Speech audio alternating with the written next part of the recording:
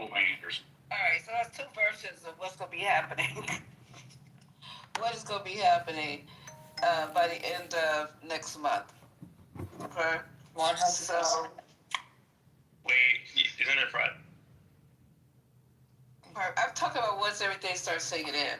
Because some people have started to save, from what I'm understanding, conversations that I'm having at the store or at the coffee shop, they didn't spend all their October, so they have a few coins left from October. But now you should see the shift in the baskets, the way things look in the baskets. So now everybody has like dry pastas and canned pasta sauces, dry beans, rice. It's all, I'm in there nosy as heck. I was like, okay, what are people doing? What does it look like? So more of that kind of stuff, non-perishable stuff, long shelf life stuff. That's what people are buying now. And all the cakes and cookies and shit, all that stuff is not being purchased. Not happening. Come on, man. Earlier today, somebody told a person, well, just go ahead and sell your home. If you figure that out. Sell your home. That's not acceptable. ML, shut up. I'm not bringing out nobody's name. I'm just saying. Somebody told somebody, if you can't afford these things, then maybe you should, pretty much find a new place to live. Sell your home, collect the money, and find somewhere to live. Well, it might cost stuff for some people, but what if it's your home? You have to find all other options before you just tell somebody it's home. You don't know what's behind all that. The first thing I would have said is like, let's exhaust all options. Well, can you tell us that response? Oh, well, the person was pretty much hurt about it. I mean, the response was obviously, but the idea and what I'm saying and bringing that up is the fact that is the other side's mindset. They're saying, listen, you should have been off of this program a long time ago. And I'm tired that the federal government is taxing my money that I worked hard for to make sure that you have food on your table. That is the mindset you're dealing with. How do you negotiate with someone who thinks that you're robbing from them? How do you get into the psyche of someone? And that's my point. But majority of the people voted for this man. So I have a question. Thank you. It may be a question. So if it is, please tell me it's a dumb question. Oh, it's dumb, Marshall. It does seem to me that food assistance is not meant to be permanent. Now, I understand there to be a significant gap between somebody being able to make a living and somebody being able to come off food assistance. What I mean by that is, if you are making $50,000 a year and you get some sort of food assistance, if you make $55,500 a year, that could prevent your food assistance. That number real high, bro. Well, Are you talking about like 3 or 4 people in the household? Yeah, but Marshall, if you say the real number, Marshall, the real range would add more context to it. Hold on. But the real range is pretty. Well, please let me finish. If the rate is lower, please lower it. The question I am providing is whether food assistance is temporary or permanent. Do we think food subsidies should be permanent in that fashion?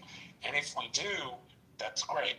I'm not advocating against that. I'm more wondering whether more people think food assistance should be one of those kind of semi-permanent things that the federal government provides, or whether it should be a temporary thing, noting what we just listened to. Somebody said it should be temporary. Should it be? I have the answer. I have the answer. Yes, it should be temporary, but if the person still needs it, not to take them off of it. If circumstances haven't changed, then what the fuck you take them off for? You know what I'm saying? Yeah, if they're not working, no, I'm not saying you, but I'm saying like, if someone is not getting a fucking pay raise and they're working and they still get qualified for it, why should they come off of it? No one's getting, no fucking real money. Minimum wage hasn't changed. Yeah, that's a good point. Food keeps going up. And if the cost of living is going up and your salary is not being adjusted accordingly, then you stay behind. Yeah, exactly. Plus, you guys are acting like it's just the money, but you don't take into consideration the amount of people in the household and also the percentage of your salary compared to the poverty level. And it's not like, for instance, in my states, the net monthly income is $3,000 for a family of 5 in order to receive food assistance. That is not a lot of money. Tied to the poverty level that's defined by the federal government. But I think what's more important with the question, what I think is a good question, is what are the social safety nets that enable people who are born into generational poverty to lift themselves out of that, right? And so if you have free education, free health care, things that are not tied to your generational wealth or poverty that enable you to lift yourselves out of that poverty, if you're smart and driven and whatever, then yeah, absolutely, food assistance and welfare should be temporary. But if all of your systems are built to like promote generational poverty and push the poor down and lift the rich up, well then yeah, of course those welfare systems are going to be permanent, because the entire system is created to push the poor to be poorer and help the rich get richer. And why, on top of that, why do we always talk about what poor people are getting, and we never talk about the taxes that the rich want, the tax breaks that the rich want? It's always about the poor and what they're not doing or what they're getting. We never have a whole discussion about the rich and the predicament we're in right now, because Donald Trump wants to protect the rich and make sure that they get what they want. They're already rich. What is the problem? They're already rich. Why do they need more while we talk about what the poor, how long the poor should stay on assistance?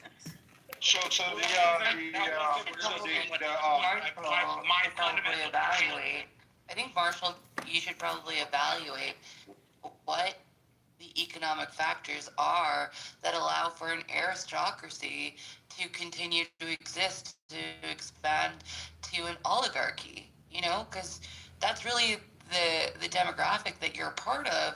And so you should try and break that down for us. So the thing is, we're still basing everything on much money. Can you hear me? And hold on. I don't have as much money in it. Well, I mean, your parents and your parents' parents, and My like parents' the lands parents, that they own. Marshall's a millionaire, don't mind him. You're just making assumptions about him. I'm so confused. I know enough to know that I know enough to know that we Can't hear everybody. Y'all. They just never did. Marshall, hang on, please. Hold on, guys. Who was speaking first? Because I don't even. So many three conversations are going. Okay, Tara, and then Moose. You can run No, I think Tara Marshall was going to respond, and Royal's been waiting as well. Okay, Moose, you want to run the queue? Because I'm not holding my phone. You do a great job at it. Just what I was going to say was like, my family never had that much wealth. I mean, Maybe it's perceived that I do, but my family never actually had that much money. The point I am making, and the point that I think is important, and the point that is important for the establishment of public assistance, is that public assistance was never meant to be a permanent thing. Jeremy, wonderfully enough, provided a great avenue for this, which is if you could structure society in a way where people can't afford to live, then you end up having to deal with it, right? My point was more, should it be permanent or should it not be permanent? And if it should be permanent, why should it be permanent? And where do we continue to derive those dollars? well, Granted, I think there's a lot of that comes from how we diagnose wealth, And one of the most important things is in how we get wealth from other people to contribute to social systems, right? And for me, that big thing is that there are people who have money they're going to have to contribute when they didn't think they would have to. But the critical point is, should social assistance be permanent or should social assistance be temporary? And if it should be temporary, how temporary should it actually be? Can I get in here for right now? Real quick, because someone checked the chat. Tara was, she was actually supposed to talk before Marshall. Marshall took the mic back. Go ahead, Tara. Wait, can someone check the chat? Somebody's just being too ignorant that don't deserve All right, we'll check it. Thank you. Lord. Well, like I won't take long, but I just want us to like get into a space where Marshall, we are being productive in the conversation about thinking about if you want to think about the system and how to get people in a position where they are more independent, where they are able to have more financial freedom from their subsidies, you may want to think about like what has historically taken you to this point. What has continued to move wealth in one direction and not in the other direction? I think it would be great to like look into how many subsidies have been given to the class that was able to get land and enslavement rights, and then also to continue to profiteer in that way. It would be helpful for you to understand how much that has been subsidized for a particular class of people in society. I think it's also helpful to like start to understand how this has been compounding generation after generation. And then I think it would be also pretty helpful to understand how those things continue to create disparity. Would that be helpful?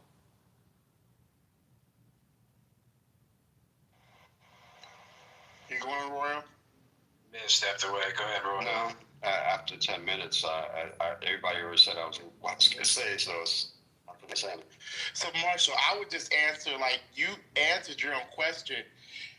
I don't even know how you can, it should be temporary, but the problem is, I don't know why you would even ask that question when you yourself, it's needed because unfortunately the structure of society keeps people in poverty.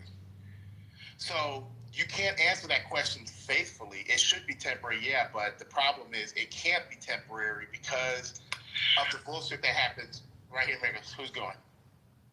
The oppression isn't temporary, so why should the payments or benefits be temporary? Exactly. Because There you go. If you said it more simply than me, yeah. Boy, Yeah, but- speak, sir. So, No, I agree, but if your financial situation changes, No, this is what I wanted to say.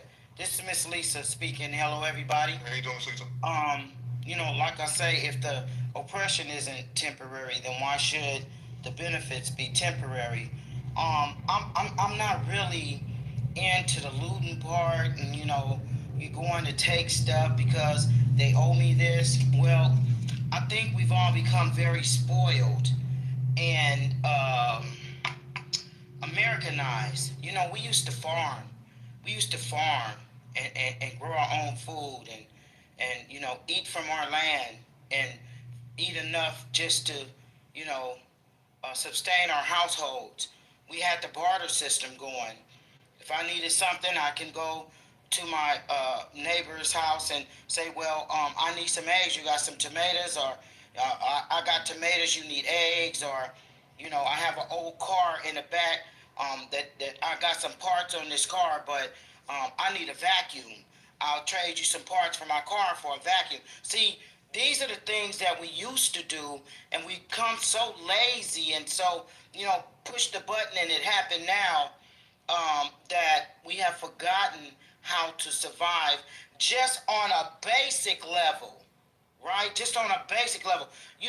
I'm trying to learn how to grow strawberries and wild berry and blueberries and, blackberries and bananas, and I'm trying to learn how to grow these things. So what I said this all to say, stop waiting for them to do things for you and take your minds back. Take your minds back. One can learn how to. I don't eat meat, and that's because my body rejects it. It's nothing that Oh no, meat is bad. No, my body just doesn't want it. But I eat fish, right? So I want to learn how to, like grow fish, like raise fish for food, and that's how we used to do it. So I'm just saying this all to say, get your minds back and get your strength back and take your power back and become a powerful person, to yourself, not to the system, but to yourself, right? So let's go back to those days where we survived on our own. Mr. Marshall's question. Hold on, let me Go just ahead. jump in. Hold on. Okay. This all sounds so good in theory. I live in New York. Even if I stay with my parents in California, they own a home in California. There's not enough space. And first of all, to grow fish, it is absolutely impossible. Fish have to have the right oxygen to water content, be able to move around. There's certain criteria that have to be met for them to even spawn, and then another fish to actually come and fertilize it. So we cannot get romanticized up into that. Do you know how big a banana tree is? Do you know how much water it takes to grow bananas? We really have to start micro gardening and everything. Let's sit down and have a conversation, because we can micro garden. We can grow herbs and stuff on the wall. They're starting to do that in New York. A lot of people are doing growing herbs and stuff, but you fucking can't grow no corn on the wall, and you can't grow any potatoes on the wall. There are only certain things you can do in those wall gardens. But if we have people who can qualified, or you could do this and I could do that, we can't have chickens. We can't have a cow walking down the street. We can't have goat for goat milk. We can't have pigs. So if we're talking about all getting together and going to buy us some land, some actual land, acres of land, and start our own town, own little cities, I could see that happening. But people living in houses, people living in what do they call those things? Yeah, but it could be different though. Lisa. It doesn't have to be bartering for food. It could be services, right? Say your that barber. too, you guys. But Yeah. okay, go ahead. I'm writing things down. I'm just saying, say you're a barber, and whatever the case may be, someone is a mechanic, what you know what I mean? Like you work you use your network for what you have. I get that, Haitian. I'm not slow on the uptake. I know I could barter. I know I could barter for this. I'm not worried about getting my hair done if I'm at this point in time where I'm trying to grow my food. But I understand that. But what I'm saying to everybody, you guys got it. If you got a way to start doing this, go ahead, do the test kitchen, do the test point. Stop laughing at me. I'm sorry. I'm tired. What's about uptake? Shut up. Lisa says she's not joining y'all nigga nation, and that's what it is. Well, see, so what I'm talking about. But listen, nigga nation works though. Can I just finish this? Gemini is a perfect example of a taste kitchen, because Gemini has the land to be talking this shit. And I hope I'm not telling your business, Gemini. I hope to God. But somebody like him walking up to me saying some shit like this, I'm down 100%. I know, because I know that we can get some of this done. But if my motherfucking neighbor come up here one more time talking about you grow the tomatoes and I grow, it's like, bitch, where are we growing tomatoes? Tomatoes grow on a vine. She didn't even know tomatoes grew on a fucking vine. I guess she thought they grew on a little bush. I don't know. So they gotta spread out. They have to have the right. I'll leave it at that, because you guys think I'm a Debbie Downer, but not on the Debbie. Get off the Debbie. Oh yeah, a Karen. Yeah, I don't know. Monica. Just we gonna make our own cheese. We gonna make our own. It's like, bitch, where we gonna get this? How we gonna be churning cheese? Well, who the fuck you calling a bitch, ho? Who the fuck you calling a bitch? The fuck wrong with you? Are you serious right now?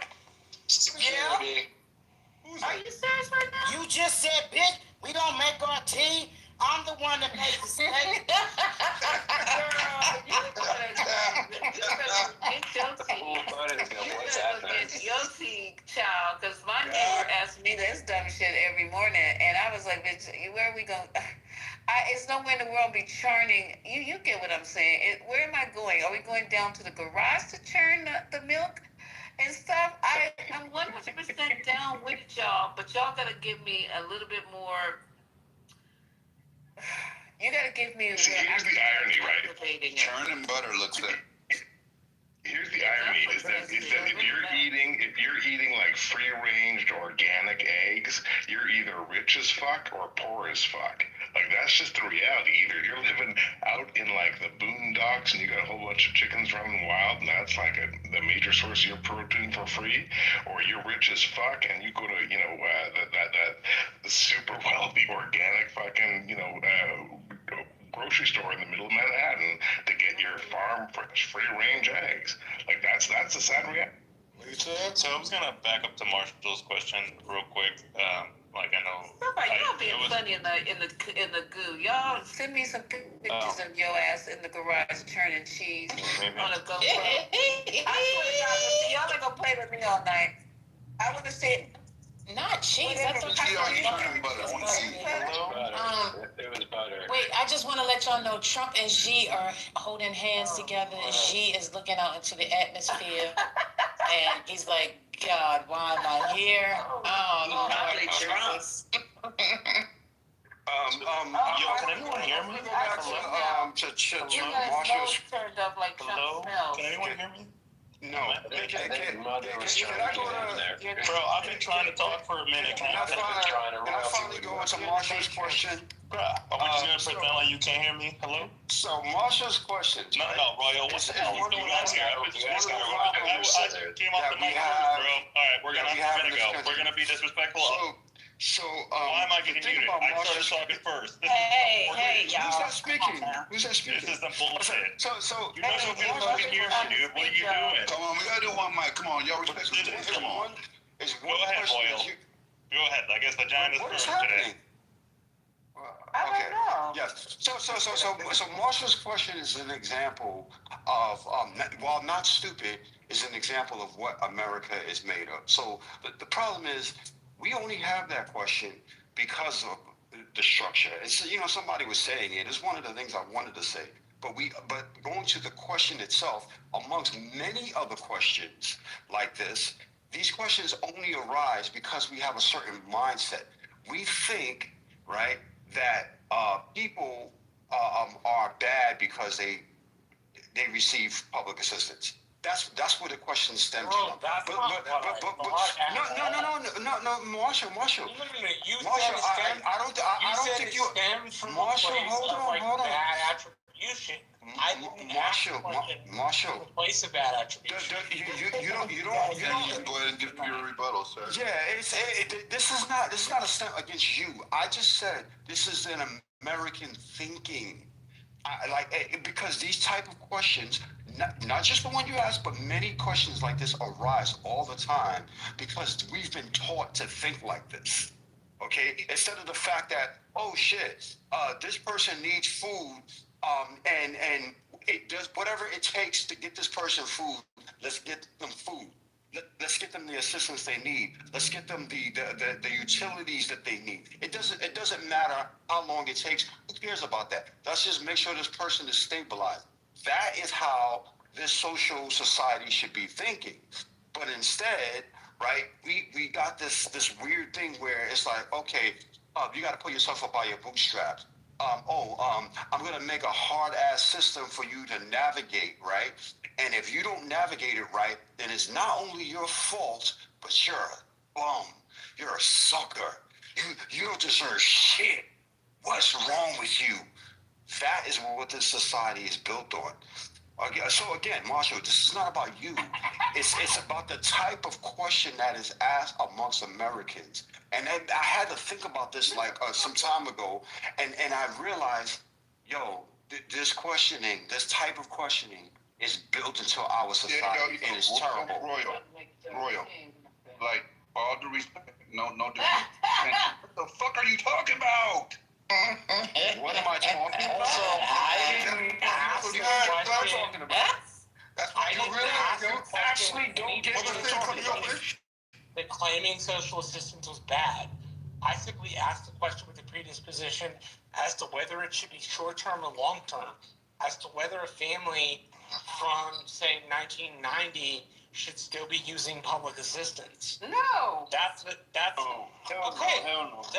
That's a very fair answer, right? Which is what I thought, which is what makes me think we could probably do better to help folks get jobs. Now, I'm sure that involves more than like state allocation of job funding. We call it Texas Job Force down here. But the white men even saying they can't get a job. How do people that already poor gonna get a job to be able to pay? I'm just saying. I'm not sure how they raise the question about. Marshall, think about this though, right? You're saying there's training in Texas, right? They have all those free trainings, right? But now with automation, those same fucking thing they train people for, they're getting laid off for anyway. So what happens then? I gotta make sure I'm not sure. I don't think that a universal basic income is the way to do it. We have to rearrange our finances the way we currently spend in a massive fashion to afford for that.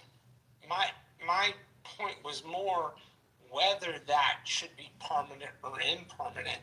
It's not a values question as to those who receive it. If you need the assistance, you need the assistance. I'm not here to say you don't. I'm not here to say you shouldn't have it. If you can't make ends meet at the end of the month, and SNAP is what's gonna help that alignment, then get SNAP.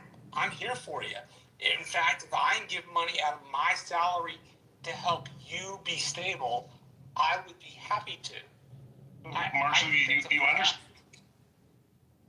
Go ahead, Jeremy. I'm sorry, but you understand that, like, what we're talking about here is that the reason why we have generations and generations of people who are stuck in poverty without any reasonable way to get out of it, right? While we see the wealthy, like just accelerating their wealth with their privilege and their access to the things that help them continue that wealth. Right? Like, you have other examples of wealthy nations where they don't have these conversations. Like the UAE and Dubai is not talking about, like, oh, how much should we tax our wealthy people? And how much should we charge them for access to education? How much should we, force them into bankruptcy for access to healthcare when they get cancer or break their legs? Like, wealthy nations don't have these conversations. And I'm not even like doing a Canada-US thing. Canada's a piece of shit too. Like, no wealthy nation with massive resources. Your point is that wealthy nations should not face these limits. I understand. What I'm saying is wealthy nations with resources should have social safety nets and access to getting you out of poverty. That's all I'm saying is that the wealthy nations shouldn't tax their people. They should have enough resources to generate wealth. So they don't need to tax their people. They don't need to have conversations about whether their citizens should have access to education and healthcare. Okay, I got breaking news, you guys. Breaking news. If you guys don't own a TV for whatever reason, you need to see what's going on between Trump and Xi. First Lady, you there? I am. This motherfucker, I'm sorry, you guys. Is this on YouTube or anywhere else? I need to For the cursing. I'm sure it's got to be on YouTube. Listen, President Xi, he ain't the one. Donald Trump doing all his circus acts, all his one-liners, and he ain't cracked a smile. Do you hear me? He ain't even bothered looking at him in his face. Donald Trump has met his match. He in there trying to do that dance he did yesterday, flop. He in there trying to crack jokes, flop. He in there trying to pull his hand and make him look in his eye. President Xi looked over there, gave him the slight eye, turned right back, flop. All that, the greatest president of the world. She's like, and? This is classic. And all the people around Xi. And you should see your fools on the other side. They looking like, God damn, this ain't all our usual stick ain't working. They looking like they scared to fucking death. Y'all should see this. This is Wait, good. I'm trying to figure out why the Americans have, help me understand why the Americans have the headphones on. And what? They had the headphones the on earphones. because they were speaking. Do they have a translator? Like, what's Yeah, you get a translator. He is speaking. Okay, but then tell me why Trump don't have it. He's sitting there looking like as if he has know the what he's saying. He has the ear. Oh, okay. You think he understands? But she, but no, she always does that. Hey, Frank, take it away. That's all Trump. So you see G, just as G's kind of posture at all the times, he doesn't really, he looks straight ahead a lot of times. So. No, Z. No. So when they had that, you were coming there with your conference back bullshit. in July with India, he was smiling, shaking hands. Remember, they were talking about India and China being friends again. He was smiling. You can see that when he met with North Korea and He Putin. is not taking none of Donald Trump's shit. He does not have to kiss his ass, and the atmosphere is 100% different than it was Because just we're in a trade war right now. And the poker faces ain't that great today either. Yeah. Like, fired his last negotiator where we thought that we had fucking reached an agreement. That motherfucker went back to China and was fired. Yeah, I remember that, right? We came back to China and her ass was done. You're dismissed. Yes. And he said to the Chinese people, he said, we do not back. Right. He said we were something. He said something about poison or something. Remember that quote he said? Something about I'd rather eat, I don't know what it was. I have to go pull it up. That they'd rather eat poison or some shit like that. Right. This man ain't playing talk about that's the way he always looked. That ain't the way he always looked. You go to the very beginning when they had to walk out and shake hands. He was like, he looked at President Trump like he smelled. His nose went up a little bit in the air. He's like, You added a little bit. You added a little extra show now. Don't ever do that. Don't ever. Let me tell you something, Omari, and really seriously, I'm not the one. I don't need to build attention. I don't need attention. As a matter of fact, I got too much attention on this app. I don't need that. I'm telling you what I see. If you don't like it, just say, I don't like it. But other than that, I don't need to try to get anybody's attention. I'm telling you what's going on. If you don't like the way my descriptive, the way I'm being, turn on CNN and watch it yourself. I'm just trying to provide a service. Y'all niggas did that last night when I was trying to tell you about your president, talk about he's running for a third term. I'm still not over that. I'm still a little salty about that, the way you were treating me and telling me I should be ashamed of myself of reporting something that came out his motherfucking mouth. So don't do that to me. I'm still tender and salty about yesterday.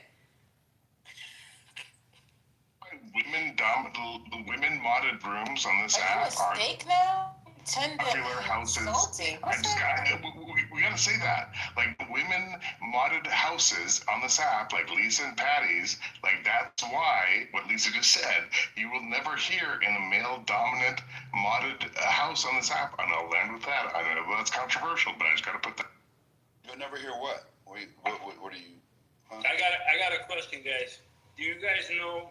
No, hold on, Caesar, before you ask your question. Yeah, no problem, brother. Let me know when it's cool to talk. Thank you, sir. Jeremy, we'll never hear what in a male-dominant space, a male-modded space. So what Lisa just said. What Lisa just said was saying, hey, like I don't need the attention. I don't come on here to be the big mic. Like I come here to and mod these rooms to have good conversations, right? And I think there's a lot of men on this app and a lot of men on the right who come in and just want to dominate and want to talk over people and want a big mic. And those rooms get smaller and smaller, and the biggest rooms on this app that I come into tend to be rooms like Patty's and Lisa's and First Ladies that have women modding the conversation. That's all. Providing a service. And I love these spaces, which is why I'm here. But let me ask you this: have you been in IGB? Do you think that's why their space is so small? Yeah, but I think IGB too. Even with Lou, he has a lot of women that help run his spaces too. But it's run by a male. He said a male can run the space, which it just completely refutes everything he just said. That's all I'm saying. Well, I think he was. I didn't mean to be controversial. I was just saying that. Controversial, and a lot of men he's talking about that come in this room and Patty's room. They tend to want the big mic. They want to be heard. They want to be seen, and then they want to disrespect you at the same time. But you got me all the way messed up because you would be my employee in the real world, not the other way around. I would be your boss. Damn. And I would handle you totally different than the way. No, there's no the way where my stature, where I am. This man right here was my employee, so he's trying to treat me like it's the position. But I guarantee you that would not ever be the case. Big facts. I think a lot of, I think some of the guys come on here to make up for what maybe they don't have, like the power they don't carry in the real world. They try to impose their power or impose their will here. I think there's some of that. I think there's people also that come on here that legitimately like to have the conversation and are here for the conversation. I think this combination of both, in my opinion. Gentlemen, just to be clear. I think it's more. I think it's a lot of males that come on here with problems at home because they be trying to run us over like we fucking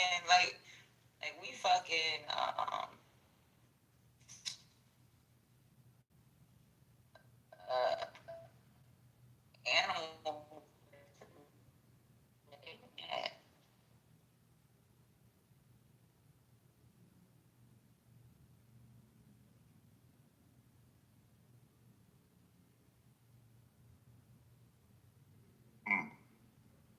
When Lisa was explaining what she was seeing, his first thing was, oh, that's the way he always looks. And then when Patty started to explain, nah, that's not what happened when he was meeting with the Indian Prime Minister and all that, then it's it's because they're in trade war. So no matter what, Omar will find something to say to cape for this man. He will just make up shit and continue to say shit to cape for. Remember how they were talking about they were whispering in each other's ear and shit? Remember that? The news was like they was whispering in each other. No, hold up. Break that down. Who was whispering and who ear? Like what? Indian Prime Minister, Putin, freaking Xi Jinping. They were fucking, and he was happy. He got to talk with India. They haven't seen each other in 10 years. They've been beefing. But he not fucking with Trump, for real. Trump is fucking disrespectful. He's a clown. I mean, the executive producer, what she played yesterday, motherfucker said he's not serious in real life. He's a fucking clown.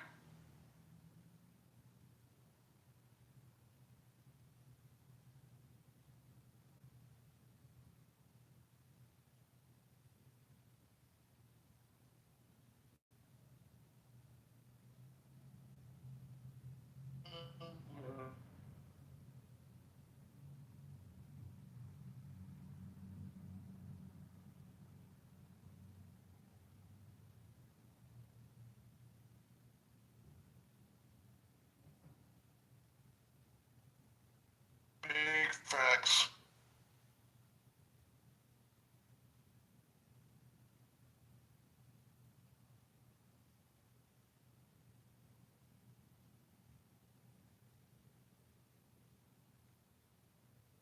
Yeah, but Trump shit to me, Patty, wasn't so much about Hollywood, right? It was his racism, the people he fucking attracted. Because if Trump ran as a regular New Yorker, they would have said, like, don't vote for him, he's a city slicker type shit. You know what I'm saying? You're right. He appeals to the redneck Midwestern trash. Somehow, even though he's a classist and doesn't really align his policy with anything that benefits them, he's appealed to them in a way that, like, fuck it. You gonna see that sign right outside.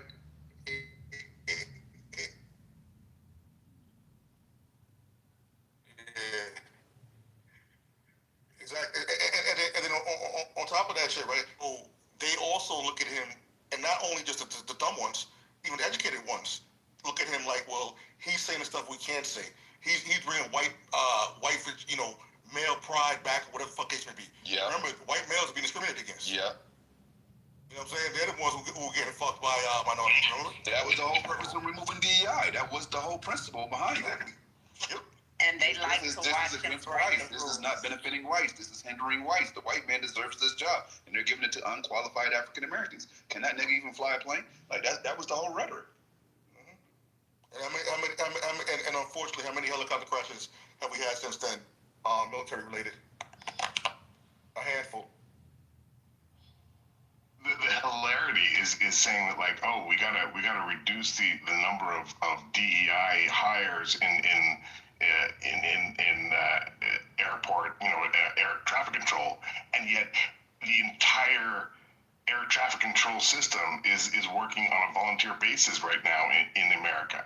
Like, DEI is the least problem, the smallest problem that America's got facing them right now, and yet that's where America's at. I mean, we got duct tape on the planes right now. like I'm being funny, but no, it's ridiculous right now. Okay, guys, I want you to hear this back and forth, and especially for Omari. Did he leave? I want to come out. No, he's still here. Okay. I know Caesar wants to get it. My bad, Caesar. I know you want to get in there. Go ahead do this. Go ahead, Caesar, before I do this. I'm sorry. All right. Yeah, thank you, guys.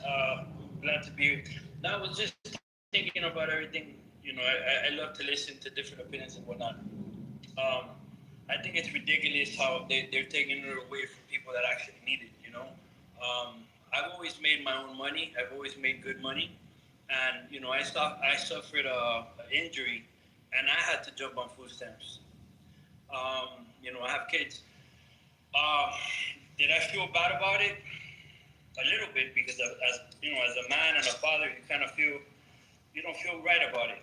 But I can definitely tell you, during that time, I helped a lot of people out, because there's a lot of people doing worse than me.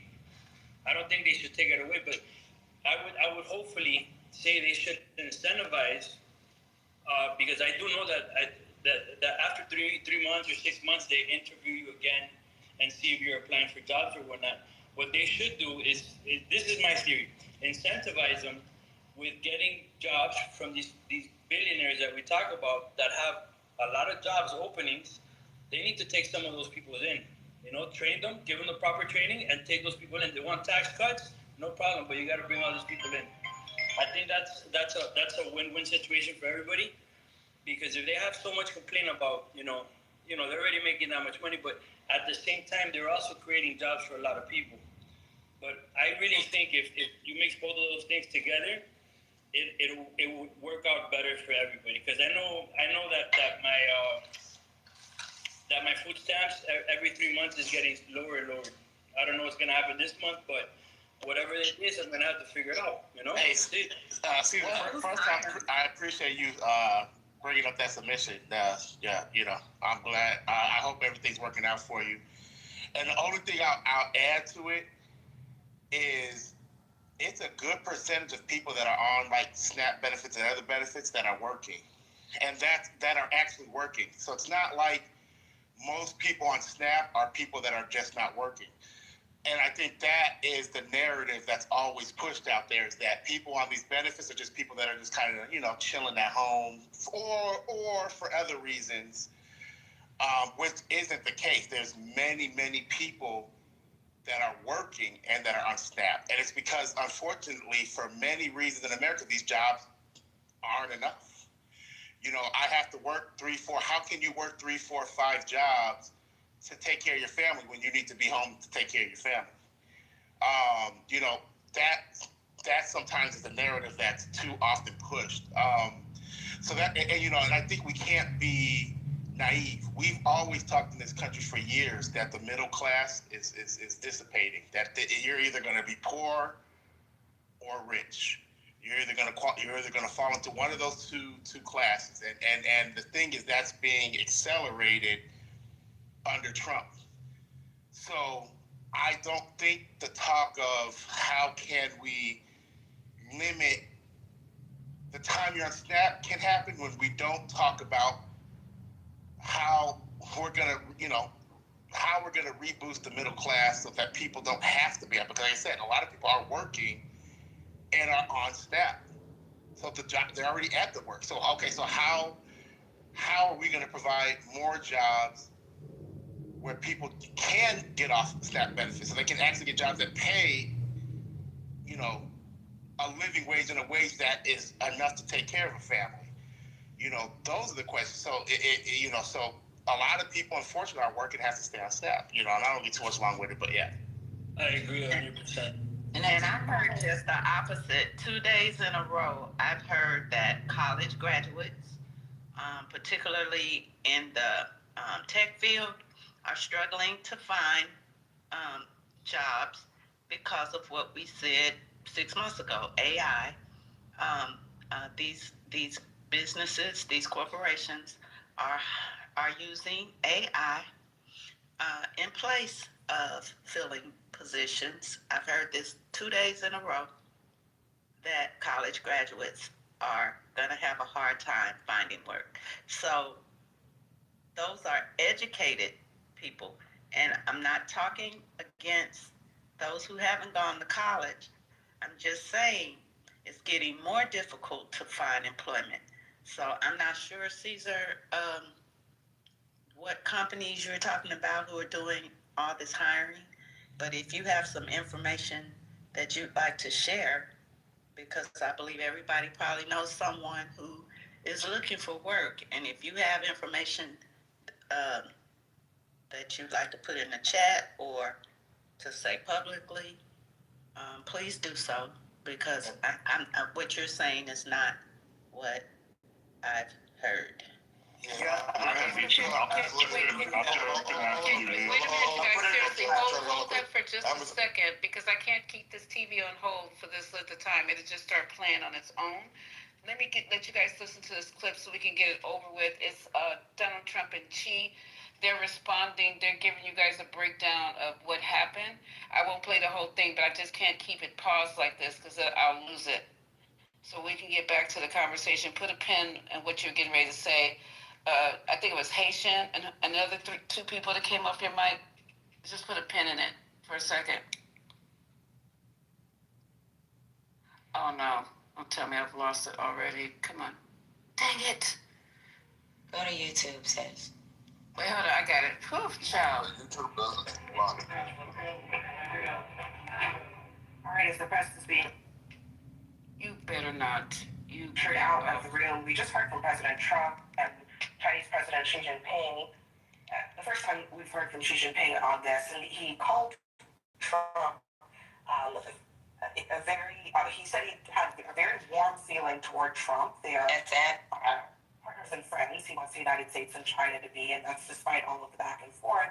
What did you make of that? And also, as you heard there, President Trump ignoring a question about a Truth Social post he just put up just moments ago, saying that we're going to start testing nuclear weapons again. I don't make too much out of it. It was just an exchange of niceties and polite nothings. But I mean, it is kind of interesting to see the dynamic here is very different, obviously, than, for example, in the White House, where he had President Zelensky in there a few weeks ago, and he basically conducted this massive press conference ahead of their meetings and expounding on all sorts of issues, including U.S.-Ukraine relations. This is a much more tense meeting, much more consequential meeting, I think, from Trump's standpoint. And you see it as a meeting of equals because Xi Jinping is one of the few people that Trump cannot really bully. He feels like he cannot necessarily dictate what Xi does. And so I think both men are probably going in to some extent on their best behavior. But it's Trump and flattery. I mean, I don't think it's going to work on changing. I don't think it's going to work on changing things. Diplomacy is what it's called. He was flattering. I mean, Trump said he called him very distinguished and respected. He called him a friend repeatedly. That kind of leverage works on Trump. I don't think it's going to work on Xi Jinping. Yeah, I mean, I think that's the point of the question. We've now gotten used to world leaders I did note that he brought up Trump's contribution to the resolution of the dispute between Cambodia and Thailand about their border. And he said, but also, we were involved. So, I mean, look, we don't want to read too many tea leaves here, but clearly Xi Jinping is not reciprocating in the overt, flattery here. He did the same thing that everybody else did. He didn't say you deserve the Nobel Peace Prize, but he brought up Gaza. He's also flattering Trump. I have to push back on this idea that we got nothing out of the trade war. We've got $200 billion. Some of that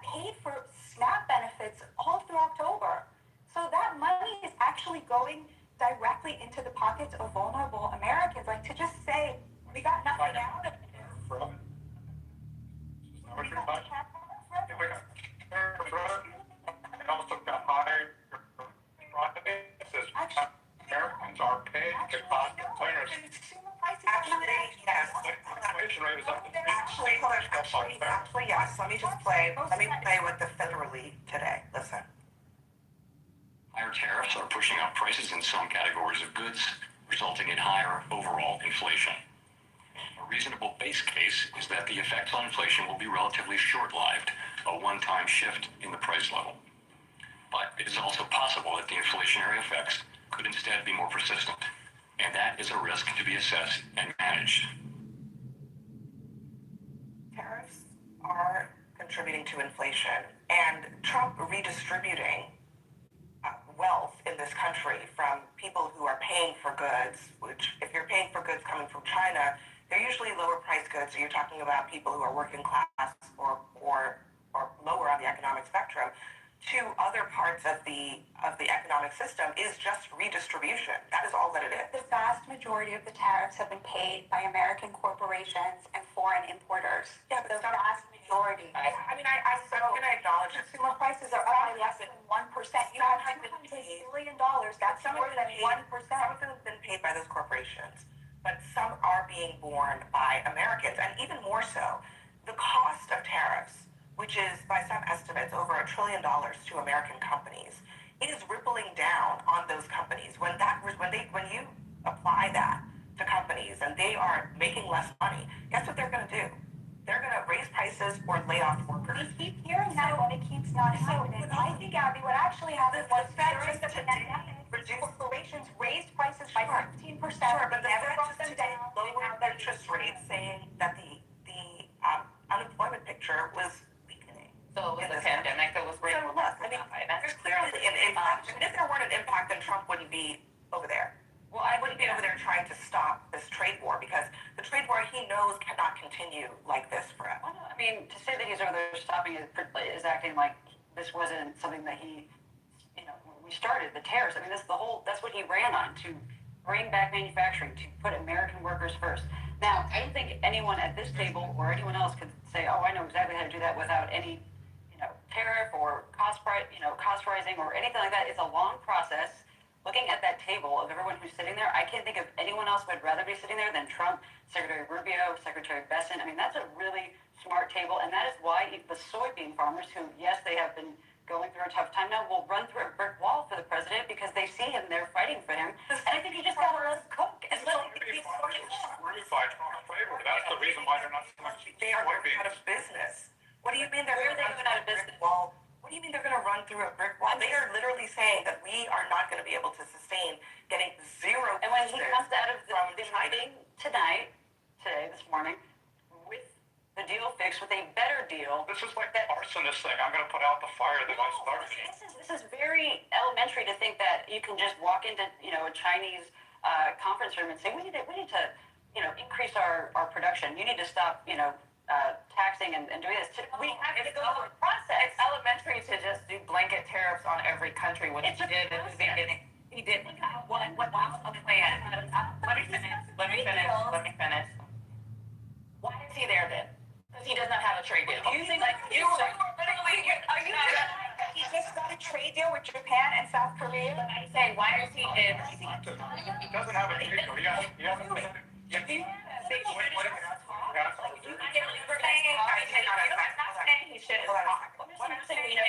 You said it was elementary for us to think he would walk into a Chinese conference room and just say, let's have. What I'm saying is elementary on day one to put blanket tariffs out without a plan. How do you know that plan? How do you know and Americans are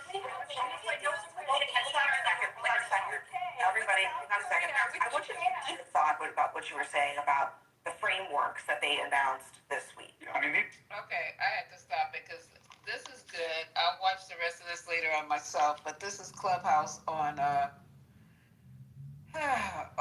CNN. Yeah, I love it. I love Abby Phillips. Me too. I mean, this is the stuff right there. So I didn't want to bore you guys. I'll go back and watch the whole thing myself. But the people she got at the table, of course, she got two MAGAs, and the rest are on the left. And honey child, they taking her to task, because why is Trump there if everything was working out? He there with his hat in his hand, and like they said, P, he's not the one. He said, his mindset is, I'm just as powerful as you are. I ain't giving you no gift, no plane, no crown, no flowers, no marching bands, nothing. No chicken wing and french fries.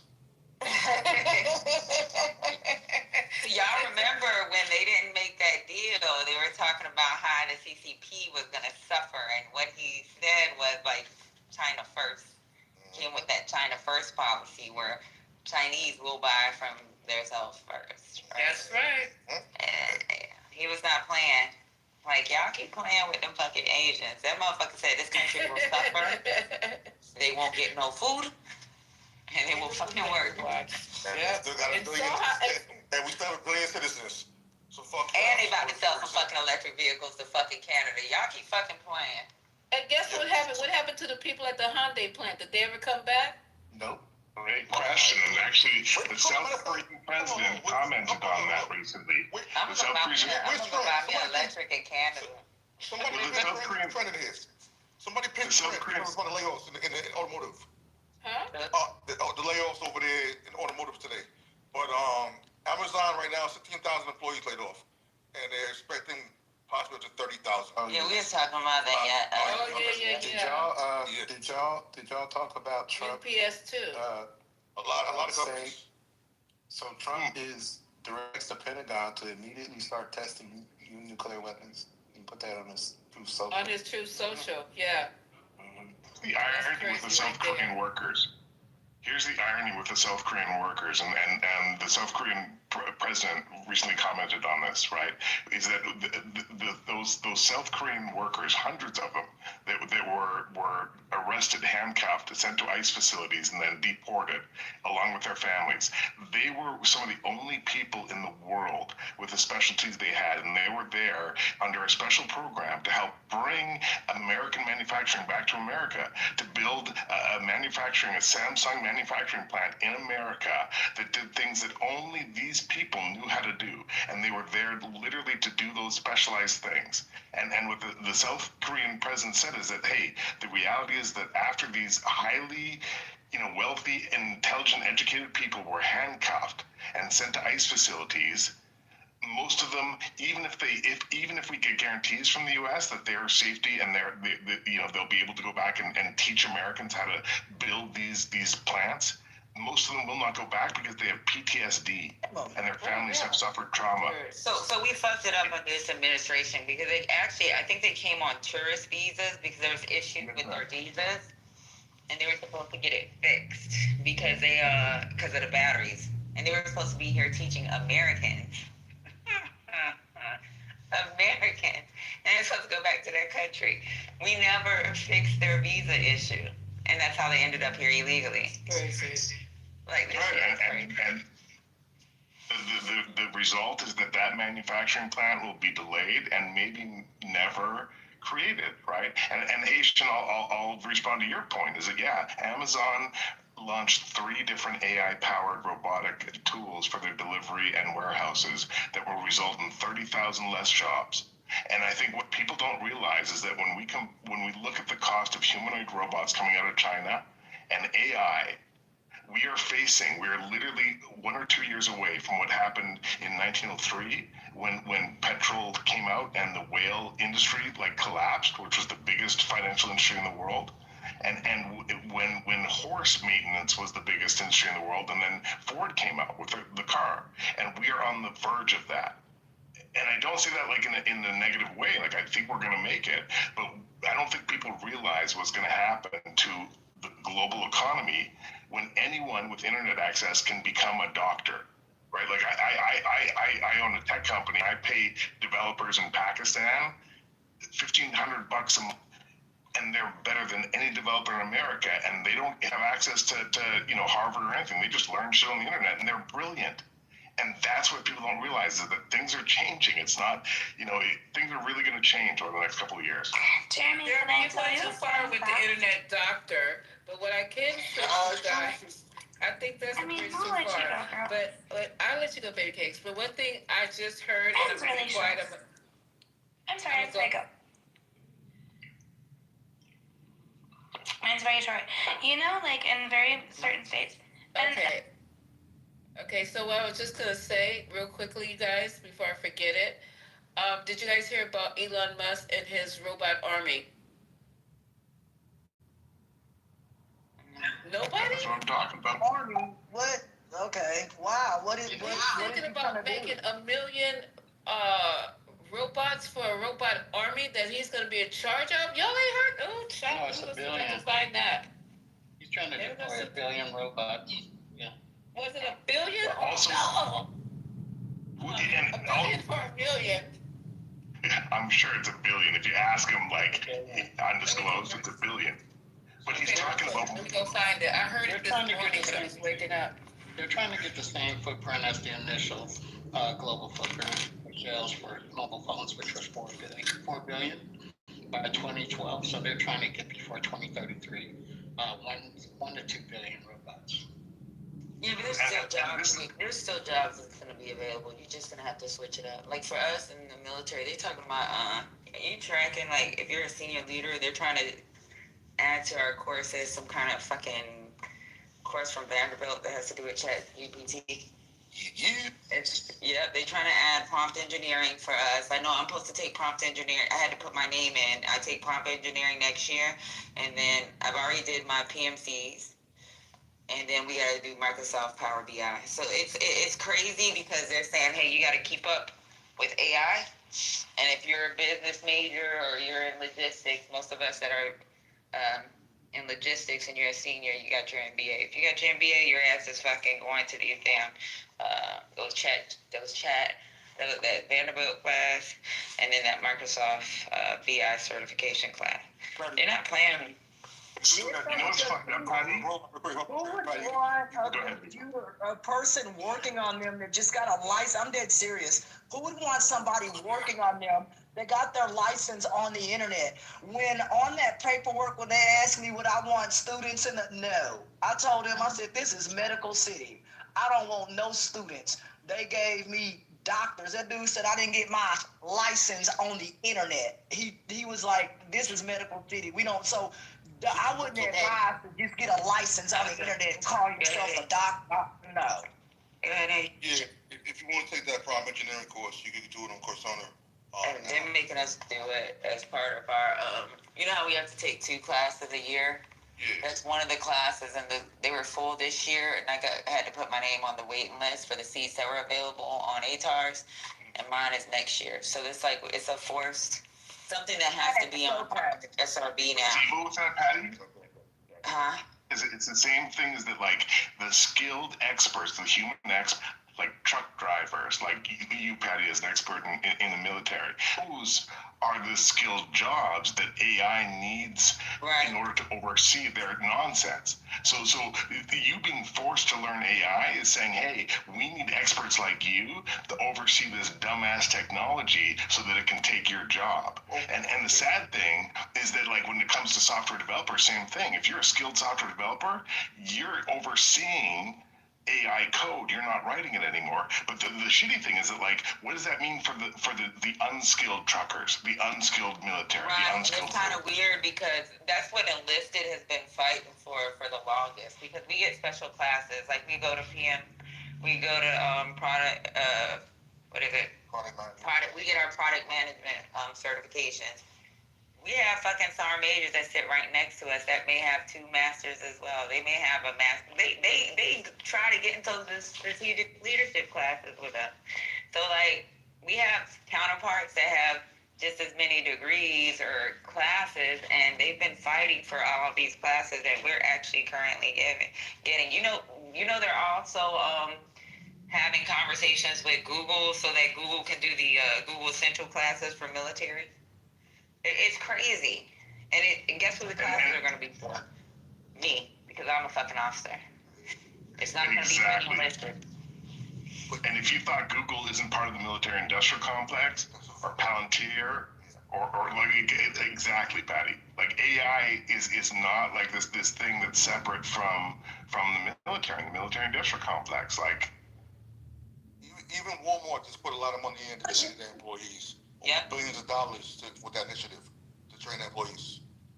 And Walmart even has a program with our government. That shit's crazy. Oh yeah. They have a whole program with our government, and guess what? There's certain classes you can go there for training with the industry and be off. Like if I wanted to, and I applied for TWI. Well, at this rank, I wouldn't be able to do Walmart, but at a certain rank, if I wanted to do some type of TWI with the industry, and I picked Amazon, Walmart, whatever they have available, or even offer Amazon, they would let me do that shit. They don't do that. Anyone who wants to answer, like when you look at the efficiencies that AI can deliver, right? Like Amazon became one of the biggest companies in the world because of their innovations with efficiency within their warehouses. Tesla brought profitable automotive back to America when it was on its last leg because of use of robotics.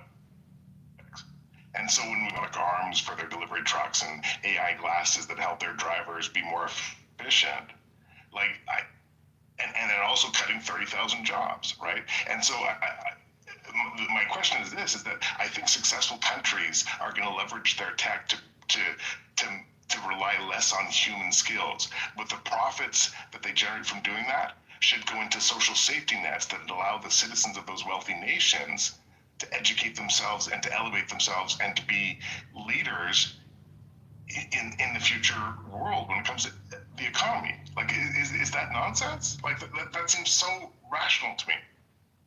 Right? Yeah, it's rational, but greed is what leads to this fucking world, bro. Yeah, the next target that's for a lot of job displacement is going to be the gig workers, especially with Uber. Uber just did a deal, right, with Luxor. Yeah, with Luxor. Who was the other one? Lucid makes the cars, right? They make the car platform, and Nuro makes the NVIDIA, for AI car. Yeah, so Lucid makes the car platform. That's the actual car that Uber is now invested in, and then the Nuro is the AI autonomous driving software that they're using, right? And they're planning on deploying 20,000 cars within the next 6 years. But what I heard in the grapevine is that they're actually planning on deploying 200,000. So we'll see. And that's why you need to look at other things to enhance what you already have. Like, remember I told y'all in the beginning, I used to complain about my daughter doing journalism, and she's actually used the school that she had. She's going to be in engineering, but she's still going to be able to be in that journalism capacity, right? So right now she just changed her major, or last year she changed her major. But she's still working, because we've talked about ChatGPT, all these other things. Like, she's actually going to be one of them. Like, what she's going to school for is engineering now. And her school happened to be the first school in the United States to actually have AI, quote unquote, AI type engineering program. I love that. Honorable Patty is this AI stuff. I mean, like I said, I come from the country, you know what I'm saying?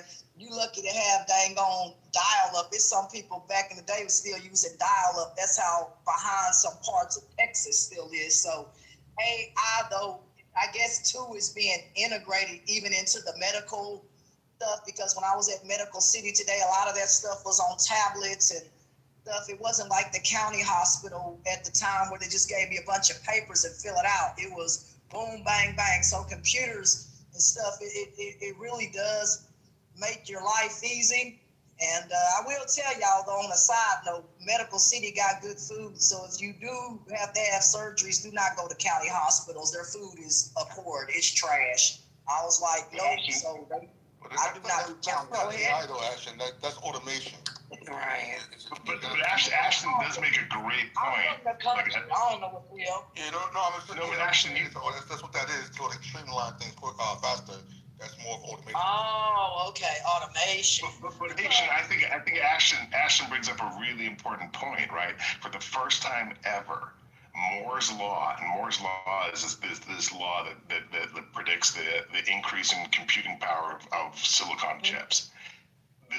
The merger of technology with healthcare, for the first time ever, we're going to see healthcare outcomes map to this hockey stick Moore's law metric, right? And that's so exciting, right? And Patty, to respond to what you said as well, like I got a 19-year-old and a 16-year-old daughter, right? And they're in school and they're like super focused on making decisions about their education based on the future. And where I think there's similarities is that I have no idea what their career is going to look like in 10 years, because everything's going to change. And I'm old enough to have been born in a day when the internet wasn't a thing. And I could never have predicted when I was in grade 10 that, my education or my career was going to be in tech or code or stuff like that. And so it is so scary as a parent to have kids going into this, our future, when things are going to change so much in the next 2 or 3 or 5 years. But I'm not a pessimist. I'm an optimist. I think it's going to be amazing for them. I don't know if it's gonna adjust, y'all. My parents adjusted to what I had to learn. So the jobs that we have now, or the jobs that we do now, are not the same way my parents did it, right?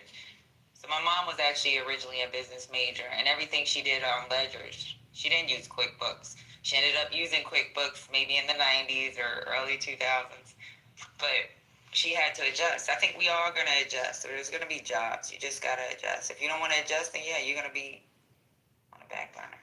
So. My dad was an accountant. I'll add to this. My dad was an accountant, and I literally remember my dad telling me about spreadsheets and having to erase stuff on spreadsheets. Yeah, 100%. No, I was just saying there's already so many things that are already robotic. It's just that they're changing form at this point.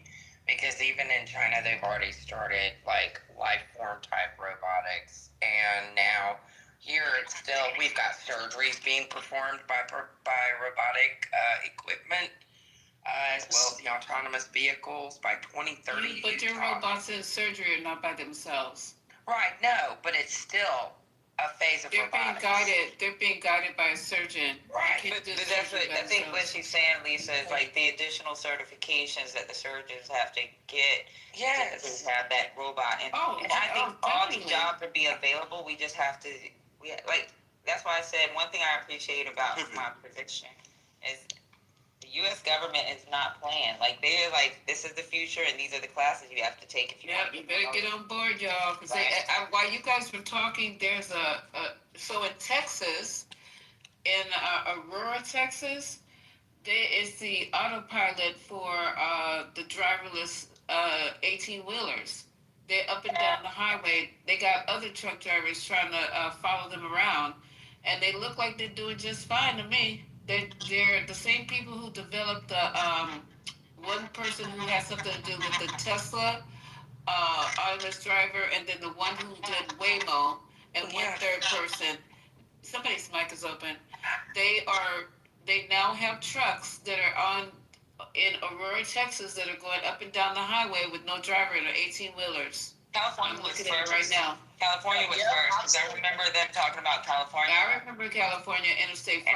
I haven't seen any on, well, I don't be looking in. They too freaking big. But yeah, Interstate 5 was supposed to be the test. I don't know what happened to that, but yeah, they're talking about all these jobs that are going to be replaced. The truck drivers are over there crying because they're like, this is the last stand. But you're right, you got to find a way to fit in, because this is not going away. And Lisa, I think that's the point, and that's why I think Patty truck drivers today are going to be okay, because they have the expertise to oversee the AI as it learns to take over their jobs, right? And I think, and Ramona, to respond to your point, I think the scary... Well, because the truck driver is the expert, and the AI needs to learn and be trained on. So the truck driver today is going to be valued, because instead of driving trucks, he's going to oversee 30 or 60 AI trucks that call him whenever they get a problem they can't solve. And so he's sitting in this simulator. Back to be educated. I don't know most of these truck drivers this is not a job you can just walk entry level. Yeah, but that's where the companies have to provide the certifications, because a lot of these are not gonna require you to have like a whole bachelor's, master's. Like, no, I don't think it's gonna be a bunch of certifications. But Like, I guess when it comes to AI certification, I think it's good. I'm sorry, my ADHD's out of control. Go ahead, Ace. That's still going to reduce the amount of truck driving jobs out there. Huh? You know what I'm saying? Yeah, the very first you're not saying you're not going to need the same amount of truck drivers. That's why you have the autonomous vehicles. Right, the first model for a level 5 autonomous vehicle was a diesel truck. It's not safe. Yeah, it's not safe. Yeah, so let's say AI truck driving. But Jeremy, to what you just said, that means only you said you gave an example, one truck driver to oversee 30 AI trucks. Okay, right. So that means 30 truck drivers. That means the other 29 truck drivers are what? Scared? Become mechanics on the vehicles. I don't know. Like, well, that's kind of that's what I'm saying. That's gonna go robotic too. You got robots serving fucking food in restaurants. Yeah, I went to a restaurant. There's this restaurant in not only in Hawaii, they got some restaurants that have nothing but fucking robots all over the place. McDonald's. Yeah, they got restaurants in Atlanta. I went to this restaurant in Atlanta. This motherfucking robot comes up there with my food. The robot, you fucking insert your shit. The robot takes your payment. The only thing they have, like 4 or 5 waitresses just standing there watching the robots fucking move around in case the robot fucks up. Would y'all eat at a soul food restaurant done by robots? No. Ain't gonna be no soul in there. That was No, thank you. I'm good. Well, I can say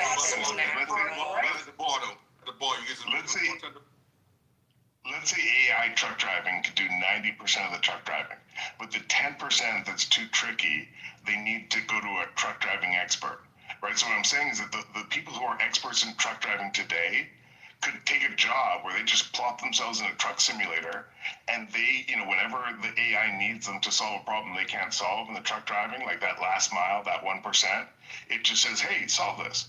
And so it enables those truck driving experts and Patty as a military expert or any expert today to fill that role, not doing the job, but overseeing AI and correcting AI when it can't do the job. But the problem with that is those truck drivers to do that. What are you going to do with the excess? Exactly, Lisa, and that's the point. Is that maybe you can employ the experts, but all the new people, like, what are they going to do? And that's the problem. But they said that in the 90s, right? Even when my mom and dad was coming up, my parents graduated from college in the 80s and had to start working in the late 80s and the 90s. Like, even in the 90s, they said that there was going to be no jobs. There was going to be UBI in the 2000s. And there wasn't. What happened was we shifted over. Like, we're going to shift over. There's going to be jobs. You just got to find and feel what's going to be good for you. Like, the way we do finances is nothing like the way my parents grew up doing finances, or your parents doing financing. Like, it's totally different. Everything was, for us, we plug in a couple numbers. I use Excel like it ain't shit. I'll do a VLOOKUP table. Don't even know how to fucking calculate that shit without fucking Excel. But back then, my mom had to put all those data sheets together. Like, personally, me, I wouldn't be able to do that shit. I see my mom on her dining room table with a whole bunch of sheets and fucking like try to check Excel when I just be like, just use fucking Excel, do the VLOOKUP. But I can't do that. I can't do that. Instead of going to truck driving school, at this point, my recommendation, I don't know how long it's going to take for this, but it's already here. Instead of going to truck driving school to be a truck driver and get whatever that CDL license, I would try to figure out, okay, so where is the gap? What do I need to figure out? I like being around 18-wheelers. I like should I go and specialize in another farm of the truck driving industry? Should I be that person you guys are talking about that's sitting behind the monitor and being able to get the truck to do a backup with or whatever into some type of dock that they can't do. I don't know, but I would definitely be going to learn how to be a driver at this point, because I see that job is going to be like non-existent. That'd just be no different than being a navigator of an unmanned aircraft.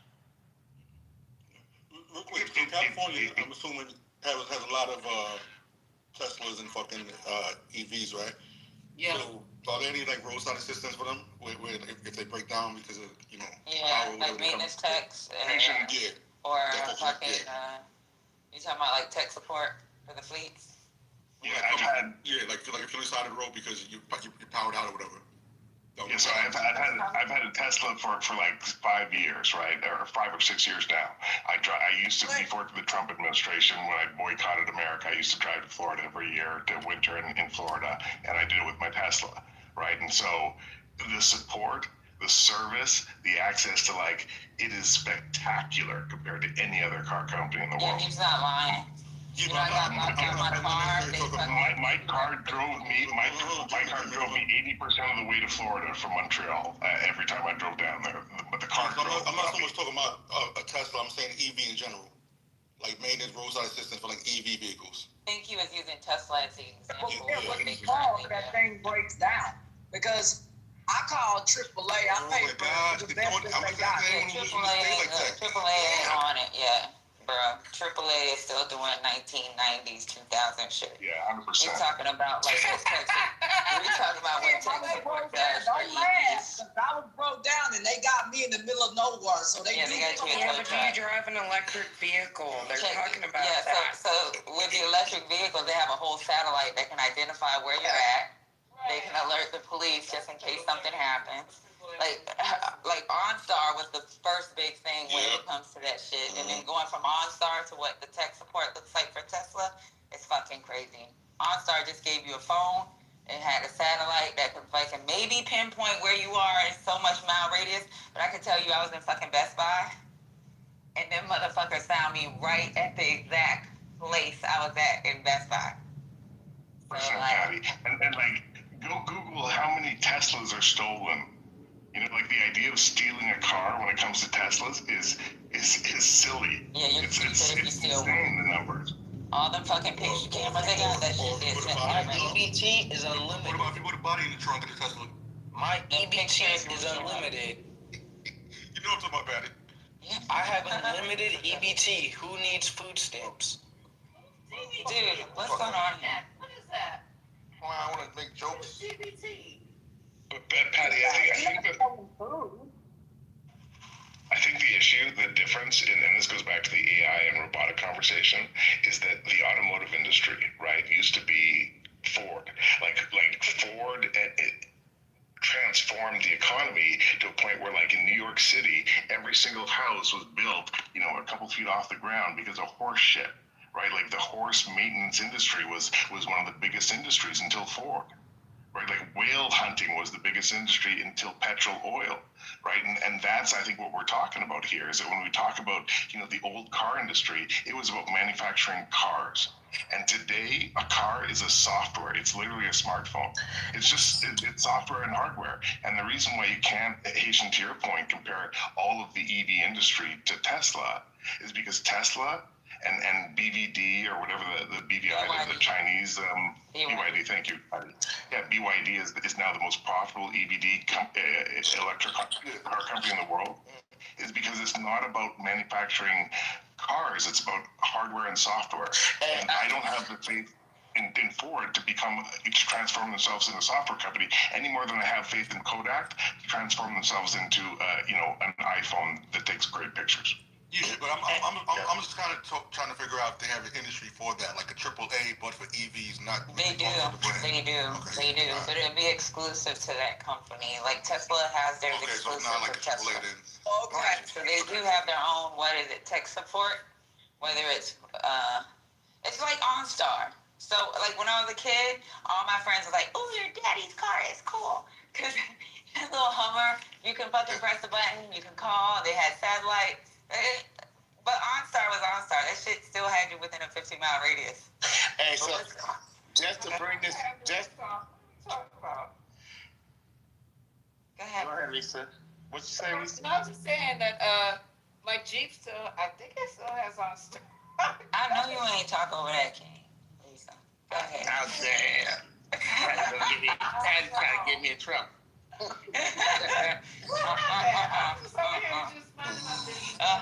Yeah, go ahead, JD. I'm dead. Hey, so I just wanted to. Look, I just wanted to. All right, y'all. So I'm with the shits. So when we talk about all this tech, and I know you guys are adamant that there'll still be jobs, which of course, I think there will be. But when you listen to a lot of these tech giants, Elon Musk, Bill Gates, and all, they're more adamant of most of these jobs replacing jobs, period. And there is the conversation of universal basic income. And I know that sounds like going down a rabbit hole, but these people that are leading this stuff, this is their mentality. This is their idea. And these are the people that are at the forefront of this. So what maybe not gonna happen in our lifetime where it's total like that, but I think that's where they're going with this, right? Do you just think humans are just always going to work? At the pace that things are going, we might see it in our lifetime. I agree with you. I don't think we'll see it in our lifetime. I agree with him, but I do think UBI is going to be a thing for my daughter's kid. You know what I'm saying? Yeah. But then I'm a young mom too, so I'm being fast. But I think we'll definitely see it in our lifetime. I'm sorry, Patty, go ahead. In our lifetime. My mom thought UBI was going to be a thing during her lifetime too, and it hasn't happened yet. And Patty, you know, I'm old enough to know that I also grew up with the Jetsons, so we'd be all flying in flying cars. You know what my mom talks about the Jetsons? You know what my mom said? She remembers. My mom said, I remember when I came to America, I used to watch Jetsons, and the Samsung refrigerator is the Jetson refrigerator. You know what I'm saying? Like, so true. You can fucking order your food. Like, my fucking refrigerator, I can say on there, like, what the fuck I'm missing. And I can have my Instacart order just like that. You know? You know that the state of Utah is releasing air cabs by 2030, right? And here's the thing, and if we zoom out for just a sec, like, and this goes to like manual labor, and if you had a parent who worked their ass off to raise you to be a good ass human, right? And think about the percentage of their life they did something that was just a manual job. And then I'm not saying that I'm not shitting on them for doing, a manual job, being a cashier, a fry cook, or, whatever they did excellently. I'm not shitting on them. But I'm saying, like, when you think about the tiny fraction of time that we have on this planet, and the percentage of time that we put into, that not being with our kids, not educating ourselves, not becoming better or developing science, that we spend frying fish or working as a cashier, and again, like farming, picking fruit, that could be done with technology and humanoid robots.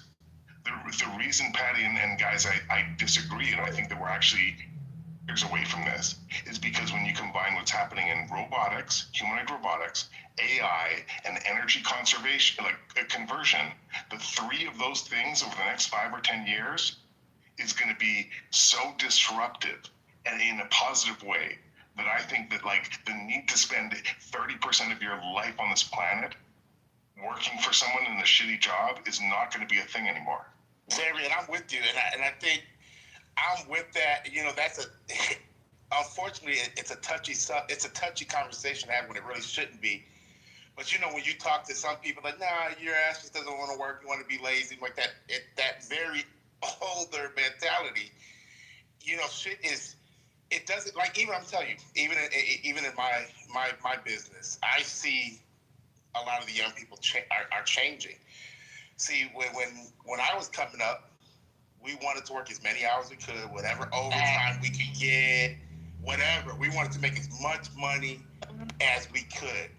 These kids nowadays, they don't give a shit about that. Like, they're not, believe it or not, they're not as materialistic as we think. They'll want to work as less hours as they can get away with, and I think live their life a little more. And I think that, yeah.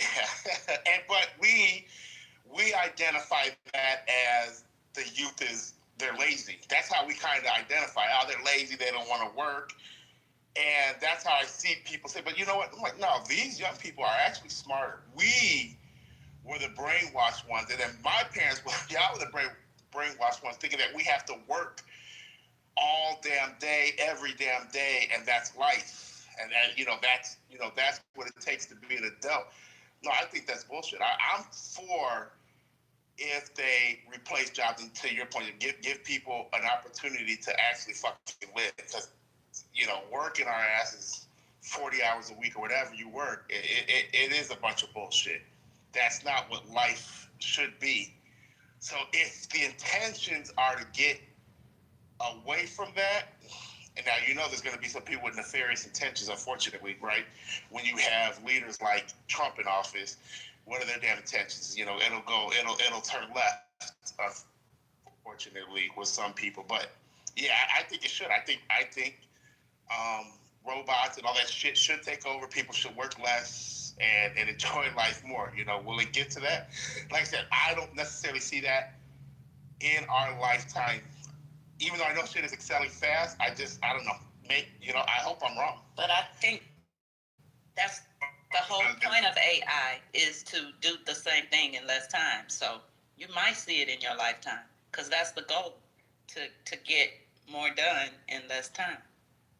I agree, Deborah, and this is going to be triggering, JD, is that I don't know if folks know that Unitree, which is the multi-billion-dollar Chinese humanoid robotic company, their most popular selling humanoid robotic, I think costs about $14,000, and they just announced the H1, which is retailing for about $6,500 USD, and by the time you put Trump tariffs on it, it'll be about 12 or 13,000. But they are predicted selling millions of those next year, right? And so, and this will be triggering. But when you look at what slavery did for America and America's economy, to accelerate it, to accelerate it during over free labor. When you look at humanoid robotics, this is like moral slavery. And on an economic scale, when you look at the jobs that these robots will replace for 16 grand, I mean, Unitree or another Chinese company just released a smartphone cost $1,600 little midget humanoid robot that will sell. Like a little tiny little humanoid midget robot that's going to sell for the cost of a smartphone. They can cook food and scoot it up to the stove. That way somebody else don't have to cook and I don't have to call people. That'll replace a person in here. That'll work, man. If you find that, I'm good to go, man. I'm dead serious. You find me a robot that cooks food 8 meals a day, 7 days a week, like a human, help me out. But the reason I say what I'm saying is why are you going to pay someone $20 an hour when you can buy someone a robot that can do the same thing, for 3 months. But Jeremy, where does that person now go to work? Because universal basic income and all that, it's not a thing right now. And that's why I keep bringing it up in our lifetime. So we're not there yet. So right now, when AI and robots and all that are taking jobs, they're doing just that. They're just taking your jobs. And maybe you can move to another sector. There's always probably another sector you can move to. But shit, crumble that with the fact that we're losing jobs in America. So, so maybe more jobs will be created because of this. But that's why I said I'm not necessarily sold that in our lifetime, everyone will just stop working and universal basic income or whatever. Because, that would have to be something in the works right now. What? Because, that's still that's complicated. Hey. But why would anybody, okay, so nobody's working, or just a select few? Well, just the robot and the company owners. So why are you bothering being alive? What's your purpose? And why are you bothering having children? Well, you can socialize. Lisa, Hold on, you pessimist. How dare you? I'm not gonna lie, right now. Man, I don't understand the purpose of us just but on Clubhouse. Lisa, yeah, well, maybe. But you know what? I'll tell you something. You go ahead. Oh no, I'm done. No, I think I was gonna say, like, you'll find new purpose. Like, shit, maybe I don't know, build it. I don't know. You'll travel more. You'll find some other shit to get into. I don't know what that's gonna look like. Because it's even like when seniors retire, they always want to find something to do, right? Because but even when they put up the UBI models, they have like a work incentive program or something. There's a whole bunch of different UBI models. Like, say for example, they say the average income in the United States is $59,000, and that would be the UBI model for everyone, right? If you're the one that has to work, that's a work incentive. You still gonna get paid what you need to get paid, but you also get the $59,000. So. Right. It's worth it. To me, I think it's worth it. Go ahead, do the fucking UBI, because I'm going to work. No, but I mean, like, I think Lisa's point was it could be 100%. They would have to stop encouraging you from having children, because there's no need to have these people walking around with 4 or 5 kids. But that's life, Lisa. But people aren't having kids like that anymore. No, but Lisa, population collapse, Patty. Kids. Lisa, and Didi, what you literally said, was like, hey, what are we going to do about these white jobs when African slaves are just taking up all these jobs? What's going to happen to the economy? Yeah. And then you're like, oh, what's going to happen to the horse industry when American Ford innovation kills all these horse jobs? Human beings. Yeah, but Jeremy, hold on. Let me. So Lisa, you said, Lisa, for what you're saying is, we live to work. That's kind of what I'm talking about. So in other words, if you don't work, you don't see a purpose to have life. Like, you don't see a purpose to have kids. No, I have a purpose to have. Okay, you have to have a purpose. Period. You just said it. Mm-hmm. What really took my mom. We have to redo our whole culture. What really took my parents down is when they stopped working. It was like, so what are you doing? And they travel, so those that have traveled, they've been traveling all their lives. So, okay, so what next? And we're talking about on a day to day thing. If I call my mother right now and say, what are you doing?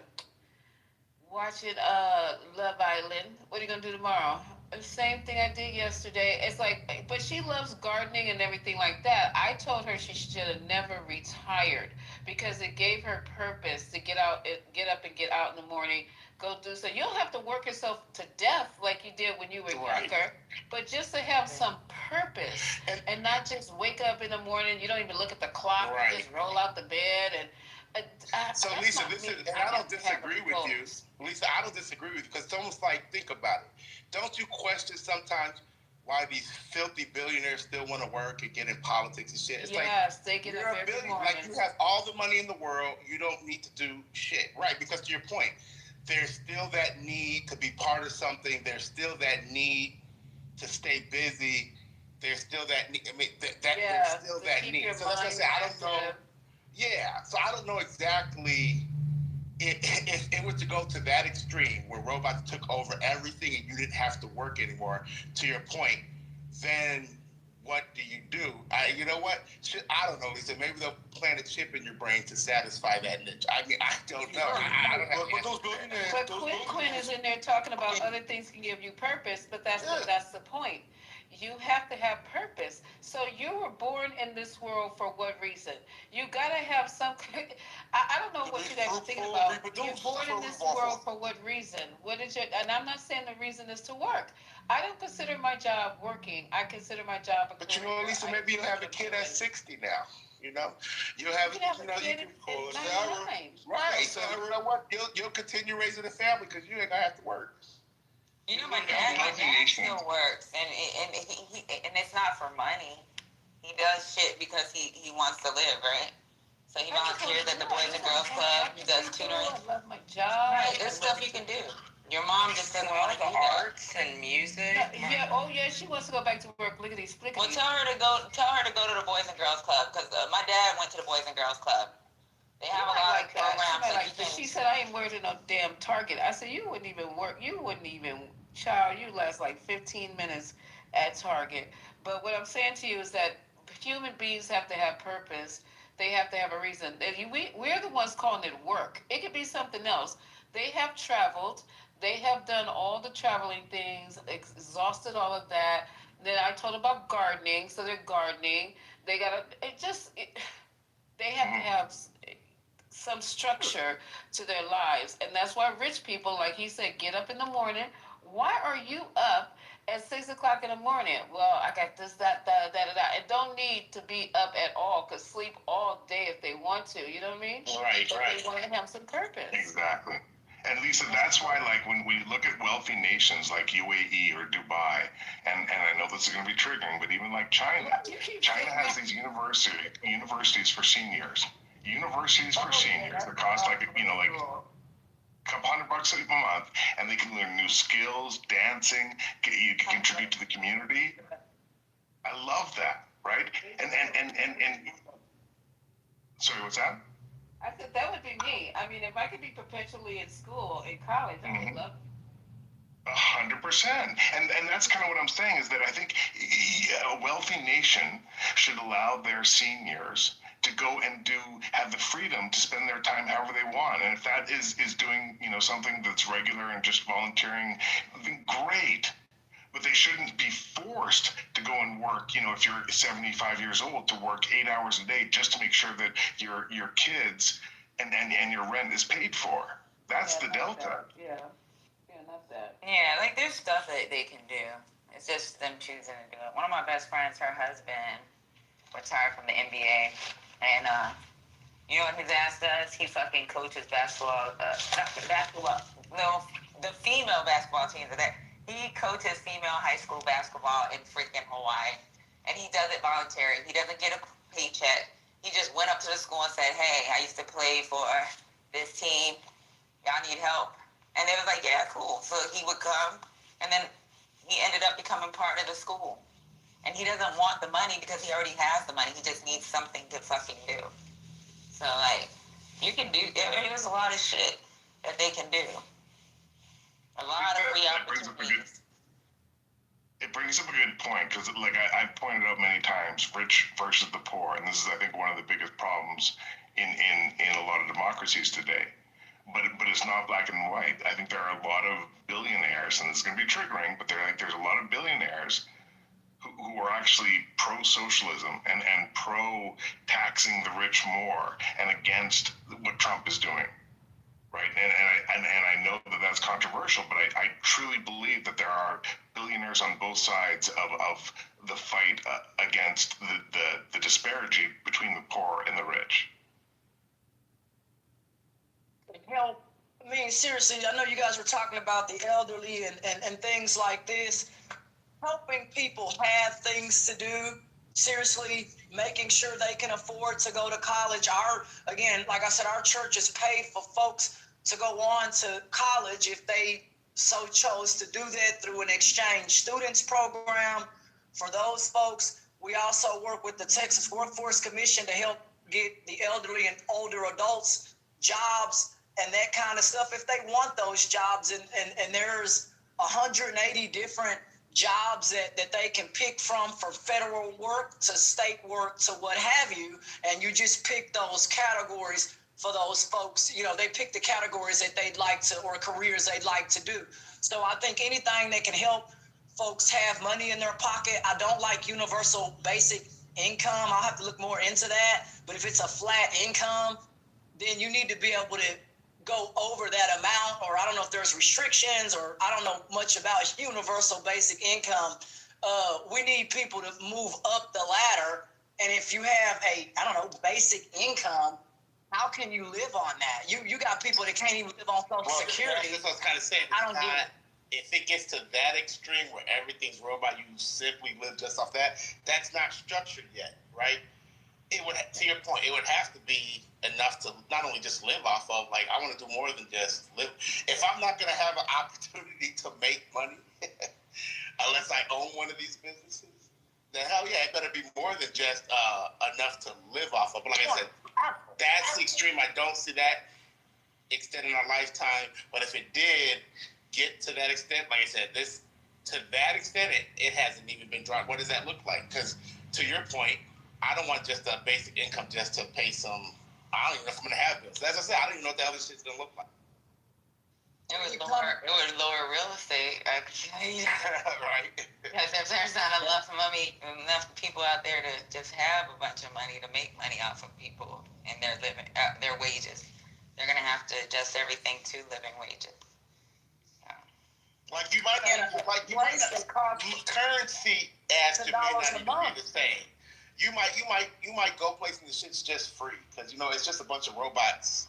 Right. Taking care of shit, and you walk in, no, that shit's free. Go and enjoy that. I don't. Who knows what it's gonna look like? But I didn't think it'd be living wages. The reason why I say that is because you got these small bumfuck ass towns in the United States where you have so I'm gonna give you an example, like military pay. Everything that the military gets paid, that economy for that small bumfuck ass town is based off of what the military gets paid. So I think if it came to that where everybody had to live off of UBI, they're going to look at what the universal income is, and they're going to have to adjust, real estate, they're going to have to adjust rental prices. But no, that fact, think about it. We wouldn't be a capitalist society anymore. So in other words, we'd be socialist. Right. Oh, right. What you enjoy, if that's the case, what you enjoy is just depending on how much they're going to give you. That's the richer poor, baby. For one vacation. But they do that with us too, right? So Haitian, your whole entire life, every place you got stationed, it's been based off of what your income is, right? You can save a little bit of money, you go on vacation. But you have the opportunity to venture outside of that, right? You have the opportunity to get into real estate. You have the opportunity to do something else when you get out of the military. So in this situation, the surrounding area that we're in. So the reason why I'm saying this is because the surrounding area we're in, that real estate is comparable to what we're getting paid. So they're very smart. You go to Hinesville, Georgia, I guarantee you, if you look at the price of a house in Hinesville, Georgia, and you look at what our housing allowance is, it matches. Because they want us to buy those homes. If you go to fucking Killeen, Texas, in Fort Hood, the amount the house is for a home in Killeen, Texas is going to match what our housing allowance is. So I guess the point I was making, so if you in the military wanted more, what they're providing only gives you enough for one vacation, whatever. And you wanted more than that. In that type of society where I'm universal basic income, how do you get that? Go get married. And take the GD, or collect. You know what I'm saying? Go ahead and buy you something where your universal basic income, and then somebody that doesn't want to purchase a home, they fucking rent from you, and you just buy another home based off of your universal basic income. I don't know, but that's what I say. You see, it's just really crazy when you think about. You have to admit, though, how that's in the socialist world with universal basic income and access to healthcare and education at a reasonable cost, nobody is joining the military to get access to those things.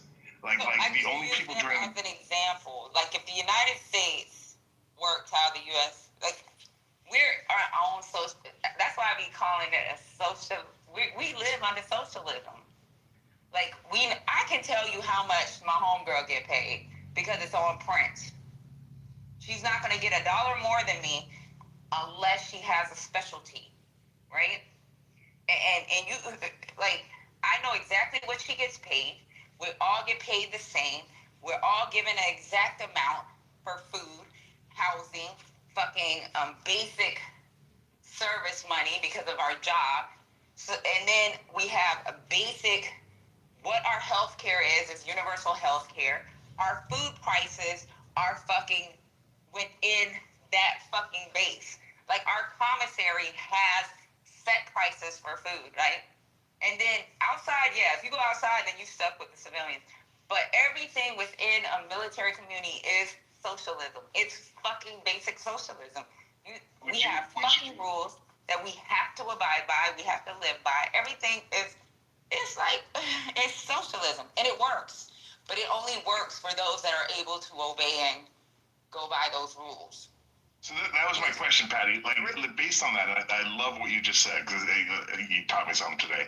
But what's best for America? If that was enforced on all Americans, or just reserved for the military? So the reason why it wouldn't work for America is because of the human aspects, right? In the military, we still have a government that oversees what's going on within that socialism bubble. So there's somebody to smack somebody on the hand and say you got too much power and you're doing too much. If it was the U.S. government just doing it and no one to oversee, like we have a Trump. If it was socialism, we'd be looking like fucking Russia. It wouldn't be what is going on in the government, U.S. military. There's always somebody to smack somebody's hand that's over that post commander. There's always somebody to smack somebody's hand that has overreach over those people that fucking actually run those communities. But see, look, that's kind of why I was saying that I was going to take this kind of really far left down the rabbit hole. Because when just YouTube, where people like Bill Gates, Elon Musk see the future. It is a socialist because universal basic income will be your only form of income because you're not going to own anything. You're not going to own real estate. You're not going to need to do none of that. I don't need you to build houses and flip them anymore because you know what? We got robots doing that. I don't need you. We're going to own these houses. You just live your life and we're going to give you a universal basic income. And I guess that's how I see that they're trying to explain it. So it will be a socialist because you literally won't even have the opportunity to make more money. Yeah, I get it. And so I guess that's why I was like, that's what JD, what's the oldest profession? I disagree. What's the oldest profession? Carpentry. Prostitution. It's not prostitution, you demon. Let's just stick with carpentry. You really think, Jeremy, that the hammer came before the Farming. Hey, people are going to be doing robots for free. Hey, so I'm sorry, bro. These people are going to be doing these robots. Hopefully they get fucking. No, but they're going to get additional income because the models actually show that those that work in engineering and shit like that, they have a whole bunch of UBI models. Those people are going to actually be paid. So even if they're only making $50,000 to be, like say for example, with my daughter's degree program that she's in, she may only be getting $50,000 extra dollars, whereas in the real world right now, a lot of them are making $200,000 and plus based off of experience. But if she's only making $50,000, she's still $50,000 ahead of us. You know what I'm saying? I feel like we're going towards a subscription-based society, like the brother JD said. We will have things, and we'll be happy with those things, but we'll own nothing. Everything will be by subscription. And I'm okay with that, though. Okay. I don't mind being comfortable. I don't need to be rich. Can't take what up. And like I said, I'm okay with that too. But to Ashley's point, it better not limit me to no one vacation. If you know what, if I want to go on 3 vacations this month, I better be able to do that. You know, if I want, like, it should not limit me. Well, you know what I mean? Totally. Yeah, but then that would be state ran. Wouldn't that be state ran? Wouldn't that be a state ran vacation? And then be on treaties with other countries to have like some kind of comparable. No, that's why I said we don't know what it's going to look like. This is exactly why I said no one knows what this is going to look like, because if you take what I'm saying, well, I'm going by what people like Bill Gates and Elon Musk are saying for the future. If you take what they're saying, it's not necessarily going to be state ran, because universal basic income isn't going to be what you think. It's not going to be like they're just going to hand you $5,000 every 2 weeks or $10,000 a month. That's not what they're thinking UBI is going to be. They're just more saying like you're almost going to be able to live with no income. And I know that sounds crazy, but think about it. You don't think UBI, if it's in the U.S., is going to be a fucking global thing? Well, see, that's why I said in the short term, yeah. That's why I was telling Jeremy, I don't think to the extreme that I'm talking will happen in our lifetime. But when you easily just if you YouTube what Bill Gates thinks of the future, amongst all these tech giants, if you just simply look what they think the future is going to be, the future is you just don't work and you live life. I mean, currency won't even really be a thing. You just go out and do it. You just go out. We don't have to. That was the, We don't have to pontificate about in this. a 1,000 square feet apartment. If it's just like if you have so many square feet for each child, if it's just me and they say, "Oh, you're one person, you only get 1,000 square feet," I'm okay with that. I can get rid of shit. You know what I'm saying? Like it's not a big deal. I just want to be comfortable. I don't have to be rich. Right. Shit, I'm liking this because 1,000 is an upgrade for me.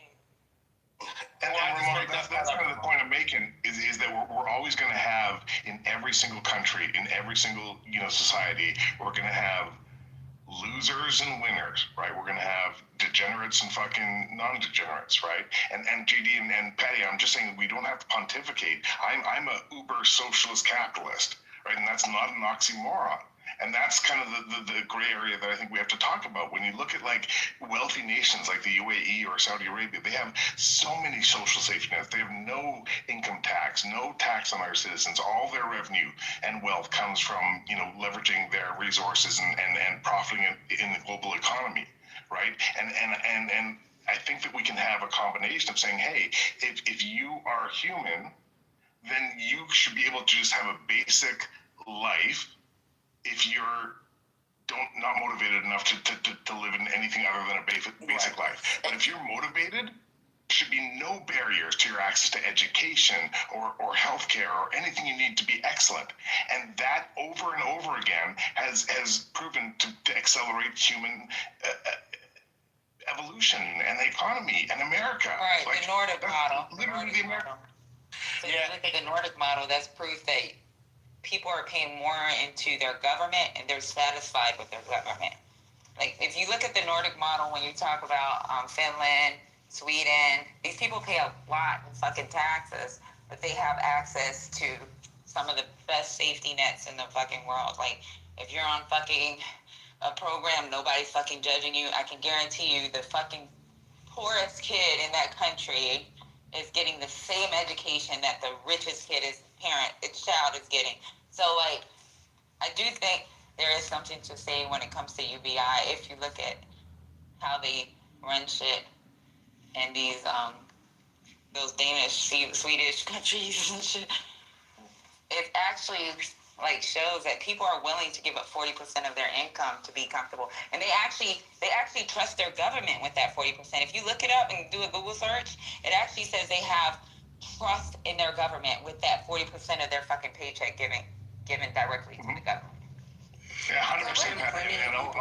And I'll be really quick. I live in North America. I pay the highest income tax in anywhere in North America, in Quebec, Canada.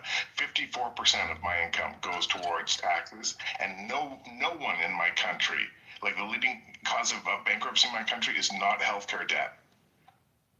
Right, like, and I'm cool with that. The cost for my daughter, and Patty, we were talking about this earlier, my 20-year-old daughter is going into medical education in the best university in Canada. That will cost me about $800 USD a year, tuition and books. What? That's what you're talking about, Patty. Yeah, they go to school for free in those countries. That is basically free. You know how much it costs to get a fucking medical degree in a country like Ukraine? $250,000 fucking dollars. $1,000. Could you imagine? Is that a month? Do Cuba. Don't do Cuba. You get a trigger. Right. And I'm talking about credits that transfer over to the U.S. for Dante's, or whatever you want to call it, DANTES, Dante's. Yeah. So you can go to school in Ukraine, go to their top university, pay $3,000 and change, and your ass come out with a medical degree. That's why a lot of Africans go to school over there. That usually would cost the money over here, $250K easy. If you are a citizen of these Norwegian countries, your ass is going to school for free. That's what their 40% in taxes is paying for, in education. And those university credits transfer over to the United States. You don't have to take extra classes. They transfer over to the U.S. You can be a doctor here, too. The thing, this is the question for everyone on the left or the right, and whatever you live in. I want everyone to answer me this. Do you disagree with that every brilliant citizen should have access to low cost or free education that they are smart enough to warrant having access to? Do you agree that the best thing for your country is that every single citizen should have access to low cost health care, because health care shouldn't be penalized financially? Like, does everyone just agree that that's the best thing for a wealthy nation? It should be a basic human right to have education and health care and food and shelter. Jerry, the ones with sense, we believe that, but unfortunately, it's a big ass country, so we have a lot of people that just don't fucking see things that way. I was reading over that Project Esther, which is the phase 2, if you will, of Project 2025. And the whole idea behind Project Esther is to suppress any support for Hamas and deem it a terrorist organization, and anyone in Palestine that supports Hamas would be targeted as doing some kind of illegal something. It says that includes Palestine rights supporters who are not U.S. citizens, or it says they include, initiative outlines 19 goals that it labels as desired effects. Hamas is a fucking terrorist group, though. So true, but everybody who supports parts of Hamas are not terrorists. But anyway, that's not something I want to argue because I agree with you. But just listen to this. It says that they include Palestine rights supporters who are not U.S. citizens, access to universities, ensuring that social media platforms do not allow anti-Semitic content, and presenting evidence of criminal activity by Palestine advocates to the executive branch. It also calls for refusing to grant permits for protests organized in support of Palestine rights. Project Esther suggests that Israel's backers should conduct legal private research into Palestine groups to uncover criminal wrongdoing and to undermine their credibility. We must wage lawfare, it reads, referring to tactics of using litigation to pressure opponents. So I don't really know what that has to do with citizens, and I don't know what the tie-in is for United States citizens, but I'm assuming that they want U.S. citizens to have reduce their freedom of speech when it comes to Israel. That is the initiative that this Project Esther is taking on, including American Muslims for Palestine, which I guess is some kind of advocacy group.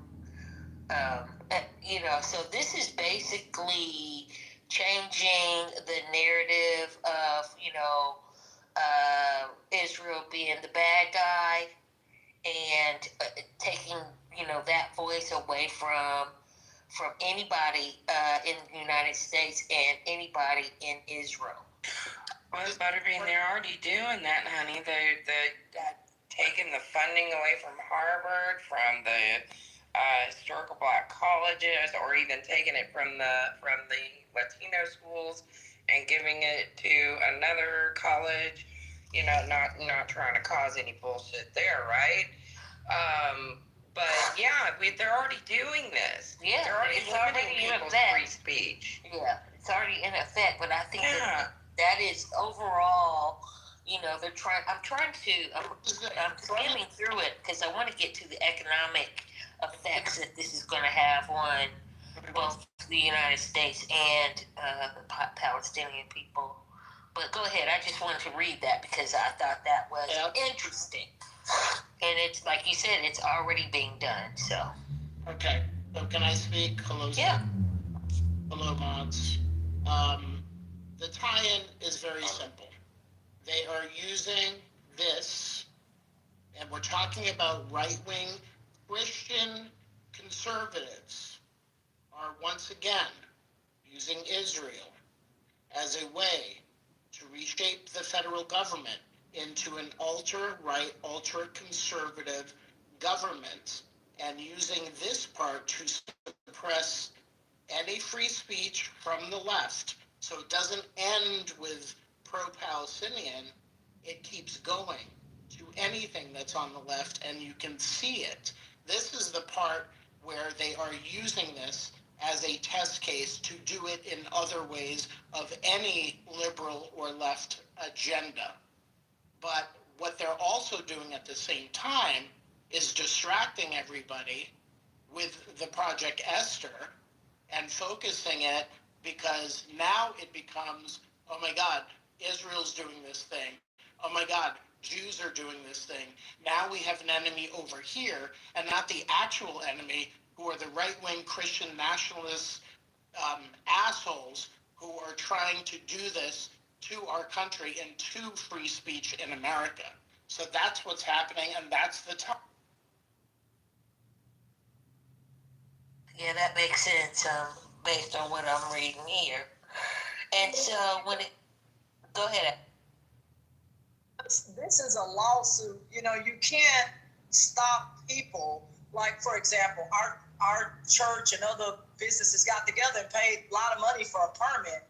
You mean to tell me if they don't like, say, what we're doing, they can essentially not issue us a permit? Are you not? Which have been doing this for years. It doesn't make any sense that free speech would be squandered simply because somebody doesn't like the democratic way or whatever way. That's concerning. Ashton, are you not seeing what's going on in America for the last 8 months, 9 months? I have, and we paid for permits and things. They don't give a fuck about paid permits, free speech, any of that shit. They're gonna bulldoze right over the Constitution, right over your fucking picket signs and your free speech and all your posts on social media. They don't give a fuck about any of that. They're going after you. They're going after anyone on the left, anybody who's speaking up. They are suppressing, silencing speech, and they will put, eventually, marginalize these people to the point where there is no voice, there is no power, and the right-wing theocracy that they always envisioned is going to be the only one in power. Thank you. I'm done speaking. To step up, consumers and otherwise, and not let your free speech falter to the wayside. If you don't use it, you will lose it. And a lot of folks are going to step up. LULAC and others, they have stepped up to sue on behalf of whether it be immigrants, others. There are organizations out here that are behind the scenes working to make sure that your free speech stays intact as well, regardless of whatever side you're on. Free speech has been that way since America has been founded. People have had the right to freedom of religion. Is that next too, right? Are we not going to be able to worship or go to church or something because somebody don't like? No, that's not happening. So we'll see folks in court if they want to take away our right to free speech. We'll see you there in the court on that.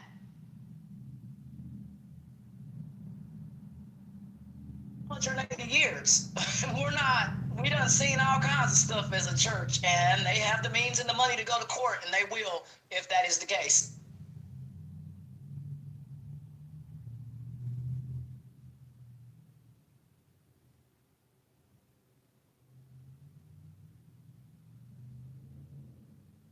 Free speech squandered. Wow.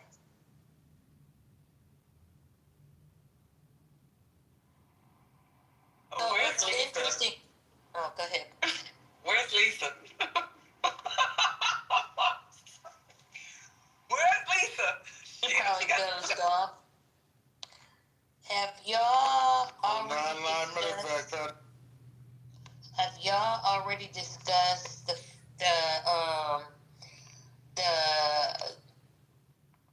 topic of Trump has walks and talks and acts like he's had a stroke? Have you already talked about that? was doing the Harlem Shakes. I was about yesterday. I don't know about today. Almost every day they talk about it. Oh, okay, because there's this doctor who is talking about how the way he's walking and his spatial acuity and awareness is off, and that's why he doesn't really walk straight. He has this interesting way of walking. The man has had a stroke. Now, it may have been a mild. And his spatial awareness, balance, strength, and gait have all been affected.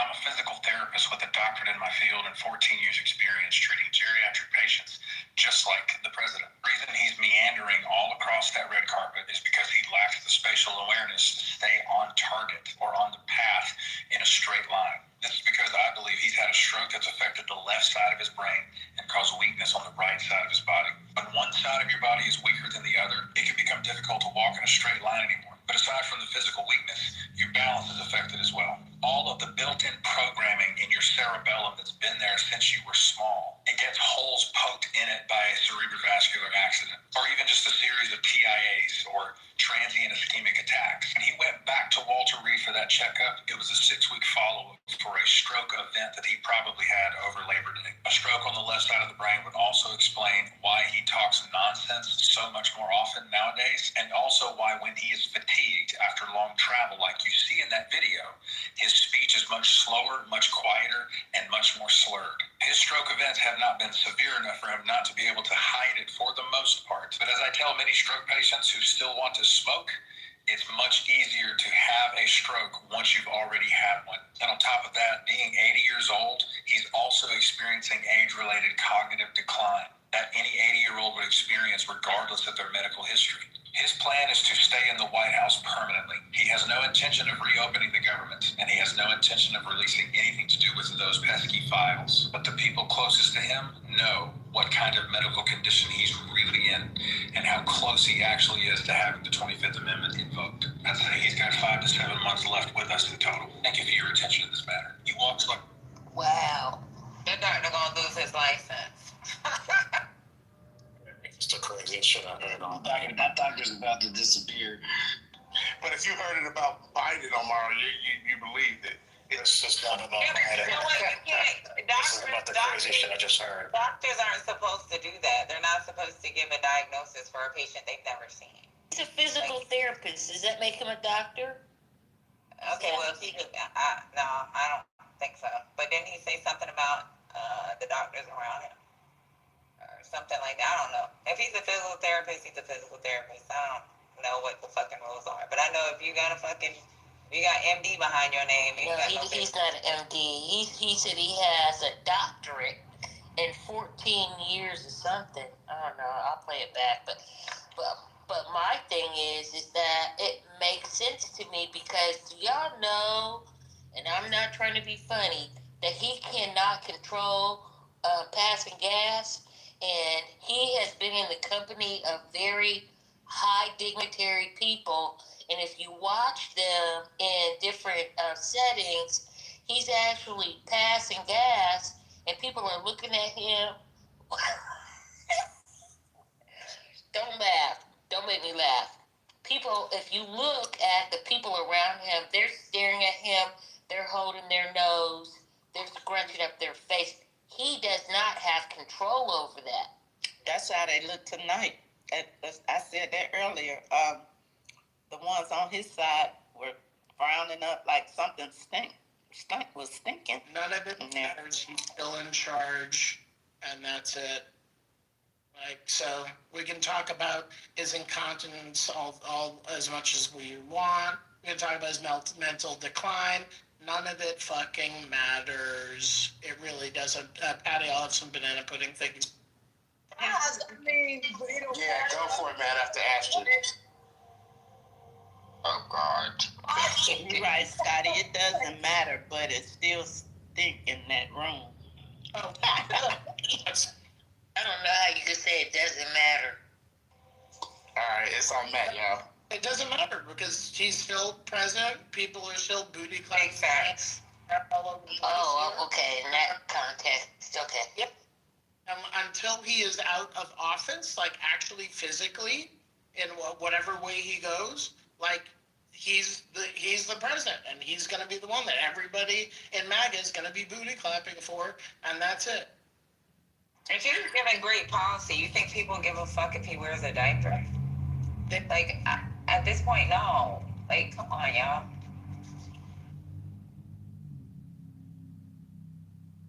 But I mean, how can you be in a room with someone who blatantly passes gas? All he eats is McDonald's. I can't imagine that smells like, anything anybody would want to be around, for Commander and Beef. It doesn't matter. Have you ever seen the Twilight Zone episode with the little kid who has all the power and all the adults around him are just trying to fucking make him happy in any way that he's talking about? This is exactly what's happening with Trump. Like, everybody around him just wants to be in his good side. Doesn't matter how fucking crazy, how irrational, how much he breaks the Constitution. It doesn't matter. They just want to be in his good graces, so that when he's done, they can also move into greater power. All right. It's all back. Go back. So, Republicans had a deadline for their bipartisan commission, and I believe it was today. If they didn't have a bipartisan map presented, then the legislature was able to draw a map. The map that the legislature would draw would be 13-2, meaning 13 Republican seats, 2 Democratic seats. Landsman and Sykes would be the only 2 Democrats in the state. They offered Democrats 11th hour, strangely, an 11th hour olive branch. It would actually leave Sykes and Landsman in purple seats. It would make Capter a little more red now, because it is now more of a Trump +7 seat per the 2024 data. And so now they've essentially left it. We'll say this. Now there's a pretty strong shot Dems will win 4 of the 5 seats. The 5th seat will be a toss-up. And a lot of Republicans are now angry, and some Democrats are mad because they are saying, well, Democrats couldn't get to 250,000 signatures from all of the counties.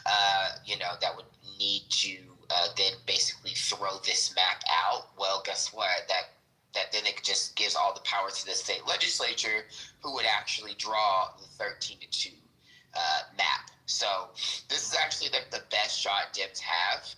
It's the best thing they're going to get. Trump is pissed the fuck off, but we've effectively at least shaven off a lot of the harm that the mid-cycle gerrymander would have done in Ohio. We pretty much just given Republicans 1 seat instead of 3, sorry. So that makes I need some Claritin. I've already taken a Benadryl. My allergies are pretty bad, but that is the news, y'all. It's positive news, similar to how in Indiana the Republicans don't have the votes to redraw their maps and draw out the 2 Democrats that are remaining in their state, in their districts. So Republicans suck. Yay. Wait till they get rid of Section 2. What'd you say? I said wait till they get rid of Section 2 at the Supreme Court. Oh yeah. I mean, everyone's saying that'll likely be a decision we get in the new year, and a lot of these states won't have time to redraw by then because a lot of their deadlines are December. So it will definitely be a 2028 thing for the House, but still it'll definitely fuck us all over.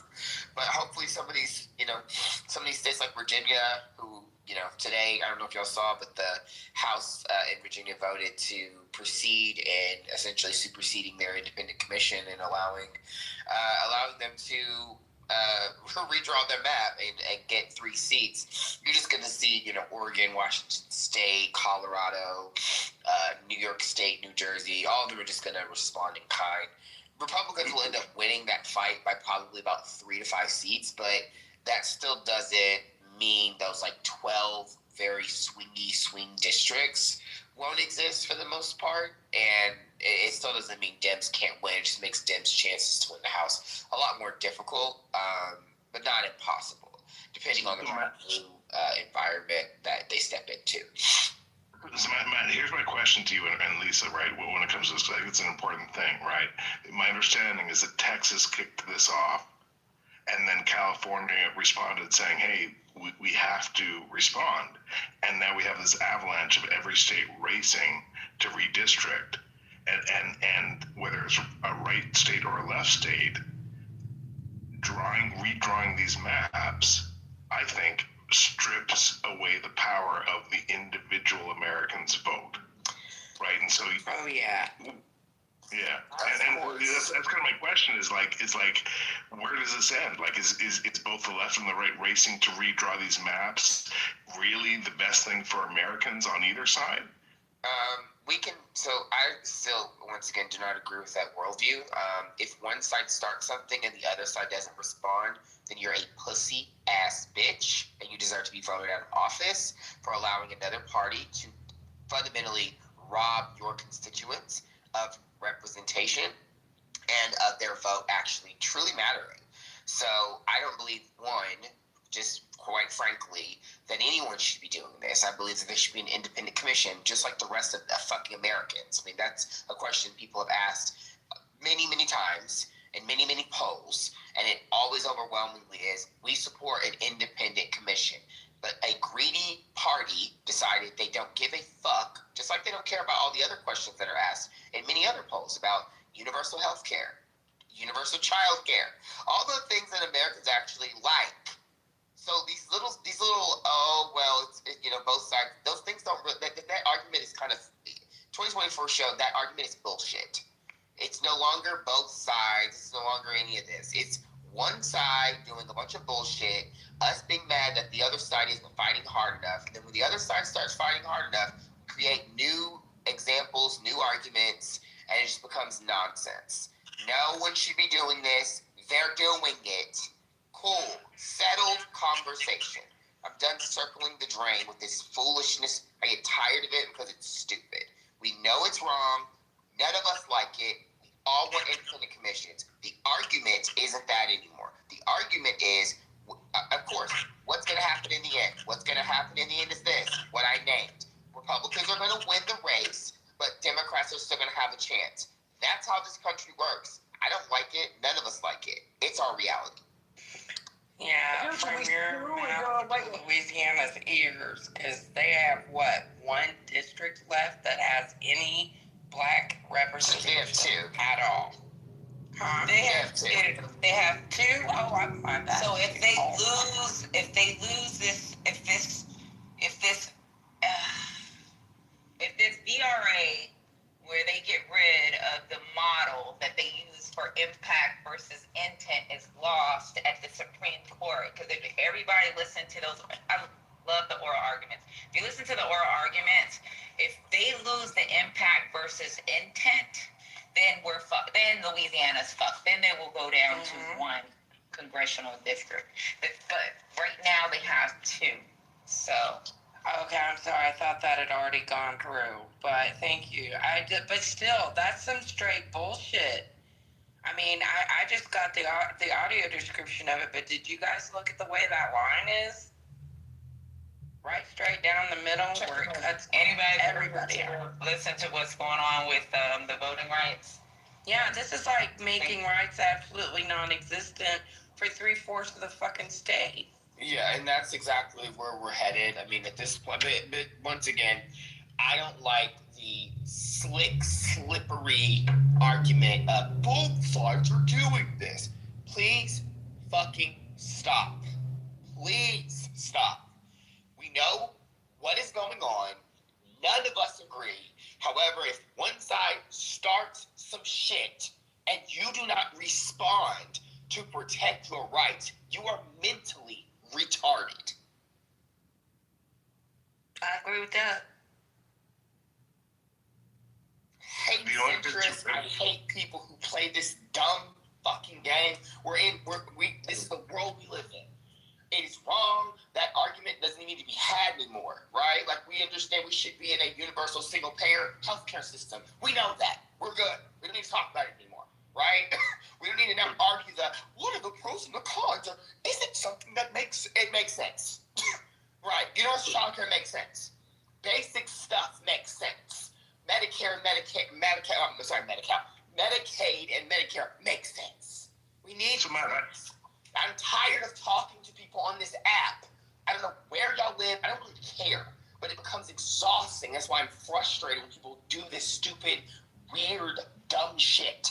It's very clear it's wrong. It's happening. It's the country we live in. I don't know where you live. We or I live in. It's how it's set up. It's what they decided to do.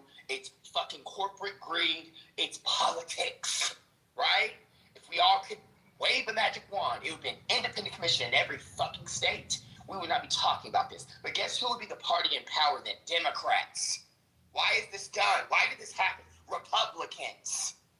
The math is right there. I'm done. So Matt, I appreciate that nuance is difficult and takes energy to double click on. Right. And I'm smarter than you, and I'm not having a conversation with you that I just had with you the other day, where you're obviously an imbecile. And I'm going to call you that because this is the same conversation I just had with you the other night. We already know what's right and wrong. We already know what should be and what isn't. We already know why. Why are we having this conversation? Again, why are we having this conversation? Does this tickle your fancy? This little pondering? Let's ponder. They're both wrong because they're both doing it. They're both destroying America. Left and right are evil. They're both sides of the same. This is the same. I'm so sick of you dumbass monkey. Shut the fuck up saying this dumb shit. We are over it and tired. We need to fight back or we're not going to have shit left to fucking fight for. Shut up. I'm done. Starving and you know what I mean. We look, guys. Real talk. I'm not gonna call you an idiot or none of that, but I think that having folks talk about to us the other day, standing in this line, I took a picture of our line. Right, folks are hurting. That line went back as far as you can see. People waiting, cars crammed, folks lined up. Right. And these numbers are now surpassing even the pandemic numbers that we have helped. Even us, we have not seen numbers like this. And we go by the numbers, and the hard numbers are saying there are people coming to us and have told us we've never been in this position before. We get food stamps, and we've never had to come to a food bank because, of course, their food stamps takes care of them.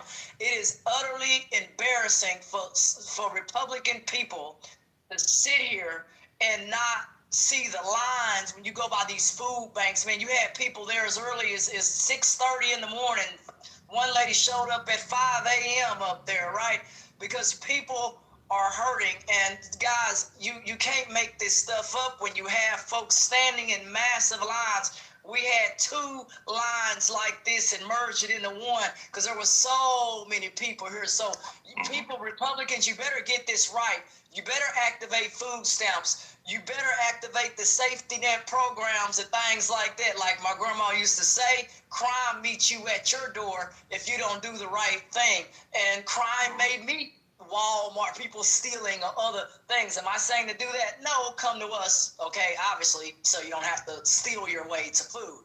We don't condone stealing. We want to make sure you eat. So tomorrow, if you guys are hungry, you're more than welcome to come on down to 3000 Galvez, and we'll get you fed, get your food, get you what you need, and even we'll give out Halloween candy. We gave out 763 bags of candy last year to kids. So we'll help you out, make sure you eat. Thanksgiving's also around the corner. We'll also be passing out turkeys and stuff for adults and those who want it. So come on down. 211 Texas will also be there. We'll give out phones for you folks who need cell phones and all that stuff and get you signed up and make sure you eat. Come on down to us from 9 to 1 o'clock, Monday through Friday. We'll get you fed and make sure you have what you need, including health care, and get you folks signed up for the health care and that. Now imagine if your federal government was as fucking Christian and amazing as Ashton. Imagine that if you were from a wealthy enough nation whose federal government had enough empathy, had enough goodness, had enough just fucking Christian love as Ashton, and was willing to give their citizens what Ashton just served up. Imagine that. Why do you do this every fucking time? Come into our stages and lecture the 90% of the people on stage who agree with you on this and understand what the problems are. I love you, Scotty. And you're barking at us from another fucking country about the problems that we know exist here and that we want to facilitate and correct. Go into the MAGA rooms and yell at those fucking morons why they're not living up to their Christian fucking God, whoever the fuck that is, and feeding the poor and caring about healthcare and all the other shit that you want to dunk on us on stage that support doing those exact things. Why do you do this? My Jewish brother. This shit I'm talking. I'm glad that all y'all see the wolf in sheep's clothing. This is a Canadian leftist on stage wanting to. I don't even know what. It's bizarre. Like, why are we having these conversations with people? Like, these people come from other countries. You don't even give a fuck about really what happens in our country. You're just here to intellectually correct, dunk on us because you're in Canada and you're safe. I'm from Canada, fam. All you little weirdo fucking Canadian lingo. Why don't you go stay there, talk to your Drake, Scarborough youths and all them motherfuckers, and shut the fuck up. We don't care anymore, dude. We literally agree on probably a lot of different things because, hello, you're on the left, supposedly, right? Why do you need to propose things in the room that we all clearly agree on? We need independent redistricting. We know that's a commission that we need to set up. We need that to be law. We need a lot of things that would be amazing. But guess what? You have to fight back. You have to use the legal system to do it. You have to do what you can. You have to do politics. That's what politics is, right? Like us arguing, oh my God, the Dems, they're breaking the law too. It's not moral. It's not ethical. Fuck you, bitch. We know it ain't. We're not saying it's ethical. Nothing that's happening right now is ethical. But we want fucking basic civil rights. Yo, suspected black ass in Canada, you got civil rights. We were all cheering you guys on when you elected the fucking current prime minister of your country. Shut your black, funky, monkey ass up. You funky, fat, nasty, dirty ass, wide back refrigerator built bitch. I'm so sick of y'all slow ass niggas. Stay in Canada, shut the fuck up, and mind your fucking business. And let us talk to our own American constituency. Thank you.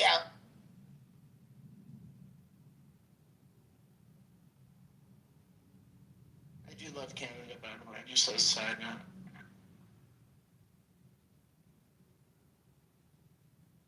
There's a lot in this country that has to be done right. And fighting for the rights of people, with President Trump in office, we got to continue to fight because that dude is crazy.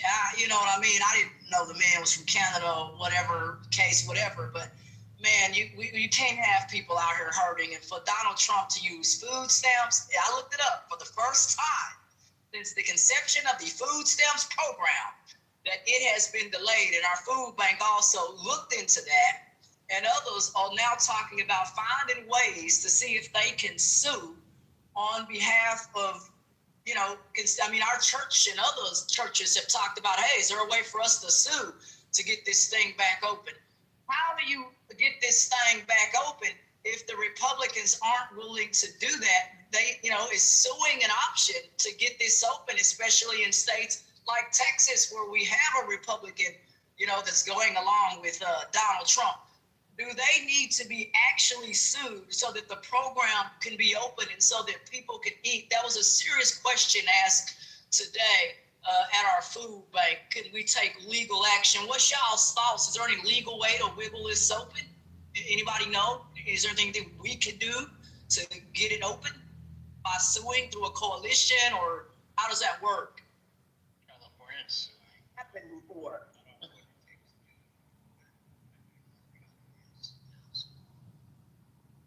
Repeat that again. You're really low. Speak up again. Come again, please. I said that California's suing. I don't know what it takes to do that or how broad that is across states, but I do know that Gavin Newsom is leading the charge for California suing for SNAP benefits. Charge. So us here in Texas, our governor's doing nothing. So I wonder if private citizens can, I don't know if they can jump on his lawsuit or ask to, I don't know how that works because this has never ever happened. And we're just trying to figure out, us here in Texas are trying to figure out how do we get this back open. It is a federal and state program, but my God, there has to be ways for citizens and others to sue. I know the governors can do whatever they need to do, but what about citizens and those who are hurting? Because another man, he was like, I have the means as well to sue. So this is not happening, guys, again, to food stamps where it's been shut off and people don't get it. And that's how bad it is that citizens want to sue now and join your class action lawsuit. Some guy was talking about that as well. He's wealthy as well. There's actually a coalition of 25 states and D.C. Filing a lawsuit in Massachusetts arguing that the administration is withholding up to $6 billion in emergency funds to sustain SNAP benefits. So that's what Democrats are doing. I will put the link in the chat here. Meanwhile, everyone who voted for Trump voted for people to go hungry. All of them. Holding benefits, or are they running out? Because the food bank was kind of suspicious because they were like, wait, you know what I mean? How can you run out of, you know what I mean? So if they're withholding that money on purpose, then those states do have the right to sue if they found out that that money is there in some kind of, I don't know, allotment. I don't know how the government, but they have allotments for this kind of money. And if the allotment is there, and they're just putting it in storage or holding it, yeah, you need to sue. Now, if the money ran out, then that may be a different story. That's a problem if they've got money sitting somewhere, wherever that is, and they're not releasing that. Every state that has the means and the want to, because our state don't have the want to. They got the means, but they don't want to do nothing. So we got to have states that will step up and sue on behalf of consumers, because private businesses, though folks can join together, we would need a lot more people in the class action lawsuit to make that happen for the public. And they thought about maybe starting a petition where people could sign that petition and then get those folks a part of a class action lawsuit and then sue that way. That's what we were kind of putting our heads together about, because we're in Texas. And so we're trying to figure out how to go around our governor here. But there's no legal obligation for them to release those funds. Because SNAP benefits are, so where is it? Because SNAP benefits are appropriated. Like, nobody has ever done this. I get it, right? But there's, like, I don't understand what are they suing for? Right. So according to the link that I put in the chat there, Axios link, and I'm reading it here. This is a quote from the North Carolina Attorney General, Jeff Jackson. Congress gave the Agriculture Department $6 billion emergency fund to use in situations like this. Continuing, if Congress gives the department money to fund a program, that department cannot refuse to fund that program. So this is money that was appropriated by Congress, who has the power of the purse, despite whatever Trump may tell us, for the agriculture. Was it appropriated for SNAP, or was it for contingency funds? That's where I'm kind of confused. It was for contingency funds. That includes also SNAP. Well, right, and so the contingency allotment also includes for SNAP funding specifically during a government shutdown. And so it is actually a choice. Now, the Department of Agriculture is the one who administers SNAP funds.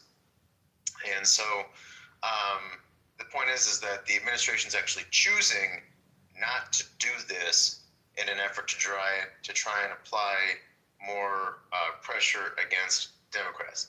So this is lawfully appropriated funds by Congress that the Agriculture Department, I was almost saying ministry, by law must use specifically in the event of a government shutdown. There's $6 billion that they can use to do that. But they're choosing not to do that because at the end of the day, Trump voters voted for people to go hungry. It's as simple as that.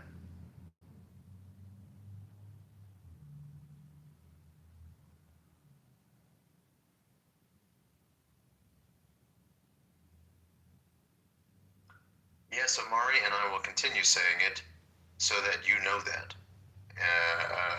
You also voted. You, Omari, also voted for people to go hungry. 42 million people. But you don't care. You got yours. People to go hungry. Omari, Remember, this basically doing. You can lie on this. You can lie to your father, but you cannot lie to this stage.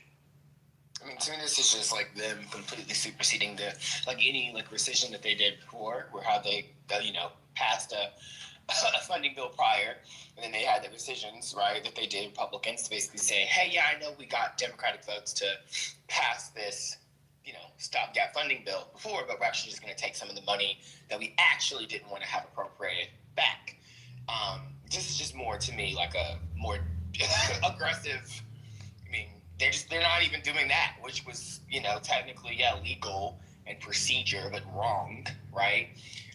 They're just, he's just saying, yeah, I know it was allocated for an emergency like this. I'm just not going to give it to you. That's just more bullshit. So I support the lawsuit. I don't know what a judge is going to say. I'm sure a federal judge will probably going to agree. I think that's what's going to happen. The court's going to say he can do whatever the fuck he wants. So I'm glad to me, this is just, it's of course politics. You have to try to show you're fighting back, but at the end of the day, the Supreme Court is going to, probably shoot it down, but at least it looks like Dems are trying versus just sitting on their hands like, Jeremy wants us to. So, And Matt, let me say that, brother, I know that you don't want to hear from anyone who's not an American. I don't stay there before I call ICE. I know, brother. You want to Jimmy Kimmel the fuck out of anyone from anywhere else that is going to comment on your reality. But let me add, brother. No, go ahead and Jimmy Kimmel me. Go ahead, brother. Go ahead. Pink print in the room because that's your border mate. Border. Hey, Lisa, did you turn off your recording? And let me know when I can speak First Amendment, Jimmy Kimmel, Matt. You can't.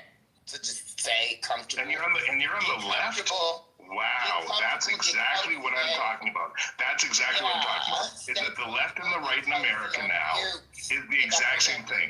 Matt is Jimmy Kimmeling me.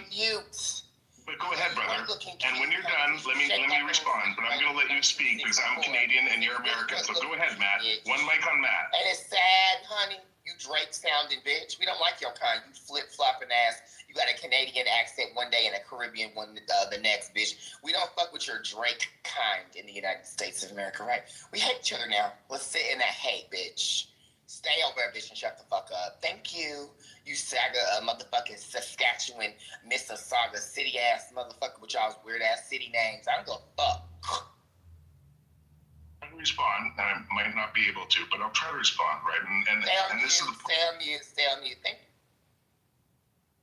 Again, Matt. Anytime you want to speak, brother, I'll silence up because I'm Canadian. Yeah. I'm Canadian. Everybody on mute. Beyonce, shut up, bitch. And so here's the problem, right? Is that when you have the most that you don't have citizenship. The problem is ICE is coming. The problem is I'm gonna call Christine Nowini on your ass. Shut up, bitch. When you have the most divided You're gonna have American. a Botox face hoe at your doorstep. Her name is Christine Nowini from South Dakota. Shut up. Stay on mute. Let us Americans talk about a country, girl. You're a North American with the United States, bitch. Like you're not one of us. Like you can't sit with us. So stay over there. Yeah, good night. Take a permanent nap. Don't come.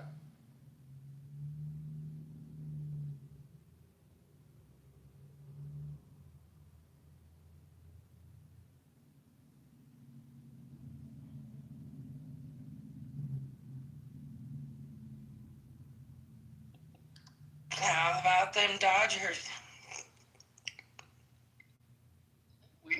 Dodgers. What's the record for what's the standings right? I don't know. I just know they play baseball. Fuck, somebody had to say something. I know they slide good. I saw some good sliding going on, Ramona. Man, that's good old American baseball. American You better leave baseball alone, man. And that's why it's Blue Jays, because I knew Mal would fucking throw his foot up my ass. So, I'm cool. We're talking about the Maple Leaves, the hockey team. We're talking about London. I got you. Dodgers. Man, let me tell you something, man. LA, man, let me tell you, that's a nice place, man. Y'all ever go to a baseball game out there? Woo! The food at that facility. Woo! Y'all got to go check that out. Ashley, this is what everybody knows about the LA Dodgers, though. Those Dodger fans are a little bit reckless, though. They be fighting a lot, Ashton. No, ain't nobody fighting in the box. box. You're not sitting knocking in people the upside their stands. head. They be going to other people's city, knocking them upside their head, Ashton. It's crazy. Here, when I went up there, I was in a box. I wasn't sitting in the stands. You're not fighting in the box. They bring you your food. He was sitting in a. They bring your food. No one fighting. I mean, there.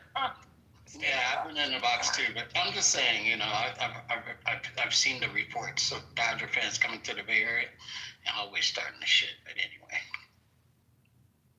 Here, don't sit with the fans. Get you a box. Don't sit down there with people fighting you and stuff. You go to the Cowboys game. Oh no! Don't sit down in the stands where people drop popcorn and soda on you. Go sit in the box. You know what I mean? Our company pays for that. Right? So We're not sitting down there. The Blue Jays are winning 3-2. They got the series 3-2 going back to Toronto. Oh, it's 3-2. Going back. Yeah. Who's slated for the Super Bowl? Ain't no Canadians in that shit, is there? No, how dare you? I was gonna say, I'm sorry, I'm trying to get us away from that. I was like, fuck, think of something, and I thought baseball. Yeah. Yeah, the hockey strategy. No, stay the fuck away from hockey. Might work in basketball, but it don't work in football. No, can't do that. Be real. Let's be real. Is that the Blue Jays won it 2 times in a row. For peace, bro. Come on, I'm going for peace. I know, Ramon. I am on your peace train, Queen. I am on your peace train. You know. Come on, dude. I think it's fixed, Jeremy. I think it's rigged. The baseball? This is what I'd say, Aleph, and I want you guys to take on it. Is that like when the Blue Jays won it 2 times in a row back in the day, it was with like 90% Americans or Puerto Ricans and South Americans. Like there were very few Canadians on that Blue Jays team. Let's be honest. But let's also be honest that when the Americans, you demons, have won the Stanley Cup, this hurts me to say, I don't even know the last time a fucking Canadian team won, and this hurts me so much. And replays are on. Our replays on. Thank God they're not on. Thank God. Let me say this. I literally don't know the last time a Canadian team won the fucking Stanley Cup, and it hurts me to my core to say that. But also, you guys have so much money that you can get all the good Canadian hockey players to play for your team. So let's dig into the nuance, you demons. Oh, Lord. What's the doing? What is the doing in Toronto? To be fair, though, wasn't it 15 innings in this last game? Was it 15? No, it was game 2. It was game 3. It was 18. 3. Yeah. 18. That's a lot. That's some craziness. That's a double game. Literally. You win money. Woo! You put money down on these games and you win. I'm staying up. I'm up, man. I'm dead serious. I told my friends, so we're putting money on the game. Hey, and that's what I'm saying. We're staying up. We want to see if they win or whatever, because I think y'all should do that. I mean, you don't have to put a lot of money on games. Put $500 down, right? Ain't a lot. Put that down and see what you can get from that. I don't see a problem with that if you got $500 on my rent. I was gonna say I got to put $500 on my fucking rent. $5 in a food bank for people. What do you? That's right. Hold on, you demons! You half of the federal workers aren't even getting paychecks anymore. Talking about betting $500. But let me say this real quick. I heard an American say that they woke up after Game 3 and they cried. Right? And they said, it's weird. I cried because last night I saw 17 innings of the American pastime, right? Made up of 2 teams, right? Teams made up of like people from so many different nations. Made up of 2 teams where you've got players making $50,000 Canadian, which is like what, $12 USD, versus pitchers making $45 million. Right? You've got 2 teams, a team from LA that's being invaded by the federal government's military, right? That is AKA the shithole of crime, according to some people. And this beautiful fucking LA team has made it to the World Series against Canada, America's new first enemy. Right? And then these 2 brilliant fucking teams playing with respect against each other for 17 innings. Like, peacefully. Like the World Series is what world politics should fucking be right now. I don't think we're really. I think the only game that rivals that 18 innings is cricket. We're rivals, but we're not enemies. No, I wouldn't say that. I'm talking about rivaling as in length of game. Wow. Cricket can last 9 damn days. You need to really get serious about this. Whose hot dogs are the longest? That's what I'm talking about. Yes. The Texas Rangers got one called the Boom Dog. I bought one. It's like 20-something, man. Let me tell you something. That thing is huge, man. You go down there to the ballpark, you get it, man. They can even cut it for you in mini slices if you like. Man, it's huge. You look it up, man. Texas Ranger ballpark food or the Dallas Cowboys Stadium food chef. Woo, them people be cranking out their food. I told that guy, hey, over here. Hey, actually, Come on. do they wrap the bacon around it, though? Do they wrap the bacon around it? Lord. You can have bacon. Heard of that. You can have bacon. You can have everything on there that you would like.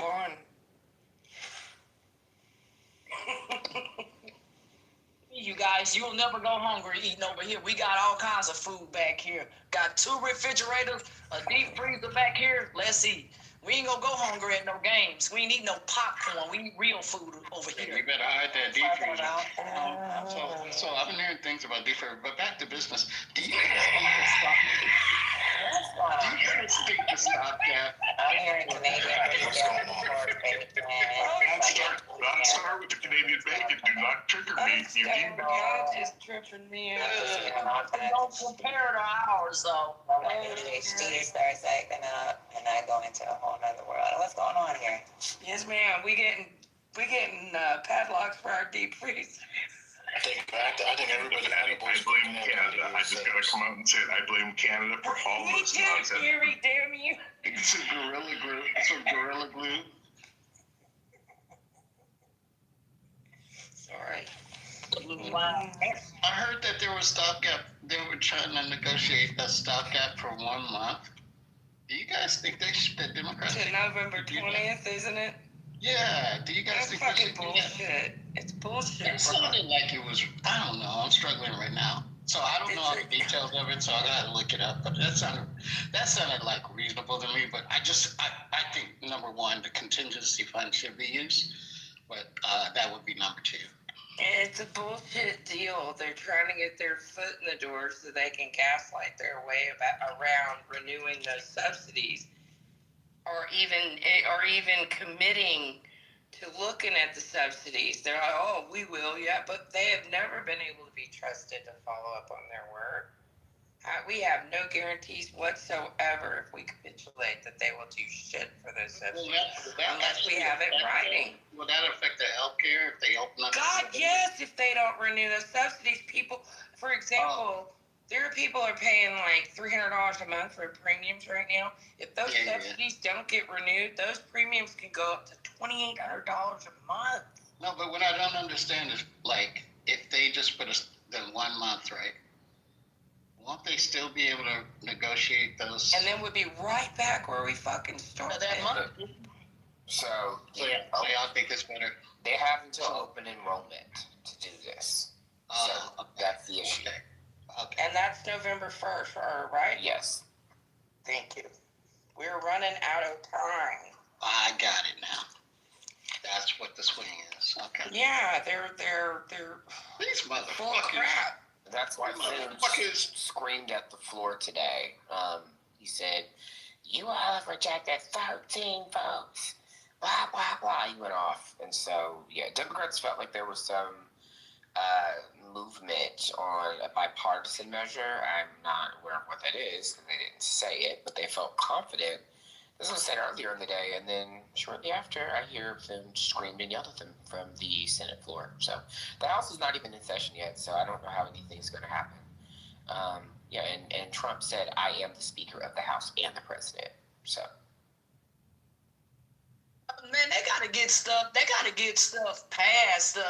Because again, like I say, people are hurting. It was a guy out here today with no proper clothes on. No, he had on just I said, brother, it's freezing out here, and you have on thin pants, and a white t-shirt.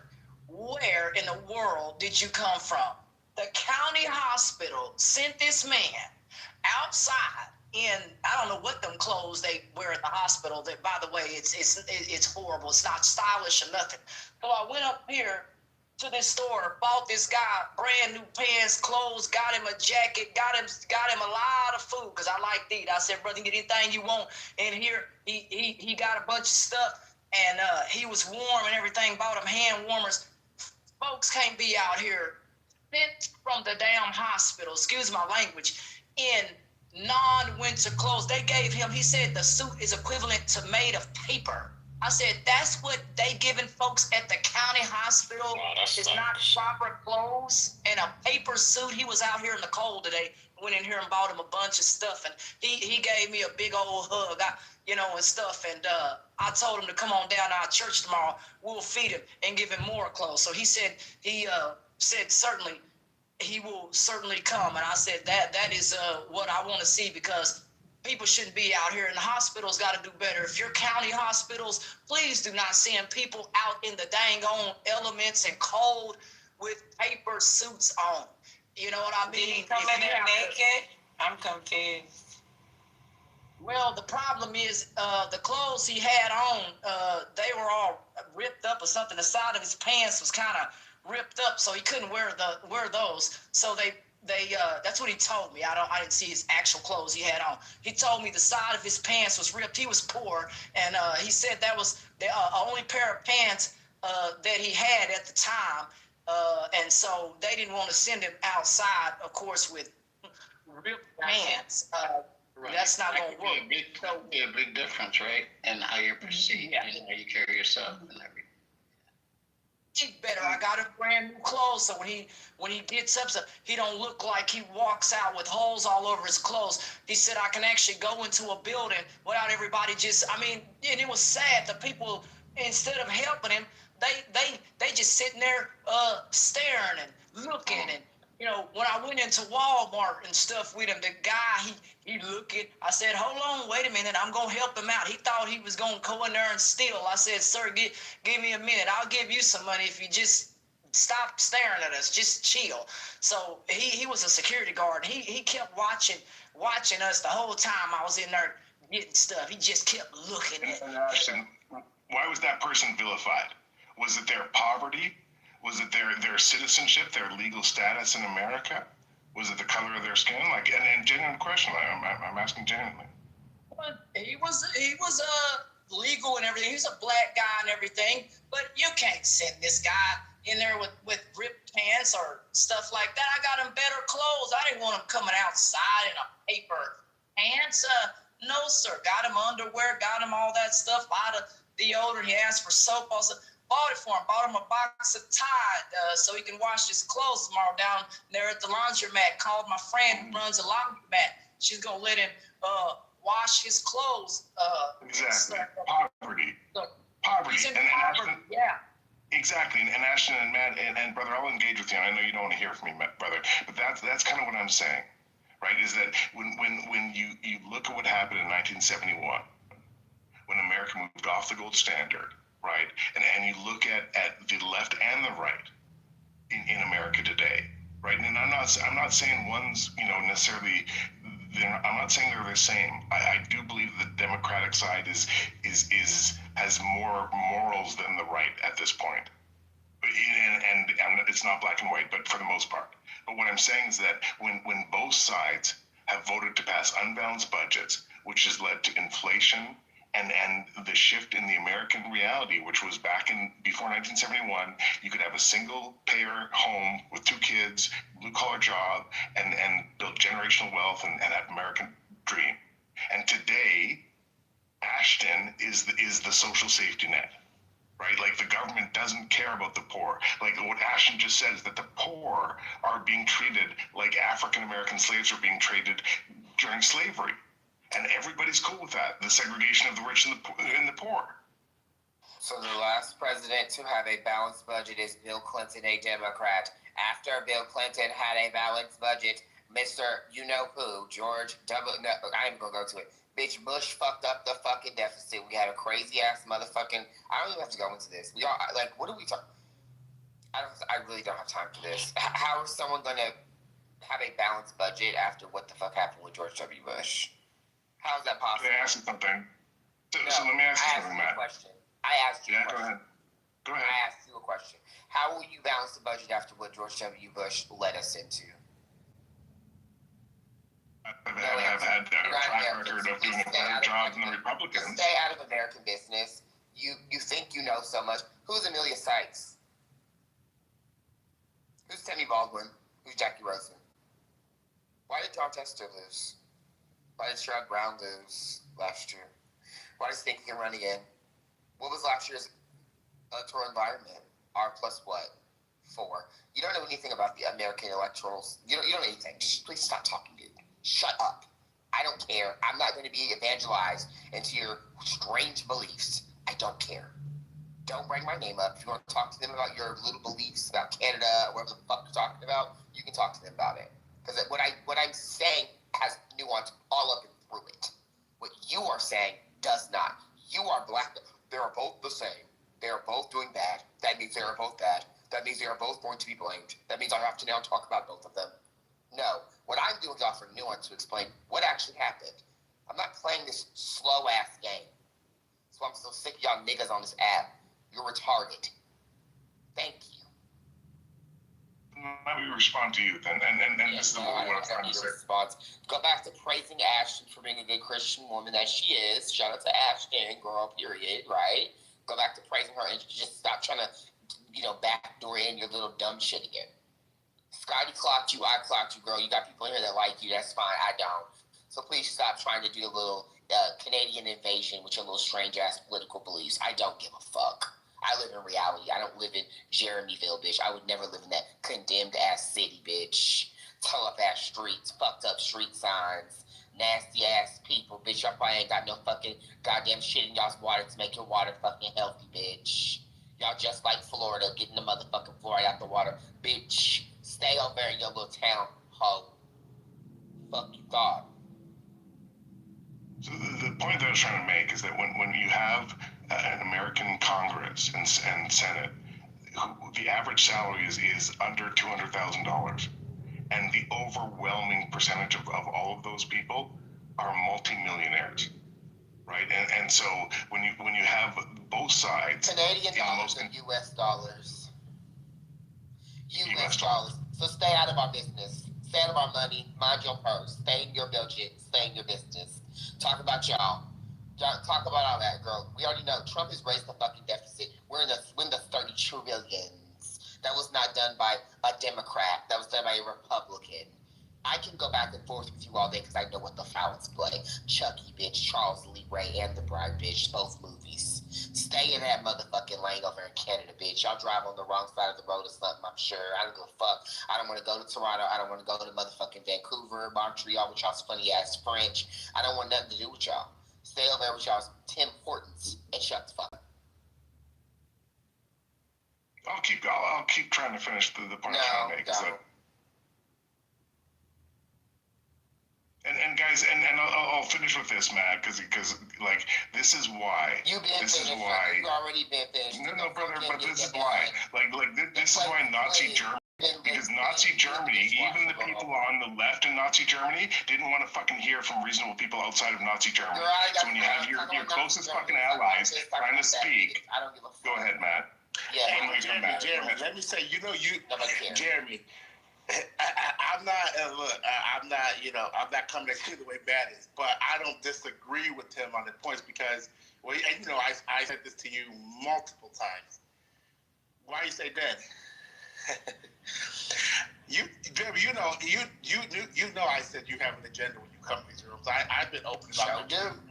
When you come on stage, you do talk, like you're outside, but I see what you write in chat, and I addressed that with you a lot, and I told you that the shit doesn't make sense. And I told you that, David, I know you come to these rooms with kind of agenda, and even to that point, you just kind of got caught right now when you said the Democrats and the Republicans, and to Matt's point, yeah, we did have a balanced budget under Clinton And then the shit happened with George W. Bush and that bullshit war. So then you expected somehow Obama to but because he didn't pull the miracle that you expected him to do as a Democrat, you have to blame Democrats.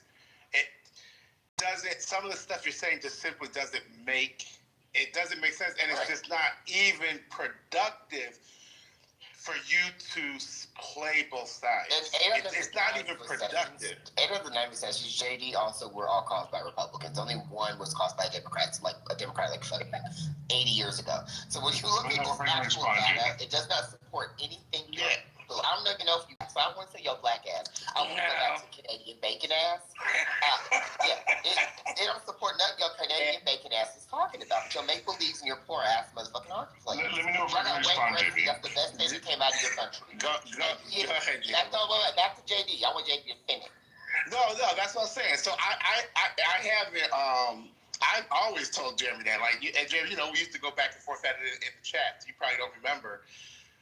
But yeah, I always went back and forth because typically, Jeremy, I get you. So up here, you are one way, and you can't have a productive conversation when you play the right side.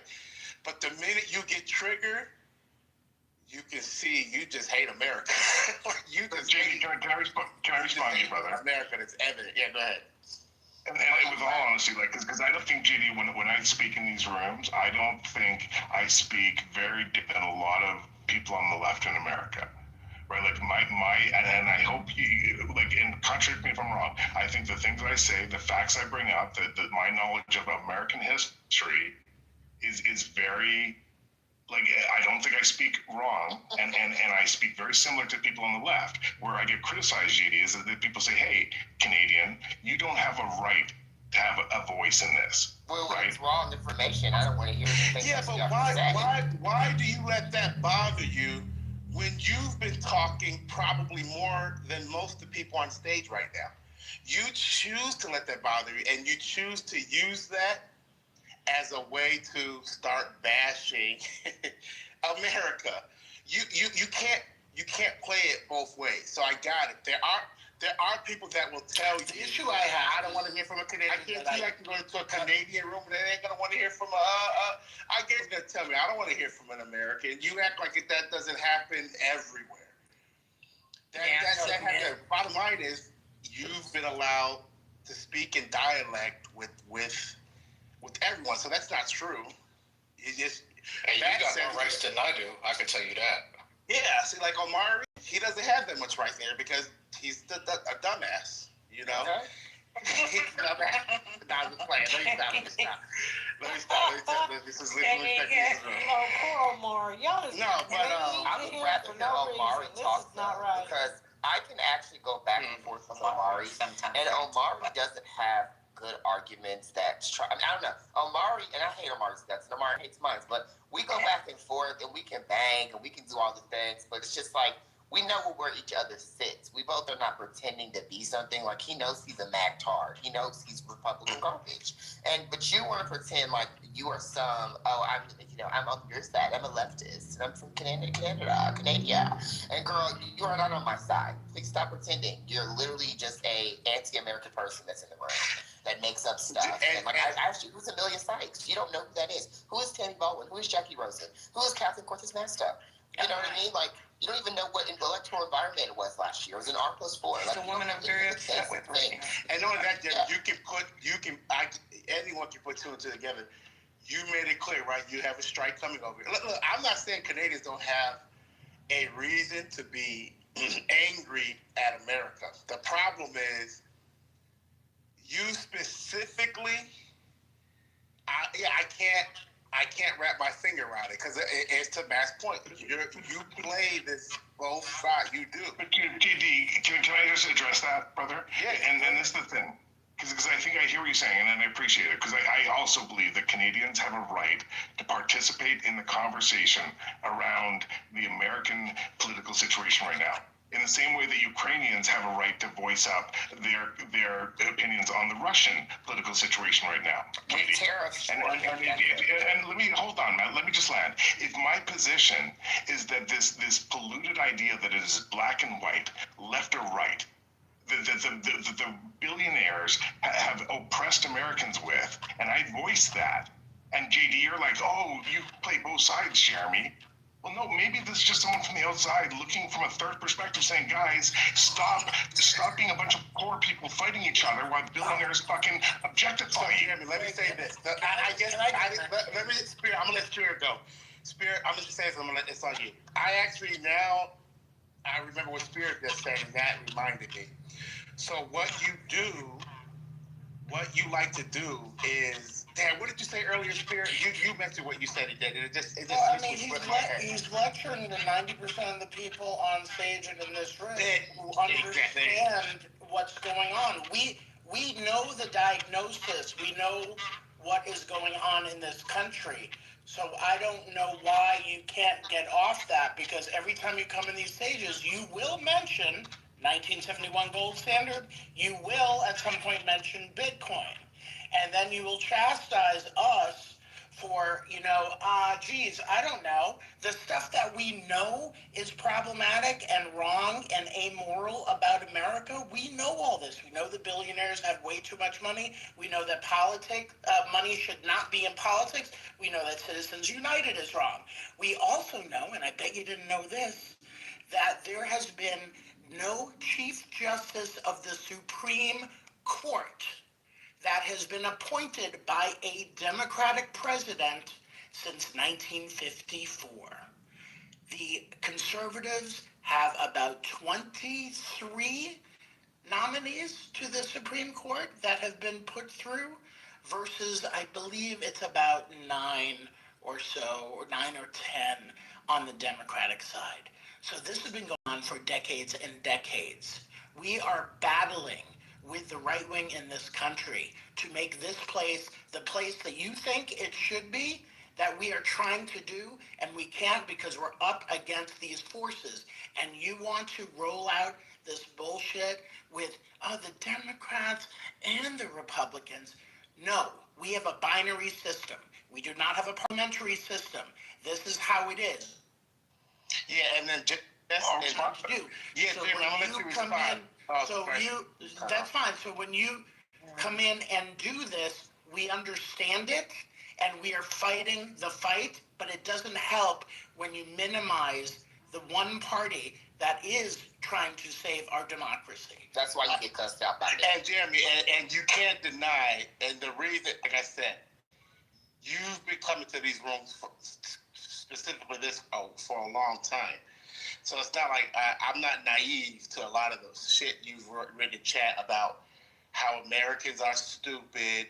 Like you kind of tried to do right now. You tried to say, wouldn't you love the church, the government to be like Ashton? Like, no shit. So why are you up here pandering that to us? Like, that's not what we want.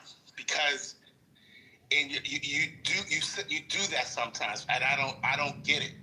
You act like we're not up here wanting those things, or we're too dumb to. I don't know. I really don't know what. Like I said, we got some kind of goddamn.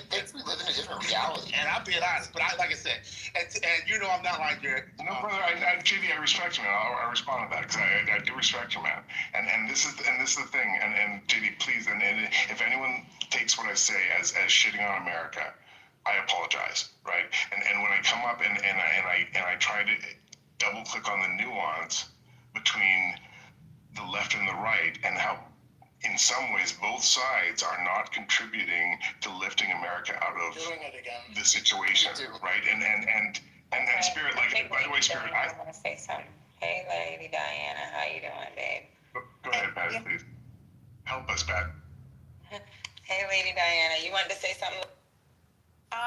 So the people that live in America,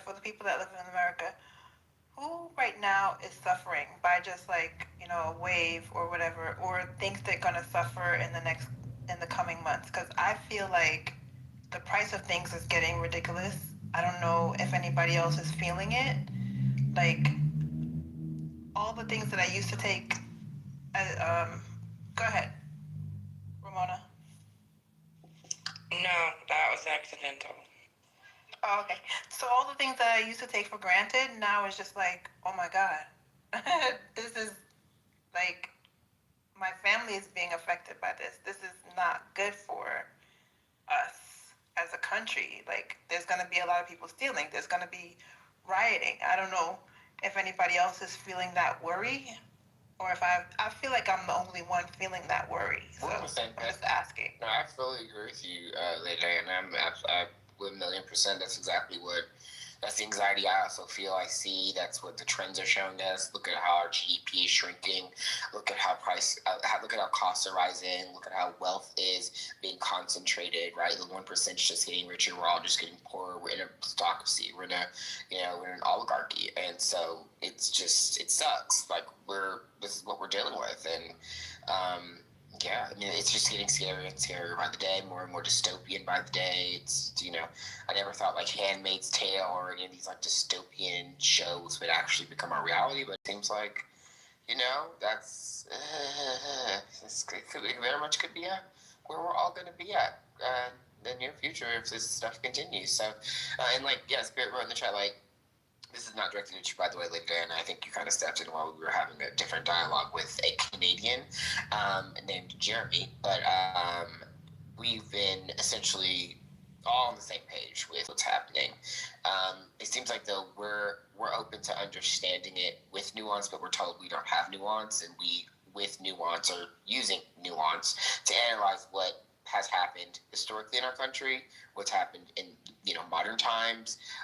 We have in this room, in Lisa's room, and in Patty's room, dissected ad nauseum how we lost, why we lost, how Biden won, why he won, why Trump lost in 2020, what happened in 2016, what happened prior during Obama's years, why the median Iowan voter is an Obama-Trump voter, why, we've gone through all of these fun factoids. We've dived in, we've talked to people from both sides, we've yelled and cussed out Trumpers, we've talked to people like Marshall who are Republicans, who have sense, who are open to going back and forth with us. Like, we've done all the great and cool things. We've talked to the, really, really crazy leftists and the regular liberals. We've done all the cool things. My question is, but what do we do now, right? Like, we're at this point now. What do we do now? What we do now is, unfortunately, continue to fight. We have to figure out how to win the midterms.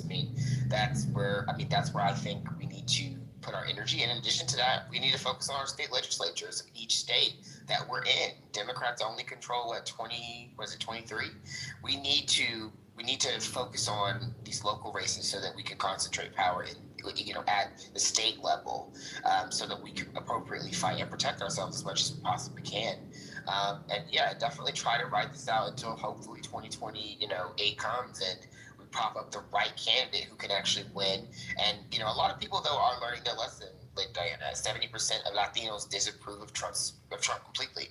So, the dummy mander that they drew in Texas is probably not going to result in them getting 5 seats from Democrats. We have to continue that particular trend elsewhere and with more people. We have to continue waking people up.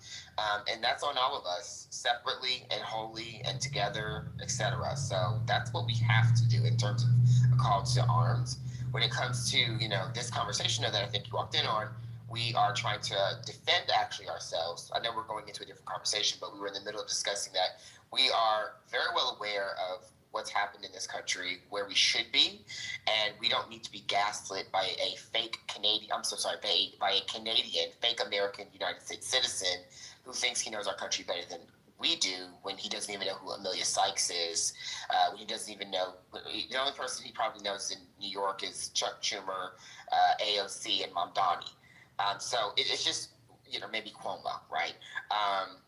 We got to focus on our country, our states, our races, or we're fucked. But yeah, but JD, I think you were in the middle of continuing. No, I'm gonna stop the Jeremy bastard. Yeah. I have a question. I have a question. So y'all don't think that Canadians are so involved in our politics because it affects theirs? Like, no, yeah, I agree. How we move is affecting their economy. I have to, like, even with our military or the money, like, when what is it called? When it comes to our, like, even with our military industrial complex, do you know that there's one Canadian in every division that's military that's attached to us? So, like, sometimes I get it where y'all are sick sick of hearing this shit from Jeremy, but I understand why a lot of Canadians get involved in our politics. Like, I have to hear this shit with, like, sometimes with these Canadians that's embedded in our military, I have to hear this shit that they're, like, not happy with, but they only can voice so much because they have a job to do that's with us. They're so attached to us. You guys don't even realize how attached they are to us when it comes to No, Patty, so I'm gonna tell you, when it comes to their economy, Yeah. everything, and the shit that Trump is doing affects their livelihood. So they're gonna talk. They're gonna be upset. They're gonna blame Democrats. They're gonna blame Republicans. Maybe they don't understand what's going on internally in our country, but they do understand what's going on in their country, and that's why they're really upset with America. No, but see, Pat, so here's the thing. I don't disagree with you there, and I think it's common sense, like almost to the point where what has currently happened, how it's affecting Canada. But that's not, I don't think that's the point with That's not Jeremy specifically. Because specifically with Jeremy, if you really, really pay attention to a lot of his rhetoric. So on the stage, he'll be up here talking like with us, engaging in the conversation like we're engaging in. At some points, he sneaks some stuff in there. If you got to pay attention to see what he's doing. And then in chats, you can throw down, Jerry, but I'm making this shit up. And if you really, he hasn't done it lately because I've addressed him on this before. Like, I'm not. But in the chats, he will go all crazy as hell on Americans as a whole. Democratic, like you even hear this, like he's not coming to America, which I understand. He's boycotting America, which makes sense considering what has happened. But he did this before Trump won, though. This is the thing. Yeah. He was doing this when I can't get it out. Talking about the election. He's the water of This is Canada. not. Matt, can you let JD land? Matt, can you just let JD land? Brother, can you just let JD land, please? I'm talking to Patty, so I'm not talking to you. This is not a reaction to Trump winning, and Patty, everything you said is valid, and I agree with you.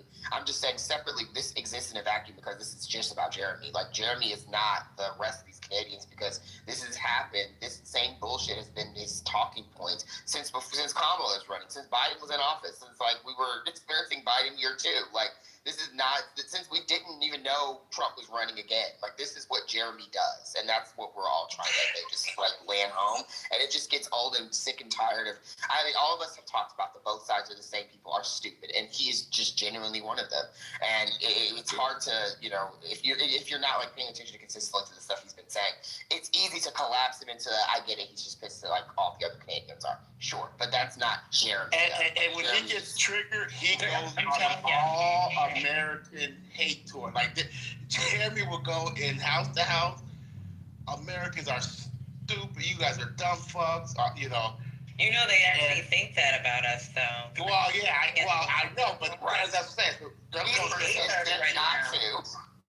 they think it so much they're pissed off with the Democratic Party because they wanted us to do the right thing, which we are trying to do the right thing. They really don't understand the dynamics. And Patty, that's what I'm trying to say is that we've actually explained, like, what our strategies are. Like, we explained clearly what the leadership of the Democratic Party's working towards, but nothing's ever good enough for Jeremy. And like I said, I think that the fear in this is that before Trump was elected again, before Trump was running again, this was his rhetoric. So it's kind of now like, okay, no, this is nothing to do with the aftermath. This is now just a genuine, he does not like America. He is a typical leftist that we all talk about, Patty, because I know you hate these people. You don't hate them.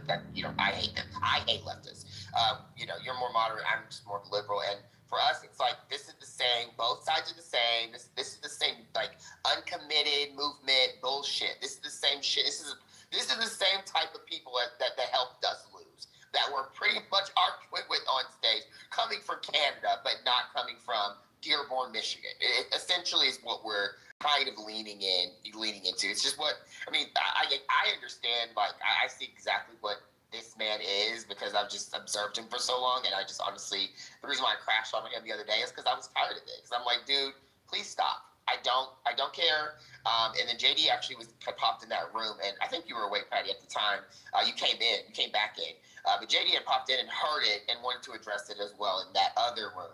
And it's just like part 2 of the same bullshit. It's like, girl, we know We know about the Independent Redistricting Commission. We've all wanted at the federal level for every state. And it's just like he's always trying to teach us a lesson about our country. But like I said, he can't answer basic questions. Like I asked, this is my third So question. I agree with both of y'all. The only reason why I have a little bit of empathy or I give him a little grace is because I have family that talks crazy too. And I get it. Like, they're really pissed off. Like, they're really, like, fuck America. And this is even before Trump actually won. Like, they would be like, you guys are so fucking stupid. That's Jerry. Yeah, and that's how they think. And they think, like, they actually do believe, like, Democrats could have done more. So, like, sometimes I hear him speak and I just let that shit go over my fucking head. But it's just... That's just how they think. Patty, we understand that. Wait, sorry, Matt. No, I mean, we understand that. I know many Canadians who are like, what the fuck are you guys doing over there? Right. I get it. It happens all the time. I'm really just focusing in on the conversations we have on this stage over and over again, which are the same conversations with Jeremy that, that he just wants to dunk and really take, any kind of, he doesn't care. He doesn't care that we have a system here that we are stuck with, that we are trying to work out of so that the Democrats can have more power. Like, we are struggling through this, and we understand everything that he is saying. We understand why he is saying it, but it's not productive in these conversations when you repeat the same thing over and over and over again to people who say they understand and do understand it. Go into the MAGA rooms. Go into all, there's 45 other rooms going on right now, promoting Trump and God knows what else. Like, talk to them. That would actually be a real help. So I will cash up you $1. And please go ahead. And Jeremy, we're gonna let you respond because it's we gotta give you your comeback. But the only thing I landed with is, like I said, to Spirit Point, sometimes you state the obvious to us, and then when you're ready to bash the Dem Party, you're bringing up a lot of old shit that's not relevant. It's nothing relevant to right now. Like the shit, and that's where we disagree, because sometimes you contribute to some of the stuff that's clearly happening because of MAGA, and at least in our opinion, right? And it's facts to us. It's facts to us on what's happening. You don't necessarily contribute to MAGA. You contribute to both parties. So of course we're going to have a disagreement because, like I said, you are. I don't know what side. I don't know what. Maybe that is what that is. Yeah, that's why. Maybe that's why people are not independent. You're just. Yeah. But go ahead, Jeremy. We've been bashing you, so it's on you. No, I'll be super succinct. And by the way, let me start with this. The only time I come off mute in Misa's room or Lisa's room or Patty's rooms, it is with an attempt to build on the conversation and contribute and build the room, first and foremost. And if when I'm off mute I don't do that, any green bean, tell me now, and I will stop coming on. I'll just stick to the goo.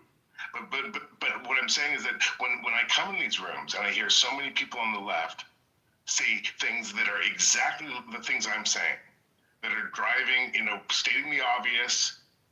Nobody criticizes those people on the left. That's just the room.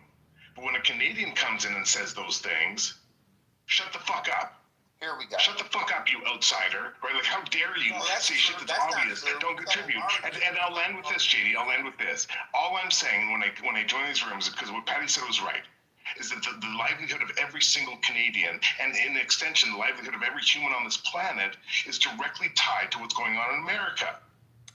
And if we want to contribute to the conversation, how dare we? And point out nuances that, hey, maybe it's not a black and white thing. Maybe it's not a left or right thing. Maybe the democracy and the nuance is not just both of you fighting against the left or the right. And then you all say, shut the fuck up, Jeremy. How dare you come into these American rooms and comment on the nuance of the failure of your democracy? Yeah. Maybe you need to visit our relatives in Toronto. But check this out. I'm going to be honest with you, Matt. So I got family in the UK. I got family in Toronto. You got to remember, I got East African heritage. I also have Filipino heritage. And the problem is, like, outside of my American heritage, I have to hear these same arguments that's coming from Jeremy. Like, last time I went to Toronto was a year and a half ago. And there was no Trump.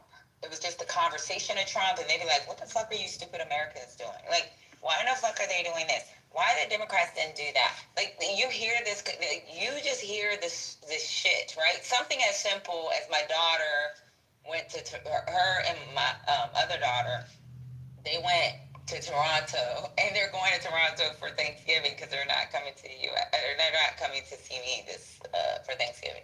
So they were talking about, like, they actually are like, fuck this country. I want to go to Canada. Like, I want to live in Canada. I don't want to live here.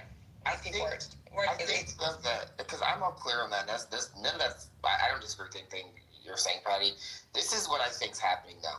This is why I said he's a slippery, slimy snake, and I'm not trying to say that in like a grooming way, but like I'm thinking of like the attributes of what a snake does. They slither around. They try to contort themselves into spaces and around things. What I just heard is a direct critique, and what happened is I like to make the conversation interesting. I like to contribute. I like to expand the conversation. What on earth would you, responding to me when I'm explaining, I'm so grateful that Democrats in their right mind took this deal to allow us to only just lose one seat through the rigging that the Republicans are doing in the mid-cycle in Ohio, instead of them making us have a 13-2 map. Why would you then say, well, don't you now see the responsibility? And don't you think it's wrong? I know it started in Texas and then California responded, but when does this end? Like, well, don't do that. Both of these people are doing such bad things. They're disenfranchising. That is a absolute ridiculous response. That goes back to what Spirit said and what JD said. It is clear this nigger is playing games. You want to come on stages and in conversations where I contributed something meaningful and expressed I gave the Democrats a little cherry on their Sunday. Thank you guys for not fucking up our democracy by allowing these fucking Republicans to screw 3 people out of Congress that are Democrats that represent black people in Cincinnati and other suburbs, right? Thank you.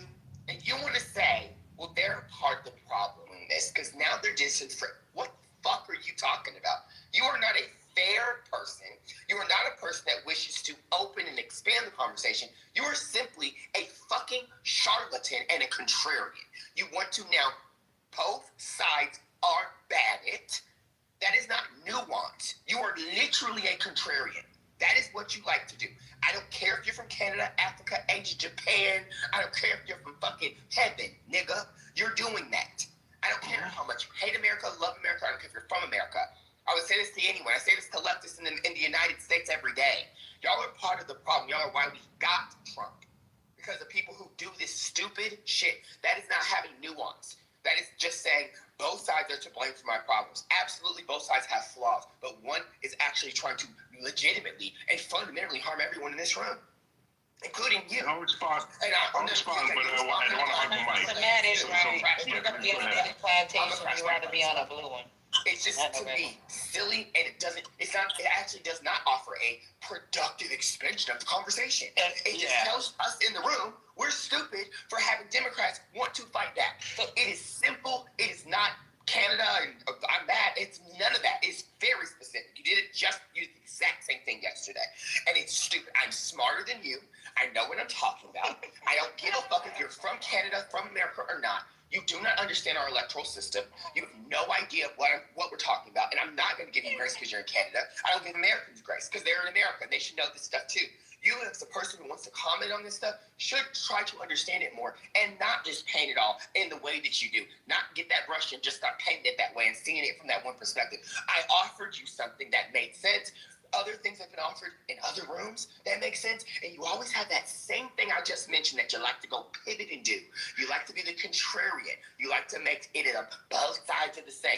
I pegged you, nigga. I know what you are. You might have Patty and all these other people giving you grace because they got people that are like you and their family or whatever, and they get it, and that's nice of them. I'm not nice. I'm a bitch. I'm gonna get you, nigga. And I'm gonna tell you what you are. You are an op.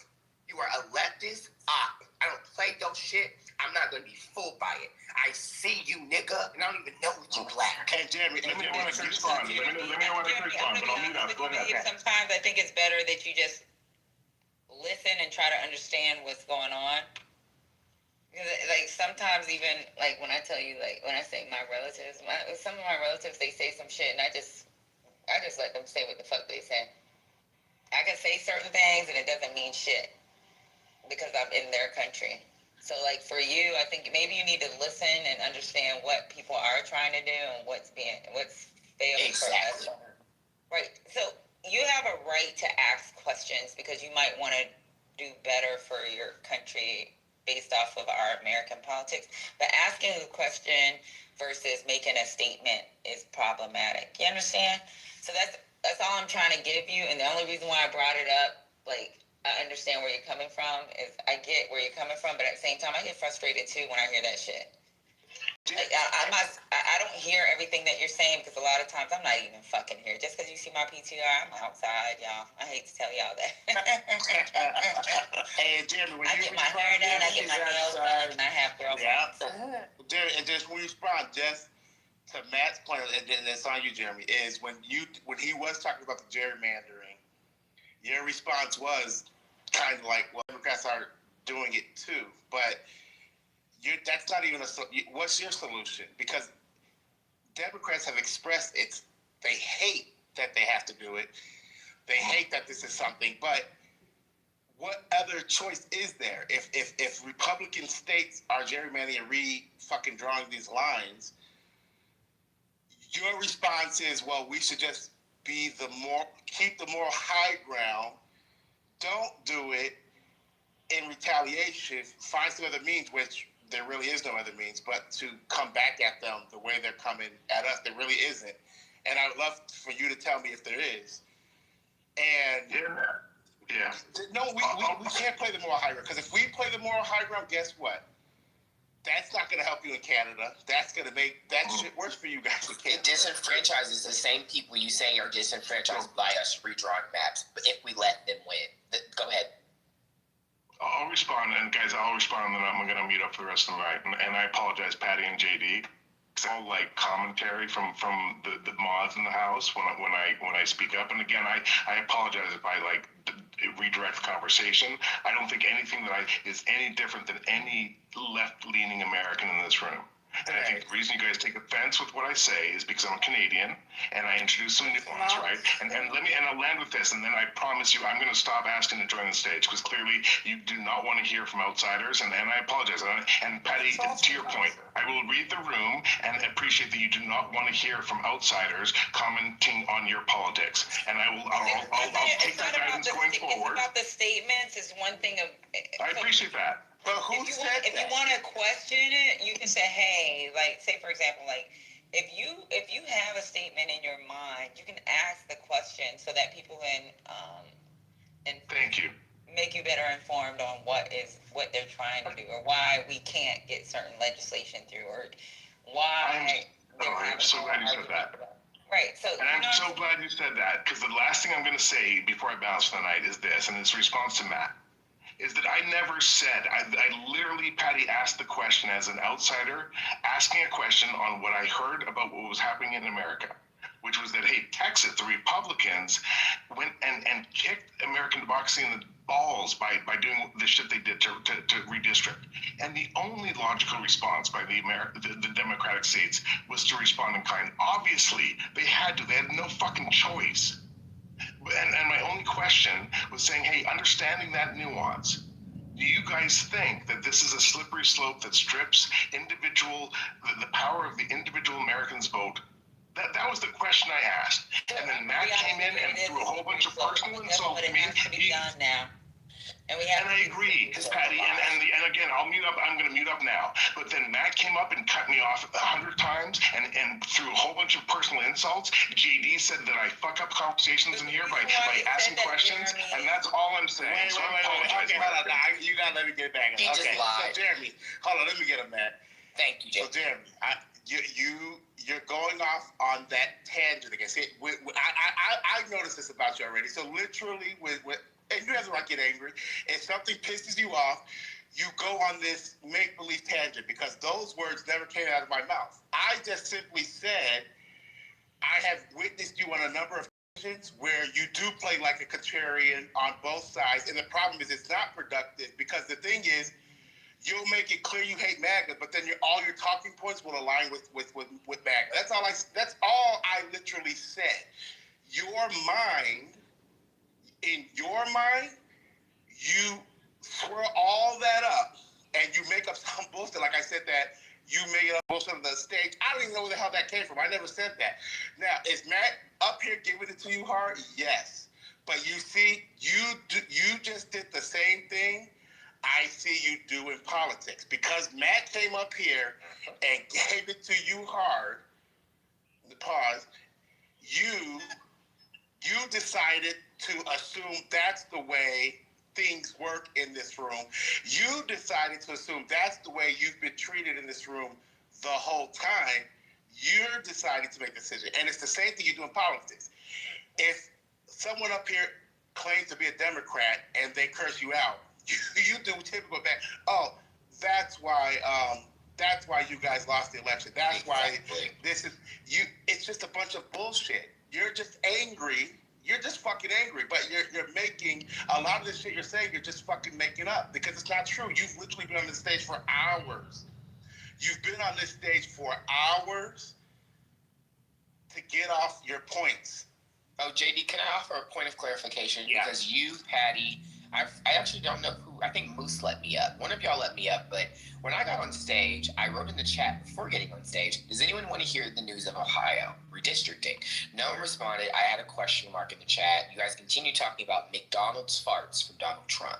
I wrote in the chat, I want to talk about I'm done with this bullshit. You didn't see my fucking. I don't even want to hear about his fucking health and I don't. Right. We need to. That's what y'all was talking about. Right, and then I got on the stage, right? I was quiet, and then I asked, like in the chat again, hey, do y'all want to know about what happened tonight in Ohio? And then I can't remember who. I think JD actually cleared the stage for me. JD said, wait, Matt wants to say something because they were all. Spirit was kikiing, Ashton went on a rant about it. Y'all were all talking about it, and then kikiing and laughing. Well, right?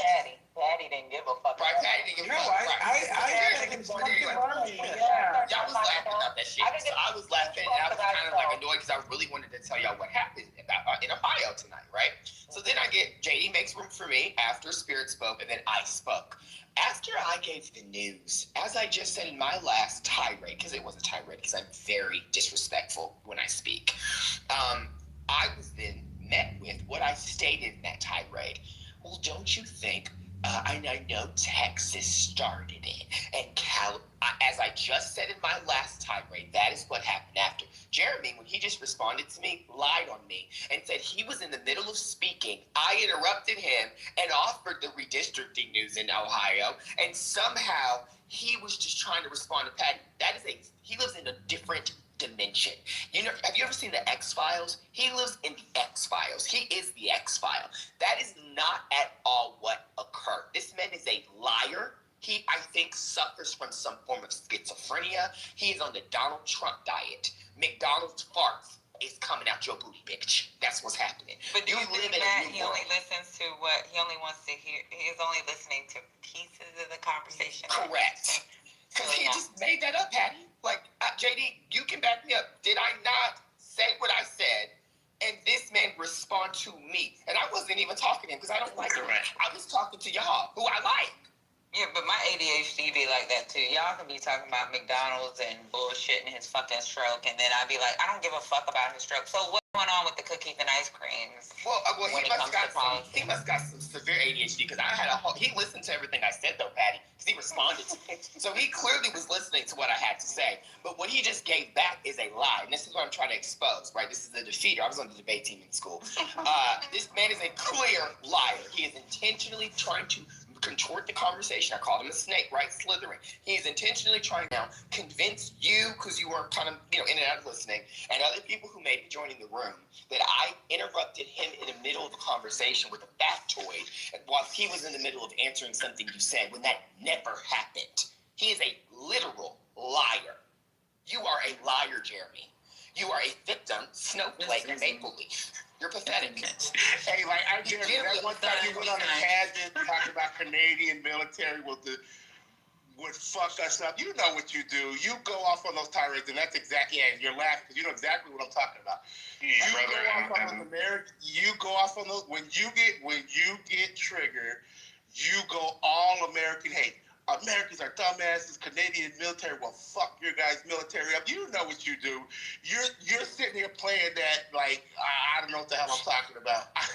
Wait, JD, just for the room, they all think I'm probably a liar. JD, what I just explained, wasn't that the order of events that happened? No, yeah, I don't disagree with you. Yeah. So isn't it interesting that he intentionally made up something? Because he brought up something about Department of Defense the other day. I think it was yesterday. And I just listened. I didn't argue with him because I understand the dynamics when it comes to NORAD, or even with them being embedded in our fucking community, and why we depend on them and why they depend on us. But when you don't understand the actual policy or what's going on, because he actually thinks NORAD is gone when it's not. We still have a 4-star general and a Canadian 3-star general that's working what it is when it comes to missiles. And that's why I told you, like, under air defense, I work with a lot of you motherfuckers that are Canadian. So you don't realize that it's still but you don't realize it's still an ongoing thing, right? But you said of course I do, Patty. No, I've never said that. NATO is. Now he's lying again, Patty. No, but you sat there and you said, so check this out. You said, yeah, it was a great thing, as if it was in the past, when it's something that's actually ongoing when it comes to binational military command within, like, the global world.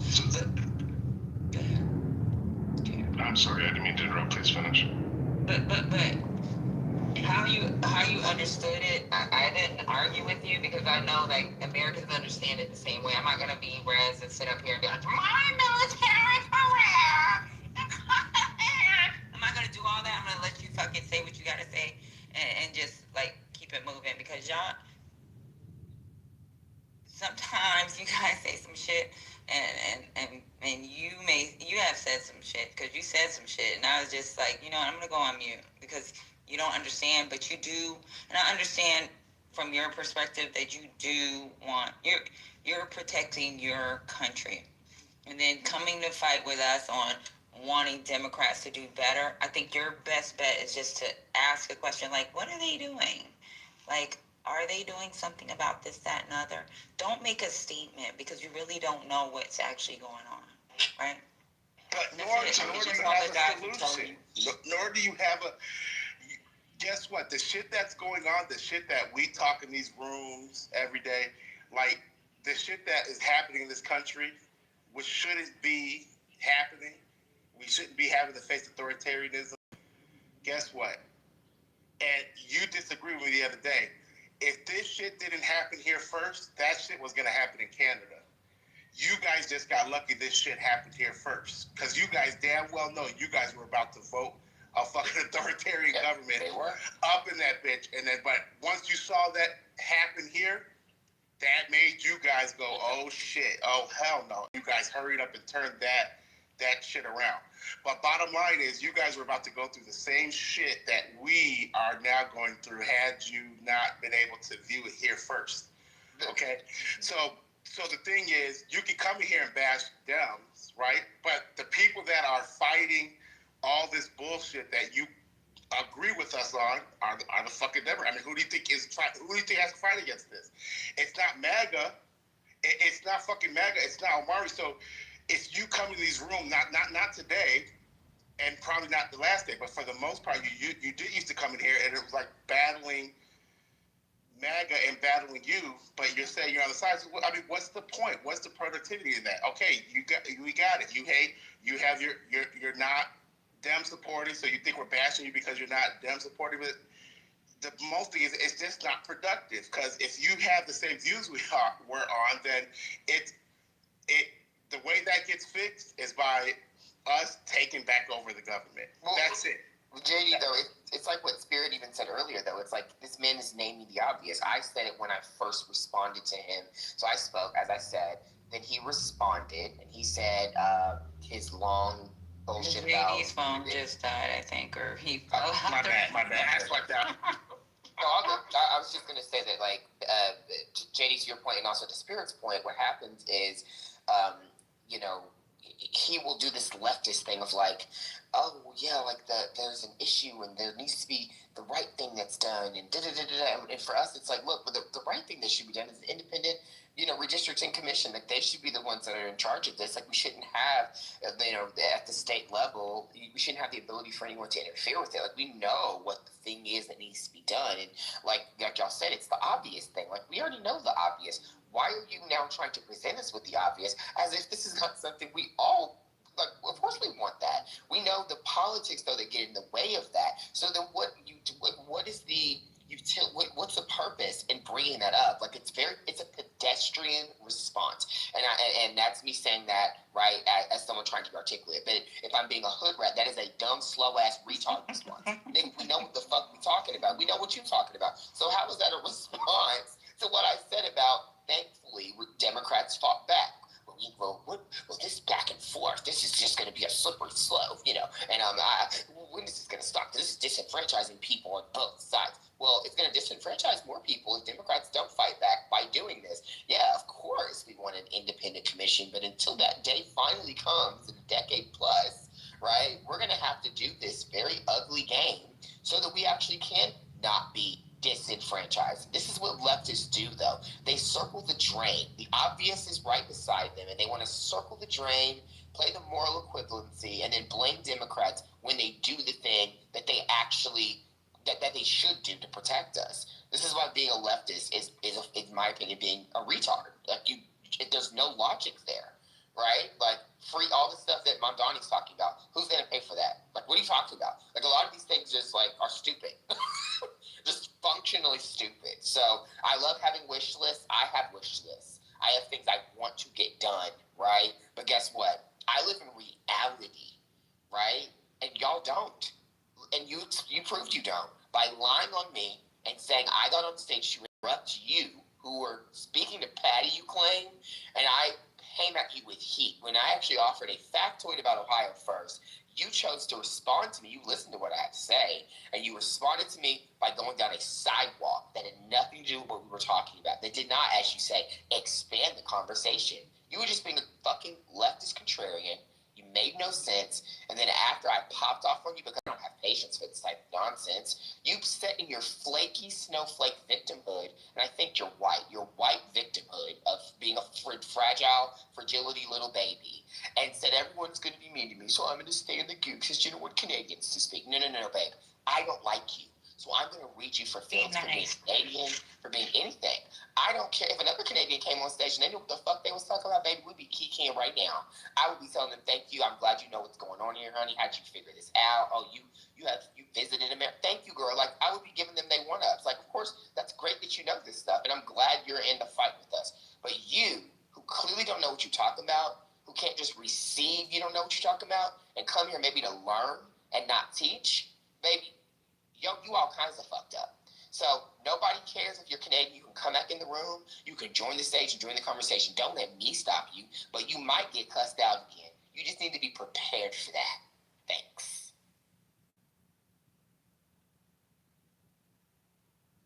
Jump in before I respond. Go ahead, Jeremy. We're waiting. Patty, you gotta stop it with these Canadians. They're killing the room, Patty. No. I think Lisa wants to hear your voices. So. I'll say this, Patty.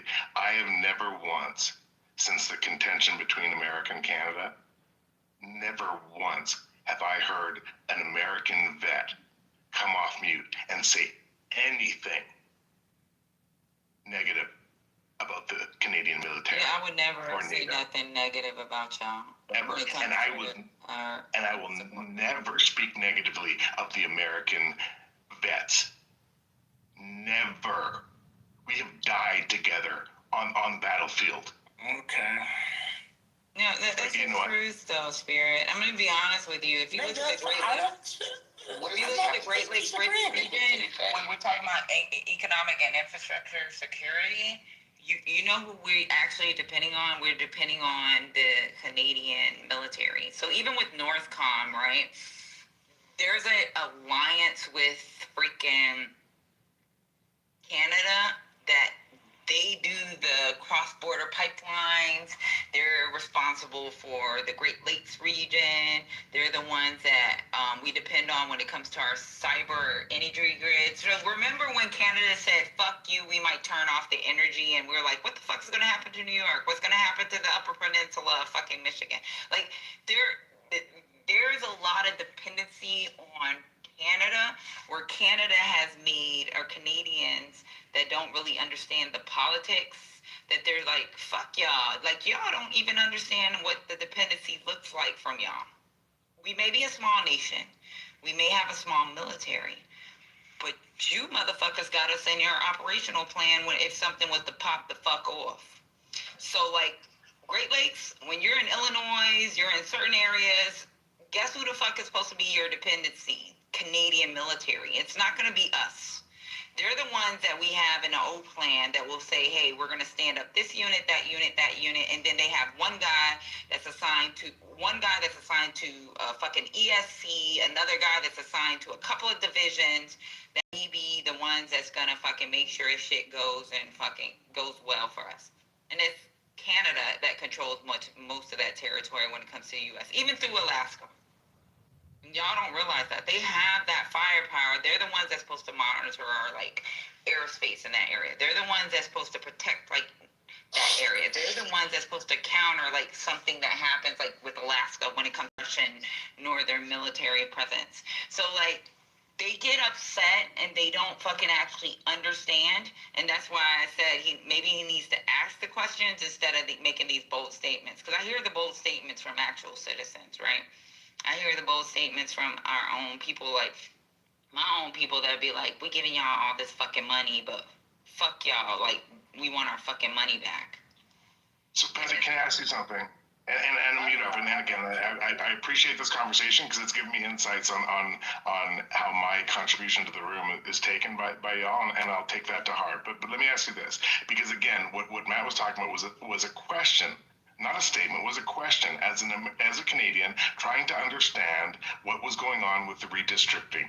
And my question was, I understand that the Republicans started this shit in Texas, and based on what I've heard, it's cascading to other states. And my question was, do you guys think that it's like degrading the value of the American vote of the individual? That was my question, Patty. And Matt, I'll land with this, and I promise this will be the last thing. It was a question. I don't come in here to shit on people. Democrats in these rooms say everything that I say. And Omari and Trumpers can come up in this room and say and dominate the stage all the time. But a Canadian who's on the left says something. Matt, I'm not going to let you do that, because that, like I said, once again, you're making shit up. Lisa, you've literally been on this stage for hours, and you keep. Okay, he left. Yeah, fuck. Yeah, leave. He keeps saying like we don't let Canadians talk up here. What the fuck? Whoever said Canadians can't? That never came out of nobody's mouth. He's a victim. I mean, this is what he has to do. And then he tried to like change the conversation to talking about the military stuff when nobody was talking about that. And it just became silly to me. Like, dude, you literally lied on me. Said I said something I didn't say. You're acting like you were just asking an innocent question. He did the same thing in the room yesterday, which is why Shah, that mod that was politically correct, was like trying to defend him because she was like, well, everything Matt said was great, but Matt's just going off on him and being rude. And I'm like, yes, I'm being rude because I'm short with dummies like him. He does this thing in every room, and I had my last. I was done. So that's why I went off on this dumb, slow ass. And then Shah was so, she's white, honey, and she don't know me. So she's like, oh my God, G. Willikers. Like, why are you talking to him so meanly and blah, blah, blah. And I'm just like, girl, I ain't got time. I explained it yesterday. And this is why today, after his, quote, innocent question, his contrarian question, it was part 2 of yesterday for me, right? I don't want to hear no more. I'm not playing the game I just played with you yesterday. I went down a rabbit hole with you yesterday. I'm not doing that again today. So I'm going to be short with you. I'm going to get you together real quick, and we're going to move on. You know, like everyone in the chat, and people, at least I know Georgia said, like, yay, Matt, you were right. I see what you're saying now. It's just obvious now. This dude's a snake. You can come back in the room, bro. Talk, deal with the. Hey, Matt, now what you're saying, now I know because my memory is refreshed. Yes. Like this. I've had back and forth with Jeremy a lot, and I've had a lot of other stuff on my mind to actually remember, but now I'm actually starting remembering more. And I said, when Jeremy starts going off on his tangents, he will be in the chat. As my has been here in the chats, he will literally be talking mad shit in the chat to us about the fucked up shit going on. Oh, do you guys see authoritarians coming in? He says shit like that. Like, oh no fucking duh. Oh, you dumbasses are allowing this. You dumb. Like I'm telling you, I've had these back and forth with him plenty fucking times. That's why I know that's why I has that added as a friend, honestly, because I know he talks a good game up here. He sounds cool, very respectful. But yeah, I'm no fool, and I think that's why Massey the Spear said I can't articulate it because I just don't remember all of our conversations. But I know I've had plenty back and forth with Jerry because he gets very, very radical. Well, that's why I went off on him, because I remember and I observed all these different things with different people who have gone back and forth with him, who have said things to him in the chat when he starts typing in the chat, which, by the way, will not come back on stage, baby. Right in the chat and do the same thing. Hey, look, remember he used to be TA Jeremy? He had a whole crash out with all them over the same thing, and they kicked him out of that. He's not with that, what is that, that 8 group? He was with those TA 8s. You had a whole crash out over there, and they kicked you out of that space because what we're talking about. But you haven't been allowed to get to that extreme here because when I seen you do it, I checked your ass every time. And other people who just want the conversation to flow allow it, and that's why he gets to be on stage and gets to feel comfortable and gets to go and do these little things. Because other people are cool with him. They don't have a problem with them. They don't pay, but like Patty said, she doesn't pay attention enough to hear a lot of it, but she's heard enough of it to know some of the stuff is just wrong, and I'm gonna just be cool with it. I ain't gonna go jump down his throat. I think because Patty's nice, I'm not nice, right? I'm a bitch. I've met my end with it, and so I had to just lay into him yesterday.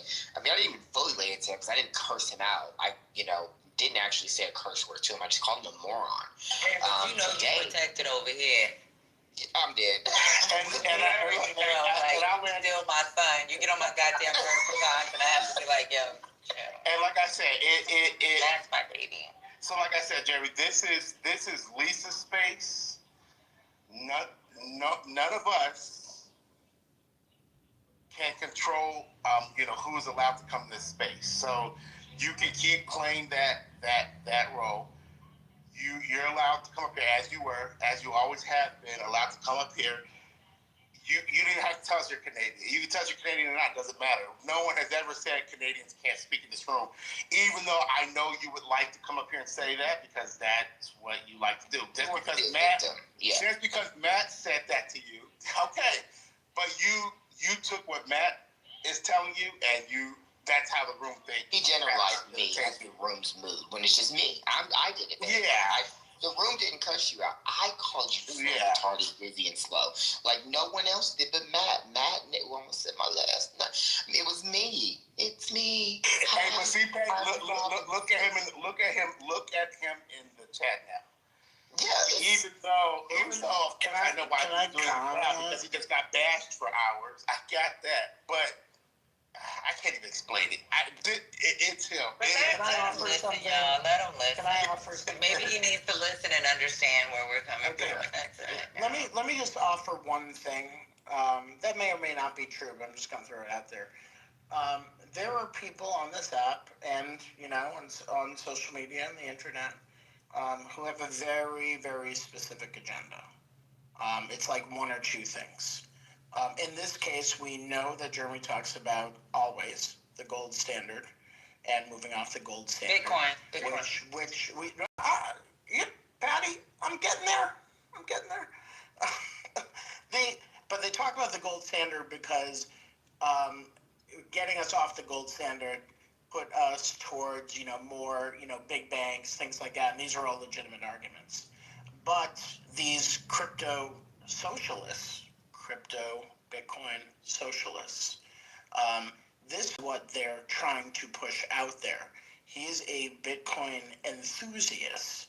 So all of the other talk that he throws out there and, questions about, why don't we see it this way and what is the Democrats doing this? This is all part of this leftist, accelerationist movement to ultimately get the money system into the crypto socialists' hands for a future that is going to be much more profitable to them because he is a big investor in Bitcoin, and that's the ideology he believes in. All of the other stuff doesn't really matter. He's not interested in learning within here. He has one ideology. He comes in here to try to promote it and kind of circles all around that, and eventually, that will come out in his argument, but in an abstract way that we're not supposed to catch it. The ultimate goal is him promoting crypto without having to say Bitcoin. And this is what he does here. And this is what a lot of leftists or crypto socialists or, accelerationist, anti-government, all of that. This is their goal. They have the one thing and they try to bring it into a room, but talk about other stuff to get us there.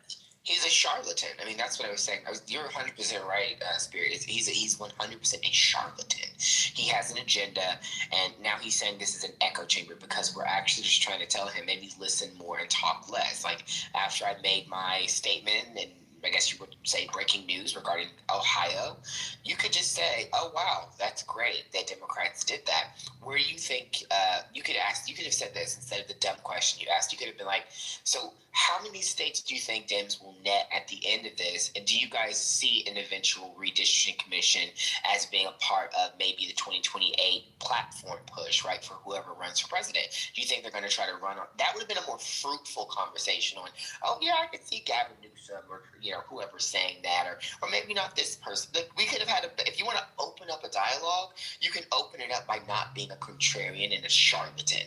This is why I'm saying you have been exposed, and I'm grateful Georgia wrote in the chat they saw what I said manifest because they don't know you, probably hadn't heard you speak that much. But as I made my case, I am the son of a 25-year fucking now retired DOJ attorney, right? I know how to argue and talk and present. My father's a lawyer. I argue with one every day. You're not going to win, babe. I am going to expose you. I will find, as they say, the defeater. And I defeated you multiple times. And you crouched down into victimhood. Canadian can't talk in the room. I'll do you a favor. I won't curse you out again. I won't. I was frustrated because I was tired of the nonsense that just happened yesterday and politically correct with Shaw moderating at the time. I was tired of what happened then, so my frustration was quite high and my tolerance was low. I'll do you a solid. I'll just say that you are uneducated, should listen more, speak less, and, everyone in the room should give you, the grace because you are a fragile Canadian where, if we say one word to you, you shatter, right? Like when Mariah Carey hits that whistle note, bitch, you shatter. So, we'll be nice to you. Won't bully you. We'll be mindful of your feelings. But that will only happen if you are mindful of your mouth and your stupid questions. Okay? How about we do that deal? How about we do a tariff negotiation? How about we get a trade deal? How about that?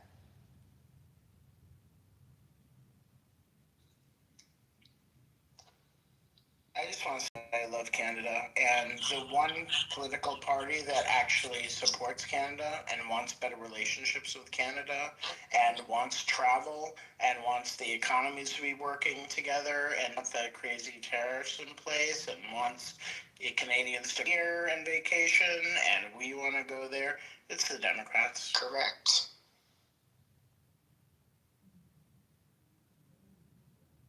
And we've modeled a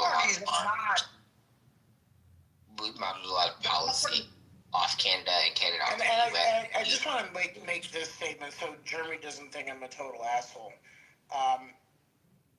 Canada gave us Alanis Morissette, Celine Dion, Neil Young, Shania Twain, Joni Mitchell, so many other. I mean, I'm not gonna say Drake. I mean, unfortunately, I gave us Drake. And Justin Bieber. You know, Justin Bieber. But, you know, they're not to mention a lot of, like, SNL people, you know, Mike Myers, also, I believe, Paul Shaver from the David Letterman show. You know, there's a lot of reasons to love Canada. We love Canada. We love Canadians. And I hope more of them can contribute to our great country here. And I hope many people get to go to the beautiful city of Quebec City and Montreal, two stellar cities that have the biggest European vibe in North America. I hate their French, though. Hey, bless up, bro, bless up. I hate their French, though, Scotty, so much. But aside from that, it is a beautiful country. I mean, you guys gave me my favorite show as a kid. You guys gave me Degrassi. I love me some Canadian television, honey. So, period. I mean, I just don't like you, you know? And I guess it's hard, though, for people to separate an entire country from themselves when people are just talking specifically about them. And I guess you've not been around many gays, but I was doing something that's called reading you, right? I'm going to bring up that you're Canadian milquetoast maple leaf syrup ass basically. I'm gonna say all that stuff when I'm reading you, girl. I'm gonna make fun of your face, your nose, the shape of your body, where you live. I'm gonna say you don't have a right to talk. I'm gonna say all that stuff because I'm reading you, girl. Like, you don't know how to be read. You don't know how to respond. Aren't you a man? Like, aren't y'all supposed to be strong and, like, take, you know, y'all should be able to take all the stuff that the world throws at you and, like, throw it back. Like, you don't do any of those things. So, it's kind of disappointing that you don't know how to, you know, respond to that kind of... Hey, listen, man, I'm a pure Canadian. 100%. No word of a lie. No word of a lie. I'm in Toronto, Ontario. If you guys ever want to experience something, come up here in the summer. Carabana, gay pride, and listen, man, I will be there. It's lit. Every weekend. Listen, man, every weekend we have like how can I say, like the Taste of Danforth, Little Italy. We have like you guys gave us Avril Lavigne. Like, thank you. No, it doesn't matter about singers. Yes, it does. You have to come up here and feel the vibes. You have to come up here and feel the vibes. It's live. It's lit. There's no shootings. There's no bullshit. Yeah, I got the stabbings and stuff. But yeah, I like Canada. I mean, I dated a Canadian, so I've been to Toronto. I was, as I said, reading Jeremy as he, you know, I guess just unaware of what that means. Toronto, Canada, you know, Vancouver, City, honey. But Toronto, you know, all that stuff is great. So you guys gave us Ryan Reynolds. Remember, Ryan Reynolds. I'm not disrespecting the States. I'm not disrespecting the States. You guys gave us Jim Carrey and Michael J. Fox. Like, we love you guys. Yeah, y'all should be proud of where you're from. So. No, for sure. Listen, man, I'm 100% Canadian, and I never disrespect no fucking other country. You understand? And we have good vibes up here, man. Like I live in like Toronto, Ontario. If there's not even 100 murders in like 1 year, we're very lucky. You understand? Yeah, we get it. We literally say all the time, Canada has free healthcare. Canada has this, that, and the third. They don't have to go. But we know what Canada has. We admire Canada a lot. Keanu Reeves, y'all. Yeah, we fuck with Canada. So sure, bless up. And I respect you guys. And I like the good talk. You understand? Because there's a lot of Americans that, like, ever since whoever took over your presidency, I don't know what to say, man. I know. And I mean, the people who genuinely do not like Canada and who have the dumb, you know, get rid of NAFTA. Like, those are fucking MAGA. That's not, normal people who are in the United States. Just for your. I think there are a lot of inbreds. They are inbreds. They're cousin fucking inbred white trash and black trash also. Sorry, man. I apologize. Yes. Bless up. Because even you see our so I'm from Toronto, Ontario, right? You see what our prime minister did? Not prime minister, like I don't know what to call him. Doug Ford. Did you guys ever see our advertisement against the states? It's not against the states. The tariff. Yes. And he's showing Ronald Reagan in his true self. And you guys can Google that shit. We already know Trump was mad and said he's going to impose more tariffs on Canada because he's mad that y'all said that Ronald Reagan said that tariffs are bad. We know, honey, we know. We're aware. Yes. But he's calling it false AI, this and that. I don't know what to say about it. Yeah, because it's all true. He increased the tariff. We know. I mean, hopefully this man dies off his next. And you know what else? You know what else? You guys gave us Pamela Anderson. Oh, she was we awesome. love you. We love you. Baywatch was fucking lit. Yes. And you know what, bro? Honestly, God's honest truth. Never had a problem with any of you Americans. I love you all. Doesn't matter where you're from. Mm-hmm. Well, a lot of Canadians come to Florida and California. I mean, I live in Los Angeles, and I would always see a bunch of random Canadians all summer, all year round, because the weather's awesome. And Canadians are cool. I mean, Jeremy's though just an idiot. So we don't think all Canadians are in any way bad because of Jeremy. We just think Jeremy's bad because of you're good. Okay. Love to Canada.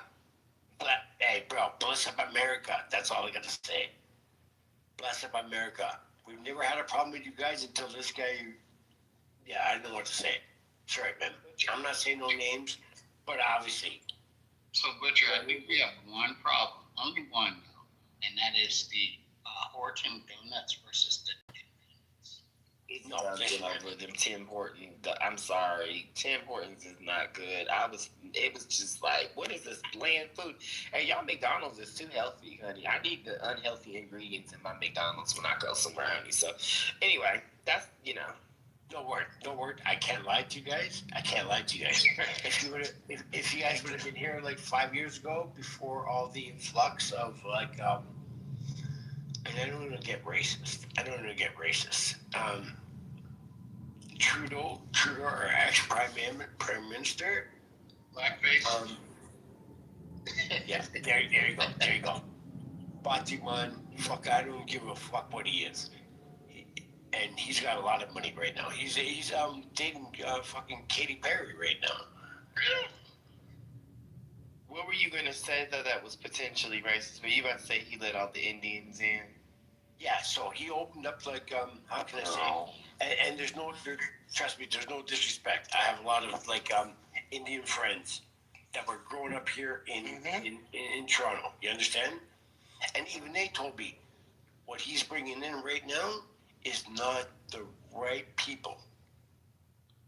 I'm not saying color or nothing. You understand what I'm saying to you? I'm just going to say you sound like trust me, the man you don't like, which is Donald Trump, because that's what he said to us about the people we're letting in, those brown people. And I'm also Latino. I'm black, obviously, but, a lot of people don't know that they can be both. I just wanted to say, I understand this is also why your particular country almost went what we would say, quote, MAGA in your most recent election, because your country was polling similar to ours, where you guys felt the same of, we don't want these you-know-what's in our country. We hate our you-know-who for letting them in our country, and XYZ, they're ruining my life. They're making my real estate worse and cheaper, and they're fucking up our economy.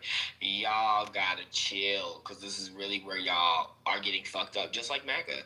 And y'all become what you hate. Y'all don't understand. No hate. There's no hate. No. I'm saying you all become what you abhor. You all become what you critique, and you have to check your own whiteness and your own understanding of why people want to come to your country for opportunity and why immigrants actually boost the economy. They're not sucking and taking from you. They're also giving something to you. They work. They pay their bills. They fucking pay taxes. So No, for sure. I just implore you to research more into that and not just say these Indians are coming here to do X, Y, Hey, sir, can I say something to you? Feel free. I grew up in the 80s. I grew up in the Jamaican influx. Jamaican. And I can speak patois like you would not believe. Go for it. No, I don't even want to go there because no one's pissed me off here, so I don't want to even talk my patois. You don't need to talk patois, but you don't even actually identify as Jamaican. That's called culture vulture. But go ahead, girl, do your thing. No, it isn't culture vulture. I'm a white guy, and I grew up in a black man's community. So when is this segment over soon, y'all? Because I can't. Well, no, you know what? Captain Kirk from Star Trek, he's also Canadian. Just want to mention. And you know what it is? I love my jerk chicken. I love my oxtail. I love my curry goat. Oh no. The black people you friends with got you a little too comfortable. Hey, and I mean dreads. No word, dreads. I hang around a lot of dreads. Did you just say you wear dreads? No, I'm a ball head. Can somebody help upstairs? HR, are y'all there, Green Beans? This is a commercial break. Let's cut to a commercial real quick.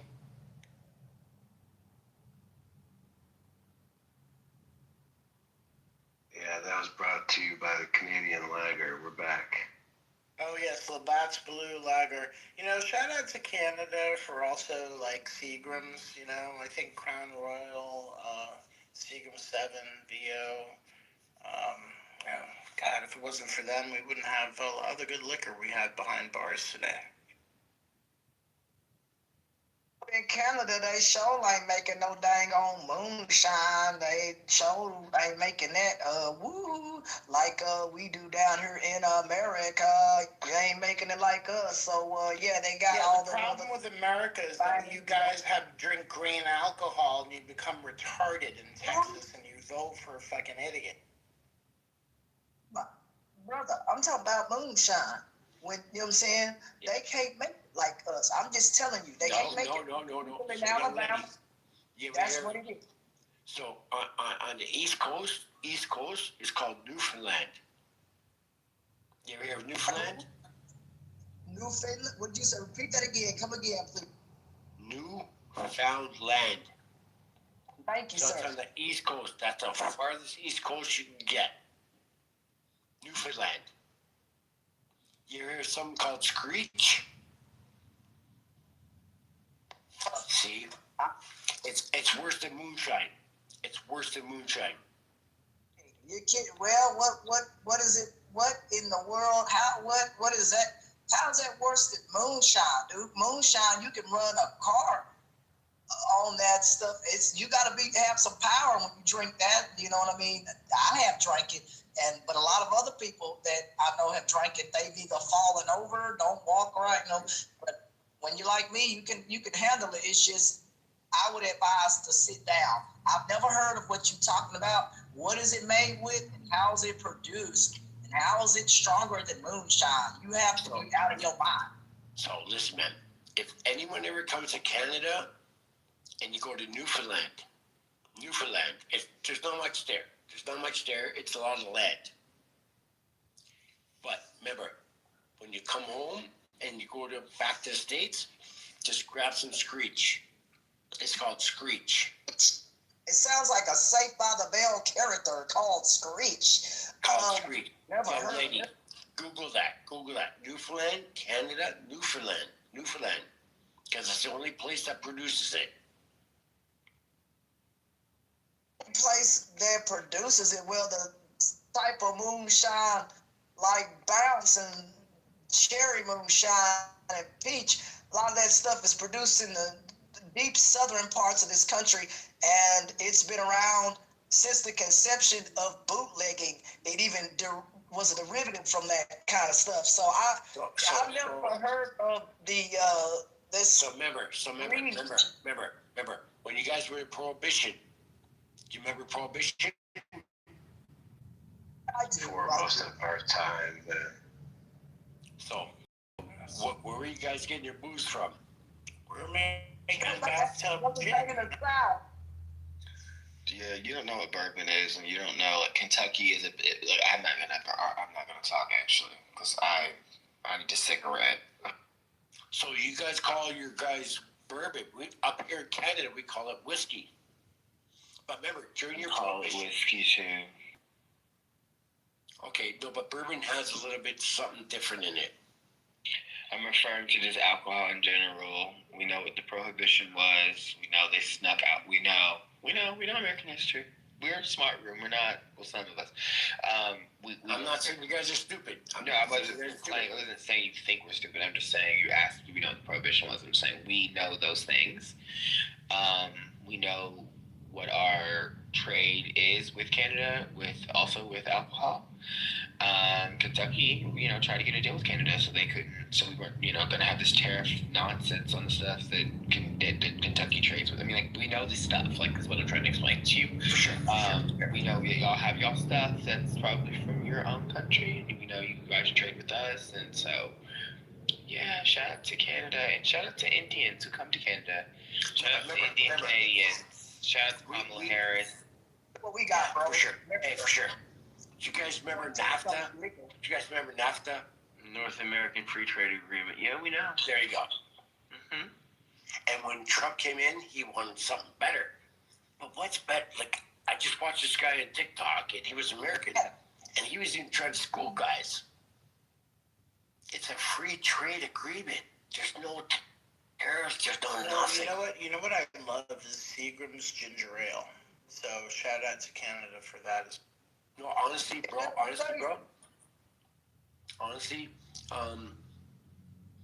How can I say it to you? Canada Dry Ginger Ale is one of the best ginger ales in the world. Yeah, that's a Canada. Yeah, but the rail. Canada Dry Ginger Ale. We're just love bombing Canada right now. Look at that. That's all good, man. Bless up to you guys, man. Because I'm right here sitting in Toronto right now. I'm sitting in a project right now. Regent Park, Ontario, in stereo. The what? What, brother? Too much information. So listen, man. When the Irish and flock. Wait, are you drunk? Wait, are you drunk? Are you drinking too many Moosehead lagers or something? No, I'm drinking nothing but Molson cold shots. Yeah, okay. And I'm watching the Blue Jay game. Did you guys watch the Blue Jay game? Did you guys watch the Blue Jay games tonight? Did you guys watch the World Series? The Blue Jays. We talked about that earlier. Baseball, an American, the American game. Okay, yes. Yes. And we beat you guys tonight. We're up 3-2 right now. And you're coming back to Toronto Skydome. Right. It's only 3-2. Don't panic, because someone else on another team talked crap and they lost. So hold your horses and back up your train, brother, and park that caboose right where it's at. Hey, for sure. Listen, man. I'm not getting cocky. Not at all. But remember, a lot of American guys from LA was telling me, oh, it's over in 4 games. 4 straight. We figured that we had the pitching. Come on, look who we have. Brother, the Rockford. Listen, man. Yamamoto. Listen, man, you guys have you guys have the best team in the world. LA Dodgers is the best team in the world. It's not a big deal. I think they can beat them. I really do. I think they can beat them, man. Don't panic. People get up and say, well, we beat them 3-2. Well, guess what? They come back and win that game. hello, you headed back. So I don't panic in that situation. I think. No. So young lady, the next two games are here in Toronto. We're not going back to LA. I still think they. Okay. No, for sure. Hey, listen, man. Listen. He can turn it around. You guys have the best team in the major leagues. You guys are fucking awesome. Freddie Freeman, Teoscar Hernandez, Max Manzi. King, just but we gotta use that and come back. And if we beat y'all in Canada, then you know what I'm saying, then we'll be right there. It's just what it is. And you are high up thinking you're gonna beat. Not high up. I'm very humble. So remember, you hear what your president said? But you're thinking, brother, just because the game is going to be in Canada, that yes, they'll have a home field advantage and that thing. I get that, but this is a professionals. Let me tell you something. You watch football, anybody can be beat anywhere on any Sunday. No, and that's what I think. That's what I think about professional sports. Young lady, I'm not here to argue with you. Did you hear what your president said? Let me tell you something, brother. I'm a little bit different when it comes to a lot of women, brother. I'm a little different, so I get you. I don't have a problem. No. With they men, don't have a problem doing that. Young lady. Did you You're high up there, and you think you hear what your president said? And they're not. What did they say? You hear what your president said? He wouldn't give the World Series championship to Canada or to LA. Because you know why? LA is a blue state. To do with God, bro, you're gonna make me say something. Let me say something. That has nothing to do. Who cares what he says? Just take that, brother, and chunk that in the trash bin next to you over there. No, for sure. Chunk that in the trash because that has nothing to do with winning. I'm talking about baseball. Stay focused with me and hit the target. Bam. I'm right here. Baseball. Listen, man. Talking about baseball. Okay. You gotta let the guys over. Have you watched one game?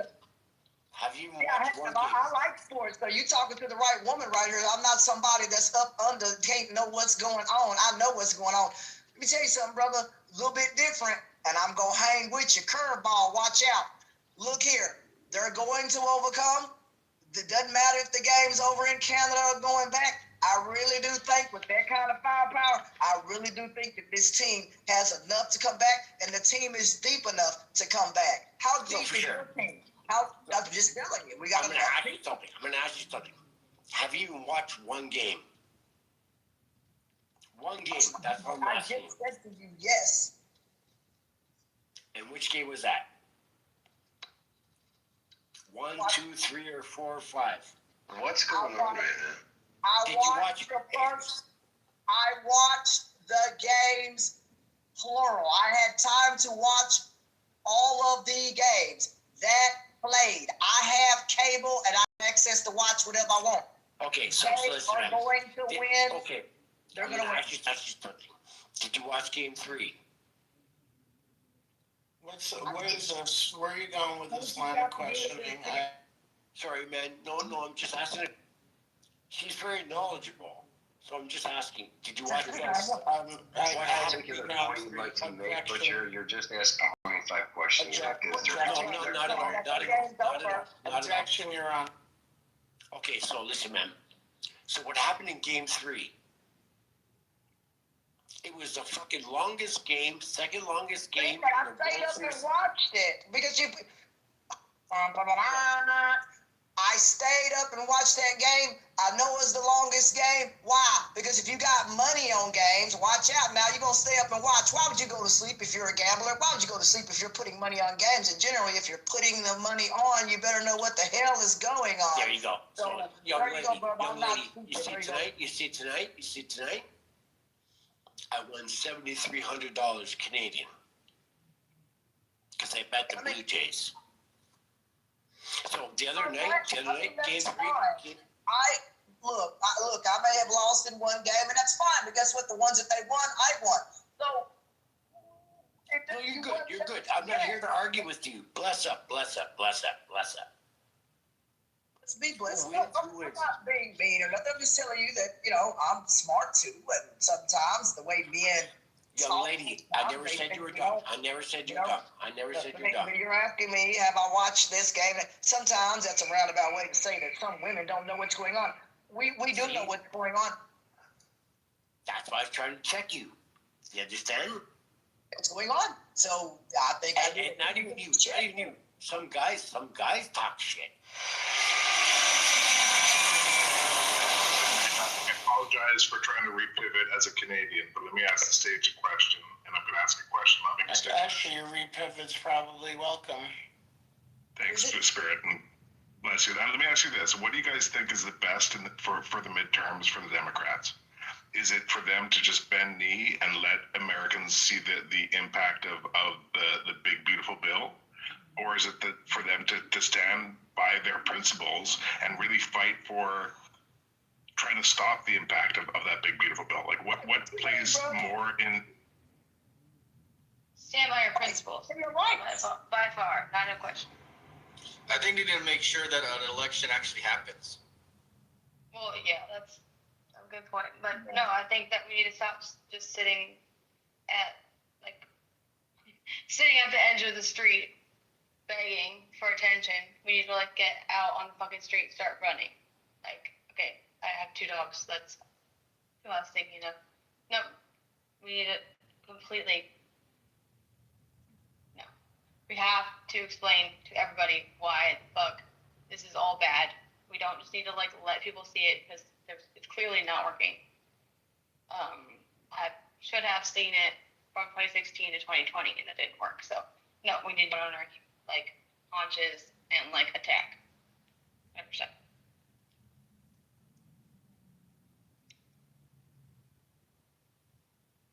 But again, you're now facing a point where it's not just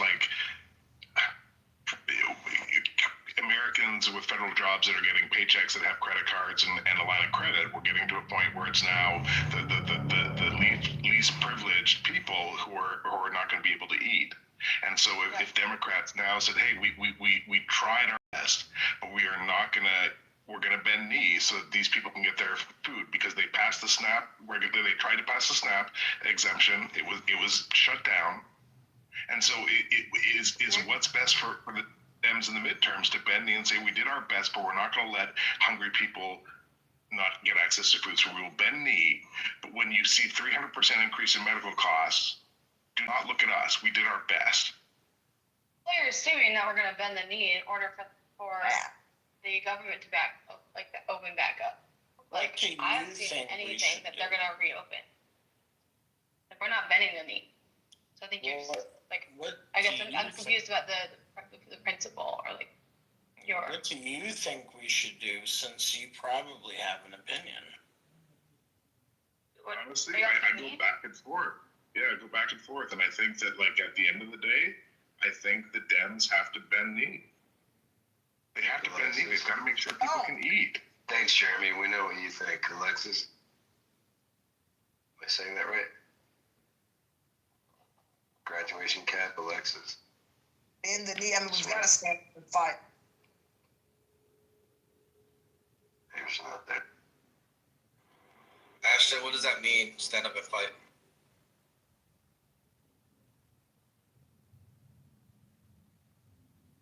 They're fighting what? Yeah, what does that mean, tactically? What does that mean, stand up and fight? Well, look here, man. That means politically, ethically, under the law, that we have to fight for what is being taken away from us. Whether that means, for example, food stamps. Some folks talked about housing cuts. Whatever it is that affects your life, my life. That's what I mean when I say stand up and fight. I'm not saying go out here and do violence. No, I'm saying what the law allows you to do. Work within that framework. And use the levers of that, right, to sue. There are a lot of states and others that are suing to get the program back open. Shoot, we even talked about, is there a way for folks to class action lawsuit in the state of Texas if the state is not going to step up and sue on behalf of the constituents or people of this state so that they can eat. Because we see a large jump in assistance like that line you see in my PTR. As far as you can see, people are hurting. And as long as people are hurting, stand up and fight. That's what that means. Stand up for the programs and the values that affect your life. If you don't need food stamps, brother, then that may not be what you're fighting for. But you may have other ways that you're affected that I may not know. And if you're affected, you better stand up. Don't shut up. Stand up and open your mouth. That's what I mean. That's what I'm saying to you.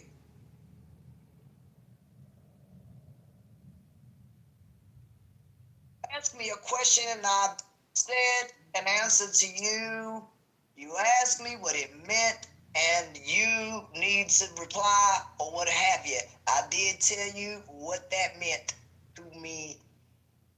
It's the same to you. You can't sit there and do nothing. If you have your life affected, you need to stand up, brother. And anybody, open your mouth. And what about you, man, that asked me that question? Are you standing up and saying stuff? Or are you sitting back saying this doesn't affect me, so I don't care? Are you Jimmy Crack Corn and I don't care? Can't have that.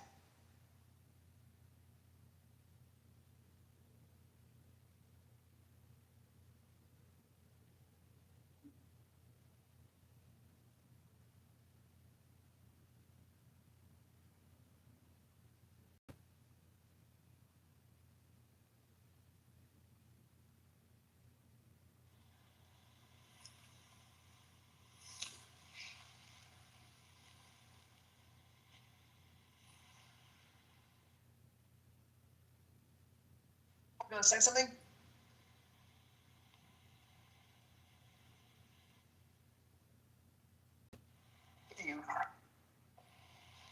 Hey, bless up the room today. You guys have a good night. Have a good night. And be blessed. Take care of yourself. Wherever you're going, drive safe and be careful. Make money tomorrow. Oh, always. You know, make money.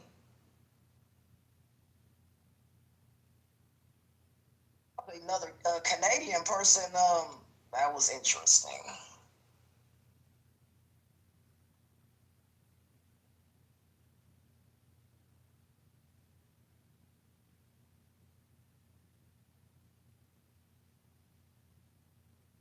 He's blessed too.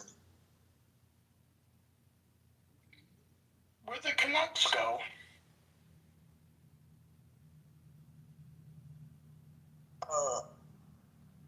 I think they left, and the other guy, he said bless the room. I think they left as well. I don't see him up there.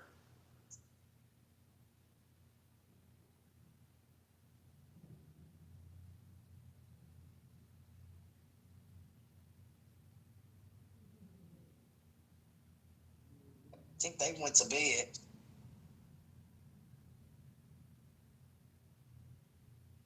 I think when I got on the stage, we were discussing, or you guys were discussing, the different, like, vote, what's it called? The Texas versus, like, California, voting maps and all that. I'm curious to hear your guys' opinion. Here is really horrible here in Texas, and the population some people want to stand up and fight against it and all that, and it's very difficult. The Democrats have tried, by fleeing the state and all this other kind of stuff. California is trying by having their population, watch this, get a chance to vote on it, whereas for us, we don't get to do that here, and it sucks. And it feels like living under a communist regime, because nobody here gets to have a voice or a say in how the maps are even done here. You know what I mean? They just push stuff through the dark and whatever else, whereas California is legally opening it up on a voting basis for people to go to a poll. That's different, and that's fair. Yeah. Shout out to California. Fuck Ken Paxton.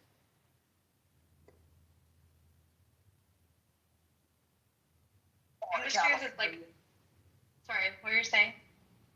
little bit of California, at least the legal arms of California sprinkled here in Texas, because here in Texas, it seems like people don't have a voice with a lot of stuff. And in California, folks have a voice to at least go and vote or have that option to. We don't even have an option here. That's scary. Yeah, no, I totally agree. Yeah. The fact that California or Texas did it literally like in the middle of the night and made the Democratic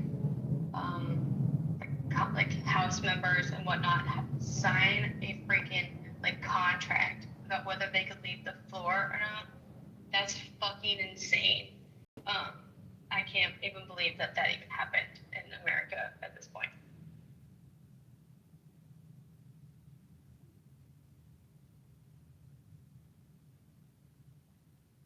People assuming, people, you don't have to sign stuff like that. You know what I mean? That's coercion. That's illegal. You can't do that. You can't say, well, sign this, or nope, you can't put an or above that. You can't be an auspices. You can't try to run somebody's life or political career in that manner like that. And that's why a lot of folks have called that out and should call that kind of stuff out. I mean, what if they make you sign that for other reasons? That infringes on your rights to be free. Hell no, I ain't signing something where you can follow me or have a squad car at my house. Who knows what comes with just signing that slip? Yes, we saw the slip on TV, but what's really going on? Hell no, I wouldn't sign nothing like that. That lady, I would have slept in the Capitol too and got a lawyer and would have sued the state. That's what I would have done. And I think she probably is or probably will and should, because that was crazy.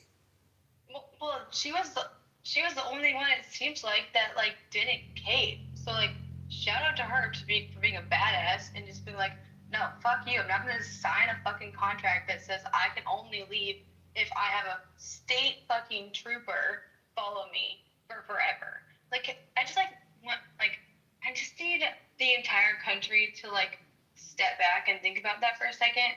That one of our elected representatives is literally not allowed to leave her job at the state house in Texas unless she signs a document to which the opposing party drafted up, gave to the fucking like state police, obviously the sheriffs, whatnot, that they drafted up, that they handed to her. This like they had to like coordinate between the fucking like representatives of Texas with the fucking state police and all agree that they're on board with fucking stalking representatives of the like Texas like Congress.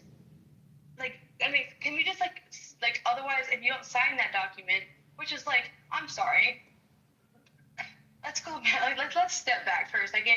I'm sorry, like literally not letting you leave the building, that is a dramatic contract, and as an attorney, that is almost like on its face. You can't do that. On its face, illegal, unconstitutional, immoral. I could go on. And so like the fact that we're just like cool, like that wasn't a bigger news story on the national news. Honestly, on its face, it blows my mind that she like literally had to sleep there, and everybody's just cool with that, and everybody else signed the document. She was the only one that didn't sign it. Like, I'm just like, I'm sorry. I'm not like, everything that's happening in this country right now is blowing my mind, and the fact that nobody seems to give a shit is also blowing my mind. It's blowing my mind even more. So, handgun.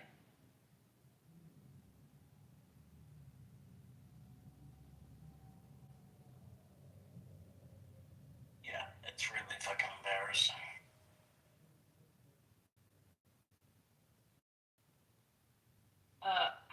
Did you see the UN speech that Trump gave? That was the opposite of embarrassing. That was me being sarcastic.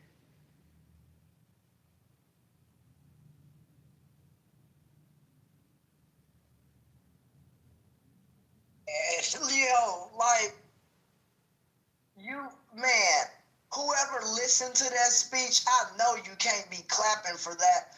Even some Republicans on some, what was it, on the internet there, a guy was even saying this is, not good. You even have Republicans that have said some stuff. Man, look here. When you got people heads nodding down and all, it's just really bad. I mean, we look like a laughing stock, like this lady. It's just embarrassing, and this is what we have representing our country, and there were people who voted for this dude, and because he's in office, but I just feel like he's an idiot because he is so dumb. Stuff. He is so stupid. I can't handle it. No, the fact that he got up there and just complained to the United Nations about how his teleprompter wasn't working, and the fact that his escalator stopped, and that climate change isn't real, and that everybody in the audience's countries are going to hell because they're not doing good with immigration, and that everybody's countries are shitty. Yeah, that was cool. Strong. Yeah, that was an SNL skit. I wish it was an SNL skit. That's 100% correct. Republicans, think about what she said. I agree with her because I don't even know how y'all can stand behind this man, the stuff that he does. Like I told this other lady who was an old white lady, and I said, "Ma'am, I do not care." I said, "I do not care that you think everything should go back to the days that you lived in or whatever." She kept telling me. I said, "Ma'am, no." I said, "I can't help the fact that you hate technology and complaining about it. It's going to leave you in the dust. Just like the way you think. Technology don't care about what you think about it, or if you hate it, it's going to leave all these old people in the dust." And they want to try to squander these programs and things that fund the betterment of technology. I mean, Donald Trump wants to cut research advancements, and I looked up all this stuff, wants to do a lot of stuff that can really chunk America back. And you go to other countries and they eating us alive with technology, eating us up. You got China, you got Dubai and other places that's got robots and things that come to your table, and whatever tablet they gave me, I could order whatever I wanted on this tablet, thousands of pieces of whatever I wanted, food, whatever it was on that tablet, I could have right there. They're way ahead of us, man. And Donald Trump ain't helping us stay ahead. He's helping us stay behind. And that's why I don't like him. He sucks. He really wants to take us back to the Gilded Age. Study that age. Tell me if you want to go back to the Gilded Period. I don't, because I don't got time for all that. Let me just watch the TV show. Okay, the TV show is great, but I don't want to go back there. All right. Yeah, to watch it. It is a great show. But no, that's the entire point, right? Like the entire point of Trump is exactly what you're just saying. The entire point is to go back to the Gilded Age, because that's exactly what he is about, right? The Gilded Age was the first and most dramatic separation between the wealthiest and the poorest of our nation, because that was the time that the railroad obviously was becoming prosperous, and obviously the wealthy got to dictate everything because they were by far more wealthy than the not wealthy, and the poor and the working class and all of that. And so the farther that you bridge that, or the farther that you expand that gap between the poor and the wealthy, the greater the power the wealthy have. And so that's exactly why you see Trump meeting with Bezos and Zuckerberg and Tim Cook, or Tim Apple, as Trump likes to call him. Like, that's why he's meeting with all these big tech billionaires, and that's why they're contributing to his fucking stupid, ugly-ass ballroom, is because the more that these big companies contribute to to Trump and his they're just bribing him in order to get tax cuts, which is is adding trillions to the deficit, cutting trillions from what we could have for tax cuts for like the actual working class and all that kind of stuff. And that's the entire point, right? Like, is to go back to the Gilded Age, which is not a high point in American history. Said, study the age. We're in the sign of the times. That's what the old show used to come on TV. Still does. The sign of the times, and we are. Those times that you look back and you say, "Whoop! I don't want to repeat that again." I'm a black person. Show ain't trying to go back to that period, and because a lot of that stuff was never ever designed to help. The Gilded Age was really horrible. It was pompous and very long, big long dresses and all that stuff. I could never make it in that day and age because hell no, I don't give a damn. I'll be working somewhere, not wearing that dumbass shit. Them corsets them women be wearing. I'ma just tell you, I couldn't have made it because I would have to wear men's clothes. I could, hey, you want to do this job? Yeah, I'll do this before doing that. Hell to the no. I literally today told this woman, I said, "Ma'am, you get mad at me because you don't think I dress right or whatever." I said, "Ma'am, I'll never, ever wear women's clothes. If hell came to this earth, I'm sorry, I'm not doing that. I don't wear that stuff, and I don't own women's clothes." You know what I'm saying? My dude gets me men's clothes. He's a man. You know what I'm saying? If I say, "Hey, give me some men's clothes," he ain't gonna come back with a dread. He understands. I will never, because the stuff looks uncomfortable. I told this lady, "Why you got pockets, but the pockets have no purpose?" I said, "This makes no sense." That's why I don't buy women's clothes, because they're not made for utility use. I said, what the hell I'm gonna do with these? That's the fucking worst, when there's no pockets. I fucking hate that shit. I hate that. I would never. I told this woman, she said, "Well, those have a nice cut. I don't care." I said, "The cargo pants in the back, give me 10 of them. Thank you. I don't give a damn about any of these women's clothes or the stuff in the front window. Y'all got a men's section in here?" That lady looked at me and frowned up.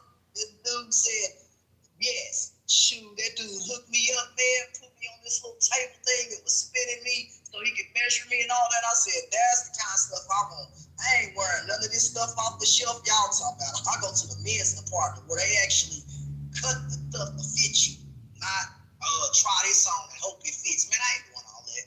Women's clothes, it's just different. The chest is different. The cut of shirts is different. Men's shirts, it's different. It lays down on you.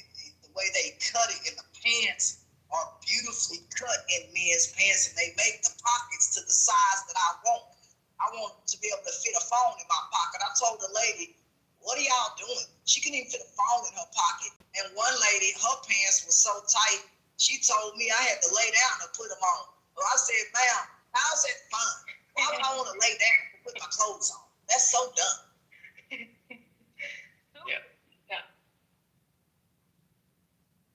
On that lady, I said, "That's crazy."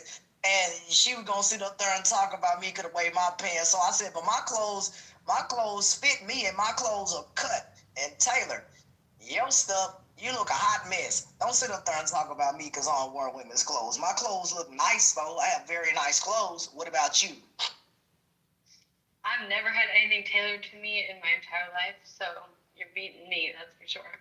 But your point about like going back to the Gilded Age, I think is the entire fucking point, right? Like that's everything about the Gilded Age is exactly what MAGA and Trump and the quote unquote and Republicans, which I don't know if that party necessarily exists anymore outside of MAGA, but that's what they want, right? They're deporting immigrants and colored people, and that's allowed now under the Supreme Court rulings now in the shadow docket, and they're getting more tax breaks to the billionaires, and they're like that's exactly the point, right? They want all of the shortcomings that you and I, who like want to see like growth and like other like minorities and like other people like, you know, become prosperous. That's what we want. They want the opposite. And like that's the entire point, right? Like that's the entire point. That asked me the dumb question, what does stand up and fight mean to you? And then when I answer the question, his dumb buck in a truck self ain't even in the room to even answer the question, or even when he was, he didn't answer the question. See, that's what I don't like about some dudes. I told this dude one time, I said, brother, I'm not like other women. You can talk to them other folks like that and all that, You ain't talk to me like that up here. I told that dude, I said, man, because one time I remember this older lady was trying to tell these men what to do to, you know, help move this stuff from this gate so this truck could get in. Well, we'll do it when we're finished doing this. Man, that lady got so dang on mad. I said, man, she got so mad and stomped off and all she that stuff. She could have done it in 5 minutes. Man, let me tell you something. She sent me in there and she said, I'm old. Go talk to these guys. I said, y'all got 3 seconds to get all this stuff moved and get it moved on the double and get off your phones. See that camera right there? I want you folks to smile. And that is idiots. That was the security camera and the owner of the business watching them stand there and talk on cell phones. And that lady said, hi. I see you on camera. Y'all need to get to work. They wasn't playing that stuff. You ain't finna sit up there on this woman's job and y'all sitting up there watching a game on your phones. We thought they was doing like business or something. They watching the dang on game on their phones because the lady can see it from the ceiling. She said, I can see what y'all doing from the ceiling. They down there watching games on their phone. Baby, that lady went off on them. So yeah, people gotta listen. Men gotta straighten up and stuff and not sit there and I told the dude, I ain't no you better call me by my name. Brother, we I ain't no you know what I'm saying? He don't, you know, he was like, well, I don't like you. I said, you know what, brother? I don't like you either. You know what I'm saying? Like, they dudes think some women intimidated. I told that dude I ain't intimidated by you. I'm 6'3", and I can move with you. Swing on me you want to. You maybe talk to that old lady like that, but you put your hands on me, you won't be walking to this job tomorrow. You got it, buddy? He was like, yeah, okay, I'm sorry. I said, yeah, because you're not finna talk to me like that. We was face to face. I ain't finna let no man talk to me like that. You crazy. He was like, I ain't never had no woman come up to me in my face. I said, well, today is the day. You got somebody that can match you and move with you. I'm in shape just like you are. Give a dang on, bro. I'm in shape too. These other women, y'all can talk to them crazy like that, because they may not be able to run or move or job or whatever. But you ain't gonna talk to me at 6'3", over 200 pounds. I'm gonna hit you back if you hit me. I played football. I'm gonna hit you hard. I told him, man, I said, I'll tackle you hard enough to break your leg. When I played football, I hit a man so hard I broke his leg in 2 places. I told that dude, because you punched me on the bottom of the pile when the whistle blew, you can't do that. He punched me, right? In my stomach. So I said, okay, cool. So I went over to the sideline, right? Because that hurt. The coach told me he put this, I don't know what it was, some kind of, looked like a flat jacket around my stomach. So I went back out there. With this, looked like metal, but it was a flat jacket to protect my organs and stuff. So he like night armor. Yeah, he was for football. So he put it on. He said, I want you to put this equipment on. So I put this on, and he out there punching me under the pile, but I can't feel it. So he was like, well, there. So when I made the pull around to get him, he thought he was going to lowball me. Oh, no, I took his legs off from under him. He was looking at me, man, you on a stretcher, and I'm in the game. I said, you up here punching me.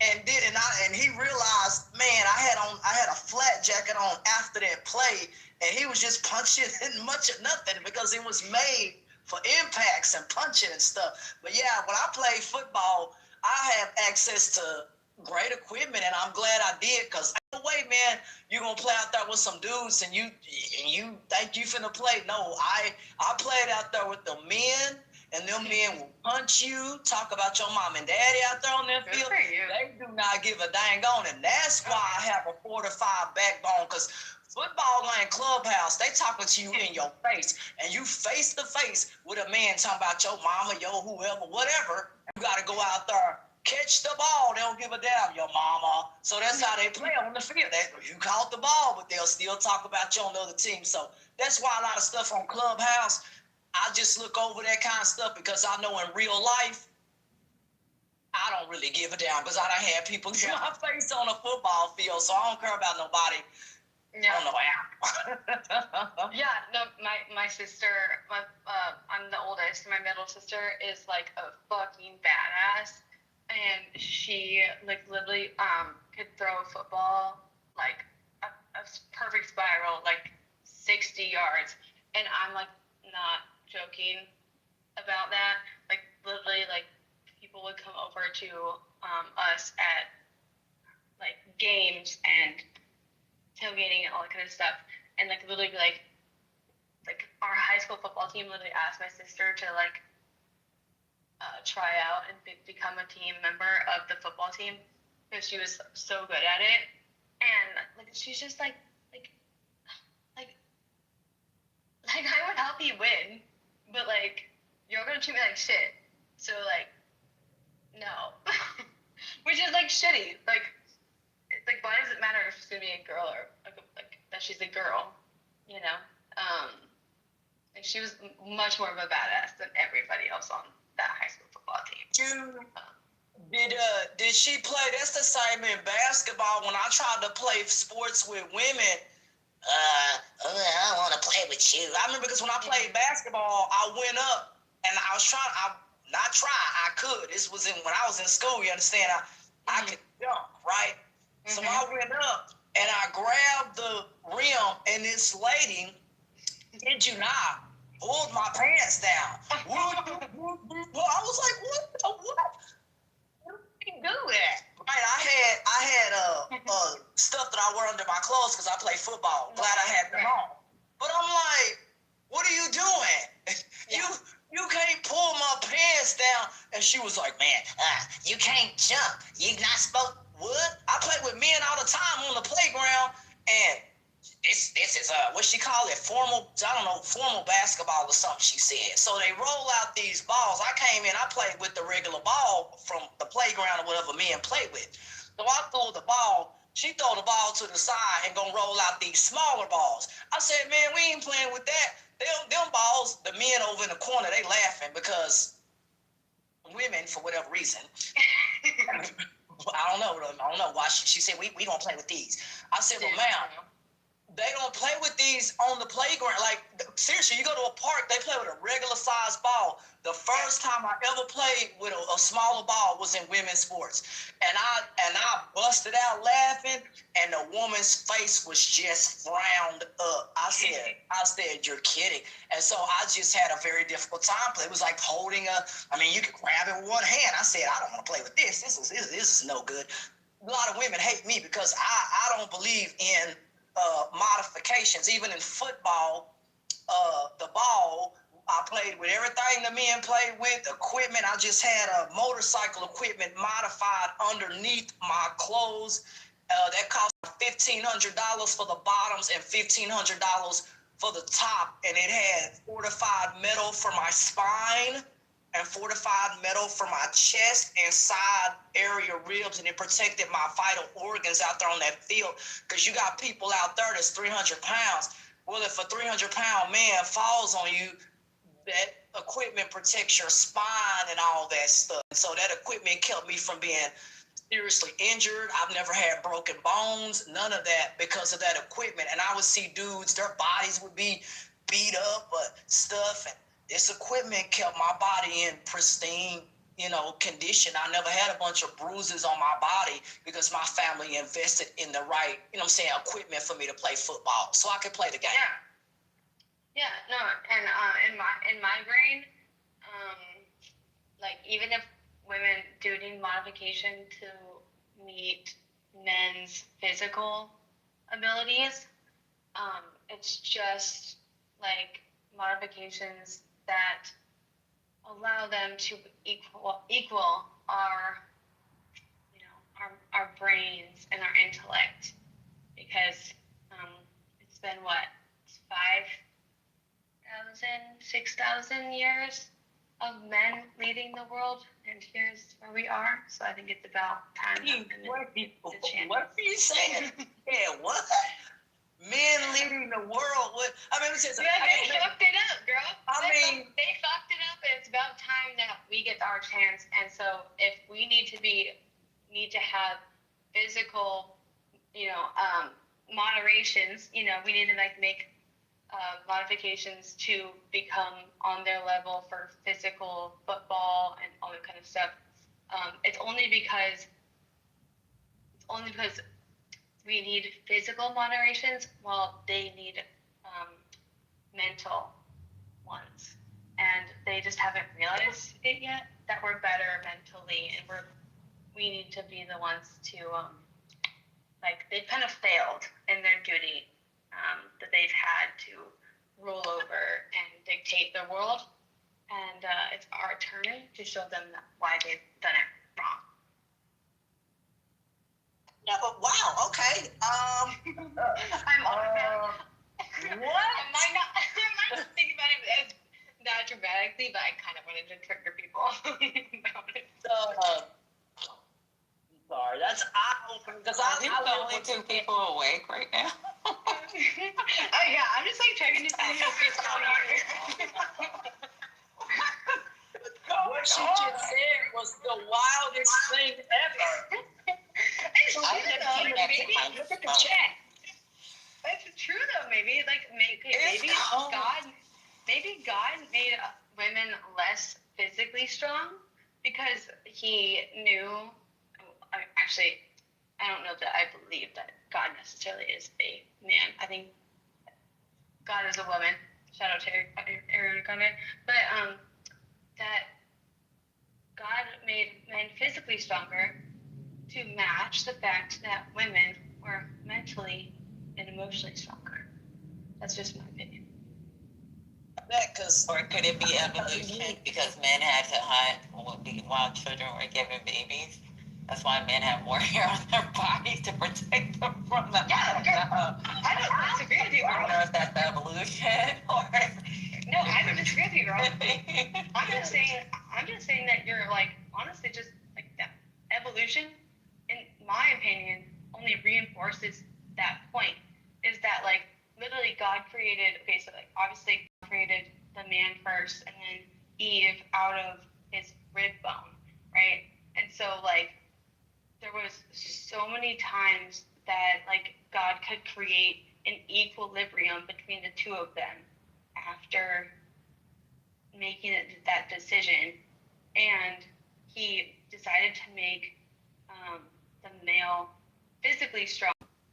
And like honestly, throughout the Bible, you see Jesus like like Mary Magdalene. You talk about like Mary herself, like Jesus' mom, like. They're just like you constantly are seeing like mentally strong women throughout the Bible, and so like I honestly think that like you see, no offense, I really am not trying to be mean. You see physically mentally strong men too when Job and all his things were taken, and God cast, God said, look, if you come to me in the story, and Paul and others. So men, I meant more so, and you're maybe different as well. I more so gravitate more to men because I learned masculinity. I learned from men if society fell apart. No offense to any women, I'm a woman too, but femininity in society, when society breaks down, it doesn't help me. I told somebody it doesn't help me. I need to learn how to fix something. I need to learn how to do something with my hands. My grandmother said, you work by the might of your hands and the width of your breath. You learn how to work on cars. All these things women were not willing to teach me. They wanted me to be in a kitchen. Because I grew up in a small country town, and I told my grandmother, I said, why is it that females are assigned to do these things? Because these things that women are told to do are flat out boring. And she told me, she said, sweetheart, at 6'3" and your height, you can do whatever you want because you have the ability to do it. You don't have to cook if you don't want to do that, sweetheart. You don't have to. My grandmother told me I don't have to do this stuff. She said, hey, if you want to learn what men learn, I'm going to put you in driving school so you folks can go down there and learn how to drive the cars outside. My grandmother told me I want you to learn, not just be. And so when women are just here to be, I'm not finna be your servant. I'll fight you in the parking lot. I ain't doing that. I told the dude, if you want me to be your servant, go to the military for that. Go to your mother for that. Not me. Because I'm a kind of person, I'm going to protect you just as though you protect me. But at the end of the day, I don't ask very much from a man. The only thing I ask for, I don't need you to be my protection. There's a gun shop around the corner. I don't need you for that. What I need, well, it's the truth. What I need you for is to be yourself. I need you to be respectful as a man and do not try to run me. And a lot of men, a lot of times, they try to run women, beat women into submission. Some, not all. And I ain't that kind of woman. I told a man, you ain't finna, I'm serious. You ain't finna control me and tell me what to do because I saw a woman get slapped by a man in an apartment complex, and this one dude, he said, hold on, and I knew him, and I knew what he was going. He said, I'm going, and he bolted in there, and he got his gun because he wasn't going to see no man slap no woman down. Right. And so at the end of the day, I was running down the sidewalk and my friend running the house to get a gun. I'm running down the sidewalk and the dude wants to turn to like he wants to, swing on me. Man, shoot, I told that dude, look, just stay where you're at. Don't be coming up on me and before I knew it, we were swinging. I said, shoot. And the woman, she ran. They gave her a chance to get away. And I'm punching this dude and stuff. And once I got him on the ground, because I'm not going to stand up and fight you. When he swung at me, he missed. I ducked. I didn't want him to hit me with a left. I mean, he was swinging with all he had. You didn't train me then. Man, and when he swung, man, I stuck my leg out like football and tripped that dude, man, and stuff, and was hitting that dude. Once I got him on the ground, he didn't know what to do because I was able to maneuver this dude, and I was slamming him into the sidewalk. I said, bro, I'm not the one. I said, you can hit somebody else, but if I get you on this ground, dude, it's game over. And my grandmother and my coach, he was in the military. He taught me, he said, if you can learn how to fight from the ground is going to save your life. If you can learn how to fight from a wall, meaning a sitting position, if you got somebody up against the wall, a building, and you kick them into that wall of that building, they ain't going nowhere. You're learning how to use what is in front of you as a female so that all of your height, all of your bear down weight goes into an object like a building. And that dude didn't know what to do when I put him on his butt and he was sitting on the sidewalk. And I said, bro, because you're not going to slap no female. He slapped that woman to the ground. And that woman wasn't no big old tall woman. She was only, we knew her height because she told us before. The lady was only 5'6". 5'6", you can jump over that, But she couldn't fight this guy, right? And my friend, I was so also lucky that he had a weapon. He's also looking out for me, but he realized that I could also take care of myself. And he was like, I'm grateful that I don't have to shoot somebody. You know what I'm saying? Because at least fighting this man, he realized that there are women that can, somebody thought it was two men out there fighting with somebody up in the window called the police and said it was two men fighting and has another man on the ground. And when the police, not wrong. No, because I told the guy, the police, I said a woman was just slapped down out here to the ground. Yeah, that would definitely change their response. 100%. Yeah, and his response was totally different after he found out. And the woman came out that was, assaulted by the police. Yep. That man ended up going to jail. Yep. Not me. because I told that police guy I was defending a woman, and so and he thought I was a man. He said the description was 2 men were out here. Where's the other man? I'm sure it was black and white, right? And so it's like, yeah.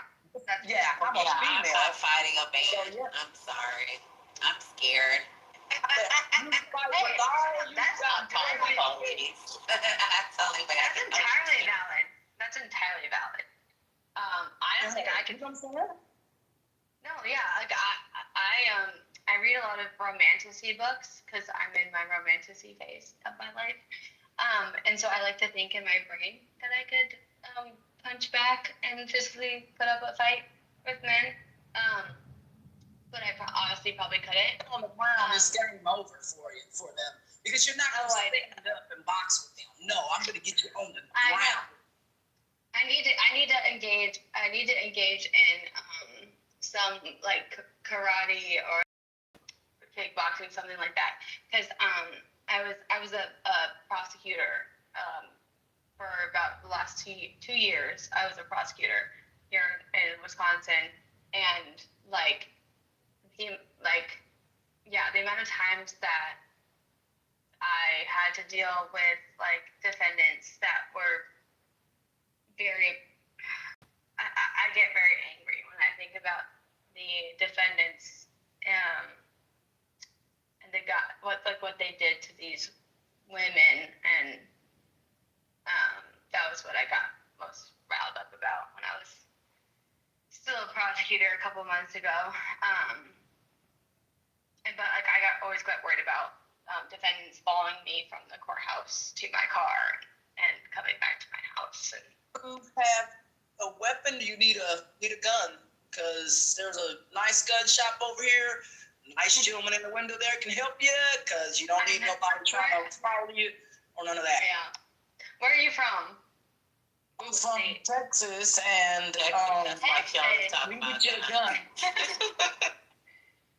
Okay, I can't, so my fiance, we have a hunting dog, and she hunts pheasants, and he hunts pheasants and turkeys, and we're a hunting family, but I went to college and did psychology, criminal justice, and then went to law school, and then did like bar prep through the pandemic, and I just after all of it, I'm a good fucking shot. I'm a good shot. I am a good shot, but and I've done the handgun, the and the what do you call? But every time there's a mass shooting, they call it the rifle. What do they call it? It's like the semi-automatic. What?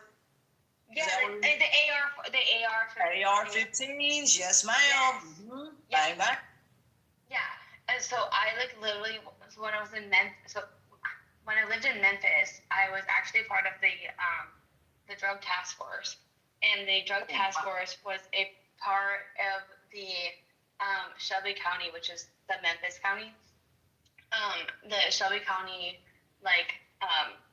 police force, and so I got to literally go and do ride-alongs with the drug task force and help with train drug dogs, and but I also got to go to the shooting range day, the practice for shot. Okay, that's obviously not the right terminology whatsoever, but turns out I'm a fantastic shot. Training day? Is that what you went to? Something called their training day? They kind of open that up sometimes to the public. Training days. Those are fun. Everybody in this room on the bang. You guys should go to training days. You will like it. They show you guns, how to clean them, all that. You will really like it. It'll be really fun. Okay, actually, so now that you explain that, no, that's not what I went to, because since I was an intern with the police force, it was an internal. What I went to was and obviously like police officers and like special forces do like, quarterly or like, whatever the timeline is, they do like training for like targets and like gun training, right? And since I was an intern at the time that they were doing the like target training, I got to like partake in it. And so like no, it was like literally it was just me and one other intern and just the rest of the police force. And like yeah, I got to like do like the AR-15 like on the I got to like lay on my belly and like aim at the like target, and it was like a bunch of different scenarios, and it was really cool. Like I don't hate on people who like guns because it's fun. Yourself, you're not a man. I told this guy one time, an older guy, he said, you're gonna need a man to help defend you. I said, brother, no, I don't need no man to defend me. But dude, I'm a better shot than my fiance. Myself, thank you. I ain't gonna, man. You got a gun? I told somebody, this ain't New York. Ain't nobody finna fight up here. Ain't nobody fighting in Texas. People shoot you here. Yeah, exactly. Like, if you think about it, for like a quarter of a second, like, okay, well, if, in my opinion, this is me getting controversial. And so, like, if you like think about any GOP, especially right now, Republican, talking points or like quote unquote policies for more than like 30 fucking seconds, then you'll be like, oh yeah, okay, that does make sense. So the same thing with like firearms. Like, okay, if like in my opinion, especially with like Trump, because where's Melania? There's still a hardcore attempt to make sure that the patriarchy and like women are like not a thing. I mean, like look at like all of the vacant women that the Trump regime has fired. I mean, like there's a million of them. And like so, but if you're gonna like want women to, you want firearms. Women are typically better at detail-oriented tasks, which is, in my opinion, exactly what being a like good like sharpshooter is all about.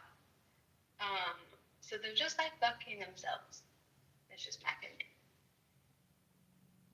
Women are better at shooting when they haven't shot before because they take direction. Yeah, and we're just like better at multitasking and shit. Huh? We're just better at multitasking and shit too. So like even army, like when they train women how to shoot, like when we tell them use the meaty portion of your finger, your breath control, they actually take everything into consideration, and they're usually faster at getting their zero and then faster at actually. Is that different from what they do with guys? In the military than to shoot then because or become snipers, because when I look up records, it's mainly men who have obtained shooting records, and a lot of that has to do with policies in the military too, where they don't a lot of times want women on the front lines. I got in an argument with a dude. I said, if a female wants to sign up to participate on the front lines, they know what they're getting into. Don't squander, and women can't do it just because you're a female. And a lot of times, men. Now, this isn't like Vietnam War, so like there is no front line anymore. So like wherever you are, because of urban fighting, there's no longer a front line. But yeah, women are usually better at shooting. It's just their participation in combat MOSs that hasn't been open to us. And then now that they opened it and they're trying to close it under this administration, right? It's gonna make it even harder for us to be. No, I totally agree with you. Which like begs the question, like, okay, so like if we're better at sharpshooting and we're better, okay, honestly, we're better at sharpshooting. We're better at probably negotiations. We're better at like honestly avoiding war in general. We're better at like being honest, like multitasking and which in my head at least, multitasking underscores like like spy operations and all that whatnot. And so in my head, I'm just like, what the fuck are y'all doing? Like, why do y'all men think that you can do this? Because it has been, I'm sorry, it's been obviously 2025 years since Jesus came down and sacrificed himself. And before that, it was like what? So it's been like 5,000 years of men just fucking failing. And like nobody's ever been like, hey, let's like give the girls the reins because all wars have been fought by men. Like what? Like the audacity of men in my head is just like astounding. Okay, I'm done now. Yeah, that's the patriarchy. But there's benefits to patriarchy too. So I don't know. No, yeah, I don't think it's fair. Say that again. Say that again. I couldn't hear you. I said that's the patriarchy, but there are also benefits to the patriarchy. Like I just don't know. No, girl, no. That's the patriarchy telling you that the patriarchy benefits you. Because the benefit, like, if honestly, like, obviously, if you disagree with me, girl, you do you. We can totally disagree. Yeah. I would love to go back and forth, but I would consider the fact that the patriarchy and whatever sources and like what you're looking at, probably is benefited by the fucking patriarchy, and that they don't want to be wrong. Like it took me a long time to like be like cool with that because like my dad is a great guy.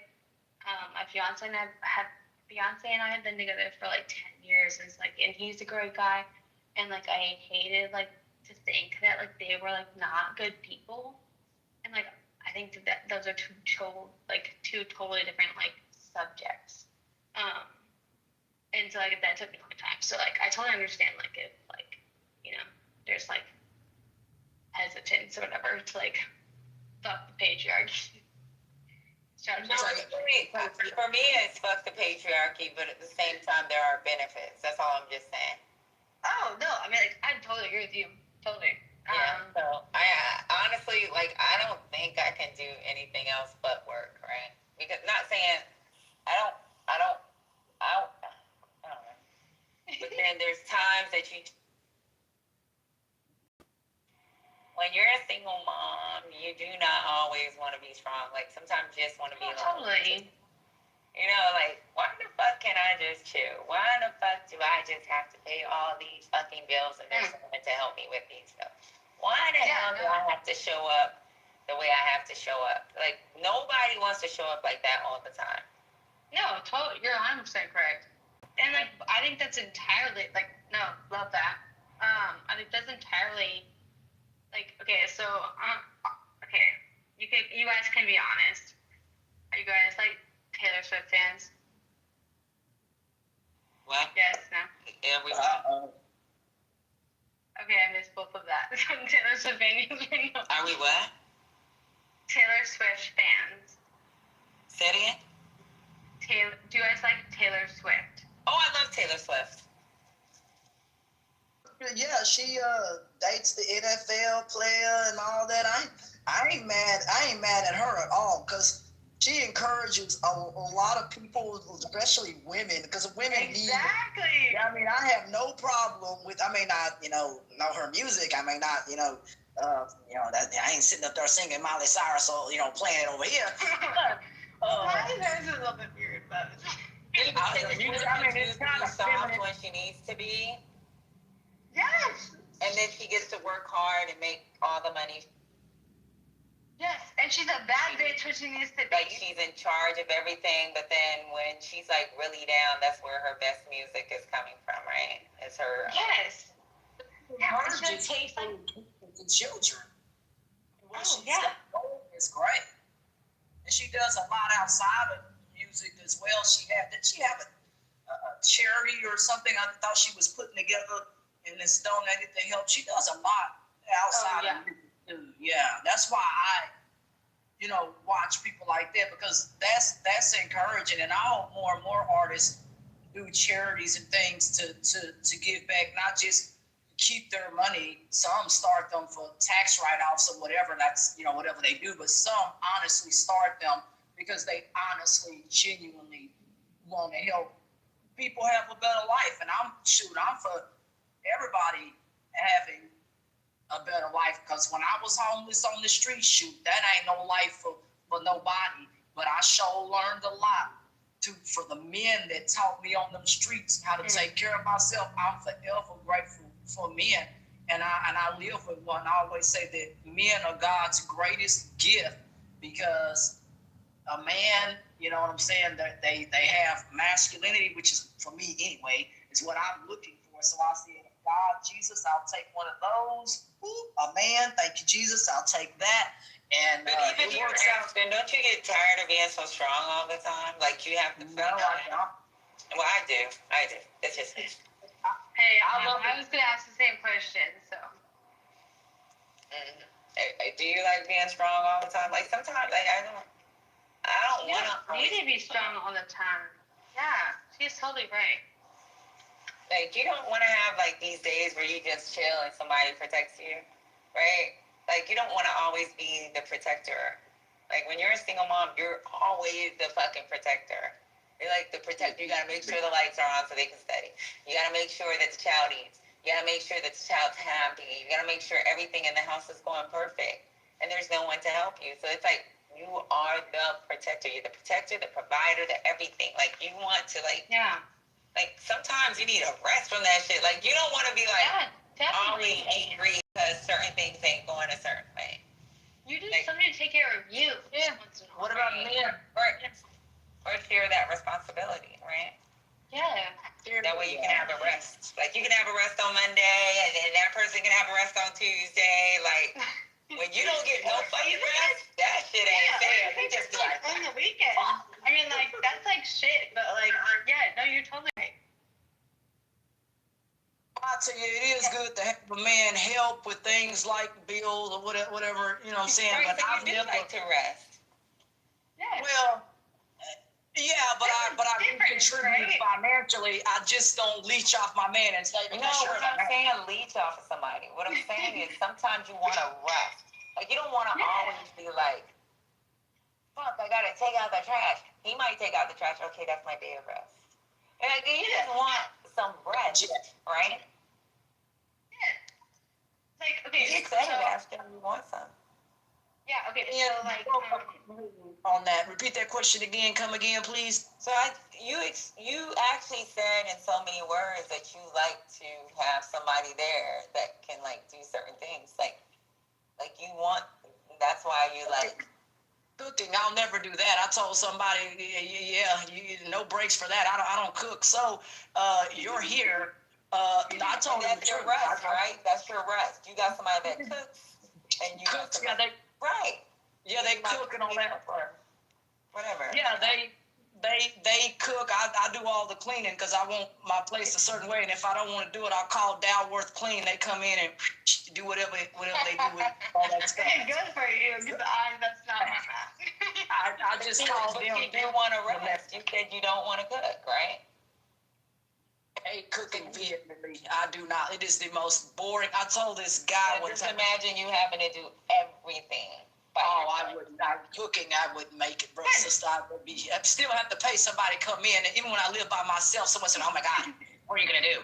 Well, you tell something. There was an older lady downstairs. I ain't gonna lie to you. I paid this older lady. I said, "Hey, you need gas for your car tomorrow?" Provision. You're depending on someone else to give you that providing.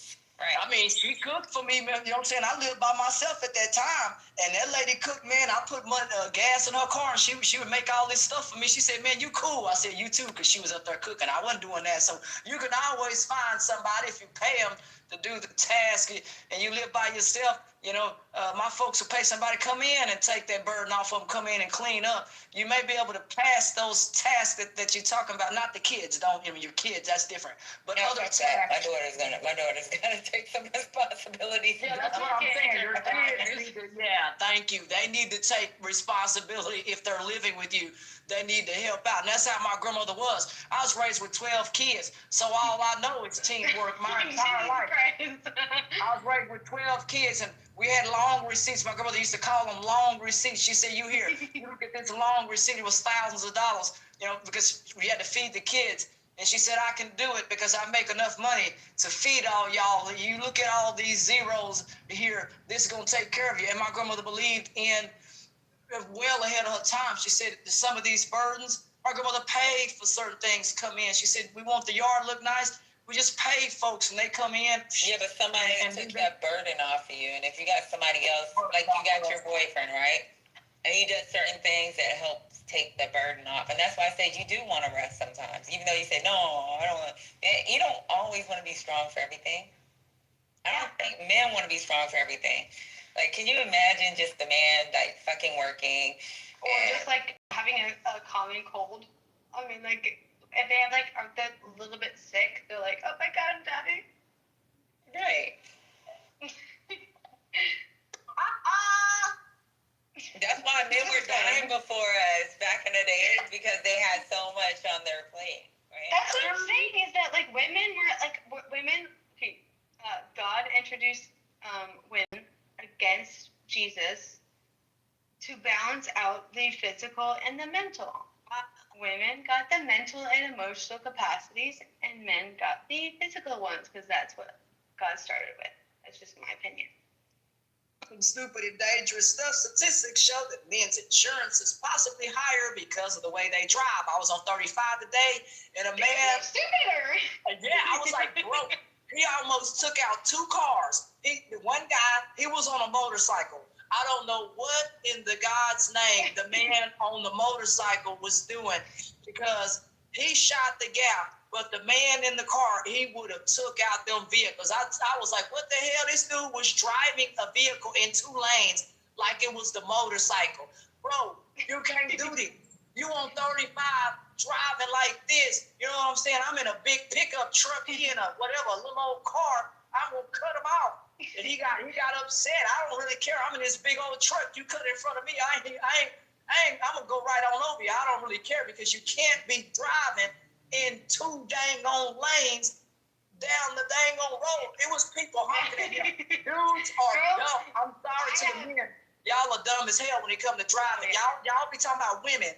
Please don't talk about women. A lot of dudes are dumb as hell, and they would kill somebody, possibly could have killed himself. That was really dumb to cut me off in a god doggone, them big old dually trucks with the, y'all know what I'm talking about. Them big dually trucks that's got the big wheels, 2 wheels in the back, them big old trucks, megaton, they heavy. And that little bitty car would have been squished if he would have cut me off in that big old thing. Yeah, no, as I was I was like literally in the courtroom for literally 4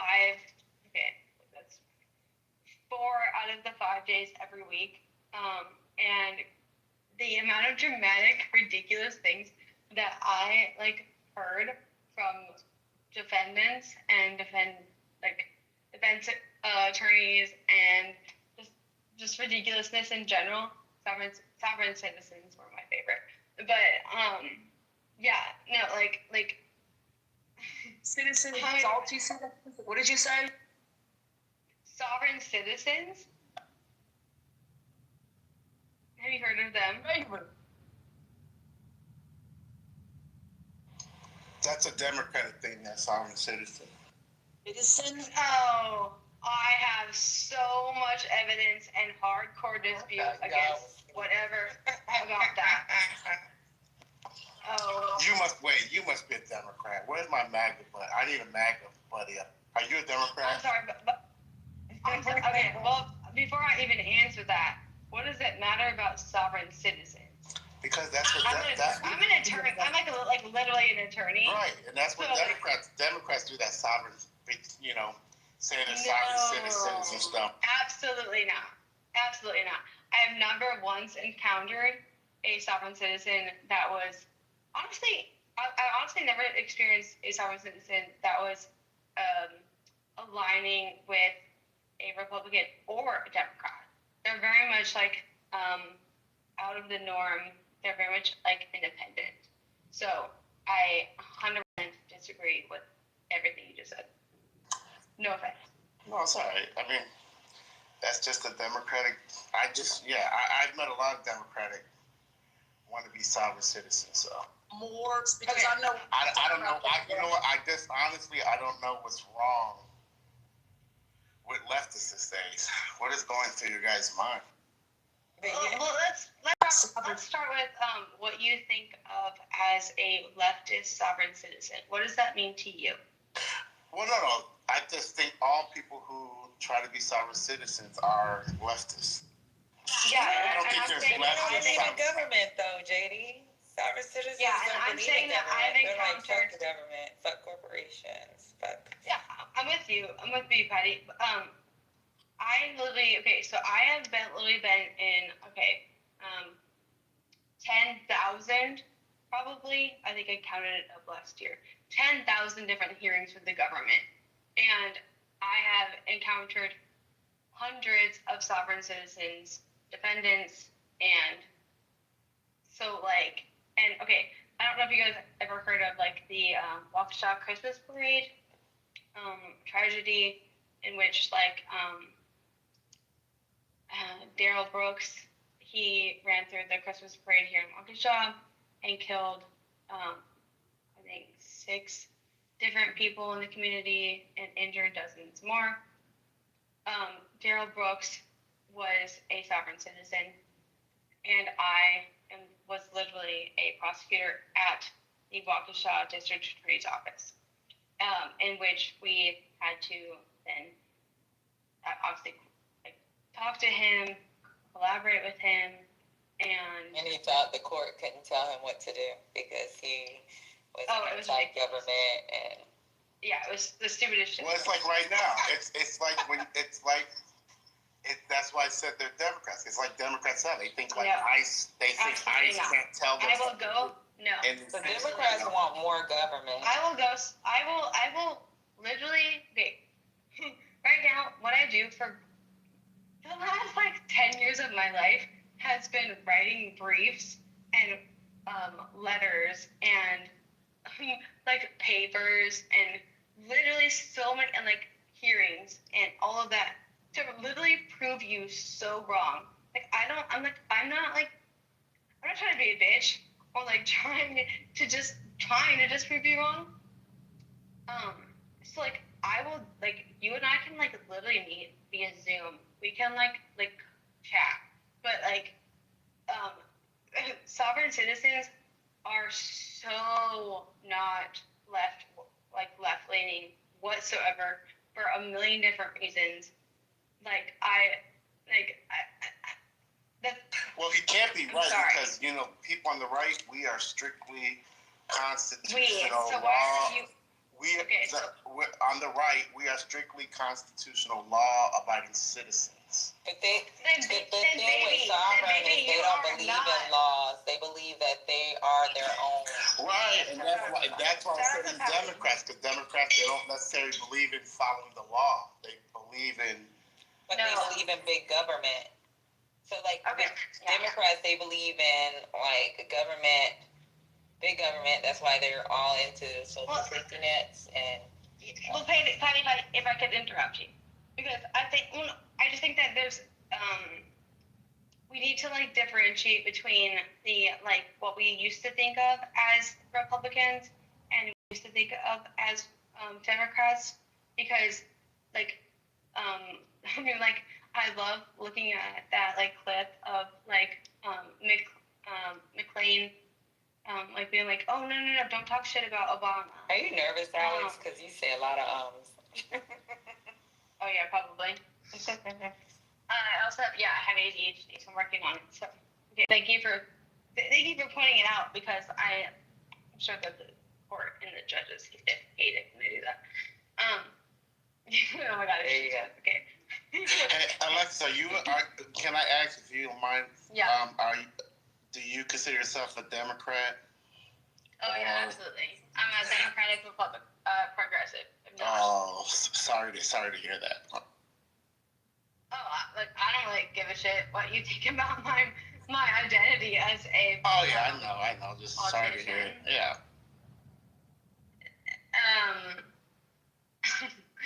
I guess. For a Democrat, dude, I thought you were like, you're not. No, I'm Team MAGA. What are you talking about? MAGA all the way. Y'all want to let me blow y'all's mind? Okay, so I actually voted for Trump in 2016. Yeah, I did, and I'm so I apologize, and I apologize. Wait, what made you vote? Why would you apologize for something like that? And what made you change your mind? You should have stuck. I'm sorry. Have you seen the state of the world? The world. The world. I mean, where are we Let me ask from you a for question. America? You're a lawyer, though, right? And you do a lot of research. Well, you have paralegals, but still, you still have to read behind what they research, right? Okay. So in 2016, I had not yet graduated college, or gone to law school. I also have never had a paralegal. Well, you haven't had a paralegal. That means you had to do your own research. Yeah, I did. So you have to have some type of love for that, right? Yeah, no, I'm a total fucking nerd, which is why I me too. I'm a nerd. Believe it or not, I'm a freaking nerd. So what do we have to do to get you to vote for him for his third term? What do we need to get? I'm so sorry. Okay, I'm sorry. No. What are you talking about? I'm saying what would help change your mind to vote for him again when he runs for his third term? Okay, wait. I need there to be like a video portion of this like chat because do you not like hear yourself when you talk?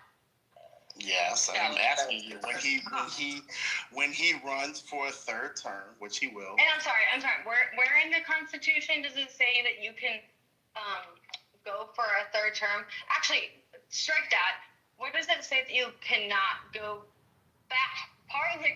He's going. Look. I'll tell you. He's gonna become. 22nd Amendment of the Constitution. So I'm sorry. I need you to override not just the Constitution. He's gonna become speaker. He's gonna become Speaker of the House, and then he's gonna success. He's gonna succeed into it. Yes, but you're wrong about that too. No, lawyers are already disputing the term succession. There's lingo in there. You're wrong about that too. Constitutional law attorney from the constitutional law. You're wrong. You know what?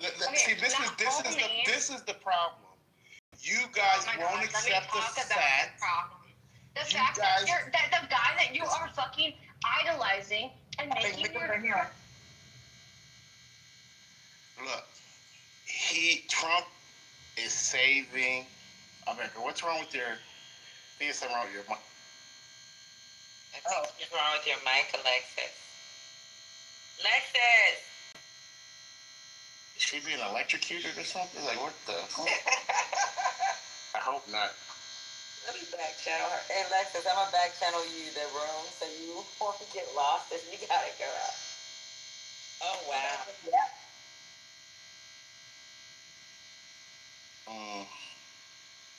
I hope she didn't stick like a fork in the outlet or something.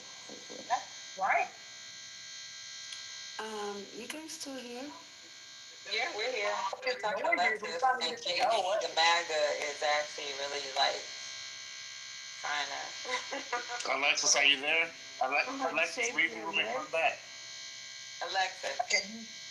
Let me turn off her mic. Maybe she's shaving her legs.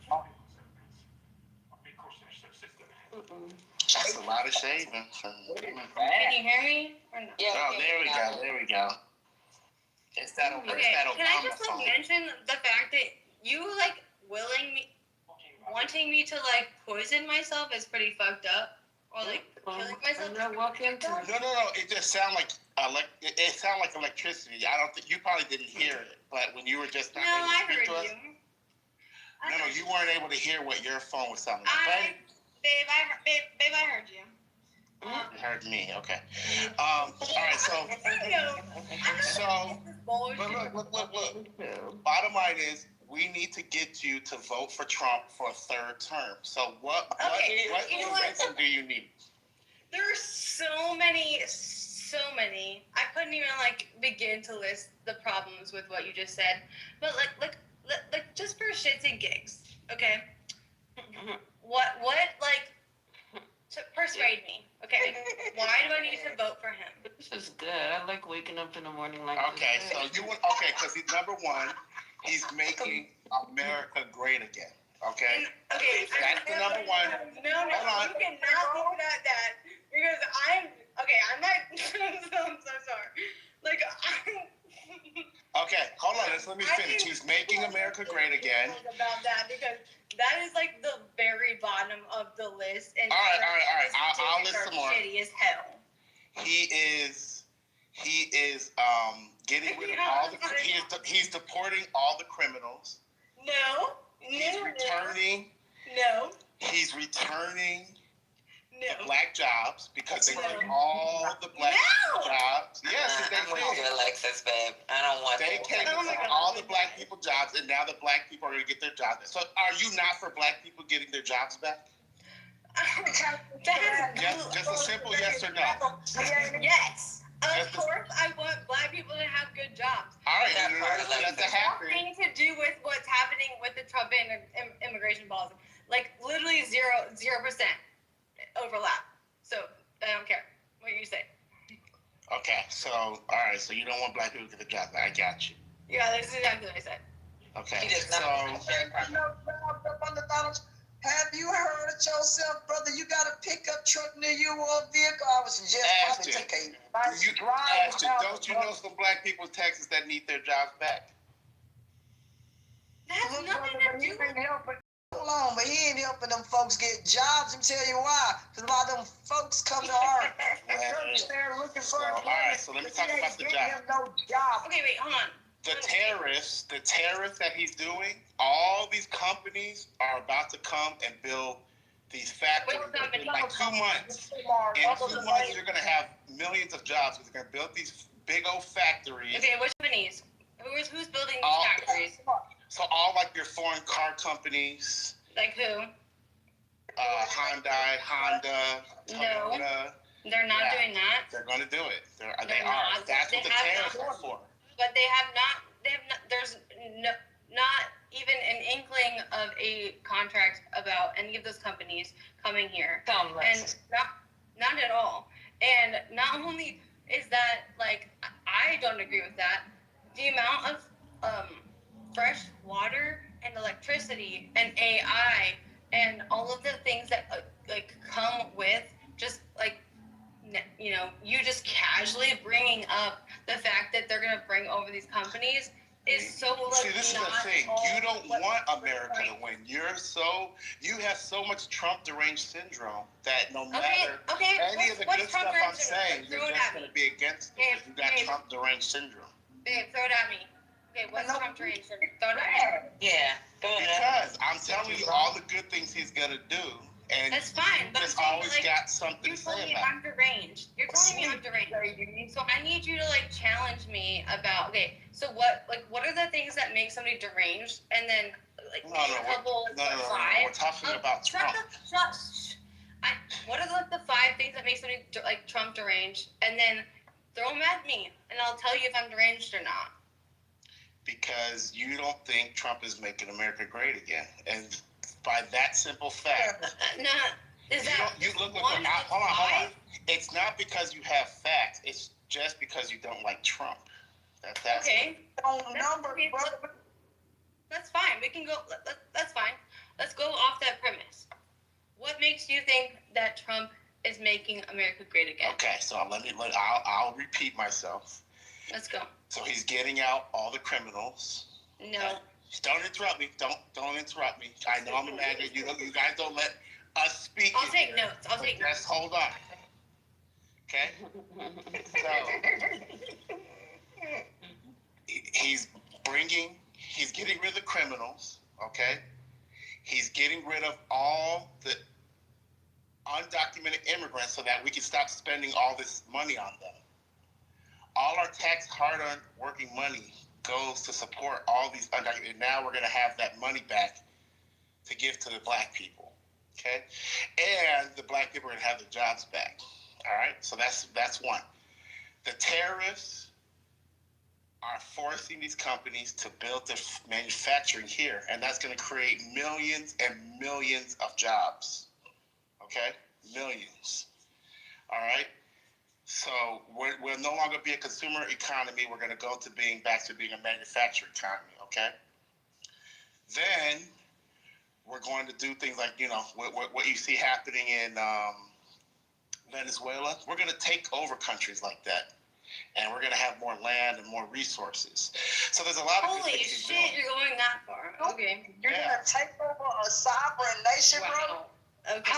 What in the God's earth are we doing? Can I say something, Lord Jesus? Let me tell you something. And I know this may not sound good to you, but God didn't give you that right to go into a that's sovereign, that ain't done nothing to you.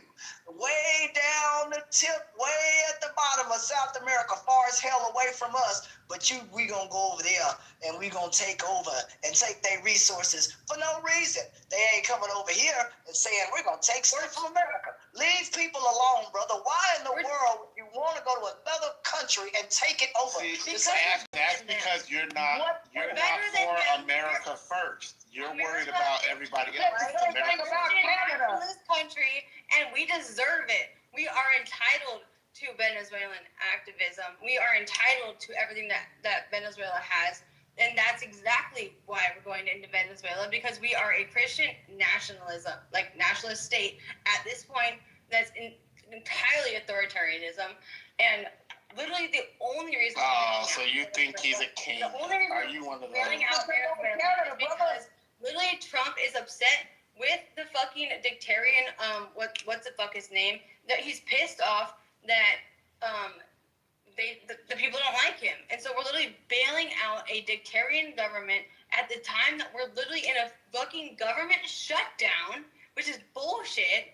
And it's insane to me that anybody can literally give an argument. So tell me why I shouldn't vote for him. Shut their borders for his third term. Why should I not vote for Trump for his third term? Get one. You keep Christ. Convince me. I'm with you, Alexis, girl. I don't even know where to start at the moment. When you give a point, let me just rebuttal it, but I'll do it quickly. Okay. Oh my god, I literally don't know where to start. Okay, so I'm from Iowa originally, and my family is I grew up in 4-H doing corn farming and cattle beef farming, Angus farming, and so I have 3 questions based off of recent events. 1, why would we, after bailing out Argentina, literally decide to bail them out, give them $20 billion, and then fuck our farmers and import beef from Argentina when literally our farmers. Alexis, our farmers are charging too much money for beef. We need them to lower the prices. Since they didn't want to do it on their own. I'm sorry. Is your dad and grandpa beef farmers, soybean farmers, and corn farmers? Yes. Yeah. Really? No, they're not, but I get your point. Yeah, no, I could literally put up a picture of me showing beef and doing corn. That's what. Okay. I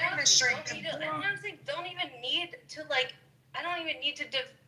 So you don't want me to vote for Trump because he's charging? He's buying. I want you to argue to me. How is bailing out Argentina at $20 billion during a a government shutdown, and also at the same time demolishing the East Wing, like America First. Honestly, I don't even need to. Well, that's with private funds. It's not your tax dollars isn't paying That's for that. you are so that's insane. If you actually think that that's what's happening, that is. Well, that is what's happening. Oh my God. Okay. So how come the Democrat, if that isn't happening, how come the Democratic people in Congress, I'm sure they can look into it, and they would see that funds are. They are looking into it. They've already identified that funds from taxpayers are going. 20 different actions in which Donald Trump, I think this was like 2 months ago, by the way, 2 months ago, 20 different actions in which that Donald Trump should be impeached. 2 months ago. So you don't think people should have a place where they can dance during rough times? No, I don't think that. See, that's the problem. You gotta lighten up. I don't think that the people who are literally starving to death, the people who are literally making it paycheck to paycheck, who literally need government help to literally stay warm at night so they don't freeze to death. No, I don't think that they give a fuck where Donald Trump or our president or the people's house dance. That's a load of bullshit. That's exactly what that's exactly what the founding fathers were. But why don't you go after the companies that are donating the money for it? If you think that that's true, then you're not American. Then why don't you go after the companies that are donating money to get this built? No, that's true. Right. He's African. You know how these Africans be coming to this country, be trying to push their conservative values. Yeah. No, I agree with you on that point. So, but you just said a minute ago that it was being funded by taxpayers. Now you're saying you'll go after the private companies that are donating. So I'm confused. I literally never said anything about going taxpayers doing anything. I'm not saying that I'm against that, but I never said that. Huh? Okay. I'll say something about this here that concerns me. Why are we giving, this lady just said, $20 billion to a country for what? And why are we doing that? Is there oil over there? Is there something Donald Trump is trying to? He said the same thing with Canada. He wanted to somehow either buy them or we were going to go to war with them. Like, what the hell are we doing? We're just taking over sovereign nations. Is that what we're doing? He's never said we're going to war with Canada. Listen, so, where we going? Either way, no, he asked them to merge. He asked them to become, part of the United States.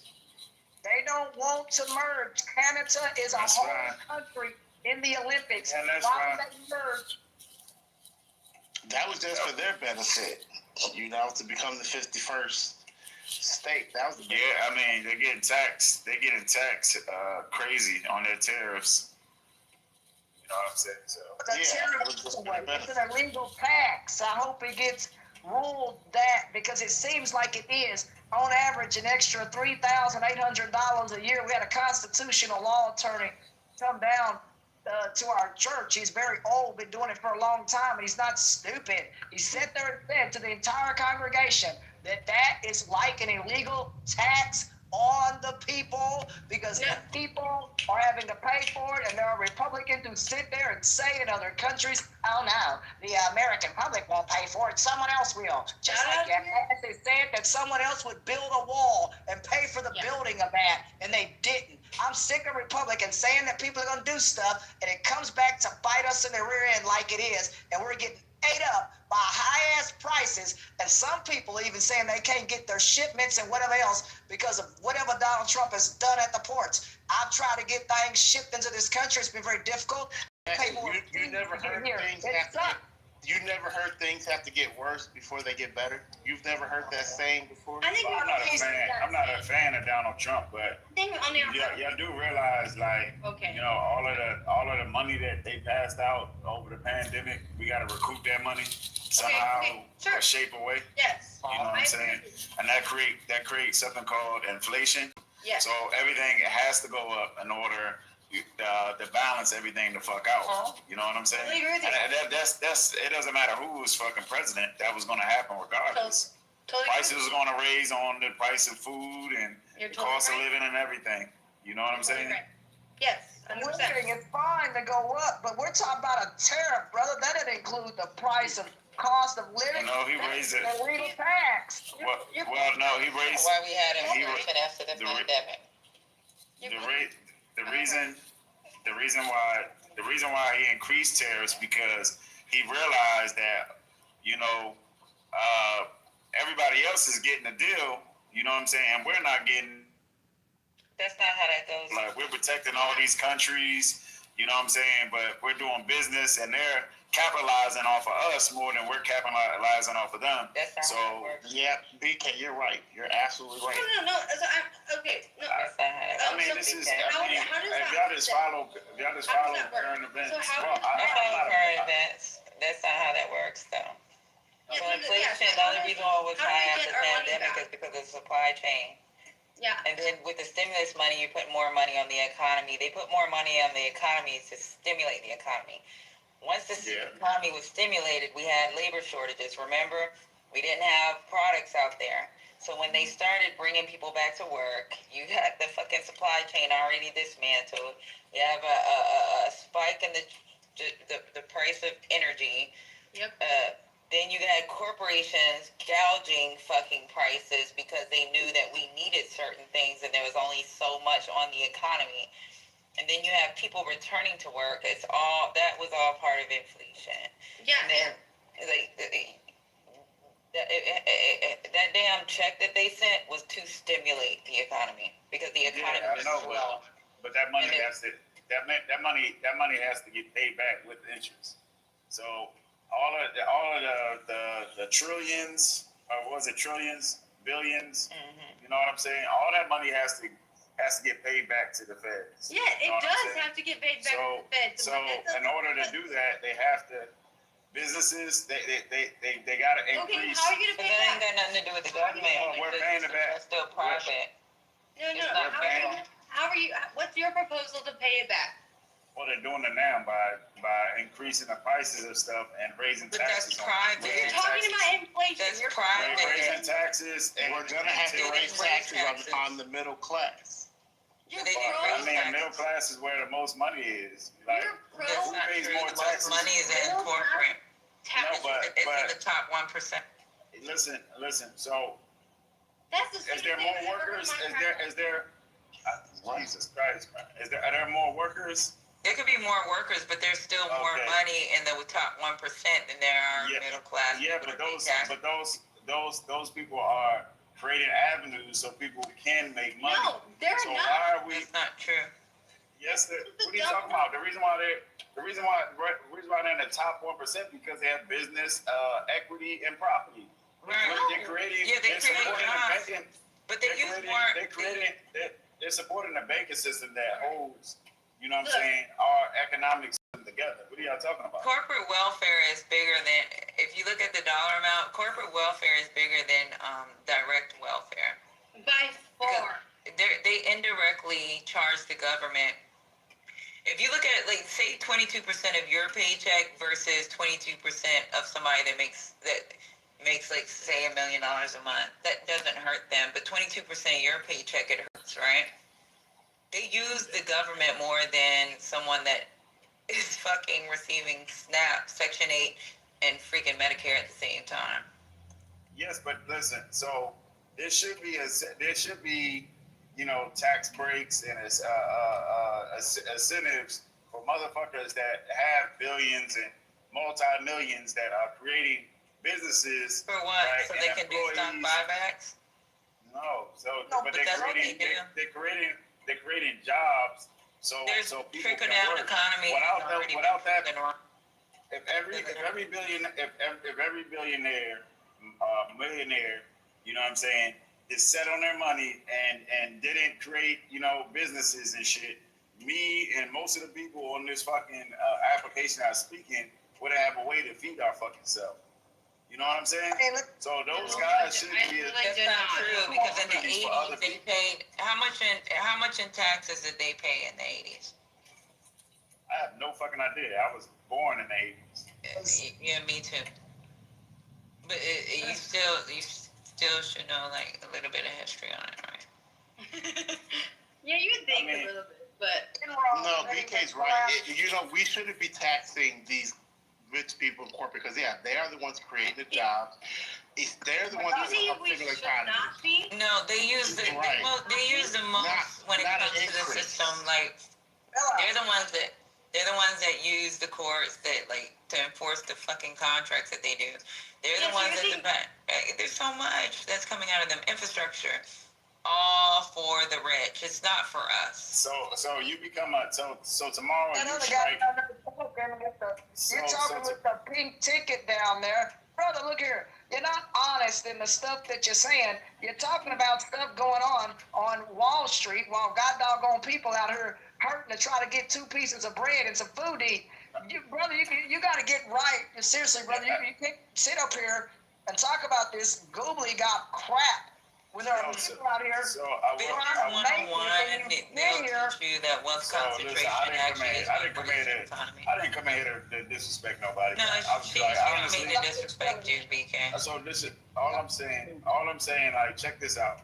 Tomorrow, you win a lottery ticket for $1 billion, right? You say, you know what? I'm not gonna spend this whole $1 billion. I'm gonna go ahead and, open up some businesses, right? And hire some staff members and then give some of it to donation, you know what I'm saying, to the people in need, right?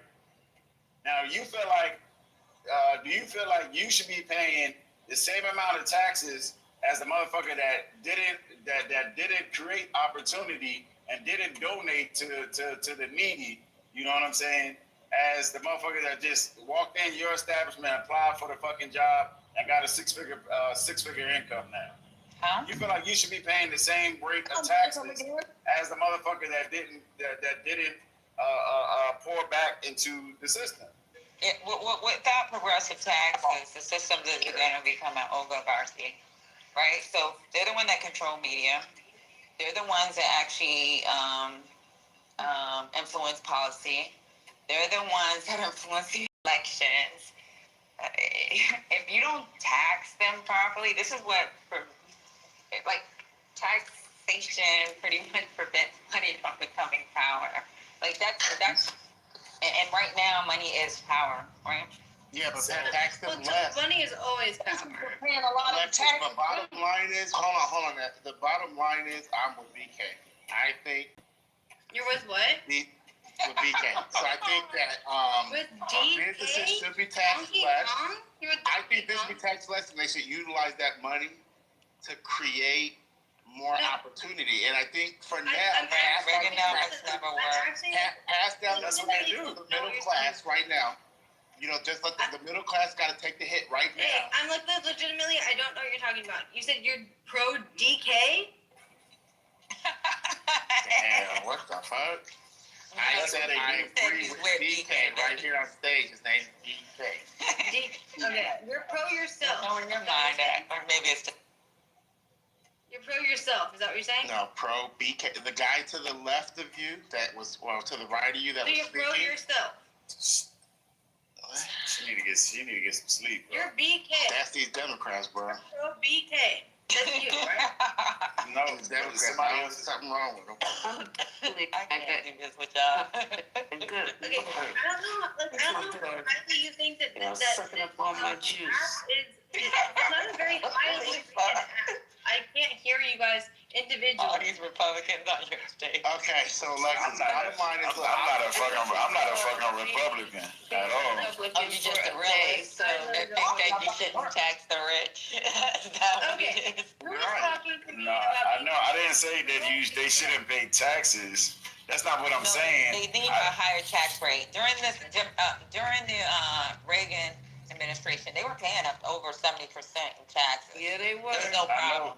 I know, but listen. What he did was so, he decreased the taxes down But to what, Patty, they 35%, 40%. Reagan loved Harris. So I get taxed. So I'm paying associates. I get taxed on the buildings that I own. I get taxed on the products that I purchase. They tax on and then the money that and then you tax the money.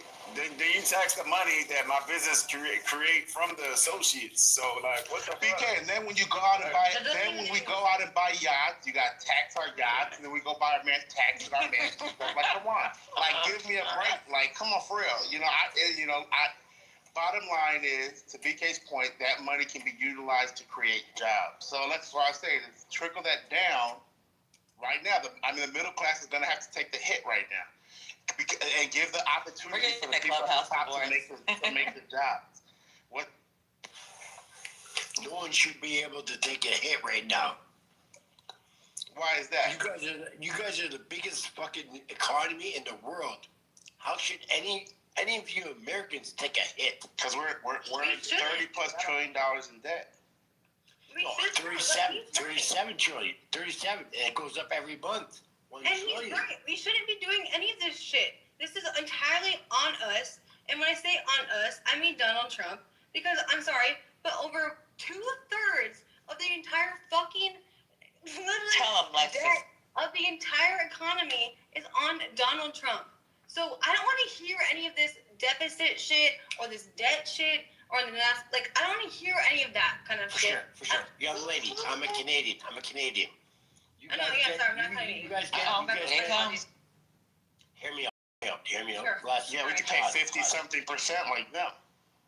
So listen, man, you guys get our oil.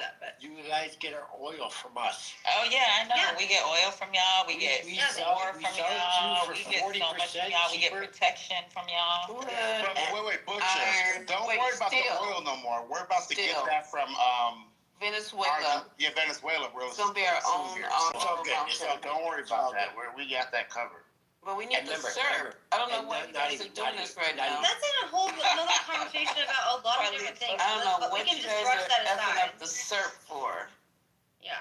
What the fuck? But you guys are ready to attack Venezuela. I don't understand that. No, we're Yeah, not me gonna neither. attack them. Why are you talking attack? No, he's right. We are. But We're not gonna attack. We're not gonna We attack are them. trying to attack Venezuela. How do you guys think we get? I thought we were just gonna kick down the door and walk the fuck in. We're attack what? Guys, but let's be honest. Look at all the drugs. Look at all the drugs that they're bringing over here in the speedboats. Last week, all these drugs. Right now. See, this is the problem with Democrats. So you got all these drugs. And you got someone who's trying to stop it, and you guys are interfering with that. It makes No offense, brother. You guys should be happy that we're trying to get rid of these drugs. Exactly. You guys should be happy, but you're complaining. That's all you Dems do is I complain, apologize. I'm not Democrat or fucking whatever. But remember, if there's no supply, there's no demand. So you guys were using. Actually, hold on. You say no supply, no demand. What do you mean by that? And when I ask what do you mean by that, I mean what is your solution to what do you want people to do to not be in demand? How do you solve it? If there is no supply, there'll be no demand. No. And then we get rid of the president, and we don't have to ask permission to get rid of it. Doesn't matter. You know, don't worry about it, girl. Me and Ashton have your back. If handout Kamala Harrison became president, we would be in a deeper hole. I'm just saying, we would be in a deeper hole because and their plan. Hold on. You said and her plan. I'm not on nobody's side. I'm not a Democrat or a Republican. Kamala Harris' son. Did she get married? Well, whatever you want to call her. You know, I'm not a fan of Trump or her. But what I'm saying, if she became president, we would be even in more trouble because her bill and their policy, right? They wanted to pass out a whole bunch of money You know what I'm saying? They didn't want to pass out money. That's not how it was going to work. Yes, they wanted to give out money for to help people get houses. They wanted to build more. They wanted to fund. They wanted to fund. They wanted to fund.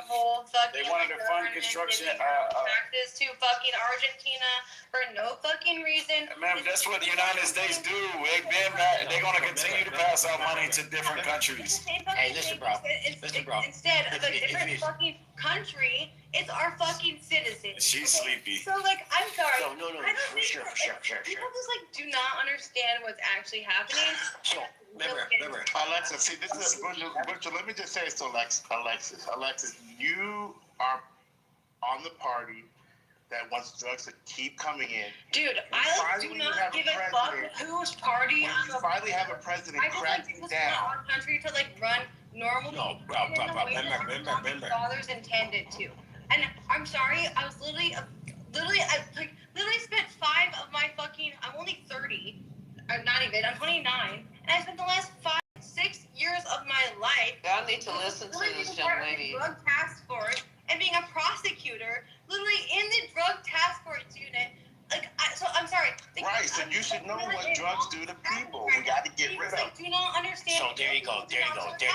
So the solution to the problem is you have to check the people in the state, because if there's no supply, there's no demand. No. What do you mean by that? No, that doesn't make sense. I'm open to that. It does. So it does. Actually, it literally doesn't. Remember. The supply is coming from Argentina. So you said, how can you stop the supply? How can you stop the supply in America? The demand is in America. We're not shipping drugs to Argentina. Argentina's shipping it to us. So to stop the supply, it's literally not coming from Argentina. Like, this doesn't even make any sense. We don't even share a fucking border with Argentina. Young lady. They're using boats. They're using speedboats. I'm done. They're using boats. It doesn't matter what they're using. It doesn't matter. You have to check yourself from the neck up in America. Because remember, if there's no supply, there's no demand. So if you guys don't need it in America, they wouldn't be sending it to fucking America. Butcher, what are you drinking? That doesn't even make sense. Fucking drugs are never. What are y'all talking about? Drugs are never going to stop. What are you talking about? They're gonna. When one thing get canceled out, another thing is going to come in. You know what I'm saying? Like, this Fetty epidemic. You know what I'm saying? This is like considered a new drug to the streets. You know what I'm saying? And once that die out, they're gonna find something else. You know what I'm saying? That's highly addictive. That people want to consume. You know what I mean? For sure. Every country is suffering from drug abuse. You know what I'm saying? It's just quiet in other countries. They don't put a big face on it like they do the United States. Butcher, hold on, because I was having a back and forth with Alexa. Butcher, if you don't mind. You're not listening. Okay, I'm gonna listen, but hold on.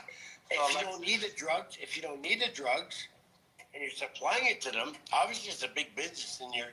So we're supplying the drugs to ourselves, is what you're saying? There you go. Oh, okay. All right. Thanks. Okay. They got a place in Canada that does that. We'll blow up our own speedboats. Got it. They got a place in Canada that does it, and that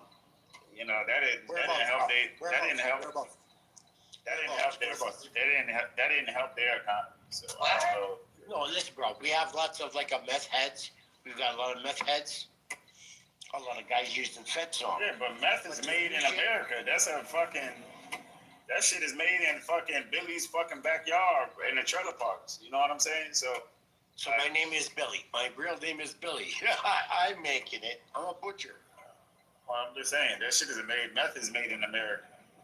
No, meth is made. Remember, the main drug you guys are getting is from China. All right, butcher, hold on, please, Alexa. So you did one point, so you haven't convinced me yet, Alexa. If you're still up, what are the other points? You're trying to convince me not to vote for Trump for a third term.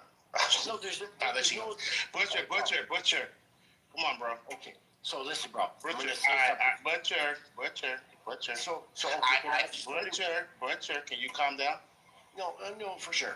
Butch, I'm gonna, So you gotta hit the mute button, please. So, wait. So, what are you still convinced on? I'm not convinced. So you were supposed to convince me not to vote for Trump for his third term. Well, okay. We can start with the very. Well, you can't vote for Trump anymore. He's done after this. There you go. Yeah. That's debatable, but that's just say he is. That's in your fucking law. That's in your constituency. Butch, are you gonna keep cutting off the lady or what? Sorry, no. Okay, we don't want to be known as a room where you can cut off ladies, okay? Go ahead. But he is correct in the fact that we literally have a constitutional amendment in which that a president cannot run for a third term. And just to preview any sort of commonplace arguments that I have heard, first off, he cannot run as J.D. Vance is wait, Alexa, president. but I got it. We can agree to disagree on that point, but Well, no. What point are we disagreeing on? That he can run again. So we're agreed to disagree. So but that's like but bottom line is, but the original conversation is how are you going to convince me not to vote for him again? That was it. So just pretend this is going to be a second term. Why shouldn't I vote for Trump? Okay. I will agree to those terms as long as we will actually get back to that. Okay, on the end of it. This. Okay. Yeah. Sure. Okay. So, first of all, the whole entire 2024 election revolved, at least in my algorithm. I think we all have different algorithms at this point, which is something we should all think about going forward. But mine was the fact that Biden was dumb. He was too old. He was losing it. His memory sucked. Sure. And then Kamala was just like too radical. She didn't know what she was doing. She was too dumb. She wasn't even black. Yeah. I'm What is sorry. black? What is black? Kamala's not black. What is black? Kamala is not black. Go ahead. Keep going, Alexis. But you're not convincing me of anything. I'm not okay with the fact that it looks up to what the pictures are. Are you saying you're Same thing. Is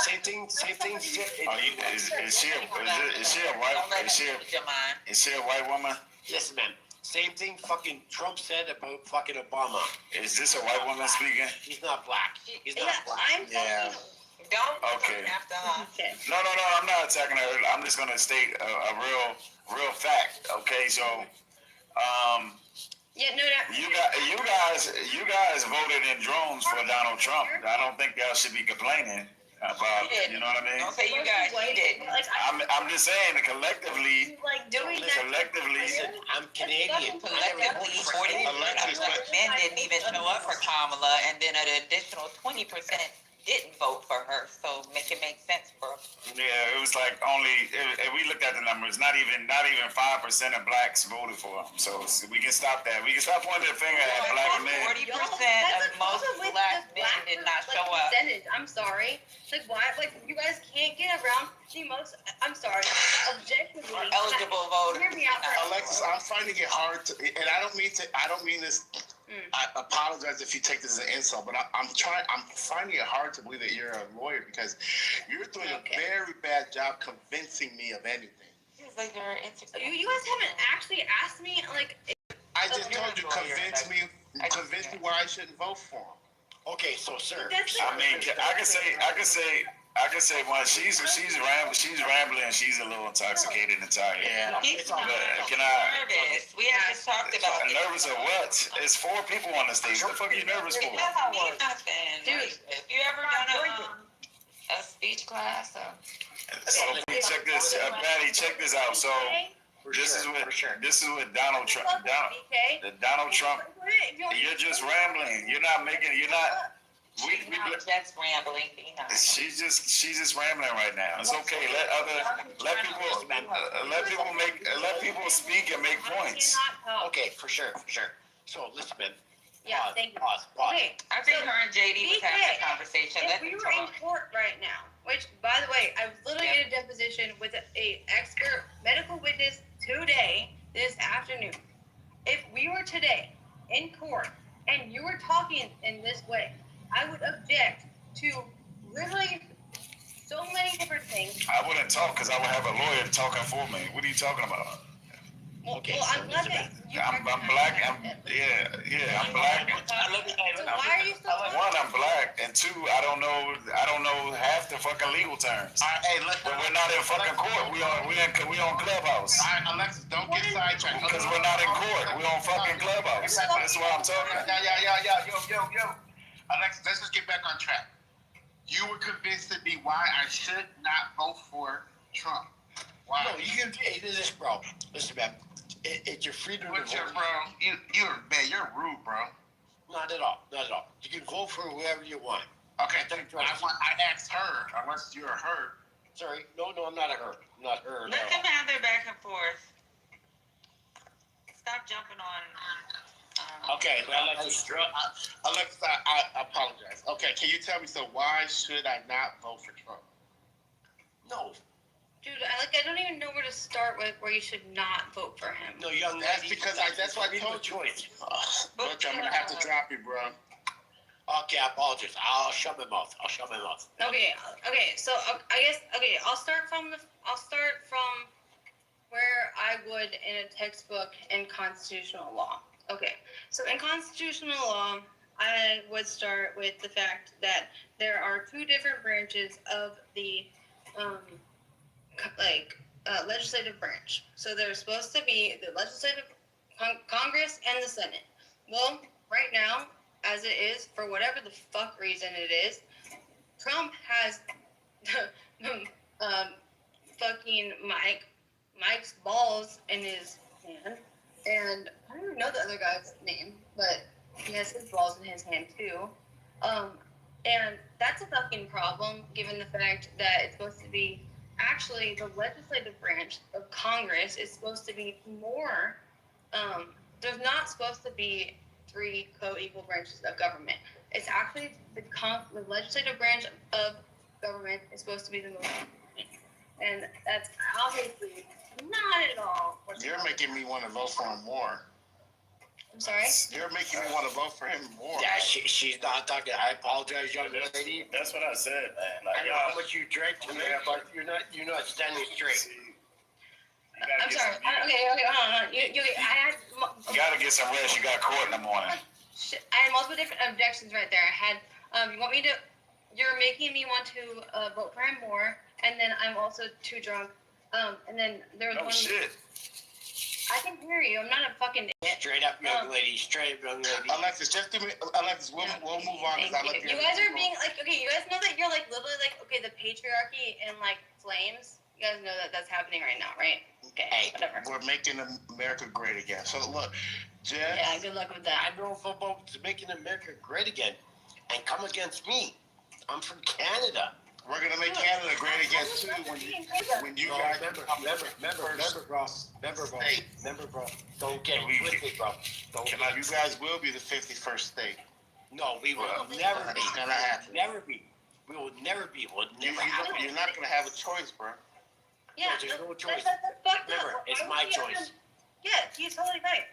Why the fuck would we be able, like, that's the entire point of America, is so that we can't force people into doing shit that they don't want to do. So how did America become America if that's the case? You know why? Because you guys force people into something that they don't want to do. Exactly. So like I said, you'll become. You can't force us.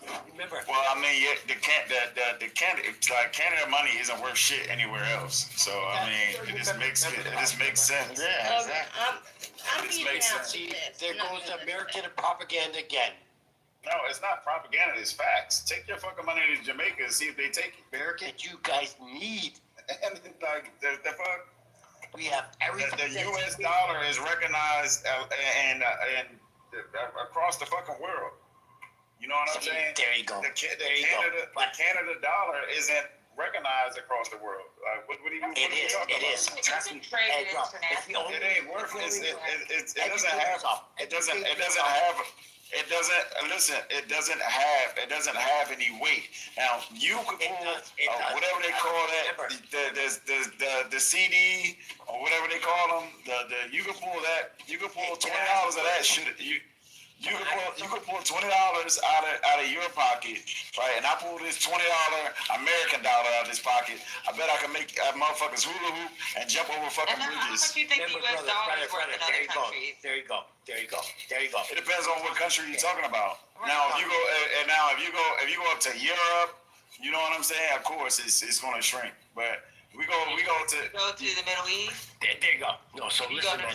I'm gonna tell you something, guys, right now. I'm telling the truth about Canada, because when I went to the UAE, that American dollar spends well. There are zero taxes over there. The American dollar, I'd rather take in my hand, baby, any day, all day. And I got to buy a lot of food over there. So the American dollar, everybody took that money. So okay, Canada, listen, man. Yeah, but they rip you off when they take your dollar. So listen, man. I'm gonna ask you guys something right now.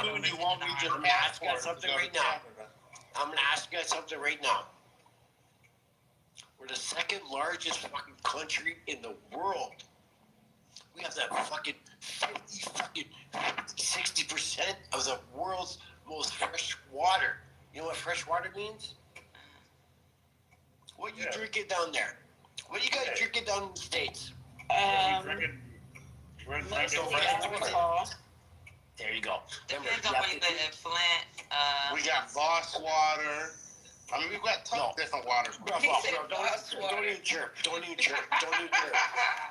Because you still We have Poland Springs. We have what is that other one that they get out the well? Young lady. We have 51 lakes in Ontario. In Ontario alone. But this is a problem, but those will be American lakes, United States lakes very soon. Don't get it twisted, brother. Don't get it twisted. Well, I just know one thing. The only reason I'm going for this is because I love the syrup. And I think that's going to be our biggest win-win is once we take over Canada, the syrup is going to be popping. Yeah, it's not just a syrup. They got lumber. They got lumber also. They got lumber. That's why we have Wyoming. Rare earth minerals. We have mines up here in Canada that how can I say that you guys need for their MRIs for your aeronautical. MRI aeronauticals. Yeah. So you're fucking honestly. So we're taking magnetic imaging of our planes. So yeah, there you go. Oh, you know, I got you, brother. I'm with you on this now. Now you done woke me up. No words. I wouldn't lie, man. I know you would. I'm not well educated. No, you are. You're doing great. You're doing great, my brother. Oh, this is what I'm saying. Just me all you want. Listen. No, I'm ready to add you back, Butcher. It benefits. Bless up. It benefits Canada, and it benefits the U.S. It should benefit you guys. Like, you know what? The president right now, he's being very stupid, and we have like our hardwood lumber benefits you guys like crazy because we your guys, president, prime minister, whatever you got, that will be your governor soon. So that's you call him the governor. The president will be. No. I'm calling you guys. We call him prime minister. Right. So the prime minister will be the governor. No. So he's like the president. Right. I'm just saying when Canada becomes part of America, he'll become a governor. No. Canada. A governor of the 51st state. My friend, hear me out.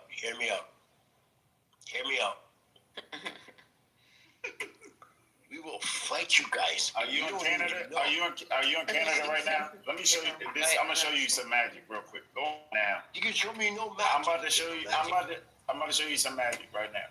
Go on your phone. Now go on your phone, right? I'm on the phone. On America, hold on, just listen. Go on to go look for some American product, right, and purchase it. And I guarantee you, if it's $200 for us, you'll be paying close to $400 for it. My friend, you see the magic of the U.S. You know what I'm saying? Your money is like we're crushing your money as we speak. That's what's going on, and it's going to continue to happen if y'all don't merge. Y'all have no choice. There's American ignorance. Go, anybody in Canada, anybody in Canada, right now. Listen, just do what I say. Just do right now. Right now, let's take a American shit. Okay, listen. Stupidest shit I've ever heard in my entire fucking life. Is that No, it's the truth. You sound like Trump. You sound like Listen, I'm not making this shit up. So just do it. Let's do it right now. Go to what's American site? Go to American Eagle, right? And purchase a pair. Purchase a pair of jeans for $64, and you'll pay close to $200 for the jeans that we purchased for $60. And our money is stronger. Anything. Are you listening? Your dollar is depreciating, and we're helping depreciate. That is. That's not why. That money is worth less. He's got the American. You don't even know why money is worth the. Listen, it is that. Listen. No, that's not why. They're a commodity-driven economy. That's why their cash is their petrol currency. Listen, their money. Smart up. Listen, their money is worth less. See, there you go. Their money depreciate by raising tariffs on them. You know what I'm saying? Y'all not understanding how this works. Something. Like 1 + 1 doesn't equal 2 anymore. Hey, brother. What is tariffs? Oh my God, brother! I'm not having this elementary school. I'm not having this elementary school. Let's just stick to the facts. Like, what are tariffs?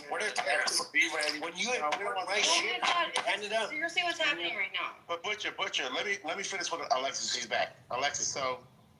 I've always been here. I'm just listening to you guys talk about the stupidest shit because, like, this is not what's happening. I agree, Alexis. Alexis, Thank you, but since that Trump generation, We were speaking about. y'all.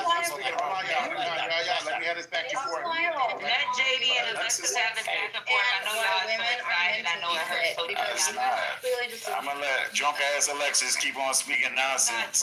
And Don't do that. she just said that she was drunk. no, when the fuck did I do that? She did. You said I'm drunk. You did. You just said.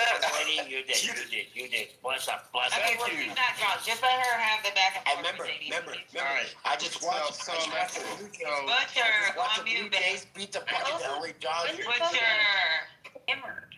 No, I never said that. You definitely said you drunk. You want to put some money on it? The replay's on. Okay, I like the bet. You're right. She's drunk. I'm drunk. Jesus. Hey, yo. I've got a 12-pack sitting right here of tall beer. Yeah, we know. We can tell. Yeah, that's nice, Butcher. Let's go on. Honestly, it doesn't matter. 'Cause I will literally still be right. Even if I'm tipsy and y'all are sober, I'm still going to be right. Sober. I just drink 18 beers, fucking tall boys. Butcher. No, listen, hear me out. JD and Alexis trying to have a conversation. Been live midnight. Butcher. You see, the Democrats always cutting off women.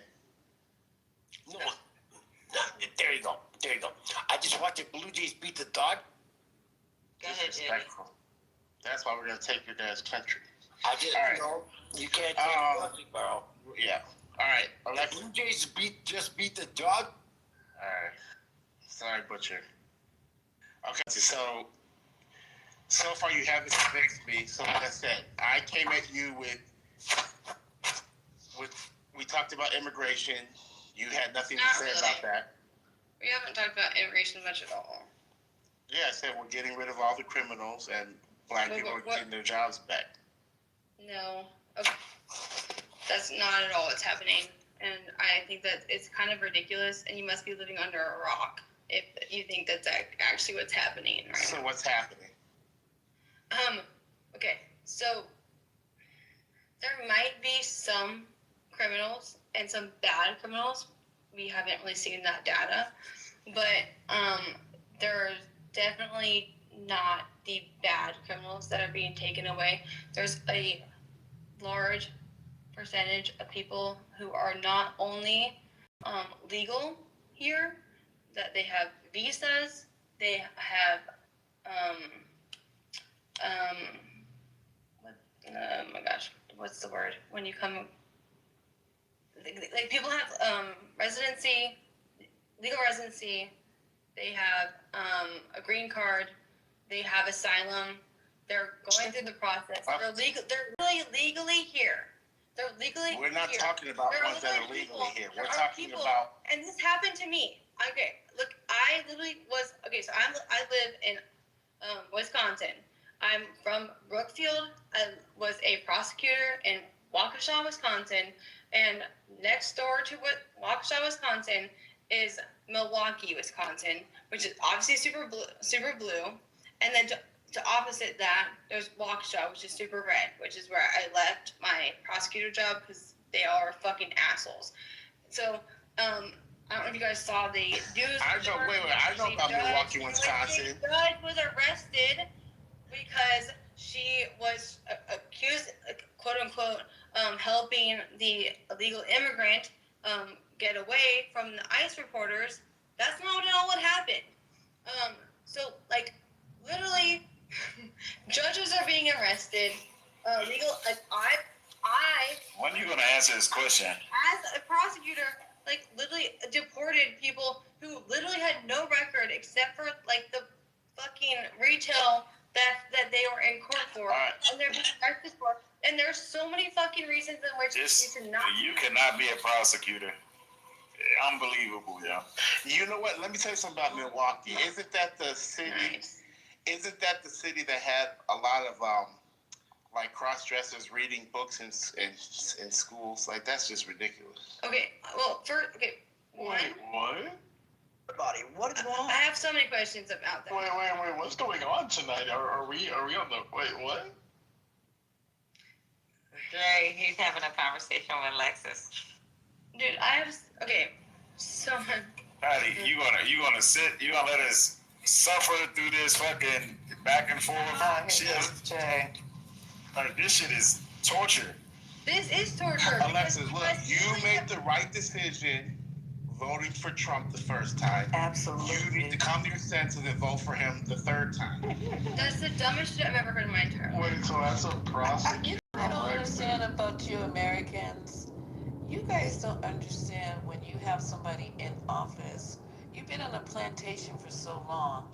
And when you finally got somebody in office who's doing something for the black community, he's done more for you than any other president. Any other president. Oh, so we trolling tonight. Yeah, She's serious. it's just so ungrateful. Donald Trump has done more, especially you black men. Look how you progressed. So he's only been in office for 7 months, and you guys are now big Yeah, let me take a leaders. shot. You guys have businesses. You guys have. Wait. No, this is no joke I'm here. open to this. I would love, if this is true, I would love this. Yo, if y'all don't stop trolling this little girl and leave her alone. I'm not trolling, sir. Lisa. Why? Yeah, Lisa, you see, you can't even say that with a straight face. I know you over there My giggling face is behind straight. you. No, you giggling right now. I've been around. Listen, I've come to the light. Patty, I know I've been you hear around that giggle. Amari. I'm Infinity. Oh, they've shown me the light. I mean, really, if it hadn't been for them brothers, I'd still be over there on that Democratic plantation. You know what I'm saying? And like Mike P says, eating butter biscuits. What in the fuck? I'm worried for you. Right Okay, Alexis, I got you, girl. Don't let these people try to come in here. No, I hear you. Yeah. So I'll even take you with myself to the voting poll. To Trump 2028. That's all I gotta say. Exactly. He's gonna vote. He's gonna run for third time. So you didn't win the immigration argument. So what else do you got? Well, Don't worry about it. I didn't even get into this. You need to get some fucking sleep. You got court in the morning. That's what you need to do. Wait, who's going to court tomorrow? That's probably fair. I thought she was a prosecutor. Wait, Alexis. Man, these lids, man. Bro, Oh, you better not be trying to represent I'm nobody. I know. now a complex litigation attorney. And only for the last month. But thank you for that. Thank you for your concern about my work life. I appreciate Concern or sweet concern? of you. And so I guess I'm just confused as to like, okay, so if I'm I'm confused so by lawyers wrong, on so wrong. I believe, and I have the Constitution. I've read it multiple times. I've gone into it really hardcore. I'm curious as to How many lines you do tonight? where you guys. That's what we really want to know. Anyway, okay, you're really like trying to ignore it right away. How in the world is Donald Trump supposed to run for a third term when it's very, very clearly against the 22nd Amendment?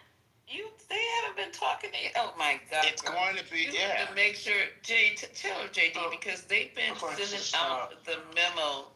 They have been calling, faxing, texting. Who's all they? the information you need. Who's they? The MAGA party. Alexis, the What does that Supreme matter? Court is Not going anything. to interpret it Uh-huh. differently than the way you are. It's up to the Exactly. Supreme Court Okay, how are they going to interpret it? because It's the we're wording. talking about How? succession, so he can become I'm saying Speaker of the how- House. He can become. Can become. How Butcher, they am I interpret allowed it. to? Butcher, can I have your permission to talk to Alexis? Do what you gotta do, bro. Do what you gotta do. Thanks. And I got So kids let's in the see. room for my opinion. I apologize. But Thanks. bless up. Speak. That's why we'll be taking Canada. So, Yeah, Alexis, see, there you go. That's That's wrong. fucked up. There you Canada go. is There you go. ours. Okay, Alexis. So the third, so what's going to happen is he'll become Speaker of the What House, the and he will fuck, bro? succeed his way up. He can't do that. The succession isn't really defined in the Constitution. It is defined in the Constitution, and It's not. President, have you? I'm sorry. Have you literally gone to law school? Alexis, you're and too taken smart for the this. exam Alexis, twice stop, in two stop, different states stop, and, stop. like, literally Not even studied me. for some- Even you said the other day. Alexis, Alexis, Alexis. Alexis, you I'm said not the other here day. for a He penis- I'm not cannot here serve for a penis third bending term. contest. I'm literally not here for a penis bending contest. Actually, Alexis, I know you're that too I'm smart for so this. if you Stop think it. that you're right, then let me hear it. Where do you think? Alexis, Jay, what are See, you this is the doing problem. here? What are you doing? You just don't want to accept Good that morning, Trump is Alpha. winning. Good morning, Y'all are everybody. trolling We this are little gonna girl. figure this So out. leave I this love little cheddar girl cheese alone. garlic biscuits, but the Everybody's just cheddar ignoring the exact question I just asked. garlic I said, and butter that's biscuits. fine. I can believe what I want to believe. Where do you have a constitutional authority in which that Donald Trump can run for a third term? There's no such thing. See, Alexis, There's no this is a such problem. thing. Okay, Yes, now you don't be muting the MAGAs on stage. Period. I think he muted himself. Oh damn it, JD. Yeah, Clubhouse is muting me, haters. So, Alexis, you're supposed to be convincing me why I shouldn't vote Trump in. No, there's no. Well, you're And- also avoiding. And you keep entire sticking to this thing. third term argument. So the thing is, you really do like Trump Been because speaking you about a can't goddamn find, job for the last goddamn. you can't half find hour. anything wrong with him. You can't find one thing wrong. You haven't told me one thing wrong. I'm so. Oh my God. You think Everything's that- wrong. that's Hey, the bro, reason bro, why don't even go there. Don't even go there. Alexis, what is wrong with him? Are you literally kidding me right now? Okay, I'll start from the beginning. Okay, actually, I'll just start from the beginning of this second term. Okay. First off, okay, he has literally violated. Okay, he violated the terms of the court. The court. He should not. It was illegal for him to go into California and send troops into California. That was validated by not only the California Supreme Court, but also the whatever district court that is out there. That was totally unconstitutional. He is also not. He's not. Let me finish. You asked me a fucking question. A Shut the fuck up. small sacrifice. Oh, shut the Yeah, fuck hey, up. mind Okay, your tongue. not shut Mind up, your but tongue. shut the Mind your fuck tongue. up. Let her speak. Let her speak. You asked me a question. There you go. There you go. Let her speak. Jeez, go ahead. He is not allowed to violate the Posse Comitatus Act by bringing in the national troops of over Gavin Newsom's authority. 2, he is not allowed to just ignore court orders when it comes to we have Texas. We have the fact that he is literally ordering the governor and the House. I don't know. Wait, can we stop there? Because I don't think that far, Matt. So. Well, okay, we can stop there, but okay. I want the record to reflect the fact that you literally cut me off after like 1.5 reasons. Yeah, well, I mean, just so that we're not we haven't even gotten to that we're not that long-winded, just like go general. So like just say, like for example, instead of explain, because I know you're a lawyer, you're smart, but for someone like me, a MAGA person, just explain it to me, like say, okay. You know what, he sent the military in California illegally. And that's no, it. Remember. There's hey, Butcher. Sorry, so you don't want my opinion. You're making it easier once I can. I appreciate your making it easier. So bottom line is, because you don't like my opinion, my friend. Butcher, I got this. I promise. No, it's all good. I'm not defending you. Oh, I know. I get it. I'm not defending you. I know you're a young lady. You're representing. No, I appreciate these guys are just fucking dumb or stupid, or they have Down syndrome. Yeah, well, say that to us when we are all U.S. citizens. Okay. Yeah. Listen, man. Come up to Canada. I'll show you. I will come to Canada as soon as I don't need a passport. Knock your jaw. As soon as I don't need a passport to do it, I'll be there. Hey, Alexis. You would never be here. All right, Butch. You would never be here. All right, bro. So Alexis, Trump, he will get to invoke the Insurrection Act. So the military will be going. Wait. What did you just say? Trump, they'll allow him to use the Insurrection Act. So he will be able to say. You are banking on him invoking the Insurrection Act. Yeah. There you go. Yes, he needs to get into. That is so fucked. He needs to get into these blue cities. No, stop. These blue red cities because they're out of control. What blue cities? These Democratic red cities are out of control. The military needs to come in. And the red states, do a little military testing and then clean it up at the same time. Hey, bro. To be honest, I agree with you. I agree with you that that's exactly what's happening right now. 1,000%. That's exactly what the No Kings protest was about. By the way, I went. It was the most American, beautiful thing I've ever been a part of. Loved it. There are no kings. Who's a king? You're president. Well, no, he's pretending to be a president. There you go. So you're giving him leadership. Oh my God, shut the fuck up. Okay, so you're literally agreeing with me that he's about to, invoke the Insurrection Act. Do you know, please tell me, there's 3 things that invoke the Insurrection Act. Can you tell me what they are?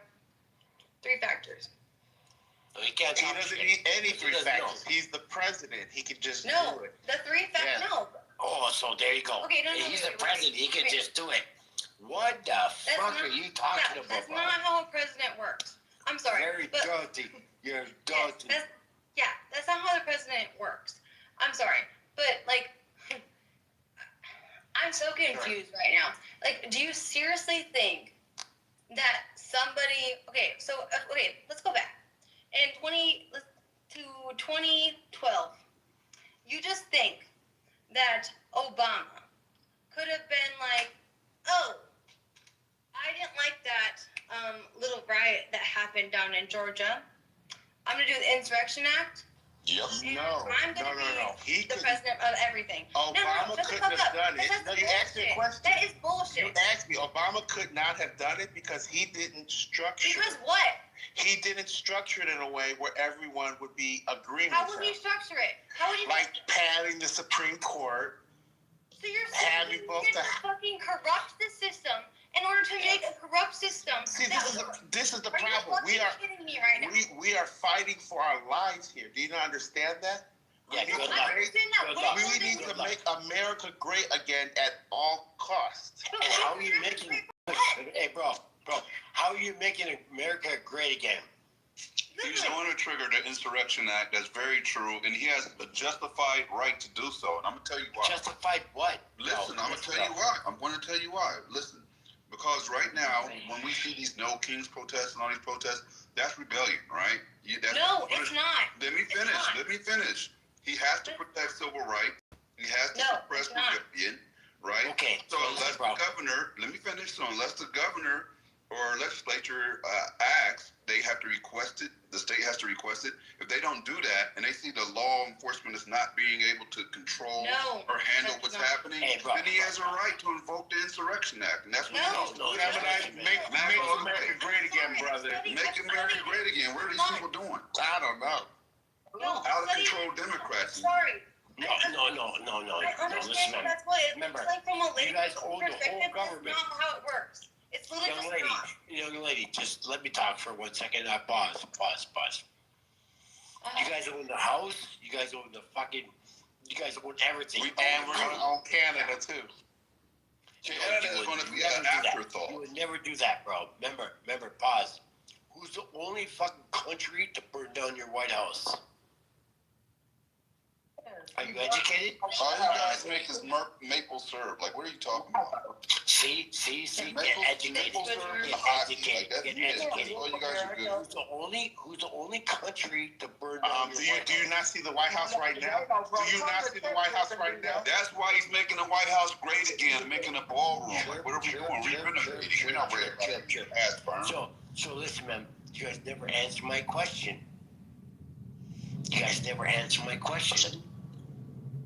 Who's the only country to burn down your White House? Come at me. I would like you to see the company come on down here to good old Texas, USA, and think you're going to burn something. Our population is... January 6th was bigger than the Alamo.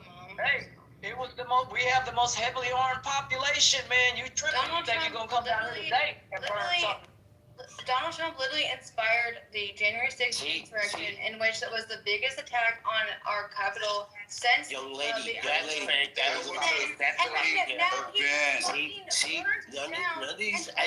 entities were involved with that. You didn't realize that? What you guys think that you guys can argue with, because he literally That was Antifa. did it January 6th. Antifa fake news. I don't even know how you guys can actually think that he's a good speaker. I just it's insane to me. It's easy. You guys are making it up. Young lady, you see how they diverted me. Who's the only country to burn down your White House? Britain. It wasn't Canada. It was Britain, not Canada. Google that shit, bro. You Google that shit. Google yourself, but don't do it in public. I already know, because I wouldn't be talking. It wasn't Canada, eh? It was not Canada, eh? Make some maple syrup and shut up. There you go. Sit down and... We own Canada. Canada is an afterthought. We wipe our ass with Canada. You're a pussy whore. You understand? We smack Canada around for practice. So what are we doing? You guys always gotta get Before you talk. Make America great again, period. Yeah, there you go. Make America go great. away. I know what y'all talking about. Make America go away. Now it's back, it's on its way. Its trajectory is going towards being great again. But we're not there yet. 2028. There you go. That's it. There you go. Under the great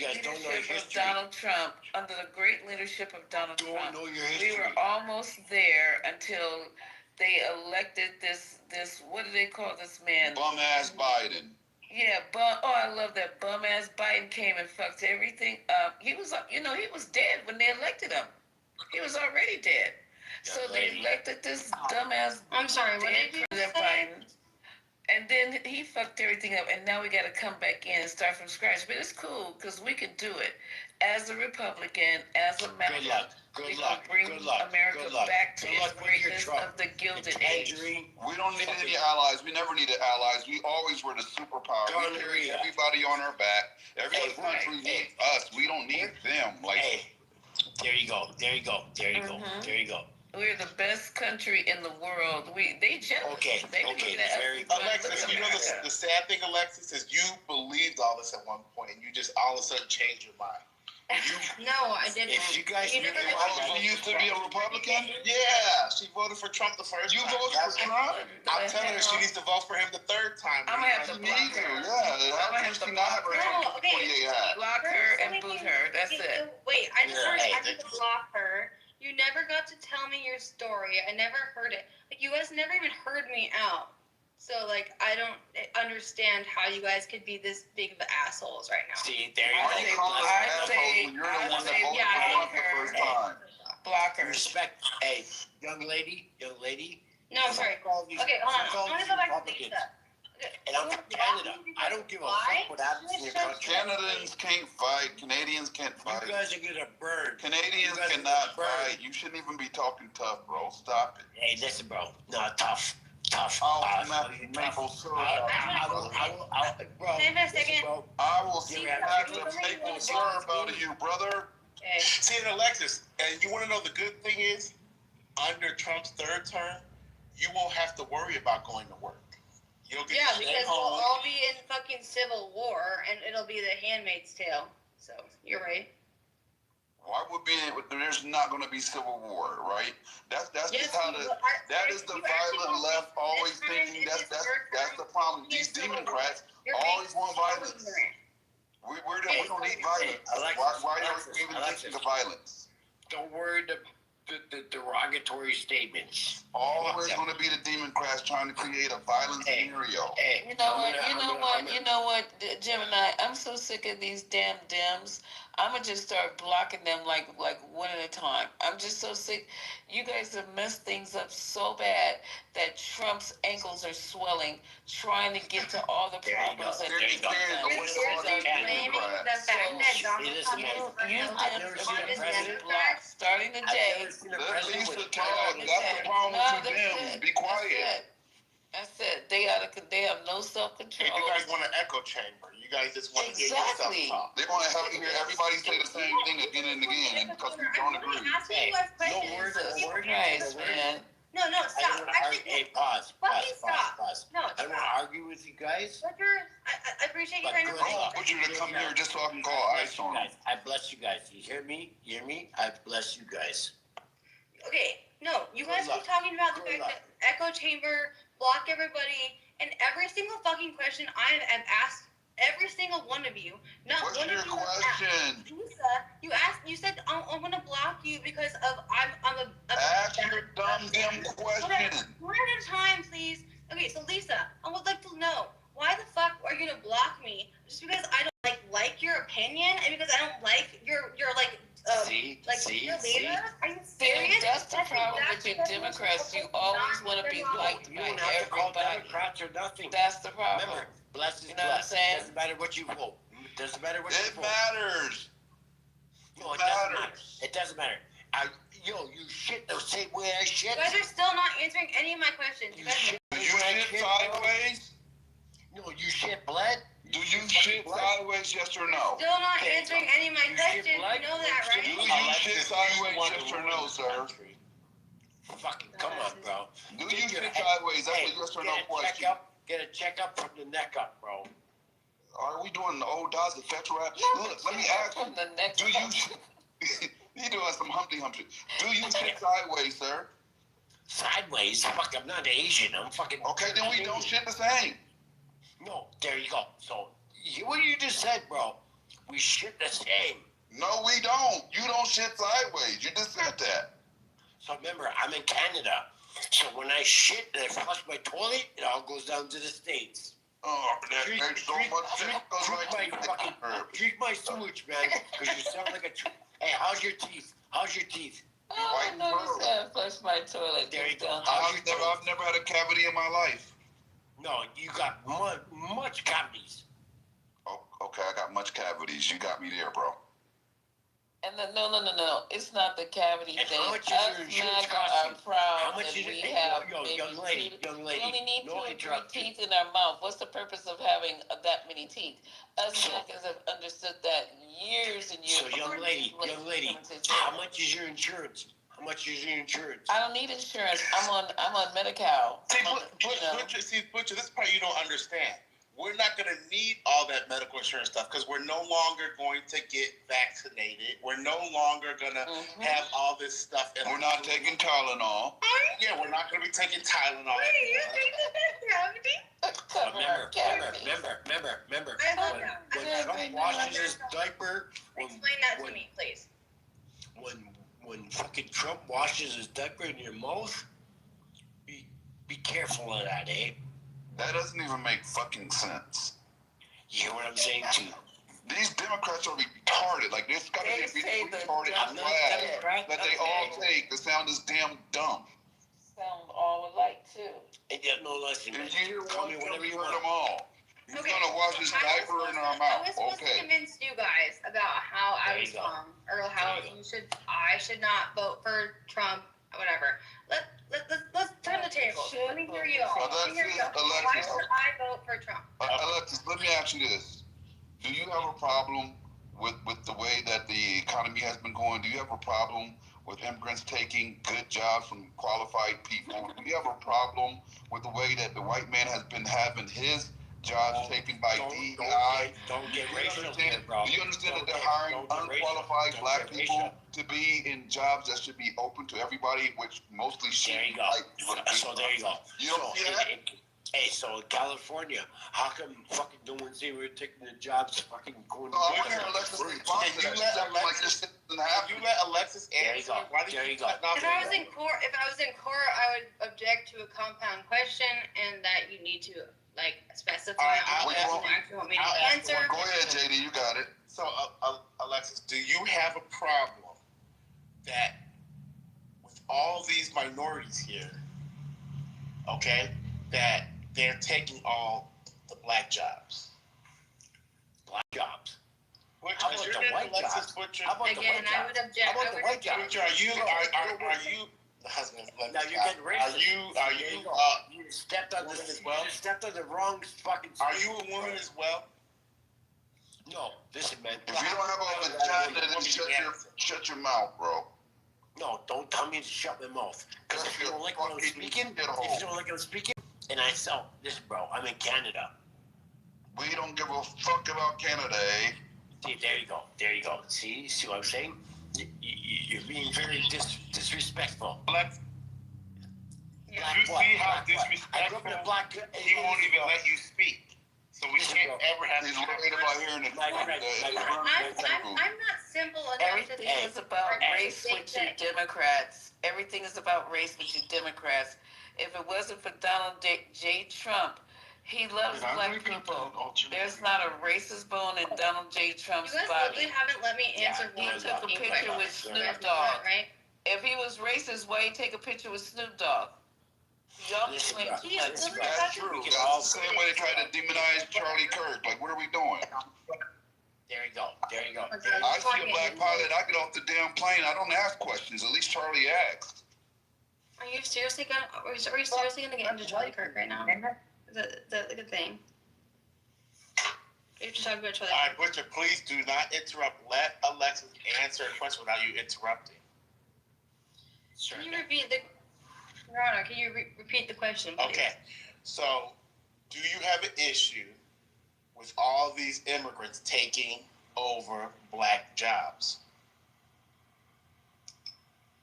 I don't agree to your premise of the question.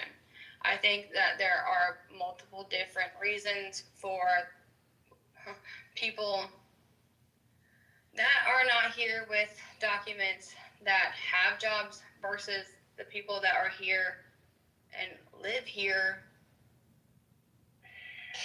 with temporary access, as well as the fact that there's a black population that has a lesser amount of job opportunities, and I think that has to do with a lot of different things, including area, like what part of the country that we're in, what part of the country that the immigrants like are coming to.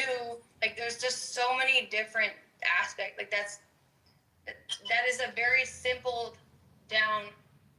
Boiled down question. It's impossible to answer, and you'll never get that question answered. And it's a dumb question. It was not a dumb question, but I appreciate your answer. How these Democrats are trying to spend all our tax dollars on these illegal. If you want to, no, I'm not trying to avoid.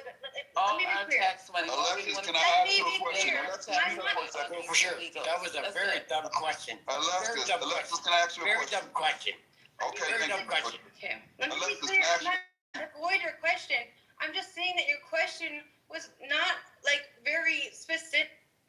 Mute up. I'm about to ask you a question. You're doing too much. Listen. No, it was very specific, but he was going against the black community. So, what is it against the Hispanic? What? So.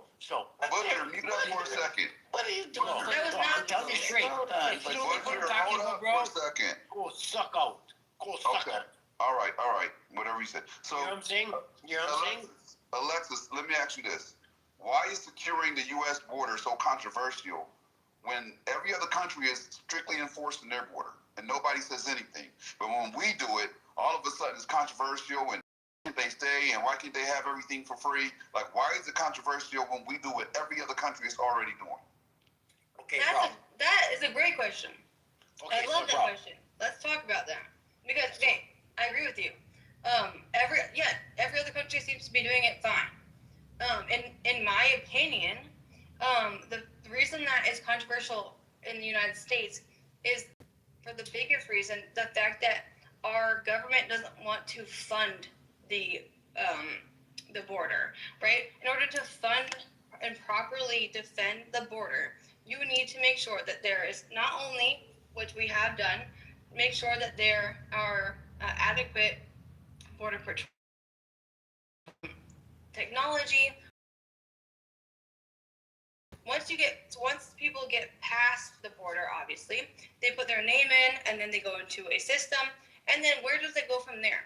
Well, from there, you need to go from the system to an immigration court. You need to go to immigration court, and then from there, you need to be filed into the asylum. You need to go to they won't be getting past Trump's law. And that takes money, and that takes Congress, and that takes appointing different immigration judges. That's Article 3 judges. We need hundreds of immigration judges. We need hundreds of different appointees. It takes lots and lots of money to adequately staff and adequately fund the government and the border to make sure that we are not only securing the border, but also making sure that the process in which we allow people to come into this country to be quick and thorough, and that takes money.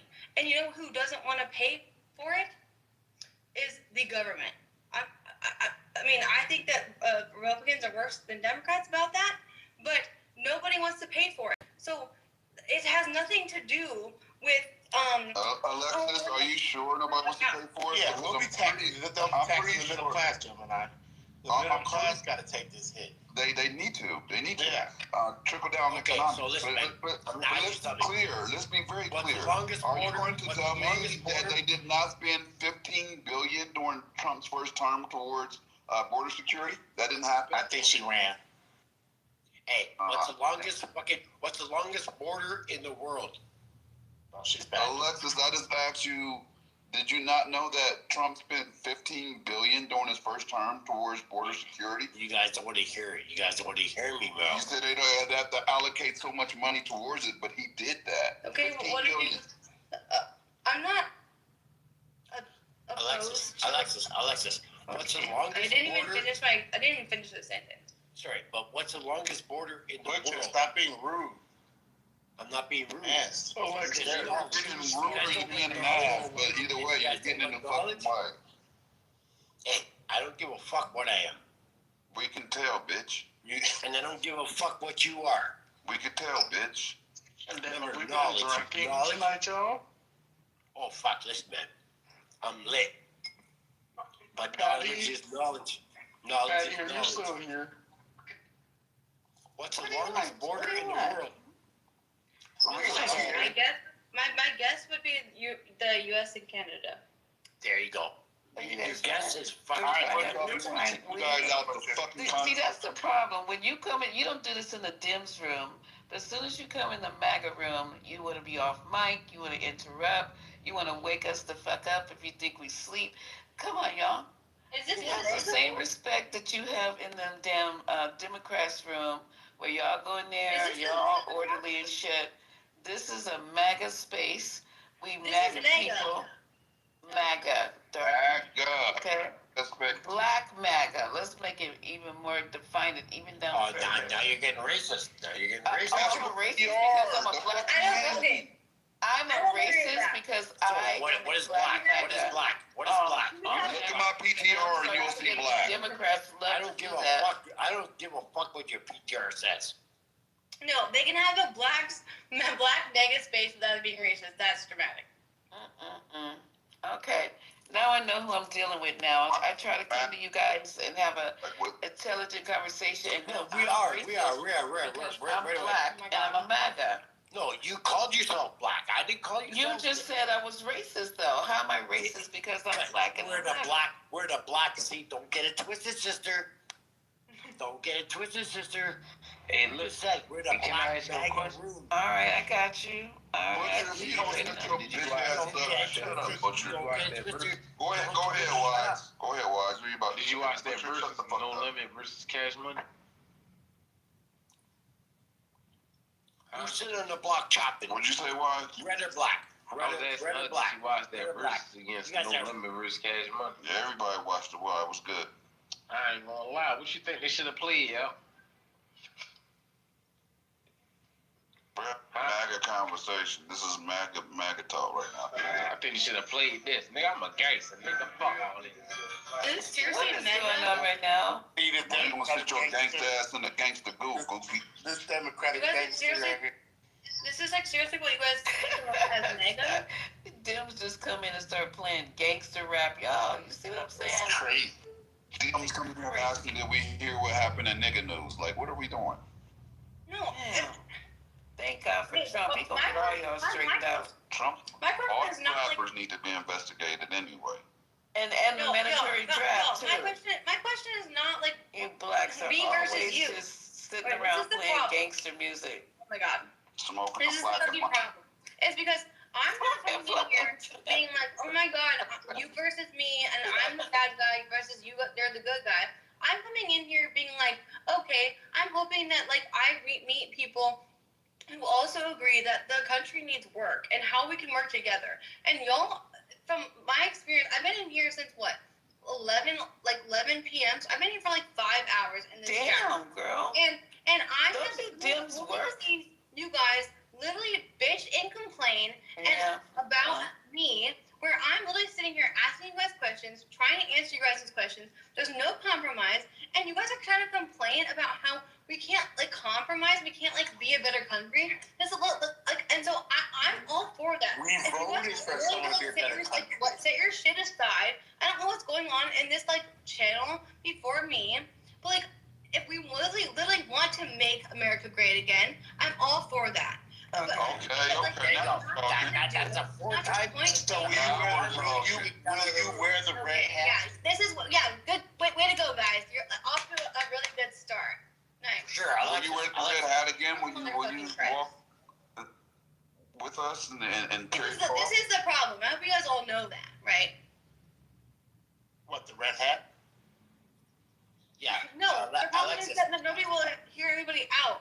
And Alexis, there you go. Nobody's There you going go. to admit We're that they're listening wrong. to you right now, Alexis. What are you talking about? They kicked me out of the room 4 times already. Alexis, the only person you out the room, your bitch ass wouldn't be here right now, goofy. Is this Democrat. He said they kicked me out 4 times. 4 times already, you know. And I keep coming back. Like, how the fuck does that work? I don't. It's that Democrat method. No, listen, man. I'm listening to your guys' conversation, and exactly what Alexis is saying. You guys don't want to hear certain people. We're gonna make Canada Great again too. See, there you go. Make Canada great again. That's right. Make them a state. There you Make go. Canada a state again. That's what. Yeah. You ever been to Canada? You ever been to what I Canada? think we should do? I think we should empty out all our prisons and our insane asylums and send all those people over to Canada. Like You're literally just making fun of what I just said. yeah, we'll send all our You could freaking never do it. Because you never our do it. criminals, our Yeah, dangerous that's like criminals, our insane asylum. Hey. Send them to Canada like they did Alexis, to us. Alexis, you as a think- prosecutor, you you think- should know you're being trolled. Why? I know I'm being trolled. What I'm You're not feeding into it. Why? debating. Oh hell, because we want to make America great again, because we care about the economy, because we don't want people freeloading forever, because we actually want to be Good luck. bring manufacturing jobs back to the United States, because we want to protect industry in the United States, because we want to develop technology here in the United States. That's We want to bring all buildings back to America. I think I heard most of what Gemini just said. And that's exactly everything that you said. You were talking obviously very quickly, and there's people talking over you. But all of the reasons that you just, quickly rambled off were all of the reasons that I voted Trump in 2016. So you don't think So you can that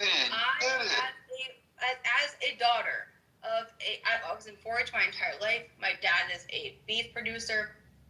Literally, my grandpa's a beef producer. I'm a farmer's daughter. I'm also part of my fiance is a part of the mechanics farmer. Are you on and all that. You guys like literally don't think. You guys don't think that I haven't thought through this. You guys, I went to law school. So I voted Trump in 2016, and then in 2018 I went to law school, and then I was like, oh shit, I was wrong for all of these reasons, and I had all of these reasons because my parents and my grandparents. You guys seriously think that I just was gonna give a fuck you to my grandparents and my grandparents? You know what? No, It's just. and I'm not saying that you guys needed to know that. But I'm saying you guys are not willing to listen to to me or let me have the opportunity to explain why Alexis, I had the same opinion as you did and then change my mind. That's all. Okay, so Alexis. Butcher. Sorry, no, I'm just asking. No, she doesn't want you to ask her. She's trying to answer our question. Stop. I understand. So understand. But what kind of beef? What kind of beef? Let me help you understand. Hold on. Angus beef. All right. So, Alexis, so at some point during your, when you're going to school, they got to you, and they turned your mind. They radicalized made you her. think that No. something is wrong. What happened? That's like what those HBCUs are doing.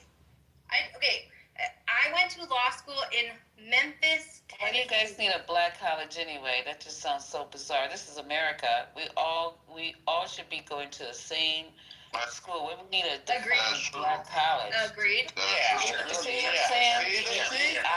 Affirmative action, all this crazy We do have stuff. a comment. Agreed. I went to law school in Memphis, Tennessee in 2018. I was listening to Fox News. I literally would wake up in the morning to Alexa. I'd be like, Alexa, good morning, and they'd play Fox News, and I would literally listen to it, and then I'd go to school, and then I listened to constitutional law, and then I did education and civil rights, and then I did mass incarceration in the United States, and I did criminal procedure, and I did civil, and I learned. I literally went from you guys, literally, like I said, going, hello, Alexa, good morning, and her reading off Fox News to me all morning. You just said that. But to literally going and by the end of 2020 and the election, literally about to break off my relationship with my now fiance because he voted for Trump and I voted for Biden in 2020. Let me ask you this: is your fiance right now a Republican? Not anymore. Oh shit, he got radicalized too. So I don't think that there's no more Republican Party. There's not a Republican Party. There's a mega party, and there's a not mega party. I think that's about all we got right now. And so, I think that Democrats just don't even exist. Like I don't even know what's going on over there. They're on the bottom of my fucking shoe. They don't have any leadership. They don't know they don't even know what's going on half the time. You know what I mean? That Akeem Jeffries, did you see him? What a joke yesterday. Running around with their head cut off, like they don't even know what's going on. All they do is Chicken Little. Sky's falling. Republicans are taking over. MAGA made it. Like it's just it's all sky's falling every fucking day. Trump derangement syndrome. It's like it's no cure. They don't even have anything to really even curb the symptoms. Okay, so I'm gonna ask you something. So we put out that advertisement here in Canada about Ronald Reagan's theory about tariffs. How can I say? Yeah, there you go. And your president said it was a false AI. It was taken out of context. No, it fucking wasn't. Taken out of context. It was AI. Check yourself from the neck up. That's all I gotta say. Why are you using all these weird hip hop half-ass slogans? It's no hip hop. And some weird check yourself from the neck up, from your rectum to your tutor. Like, what are you doing? So I'm being very nice to you right now. I'm being very nice. It's the educational system in their community. See what I'm saying? That has to be. Yeah, you democratic education. So listen, man. Full display. Hey, yo. So go check that shit. If you guys are all chicken heads, keep on clucking. Because you sound like this is like New York 1998. No. Go check that shit from Ronald Reagan. Go check that shit from Ronald Reagan. If I lie, me die. Look it up. It's like, seriously? How old are you? 5? Yeah, I'm 5. I sound 5. 65. Yeah, get it right. I wish I was. Most 5-year-olds have a voice. Alexis, do you see what we have to go through every night, Alexis, with these Democrats? Do you see what we have to go through? No, but remember, check your shit. Y'all are missing Get educated. No, actually, everybody in this group chat. Whatever this is happening. Are there fewer border crossings this year than last year? Yes or no? Point. You're missing the point. Are there fewer border crossings this year than last year? You're missing the point. Everybody's missing the fucking point. It doesn't fucking matter. Violent crime is almost non-existent anymore. Right. Since Trump came in. Oh my God. That's what the National Guard's there for. That's why he needs to invoke the Insurrection Oh Act. my God. You guys seriously think So that? listen, man. Like I told you. Hey, yo, Alexis. Let me talk. Let me share. Because they don't want to hear me.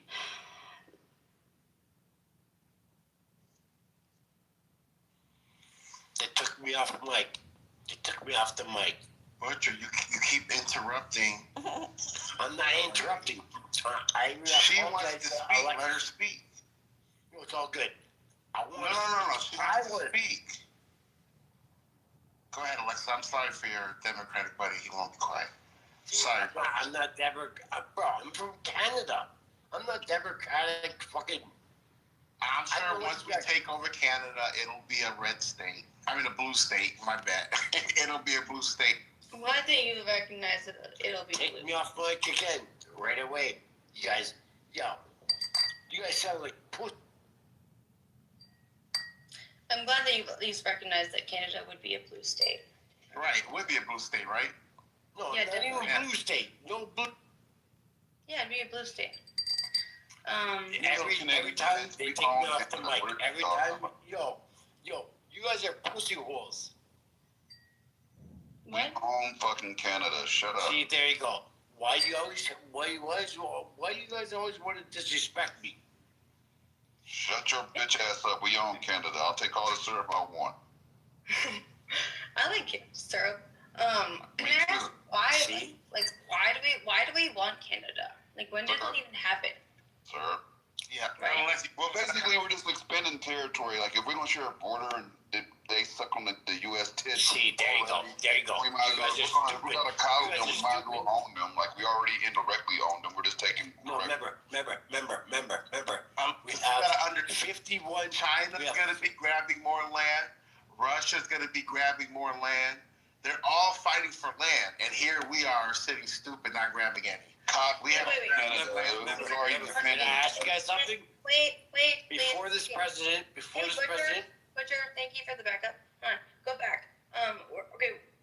We're all, whoever we're all like pushing for more land. Who started that? That was Russia. JD. Oh, me, yeah. Okay. Why did you say that? And what are you talking about? There you go. Because Russia is. That's the whole war they have going on with Ukraine. That's they're reclaiming land. That's what they're doing with Ukraine. They're reclaiming land, and they don't want that piece of land that's in between them. Talking at the same UN. time, I can't hear you. My bad. My mic wouldn't unmute. So, yeah, so Russia will be taking over Ukraine, more land, and they're going to go for Poland. We know China's going to go for Taiwan, but that's just where they're going to begin.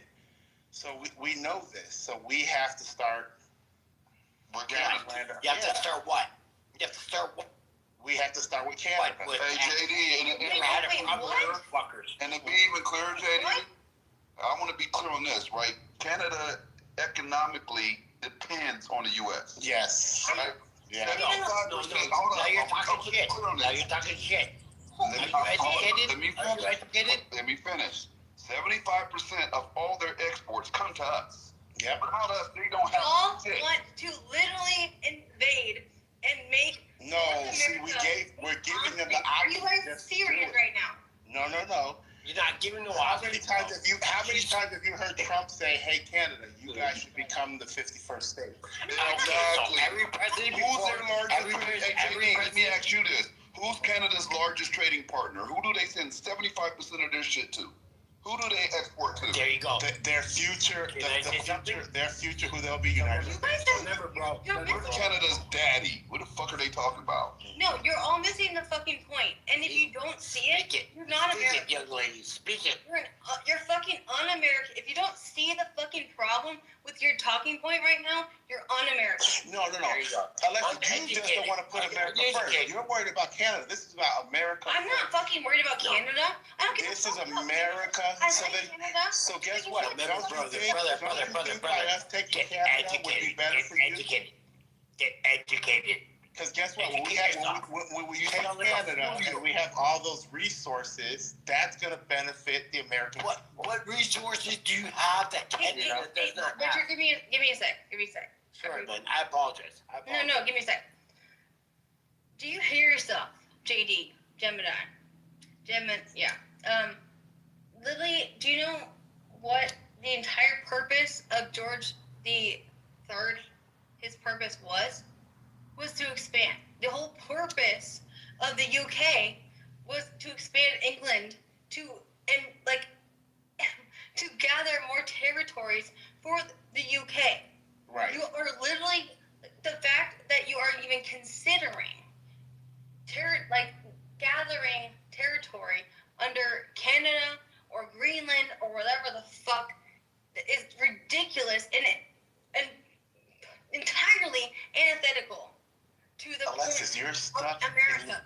If you don't understand that, and if you don't you're get fucked. that, You're that's fine. fucked. But don't fucking call yourself American. Don't say that Democrats are anti-American because we don't want to fucking colonize Canada. 90% of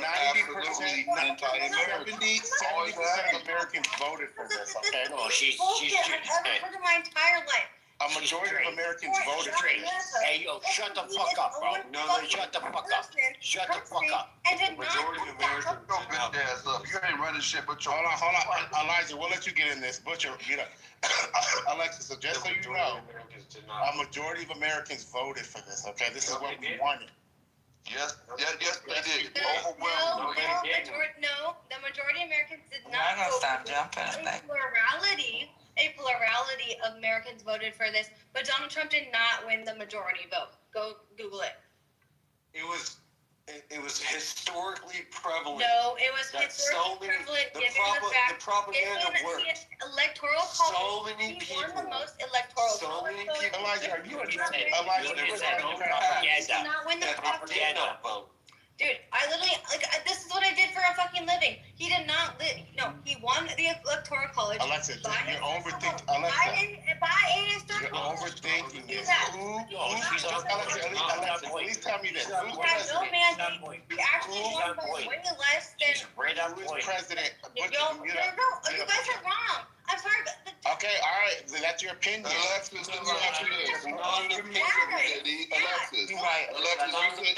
Alexis, did Donald Trump win more of the popular vote than Kamala? Yes or no?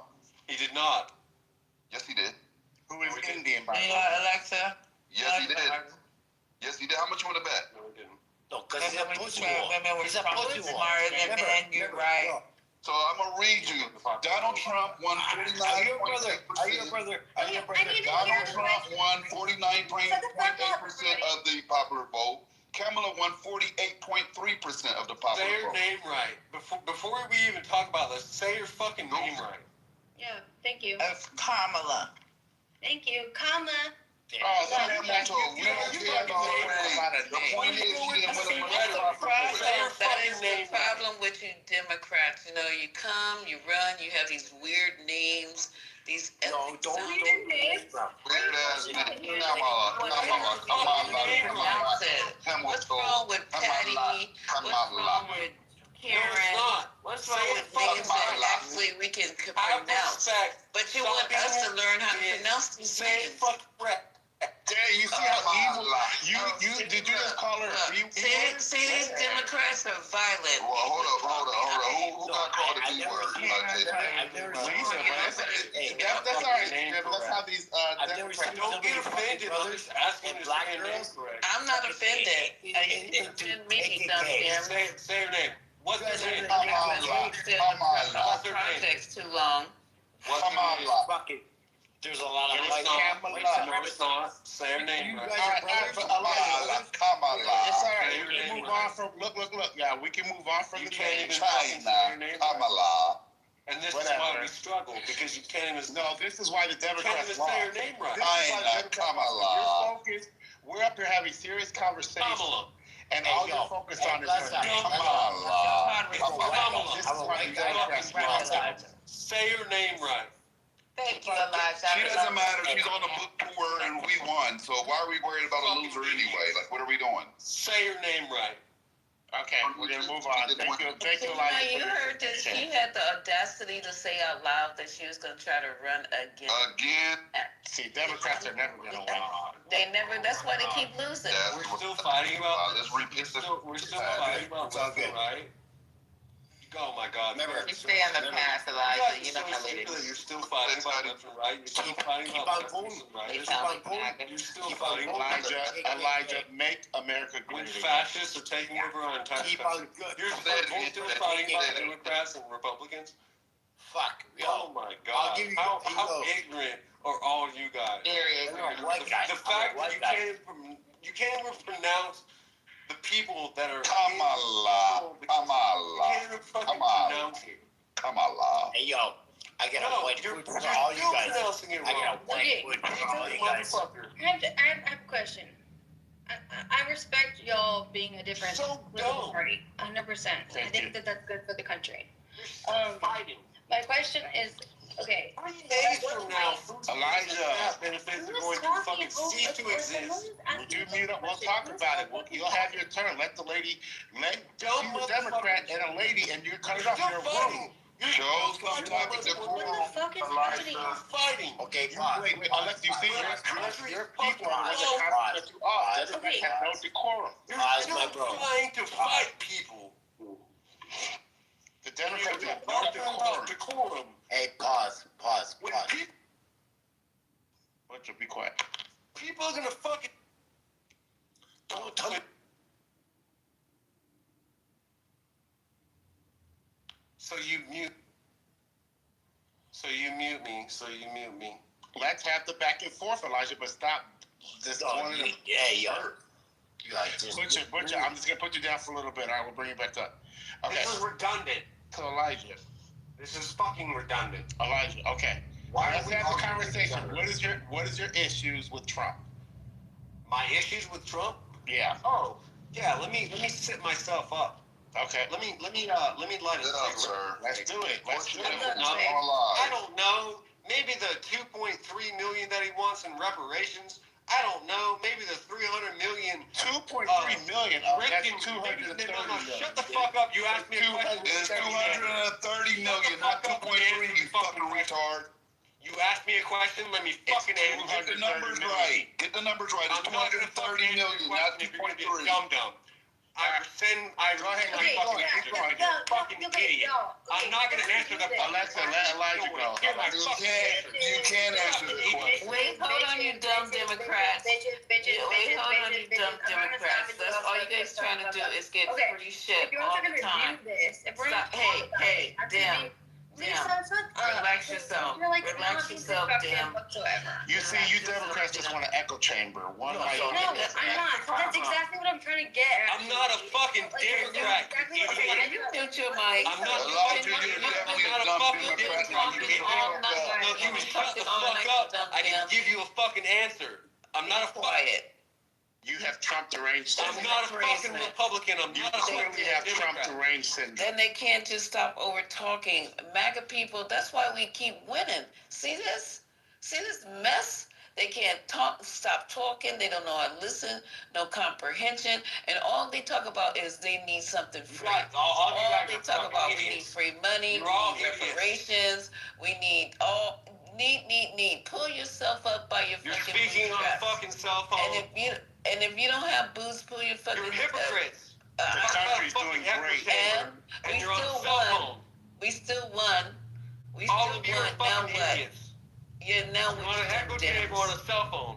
Yeah, an echo chamber. You're You don't even know. idiots. You don't even know the. And you're bitching about shit. Who won? And you're So how are we idiots? How are we idiots? You're the one that fucking lost the election. How are you idiots? Fucking What are you doing about it? Who won?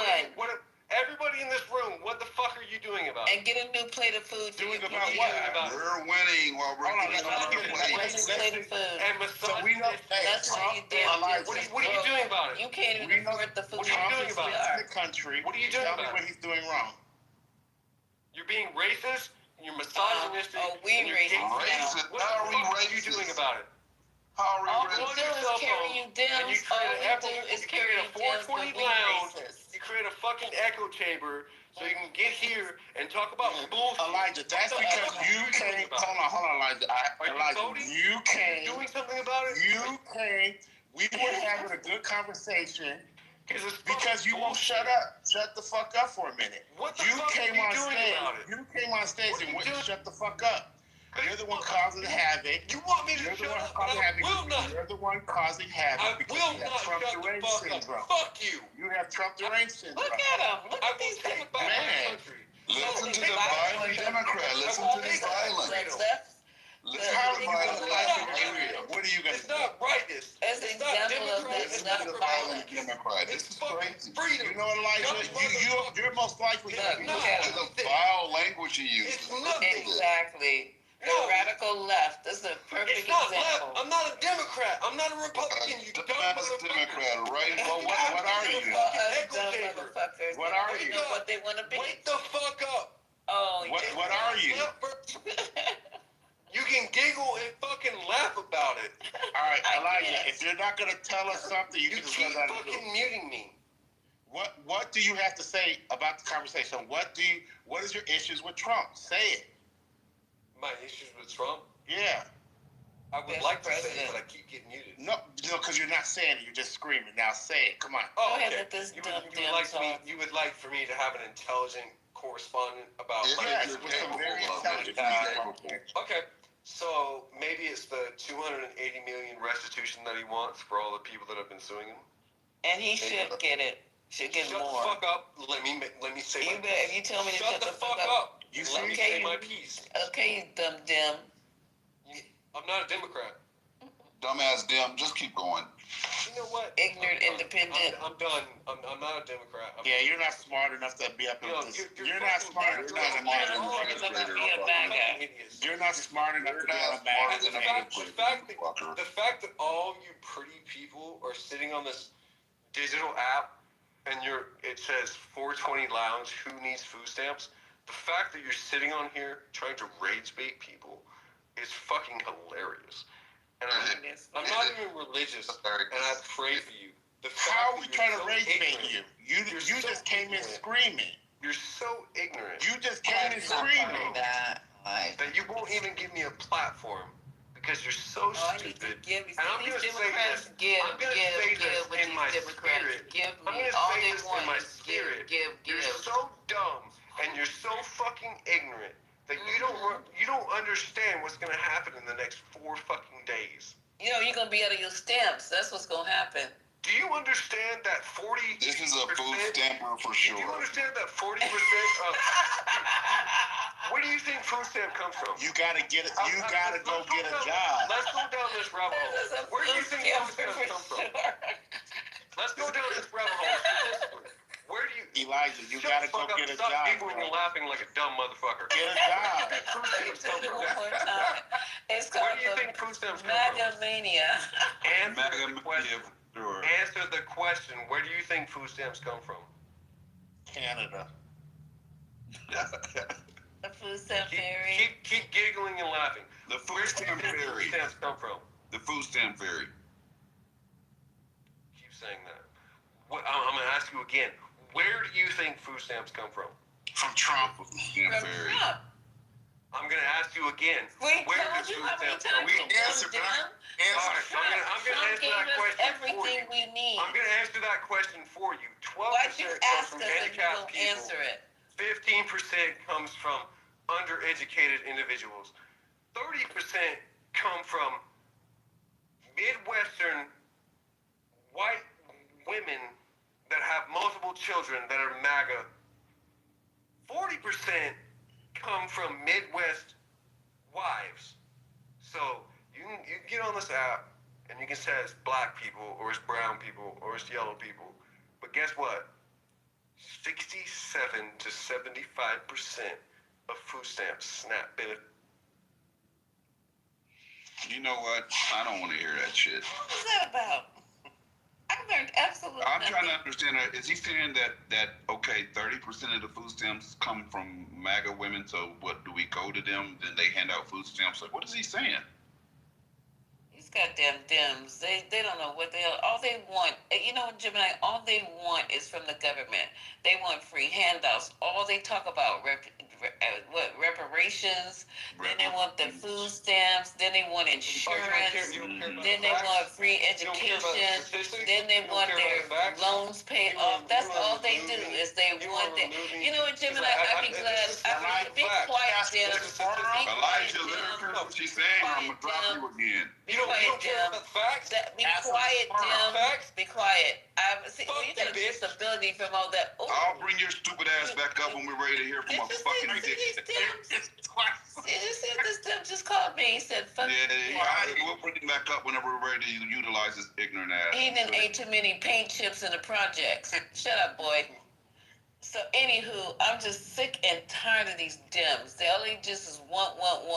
They don't want to even give anything, but they want to take everything. I'm sick and tired of it. Thank God for Donald Trump, who came in, and he's going to make America great again, where everybody's going to have a business.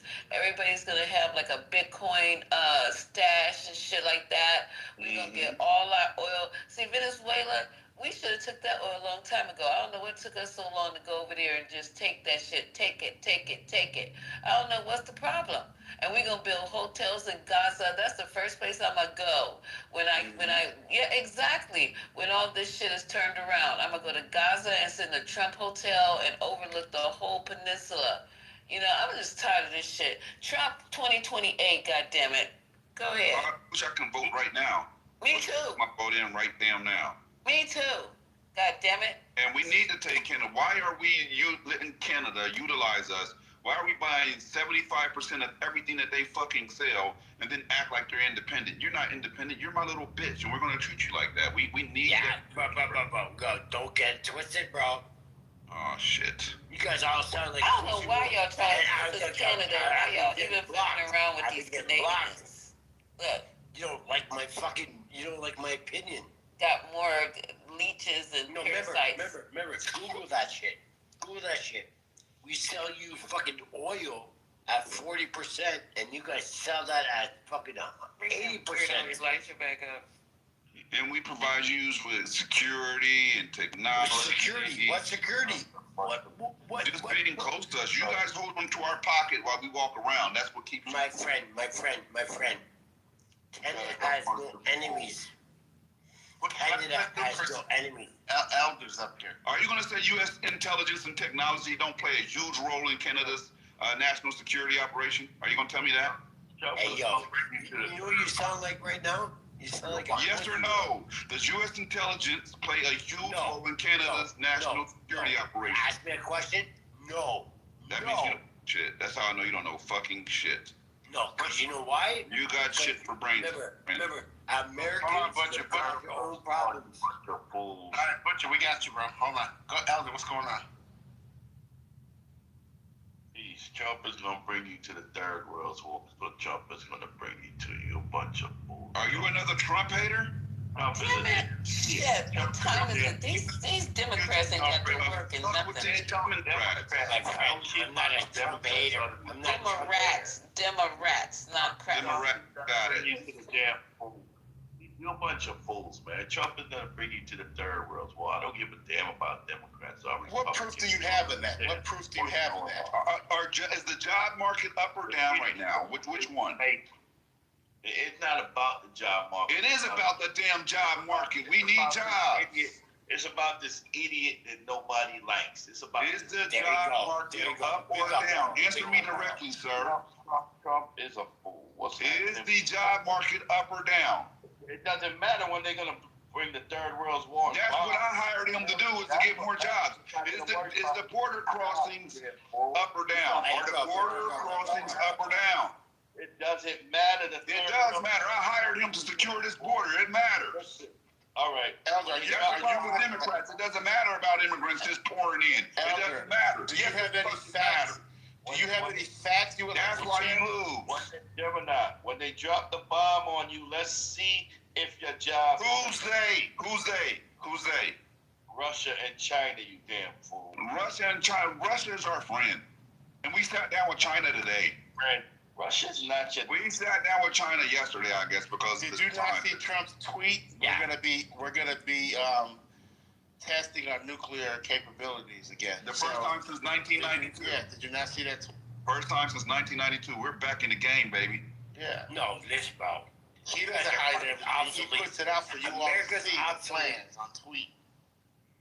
And did you hear about the CIA's covert actions over in Venezuela? We're taking over, bro. No, you guys got a very big ship on your hands. We got subs sitting off the coast of Russia right now. Ready. You know how large of a country we're going to be when we take over Canada? We just like fuck around and find out. Imagine that landmass, JD. Imagine the strategic advantage that's going to give us. Yep. We master. We win this master. Trump don't even give a damn about your black ass, man. Trump cares about black man. What are you talking about? Did Biden and Obama care about you? If you're not black, you're not black if you don't vote for me. I don't care about Biden. You're not blackity black, at least, if you don't vote for Biden. That's what I thought. Now you're going to race again. That's what Biden said. Those are his words. No, you're not blackity black if you don't vote for me. Remember, I heard you right now. You're being very racist. It doesn't matter your skin color. I'm black. I'm not being racist. I dead for you dead. Buddy, fucking fuck out. See? Bro, there you go. You see, you can't disrespect other people's. You think we should have your same opinion? No, not at all. But so how come you don't respect that? We just gonna be taking over Canada. You just respect them.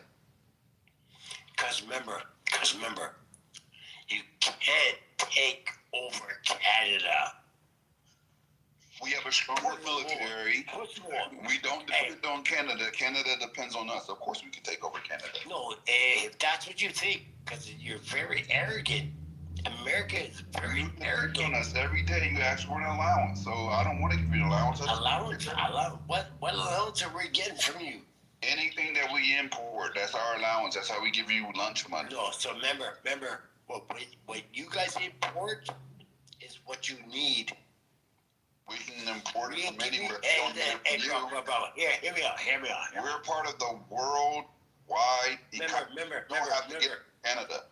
Remember, what you guys don't fucking ask for, we will never give you. Listen here, fucko. You depend on us, not vice versa. Well, we the did Canadian ask. dollar, There you go. the Canadian dollar mirrors the movement of the U.S. dollar, not vice versa. Remember that. So remember that also. I don't give a fuck what you say. I know, because I'm giving you facts. No, I'm giving you facts. You're our little bitch. You're our little bro. No. We'll treat you like little bro and want to fucking take your shit. Remember, our fucking PM told you go suck your mother. You hear that? Canada will always be our little bro. We gonna little bro you every day. Hey, Darren, what's going on, man? No. What's up, Jeremy? Hey, bro, don't get it twisted. Darren, are you who? What's your political affiliation? I'm an independent man. Okay. Haven't been banging red or blue lately. That's what we need to know. Here we go. More straddlers. I straddle the fence. Go ahead. Well, I'm in Texas, so. Okay. So come over to the right side. The bright side. The right side. I mean, for the interesting enough, Eric Johnson, he was a Democrat, and he actually is a Republican now. I don't know if you guys are familiar with the politics of Texas, and our governor is Republican. Who, Abbott? Yeah, he's one of the best governors there is. Ever. And you see how fast he can roll through. You know, he got the best, athletic skills with that wheelchair. I mean, it's only us Republicans that can multitask like that. Do you guys have anybody in your party that's in a wheelchair and can negotiate all kind of fucking stairs and stuff like that, and plus run the best state in the union, basically? No, you don't. You have nobody who can match that. So, you damn dims. He can't walk, but he sure can run a state. Hello? Hello? Say that again. That's funny. No, so I was talking to, I was in the Texas Army National Guard too, so it was an interesting conversation I was having with the guy named Ricardo retired somebody with some military credibility in the room. Yeah, so Major Ricardo Diaz, he was a battalion commander in Panama. Anyway, so I called him up because I was a little shooken. Like I said, I'm an independent. You said you was National Guard? I was. I mean, I'm 41. I've been out since 2012. But I joined during Operation Iraqi Freedom, March 2nd, 2002. 9/11 happened my senior year of high school. So how many weekends did you serve in the war? I actually never went. So I joined the ROTC in the military. Well, when I was in college, so we didn't have to. So basically, strangely enough, so I was a part of the 249th Armored Division, and our unit had just. You sound like you're military too, Gemini. Are you military? A little bit. Okay, I can tell, because it's a question and act. So basically, we had just got back from our unit had just got back from Kosovo, so they had the destabilization. And then what happened, Gemini, was that since we were an armored division, we remember when we converted to the 56 BCT, so we never was able to deploy as a full unit. We had a lot of people volunteer, and they were just attached to other combat units, so we was kind of like a ragtag crew, so we could never deploy. So I kind of was able to kind of scathe, if you will, and I never had to go. And well, let me ask you this. I appreciate your service. Salute to you, on jokes aside. But let me ask you this though. Yes, sir. Did you vote Republican this last round? I did not, man. I didn't. Man. Why not? How you dropped the ball and join the losing team? What made you do this? Oh my goodness. Yeah.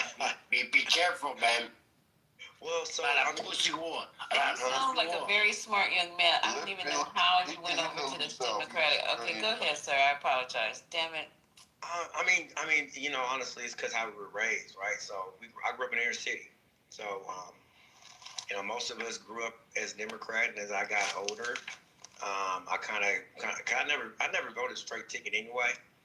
So I know I voted Republican for like the real estate commissioner, a few judges. I mean, just that sort of thing. I did vote for Greg Abbott. I voted for Greg Abbott, or no? I did vote for Greg Abbott. No, I said, do you regret making that decision to do so? There's some things that I don't like about him, but there's certain things I do like about him.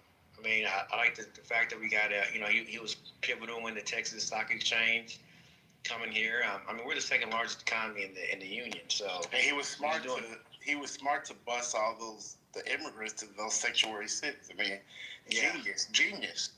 Yeah, that was pretty gangster of him. Yeah. So I mean, to me, politics is local. I want to know how your state lost out to California. Them weirdos. How are you guys doing that? Say it one more time, Lisa. I don't know how your state is losing out to that Gavin Newsom, because you're second and Gavin Newsom is number one. What the what's that about? That's a good question. I don't know, man. Well, I think there's more people there. I mean, they have 54 electoral votes, so they're larger than us. Gavin Newsom. You know what? I have no idea. I think I don't know. I couldn't tell you. Maybe Silicon Valley, maybe. I heard he didn't handle COVID-19 that well, and he reopened too early, and it led to a lot. Man, Texas was. We didn't shut down really in Texas. I mean, I was traveling. I was working on a campaign up in Atlantic City, and it was night and day. And I know I took my kids to during COVID. I remember I took my kids to New Orleans for like spring break, and then a few other places that we went to, like Pennsylvania. They were more Democratic states, and it was night and day. Because Texas, man, no one was really doing masks like that. Everybody was walking around.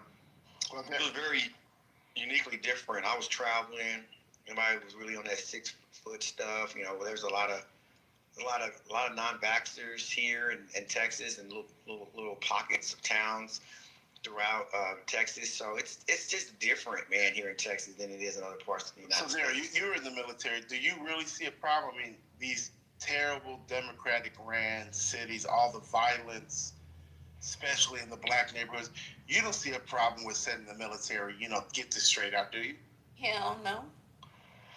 Man, that's a touchy thing, right? I mean, you got to do something when the police aren't. I mean, somebody's got to take control. Man, here's my only issue, right? I'm a states' rights guy, right? I'm a constitutionalist. So the one thing, when I talked to Major Diaz, I just was kind of a little concerned about, because I thought it was I don't think there's ever been another militia that went against another state's sovereignty as it relates to sending another militia into another country. So that's a little unprecedented, but so that was a little concerning, but separate and apart from that, I no. Let's not skate past that. Let me ask you this, okay? I'm very specific. I'm in Los Angeles, and when you have these rioters looting, tearing up stores, setting fires, destroying public property, private property, and creating impossible passageways as far as the roads being blocked off, I think there might have even been a death. And you don't see the appropriate response from the local law enforcement, and then we see someone like Trump actually stepping up, taking action, grabbing the reins, showing leadership, sending the National Guard, sending in the military, making sure they're guarding federal property, which is their job, making sure they're reinforcing the local law enforcement since Gavin can't do it. Cleaning up the trash. Don't forget that. I don't see nothing wrong with that, Jim. The trash and everything in the dirty cities. I was talking about something. What's going on here? I'm sorry, go ahead, Lisa. No, I'm just saying, Trump is taking everything, and not only is he cleaning up crime, he's cleaning up the trash in these godforsaken neighborhoods. So I don't know how you can fight back against that when you see them out there getting the trash picked up, taking graffiti off of buildings, and plus preventing you from getting shot in your own neighborhoods. How can you fight against that? I don't understand. I can't. I'm not pushing back on that. And not only that, so I think there's two separate things. Like, for instance, I remember, I was younger than I was born in '84, so I was not I remember reading about and seeing on news the Rodney King riots, and so George H.W. Bush said there was riots then, right? And so when they had the rebuild L.A., I actually know the guy that was over there. His name was Jimmy Whitehead. I actually worked for Jimmy Whitehead. He was running for mayor of Atlantic City. He worked with the Trump administration to this day. So I'm pretty familiar with different previous administrations. But the point I'm making, that was a little bit different during the Rodney King riots. And that's not the point that you was making, Gemini, but that to me is a slight. The instances which you described in LA, of course, I'm not there, so I'm gonna have to take your word for it. That's not. I don't see any issue with that. I think the only thing that I thought was unprecedented, right? Since the Revolutionary War, was because I don't think there's ever been an instance in the 249 years, we want to be exact, that there's never been another state militia sent to another state outside of like hurricanes or riots. But those states governors asked those states to other militias to come there for assistance. That was a little bit different than what happened in Illinois, and so that was the only thing that gave pause. Well, yeah, it's just that you gotta understand, these Democratic governors and mayors, they don't. Well, the governor specifically, what we're talking about is they don't want to cooperate. Right. They just they're running their states and their major cities into the ground. I mean, what choice is there? And even with ICE, like people are complaining about the violence. I watched the videos. I saw a few pepper bombs, little rough housing, but these people should have thought about that before they came. I agree. I agree. No, I mean, if you come here illegally, No, I mean, I get it. I mean, I came into the room. I've joined the room a couple of times. Lisa, I think you guys, you and Patty, do a great job. I jumped in the room, but we're not. I know you have your own separate rooms, but and more, one more different leaning from an ideology standpoint. But like the who needs food stamps, I kind of came in for that reason and kind of wanted to get. But really before you do that, because I do want to have that conversation. Yeah. Lisa and Patty absolutely are great mods and leaders in their rooms, prospectively and collectively. They really run bomb ass rooms. Yeah, Patty's room. Outside of that, though, I do want to say this though. I would like to compare Trump to the great Lyndon B. Johnson, right? Because you said you don't remember if it happened previously. I just want to kind of enlighten you. They actually sent the National Guardian to Alabama to protect. You know what? You're right. Okay, I stand corrected. They did that for a good reason. Even though the governor was protesting it at the time, they knew that the civil rights leaders were going to get beat bloody. That's why it was called Bloody Sunday, right? Thanks for correcting me, man. You're right. That's right. I forgot about that. And that is what Trump is doing in that same genre, right? In that same pathway, he's actually leading and protecting when the governor is not capable or competent enough to do it himself. He's going to take the roles as the leader of the free world and the United States, the president of the United States, and actually implement military control over situations that the police are not capable of doing so. So as a Republican, I have to say that I understand and support the reasons why we need to deploy National Guard to locations where the governors are just not capable of doing it, even if they are not on board. Yeah, no problem with that, man. Look, if you're following the rule of law and you're doing it the right way, and there's no pushback on any of it, right? One of the things that I've been kind of, because my undergrad, so I studied economics and political science. I was a pre-law major, so there was a time that I considered going to law school. Now I run a private equity firm here in Dallas, and so, way past the hill, even considering law school. But I do remember our constitutional law class and, Marbury versus Madison and some, pivotal court cases. And so one of the things that had caught my interest of late was the Callius for Louisiana versus Callius, and I've been kind of watching and seeing, what's kind of going on there as it relates to, some of the aspects of the Voting Rights Act of 1965 being kind of being brought to question. on the Supreme, law of the land. So I was just kind of curious. I'm following that a little bit. That kind of concerned me, especially relates to racial redistricting. Every party does gerrymandering and so forth, but I do have issue with any racial redistricting, if that's and so that's something that I'm concerned about. And then I'm not really with the term limit thing. I don't like that, man. Like, and I'm not, that's an issue of mine. Yeah, like Trump should be in the third term. Like I agree that term limit thing. I don't like that, bro. I don't like that, man. Like, I don't like it, right? I'm for having congressional term limits. I've been a proponent of that for years. When you say term limits, are you talking about presidential? All across the board, Senate and both. So you said you do not like term limits, or you like it? I do like term limits. I don't like career politicians. But the problem with that is nothing gets done. That's right. He's just getting his momentum going, and now he's got to go. Like, what are you doing? And then someone else comes in, and then it doesn't. Then they derail and disrupt, and whatever was actually in progress doesn't get concluded. But remember, I think so let me ask you this: you have a problem with Trump? I'm sorry, I didn't mean to interrupt. So, Gemini, I'm curious to ask you. You're okay with a military state? Is what you're saying? That's what we're saying, Rez. It's about time we just come to this conclusion here. Yeah. Because the streets are out of control. The police department are incompetent. These black governors and mayors in these cities. That's why there's so much problems in these democratic states. We need to make America great again. We need to. And then Donald J. Trump has stepped up to take this on, and he's done so much in the 7 months since he's been in it. All he does is complain. You know what I'm saying? Tell him, Gemini. I'm just so I'm telling you, like, I'm getting my cap out right now. Is this a serious conversation? This is a serious conversation, Rez. What's going on here? Absolutely. I'm just asking. So let me answer you, Rez. I'm answering directly.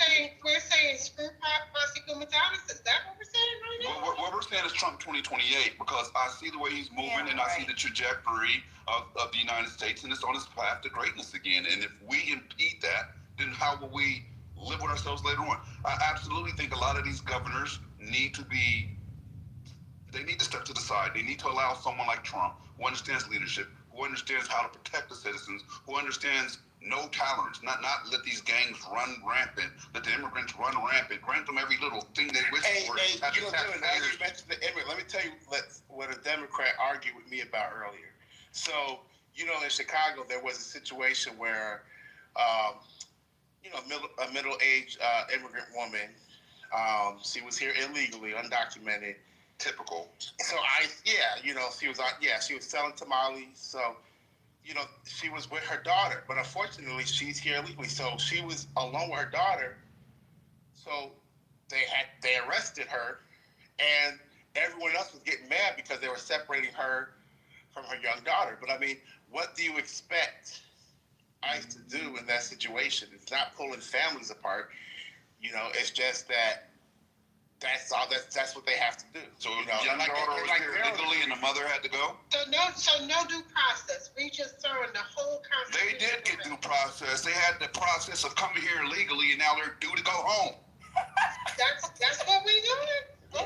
And then but see, even Daryl agreed, because with the little look. If you look at all the videos, there's, like I said, there's a little rough housing, some pepper bombs and all this with the tactics that ICE are forced to use. But you know what? Sportsmanship. These people should have thought about that before they came over here. Think about it. There has to be, there's consequences. We're not having gentle, pure, and illegal immigrants. Like, we don't tolerate it.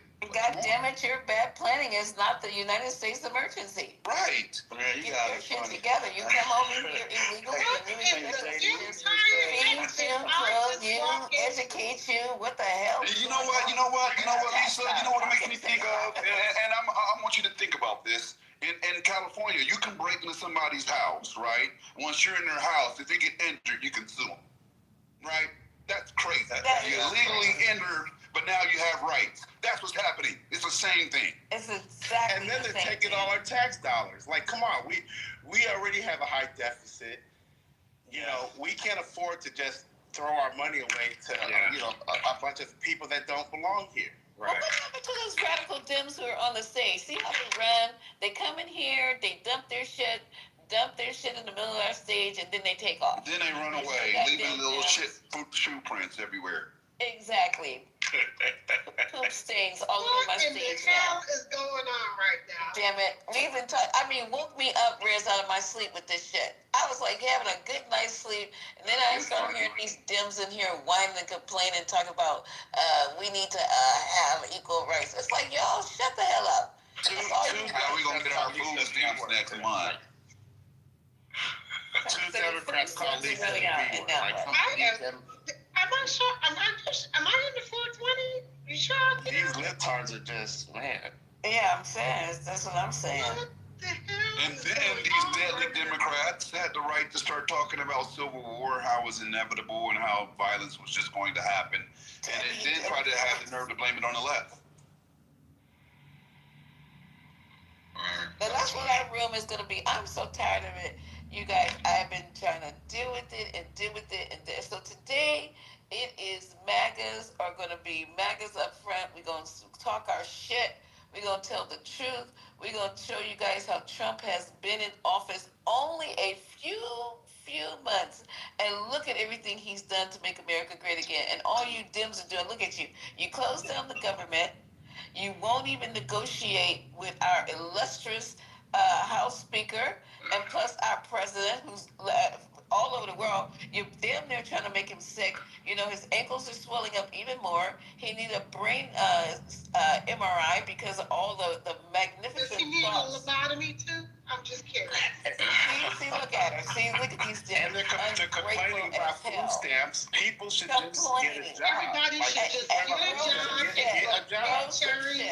You guys need to go out there and pick cherries because I saw a lot of cherries out there. There you go. Now you're talking red. See how quickly look at all the black jobs that are returning. And I saw all the blueberries out there when I was coming back from Sacramento tonight.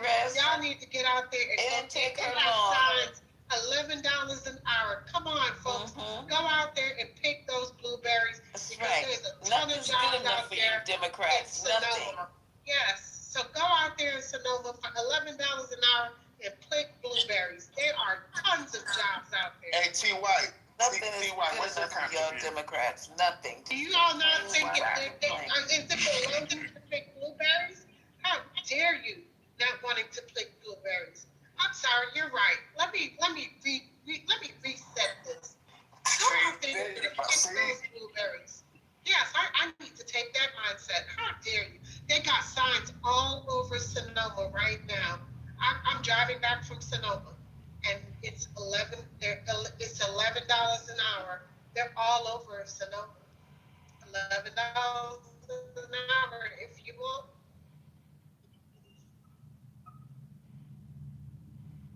You don't need food stamps. You can eat all blueberries right now. If you do need this, everybody needs help. Everybody needs help every once in a while. You can turn into your act together in 30 days. You got 30 days to get another job and elevate yourself. I don't understand what the problem, but you want to be on for like 6 months, a year, 2 years, or whatever. Yeah, that shouldn't be our problem as taxpayers. You know what I'm saying? I did it. Y'all should be able to do it. What the hell? I pulled myself. What about the mentally ill though? So you should too. Guess what? The mentally ill? I'm taking Tylenol. They'll be fine. Well, that's autism. I'm talking about people like schizophrenia, bipolar. Well, you shouldn't be taking Tylenol anyway because Tylenol. Jesus. What our good clean president said is Tylenol is not good for you. So you shouldn't be taking Tylenol anyway. But I don't want to derail that conversation because it's a real question. So the topic. Oh, got you. Yeah. No, it's But what do you mean? What was your question? Well, no, I mean, it's like this in general. No pushback. I mean, I hear you. I'm just saying, like people that are like mentally ill, like seriously mentally ill, like schizophrenic. You mean them having food stamps? Yeah. Like people can't, like you can go pick blueberries. What are we talking about? How dare you? I'm asking Lisa with all due respect, ma'am. I'm sorry. I was talking to Lisa. So you're asking me if the mentally ill should be allowed to take Tylenol or pick blueberries? I said nothing about Tylenol. I think that was JD trolling Oh, I'm me. sorry. I apologize. What was your question, JD? No. JD, you're starting to act like these Democrats. Okay, go ahead, sir. It's rubbing off. No.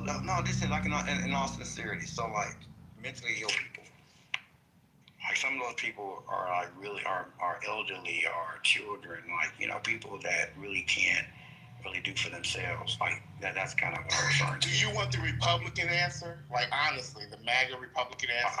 I want the human answer. We need a big. You know what? We need a big, beautiful building. I'll give you just both. put all How about these people that? out the way. You know what I'm saying? If you have something going on with you and you can't contribute to society, you everything's a problem with you Dems. I think we should build a big, beautiful building somewhere out in Lancaster in the desert, and we should just put them all in there. I mean, get them off the streets, get them out of our minds. We don't need to look, you just say what our president said. He feels bad for people who got hurt in the military. Y'all, he called y'all losers. Now see what's going on here. He doesn't like people who needs assistance, who need wheelchairs, who need extra VA money. I just think we should just build a building. I don't even know why we even take it. I mean, there's a lot of people in this country. Yeah, so Daryl, let me build it. They've already answered that. So think about it. So in Washington, I'm sorry, Rez, one second. Let me just say this, President, I saw you. In Washington, you saw what they did. Because a lot of the homeless population were also people with, unfortunately, mental disabilities. Sure. So you get them out of the cities. Mm-hmm. You put them in housing. They wouldn't need food stamps because they'll eat in their new housing. So they won't necessarily need food stamps because they'll be provided meals. Mm-hmm. And blueberries are superfoods. They might get healed. So that's covered. And not only that, so now you get a lot of mentally disabled homeless people off the streets. You don't have to look at them anymore, right? We don't have to look. We don't have to look at them. Stepping over them and stuff. Lisa, you poop on the sidewalk, vomit on the sidewalk. In the middle of Starbucks, for Christ's sake. I can't even get out the fucking Lisa, aren't you a nurse anesthetist? Yes, sir. Okay, I was asking. My wife's a family nurse practitioner. What's that have to do with all these bums, though? No, I'm just talking about the empathy. I'm not hearing the empathy. That's all. I'm not hearing the empathy or the sympathy for people who less than me. That's all. I do too. We do. Yeah, absolutely. You said stepping over them. What are you talking about, sir? We're trying to humanely. What have you Dems done? What have you done? Lisa, my name is Daryl. I don't define myself by any political ideology. Is the full name Daryl the Democrat, or what's going on? My name is Daryl Cavitt, a human being that's a U.S. citizen of the United States of America. Well, what have you done to make sure these people now you're talking about them now? But you've been around for a while. This is not your first rodeo. So what have you done for these people? Now you're trying to come to us. We're doing the best we can as Republicans. No, I'm not. Lisa, I'm not pushing back on you. It was not a loaded question. In my community, because I'm in Dallas, so I volunteer at my church. We have this non-profit organization called Kind Works. That we give showers to a tithe. Nice. I mean, so I didn't even know Democrats did that. Oh wait, you're not. My bad. You're not a Democrat. My bad. JD, man, you coming for me? And that's not the answer, Daryl. Right? As a person who's dealt with that, right? That's not the answer. And this is not it's a very complex situation. What you mean? Okay, so I'm going to give it to you, and I'm going to give it to you raw. I'm listening. Right? Not raw. Very raw. My child, who I lost last year, dealt with schizophrenia and bipolarism. Okay? Mm-hmm. And there's no amount of treatment sometimes that you can get for them that works. And he had the best treatment in the world. Because he had a mother that had access. Got it. I'm sorry. I got you. Yes. Okay. I'm going to give it to you raw and and uncut, sir. There's not enough caseworkers out there that can handle the situation. Because here's the thing. Let me tell you what happens. And I'm explaining it to you from a very real, truthful situation. Once they have been admitted, you can get them in, they can put them inpatient, but then once they have, been taken out of inpatient treatment and they are in outpatient treatment, the caseworkers can only do but so much, right? These caseworkers, their loads are normally somewhere between 300 to somewhere between 300 and 700 patients, okay? Their follow-ups are terrible. It's hard. It's difficult. They see the patients probably maybe once every 3 months. They're trying their best. And that's if the person has good insurance. If they have low insurance or Medicaid, half the time their follow-ups are 6 months to 8 months because they don't even get that many follow-ups because they're only authorized but so many follow-ups. That's what you don't understand. I'm being very clear with you and very frank with you on how this works because they only pay but for so many follow-ups with a caseworker in the outpatient treatment centers. That's what you guys don't know, right? It's up to the families to try to work through a lot of this situation. So if you, as a parent, you're working and you're trying to deal with all of this on top of it, it is very difficult. It's challenging. As for Gina King, she lost her child the same way too, as a working mother. And she had all the money in the world, and it didn't save her child. So it's really disgusting to me when people make these observations, right, from the outside looking in and talk about all their church resources and all this other garbage, and people talk about being homeless in the street. But they don't understand all the things that go into this and don't understand all the bigger problems that are involved in all of this when they have not experienced this. So please, have a little bit of compassion, 1. 2, it's not that simple as, oh, somebody's just out in the street homeless. There's a lot involved in this. Sometimes families are tired. They don't have any support. They don't know which way else to turn. Again, once they don't have a lot of money, Medicaid stops paying once they are in outpatient, and the caseworkers aren't following up to assist them, to make sure they're staying on their meds, to make sure they're getting all their treatment plans done, and everything else is being done for them, they're screwed. So they end up back in the streets. If they have a manic episode, it is very difficult. Then you have to get them right back on track, and it is hard. And the older they get, the harder it is. And if they move around or if they leave the state, you have to start them back all over again. It is not as cut and dry as what you think it is. Some of them are veterans. Some of them were literally thrown out of the streets because a lot of these states wanted to clean their streets because they were an eyesore when they had certain things, like the 96 gangs, for instance. In Atlanta, they cleaned the streets because they were an eyesore for people. So they threw them in the streets. They cleaned them out of Atlanta, pushed them into Clayton County. They had no access to buses. They did not put them in a situation where they could be accessible to buses so they could get into areas. They weren't rural hospitals that were close enough for them to be able to get access. And it was just a revolving door cycle all over again. New York City, same situation. Vietnam vets, they threw them back into the streets.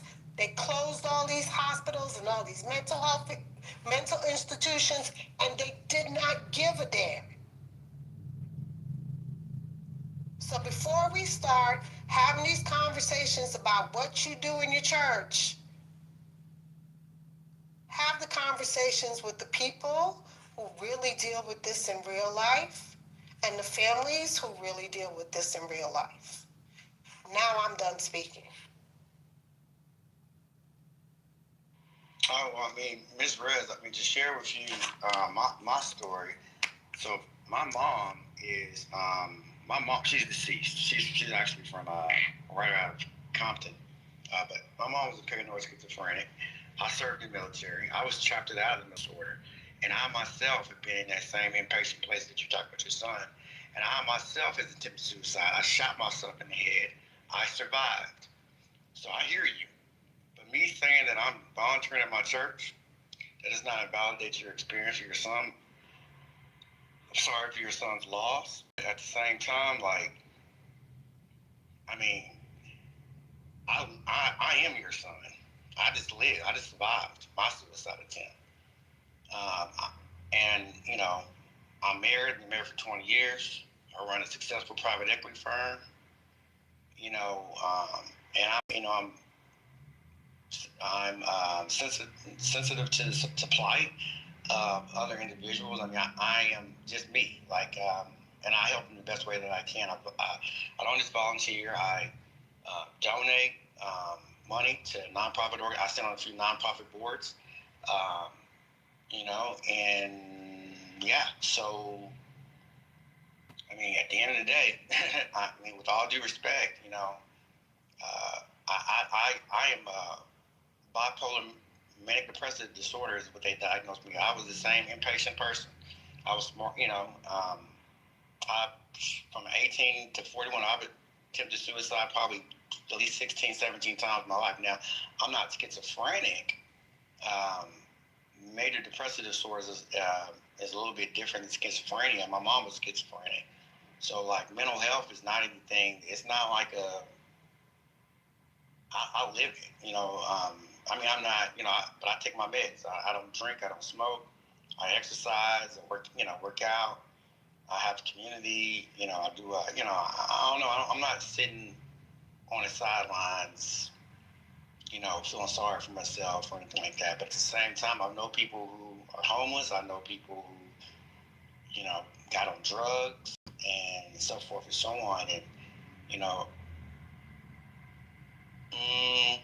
I'm a human at the end of the day, right? So that's why I was asking, you know, questions about, you know, what people, because I mean, Dallas is different. I think Skid Row is probably one of the largest homeless populations in the country. And so, and also in my private equity firm, majority of the money that I raised over $247 million for a guy named Rockford Peoria out of Beverly Hills.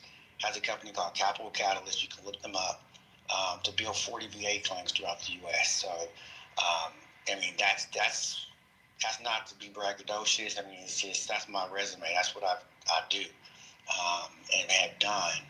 But at the same time, that does not invalidate anything that you've experienced with your son. I'm not trying to do that. But at the same time, with all due respect, don't assume that you're talking to someone that's insensitive, because I am that guy. I shot myself with a 45 millimeter. I was 1 inch off of being alive. So I got metal plates in my head, you know. So like I was just fortunate enough to live, and so, you know, and it sounds like your son, I don't even know what happened. He never really disclosed, and I won't, you know, push on that. I hate it for him. because it sounded like he had a mom that, really did everything she could do within her ability. And, look, I'm praying for you. I hope everything, and it sounds like you're still, fighting for people who have, challenges and things of that nature. And so, I do stuff for my church, but that's not all I do. And, like I said, I volunteer. And I won't belabor the point. I'll land my plane there. But So Daryl, I'm a vet just like you, and I actually paved the way for you because I'm quite sure I'm older than you. I'm quite sure. Okay, I'm a combat vet. I'm a combat vet. Okay, three combat tours. Got it. Check the block. Okay. So let me be very clear with you. This is not a dick swinging contest, and that's what it sounds like. You're kind of coming off a little bit like, and that's not my intent. My intent in the conversation was to say to you that you kind of came off a little passe, like, okay, well, if we just, I do this, that in the community, and it just sounded a little bit like, well, hey, this is what this is. And my intent to educate you was to say, hey, it's a lot deeper than that. So whatever you're dealing with individually, I got it. Check the block. But it is a lot deeper than that. And it sounds like whatever you have dealt with or whatever you have experienced, I got it. You don't do drugs, you don't this, you eat healthy, you are the perfect poster child for whatever that looks like for you in your individual situation. But the collective don't have your situation. And I was trying to give you an understanding from the perspective of there is a bigger problem. And I literally said that I gave you that there is a caseworker problem, there is a problem with case management, there is a problem with intake and outtake, there is a problem with insurance, there is a bigger problem when it comes to these things. So if we minimize it just down to, all we gotta do is we work with nonprofits and we just do this, it becomes passe, and it's not that simple. That was all I was trying to say to you, young man. That's it. Rez, let me just jump in. And to be kind of fair to how he asked the questions about the food stamps. And so, all right, so let me just clarify something there. So, fuck Trump. We probably for the past 3 hours have just been trolling being MAGA. I know, Rez, you came in like, what's going on? So you guys were trolling. I got that part. When we got serious in the conversation. No, they got serious. But let me just. That's where it took a turn for me. Let me just tell you when he started saying that is because he asked about the food stamps and what do we think about food stamps for people, that suffer from some kind of mental condition and all that.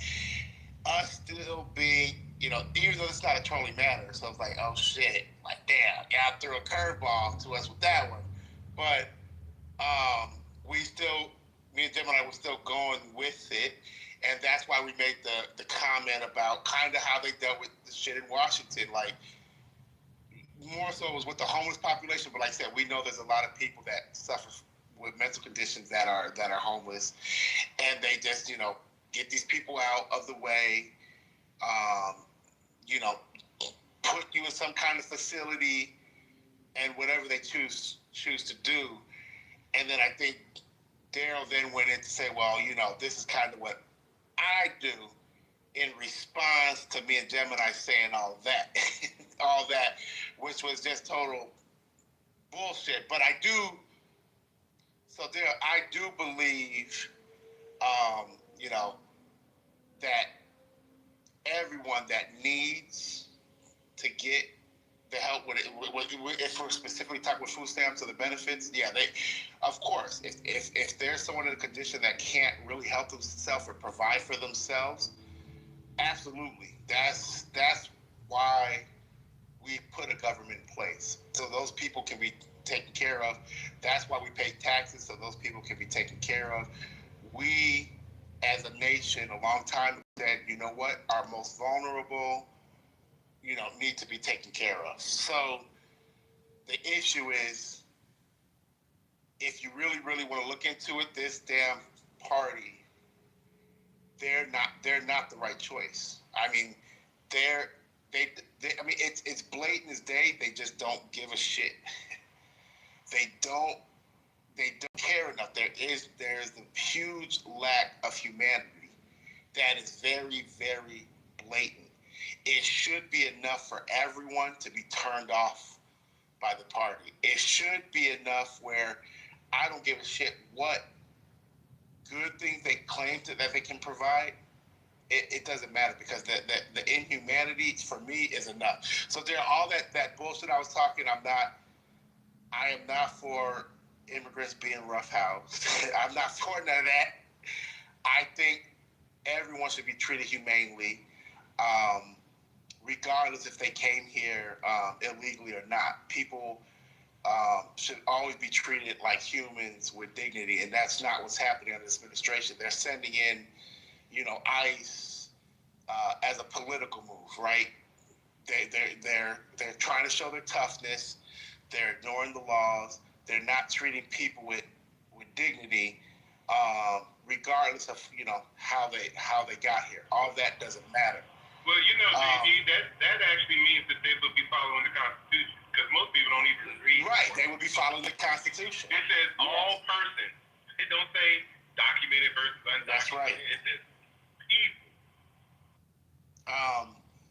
So yeah, I'm 100% not MAGA. I'm 100% against Trump. We were just trolling. I mean, even Lisa jumped on board. Yeah, I was crazy as hell. I was making my burgers like this. I got that part. I never thought about the troll, JD. No, and I'm not mixing what you said, Rez, with the trolling. I'm just the only. I was very clear I was very clear, but he then said that he was not trolling, and when he then said that he was asking a serious question, and he clarified several times that he was asking a serious question, and he opened that door, that is when it became problematic. No, but Daryl was not part of it. Daryl wasn't part of the troll. Daryl walked in on us. I didn't say he was. Well, I mean, I got it, but maybe just you're misunderstanding where I'm coming from. So I'm not like saying anyone was, between your guys' conversation, I'm not saying anyone was right or wrong.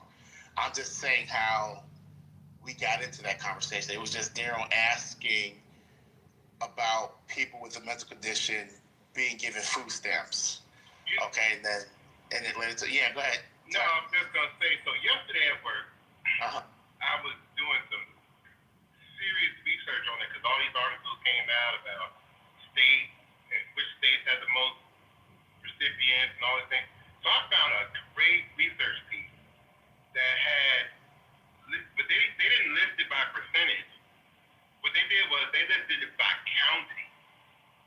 So they listed top 100 counties for SNAP recipients in order, and you had the total amount of people living in the county and the total amount of SNAP recipients by number, and then the percentage of recipients. And we know the talking points, right? They always use major metro cities, inner cities, black folks.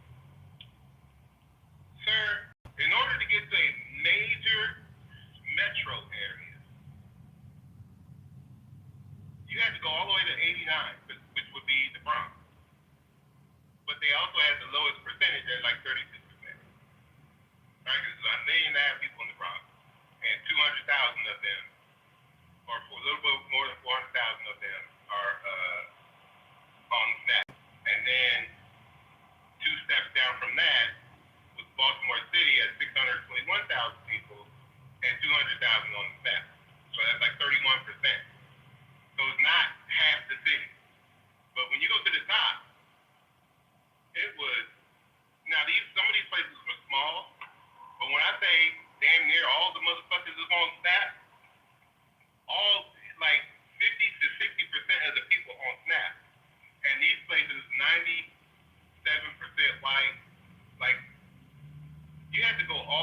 Loudoun County, Alabama, to get a majority black county, and that's in the middle of the Black Belt, and it's also a small city. It's not a huge place, but they definitely for there.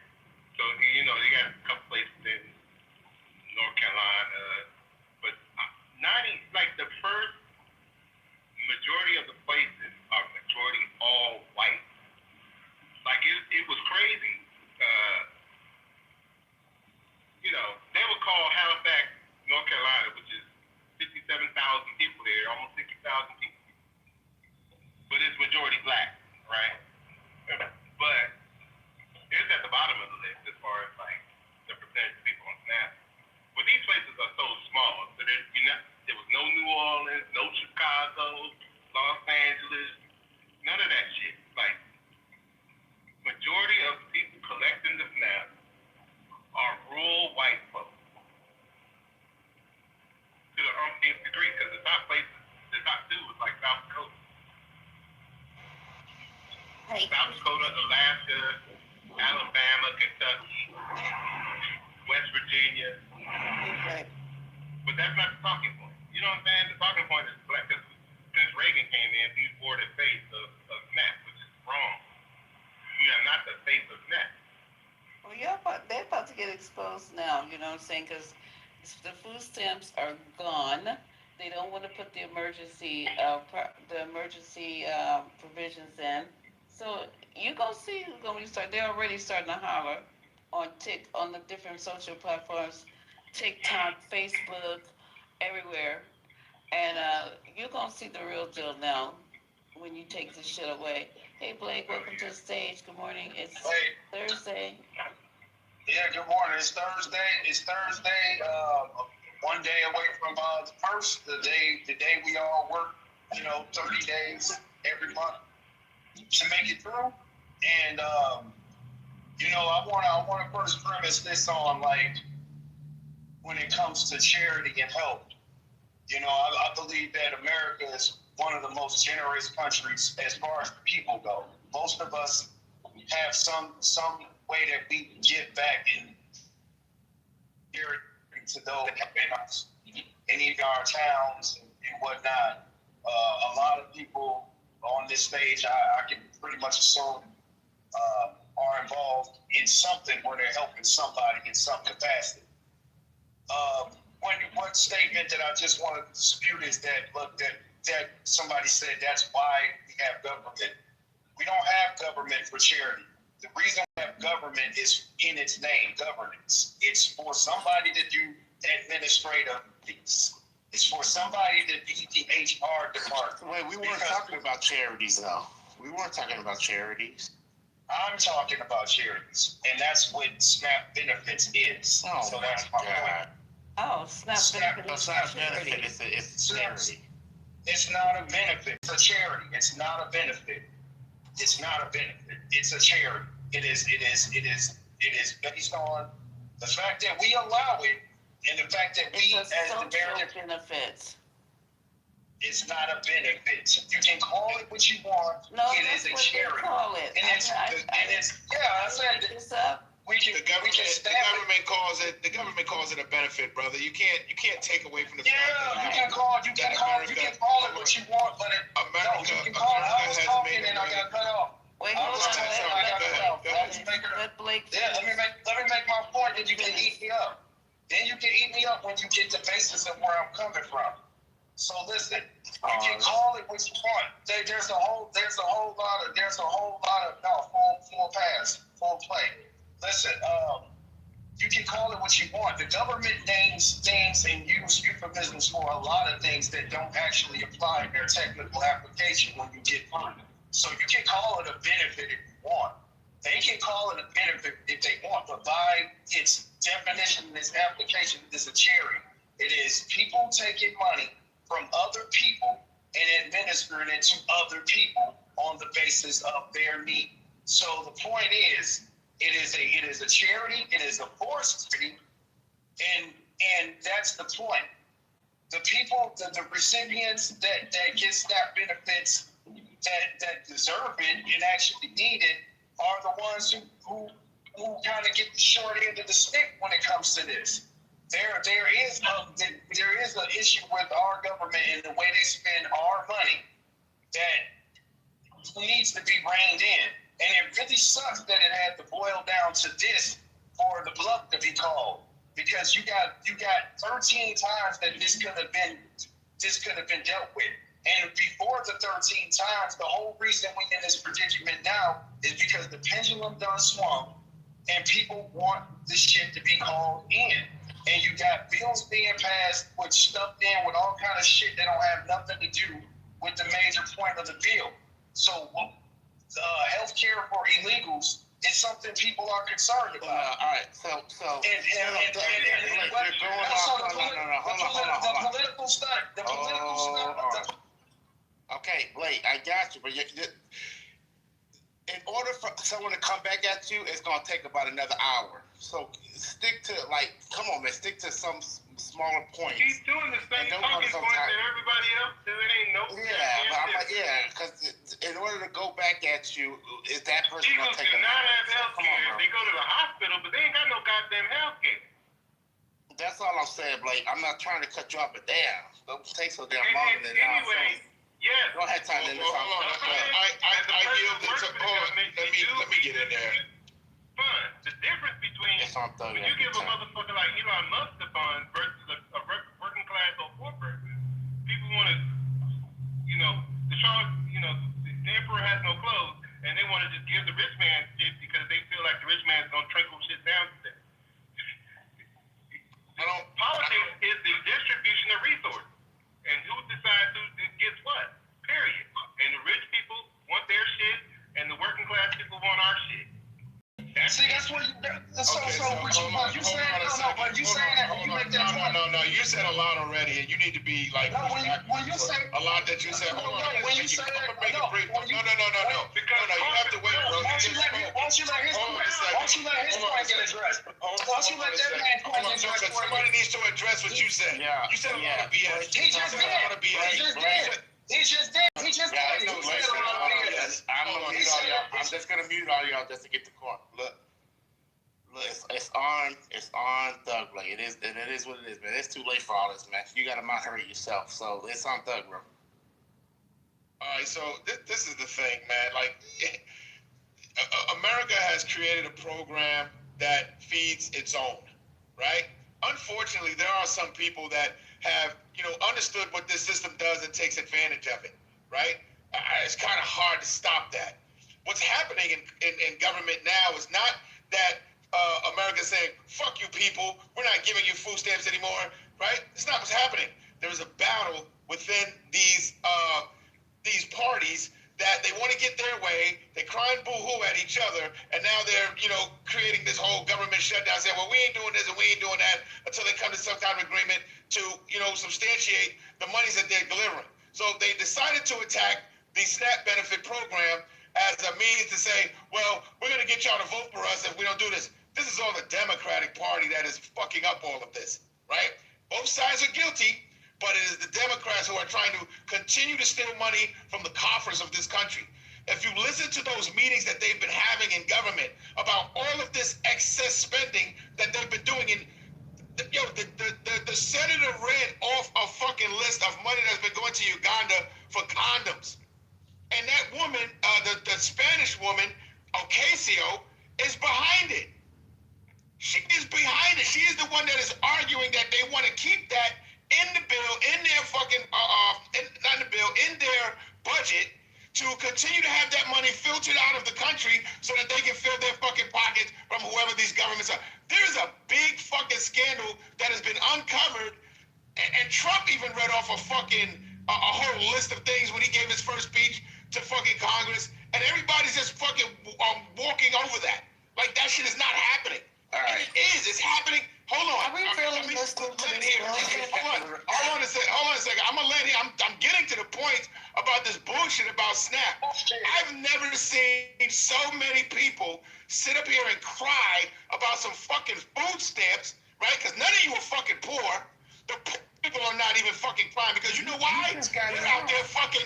The poor people are out there still getting fucking what they need to take care of their fucking family. They ain't letting none of that shit fucking stop them. But y'all are boo-hooing and y'all don't even get fucking food stamps. I'm done speaking. Okay, all right. Let me. All right. So Yeah, we need something to it's do. a lot. All right. So first off, you literally just came in the room. So now I know, Thug. Now you've just proven to me. No, you just mad. I said Trump. I said Trump. Y'all attributed Trump. No, we're all MAGA on this stage. I know what you're talking about right now. Go ahead. Yeah, right. So you literally just came into the room, so you don't know what anyone was quote unquote crying about. All that shit you just talked about, the condoms, that's bullshit propaganda. This is the same shit we heard. This is the same shit we heard with Elon Musk and Doe. Same shit. Now there's a whole other condom story. So we're giving millions of dollars of condoms. We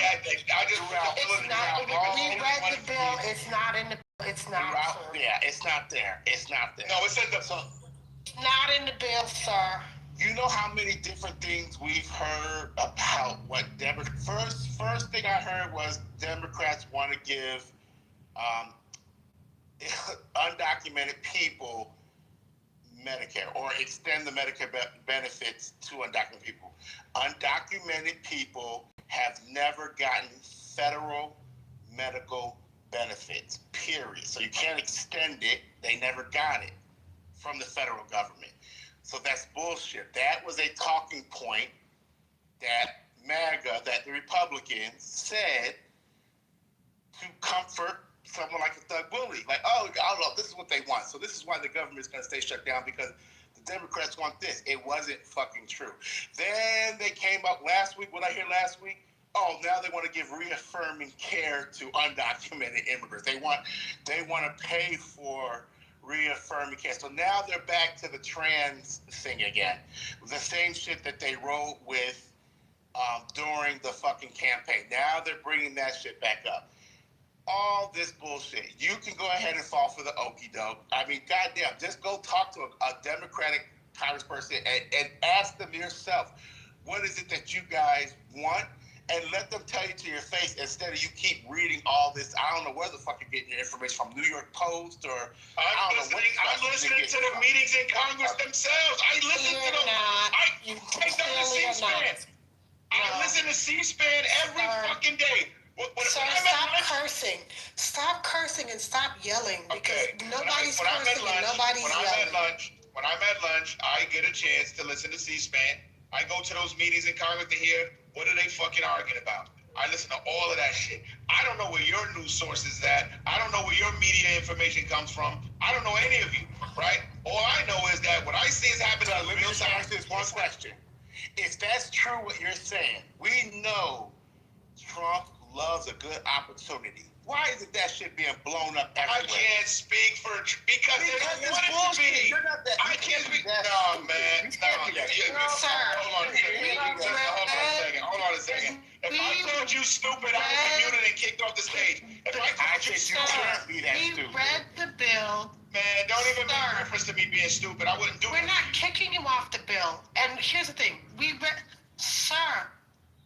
Nobody called you anything, sir. We read the bill, okay? We're not talking about a bill. We're talking about the budget. No, not the bill, the budget. We read the bill. Talk about the budget, not the bill, the budget. Sir, stop.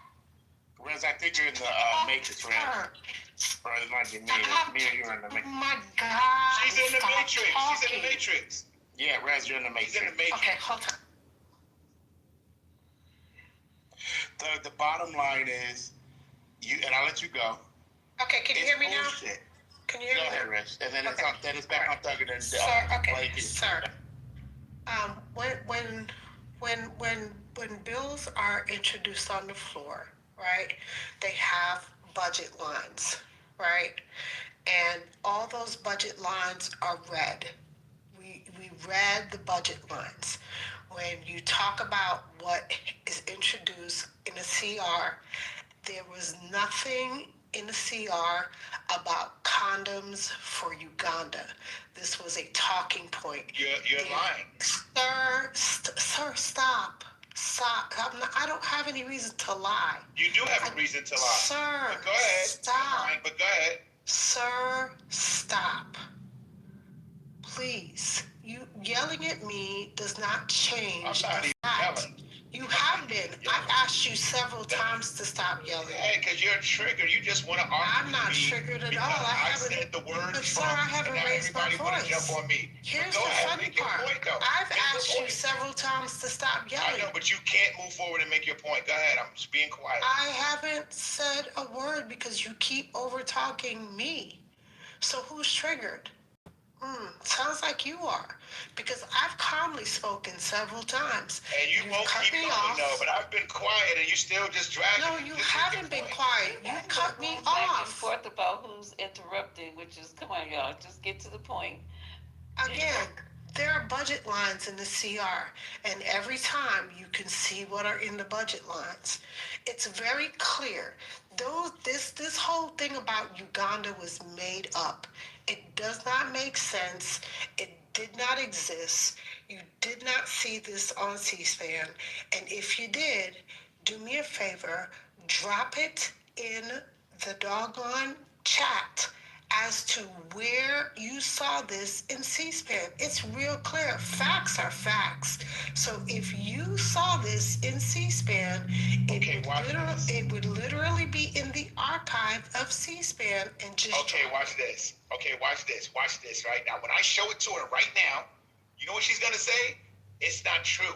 It's not in the bill. It's not in the budget. These men have read these things off in front of Congress, in front of everyone. So just and you're put going to it in sit there. here and Let's I'm not going to put it up. argue her Hold on. response to I'm something driving to you work. didn't do. Oh, okay. Gotcha. I'm driving to work. I'm gonna fucking risk my life to find this shit while I'm driving and put it in the chat. No, I'm gonna do it because I'm gonna put it in the chat to show this woman that just to prove to this woman that she's lying and she don't know what she's talking about. Bro, but you gonna take it down now, bro. Come on, bro.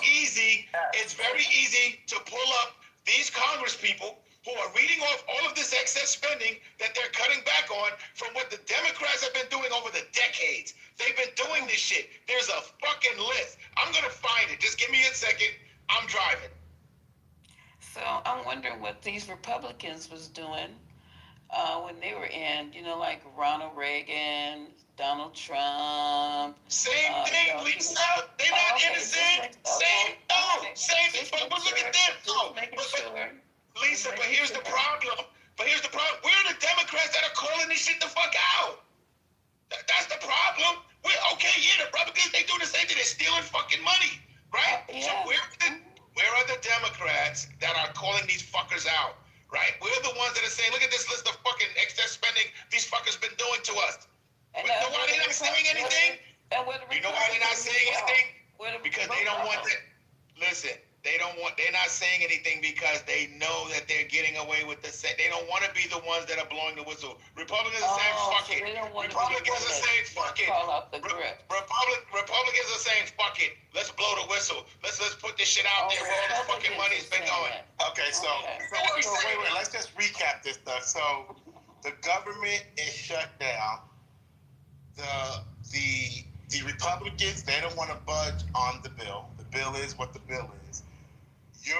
But they do want to cut back on sending millions of dollars to Uganda, but Democrats are not willing to budge on that. That's just one of the countries. That's it. Uganda. I just put that up. That's one of them. The Democratic Party wants to continue sending millions of dollars of condoms to Uganda. That's not just no. That's not what I'm saying. No. You took that out of context. The way in which you illustrated it is wrong. What I'm saying is this: there are countries that are receiving aid from America that are for nonsense. What about the $40 billion that Argentina just received? Hold on, sir. Nonsense. Listen to the question. Calm down.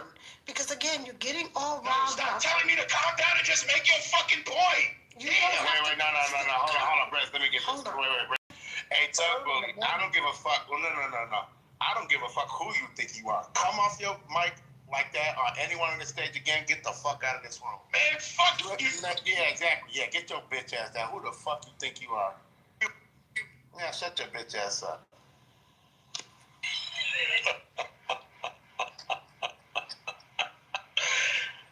JD? Bro, you here, bro? Like you can't have no conversation with that dude. You from New York, bro? You came with that New York swag there. I mean, all that was so unnecessary. Y'all calmly talking to him. That He dude's just unhinged. going left. Yeah. That was crazy. No, Chicago, bro. Oh, okay, yeah. Same. Man, I was asleep, man. Thank you, JD. Sorry about that. No, you can't have no conversation with a dude like that. I had fell asleep, man. I woke up to a voice. I'm like, what the hell is that? And that was that dude. I'm like, not. He woke me up, man. I had dozed off, and that's crazy. Well, the problem. So if we're going to discuss what the problem today, which is Thursday, I'm sorry to have voice. We literally been open way too long. The problem is that the money. She said we worried about food stamps. So that people who are not even getting food stamps are worried about food stamps. Of course we are. We're worried about anybody who needs to eat. And anything wrong with that? No. I mean, I know you Dems have messed everything up, but we're here to say today. Ain't worried about the $40 billion that we sent to Argentina. Oh, okay. Nah, we're not worried about that. Right. He wasn't even listening to you. He didn't let you get out what you was getting ready to say. Because this is what they do. As soon as you start to say that, I'm going to cuss you out. I'm going to talk you down because you're not going to get your point across. You see? Yeah, that's true. So were you a master sergeant or sergeant major? Riz? Or are you an officer? I retired as a sergeant first class. Okay. E7? Okay, cool. Hey, don't forget, we still got to respond to Blake with that whole charity bullshit. Oh, that was wild. Blake, go ahead, bro. So is that the same thing as the charity we give to like Elon Musk, Chase Bank, General Motors, on and on and on? I mean, is that the same thing? Or it only becomes charity when it's the taxpayers who's trying to get their own money back? Make that make sense to me right now. Sorry about the voice, I'm kind of crackly. Let me get up and get some of that Republican tea. I'll be right back. Trying to figure that out because the majority of the people that I know are working that get food stamps. Don't they pay taxes? Oh, I'm gonna go on mute.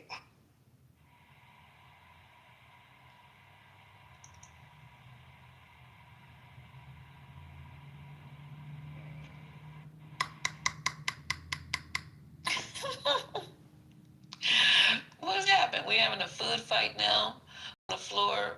This is just, to me, it's all theater on both sides. There should not be any discussion. It shouldn't be no bills put down. It shouldn't be no 5-hour grandstanding talk about look what they doing, and then the other side go, well, look what they, and this is about food. This is the most embarrassing shit I've ever seen. But this is one way to wake up. We're in the fattest country in the world, and we're in here to withhold food. Everybody's looking at us in these other countries. That's why they don't have no respect for y'all. That's why what was the guy's name last night? Looked at Donald Trump like he had body odor. He thought he was going to go over there to China and try to, manipulate, clown, tap dance, pop, dip, and spin, doing his Trump thing. And that dude looked at him like, I'm just as powerful as you are. What you got? Don't come over here with no fucking trinkets. This is not the Indians, and you're not coming to America, fool. Come over here with no goddamn glass trinkets and hold them in front of me. I am the king of China. He looked crazy last night. Do you understand me? If you don't even listen to the words, just look at the optics of how this president is moving. Xi Jinping. Hey, yeah, I'm about to, before I hop in the shower real quick, I want to go ahead and respond. I put that list in the chat, Lisa, that list of all of the wasteful spending. He's pointing out all the BS. Okay. It's in the chat. And I didn't drop you, by the way, Thuggy. I know you did. I just left because I just hate when you hire people to threaten people about being quiet when they don't have anything to say. They want to threaten people with how they sound and how they're gonna you're gonna kick you out. Yeah, they were hired. You hired them. Yeah, thank you.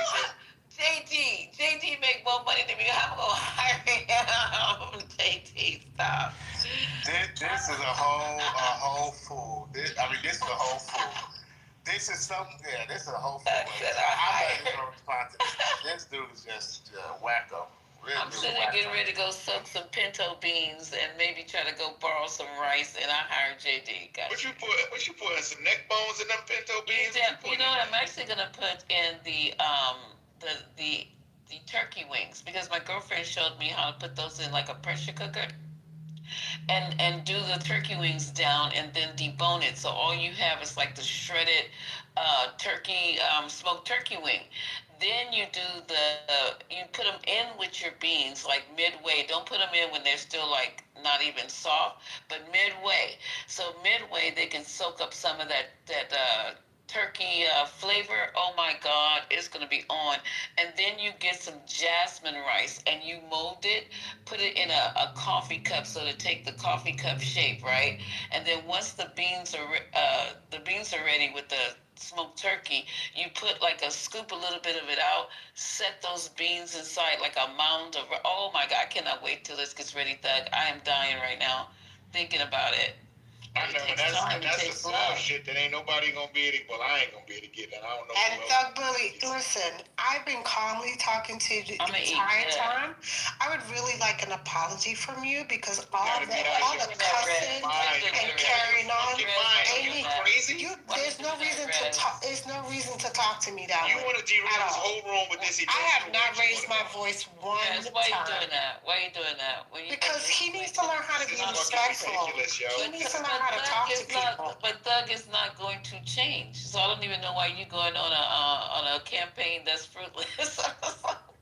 Save your energy for something that we can actually. About somebody being, you're right. About a person that doesn't know how to be respectful. Because Thug's gonna be Thug. I know.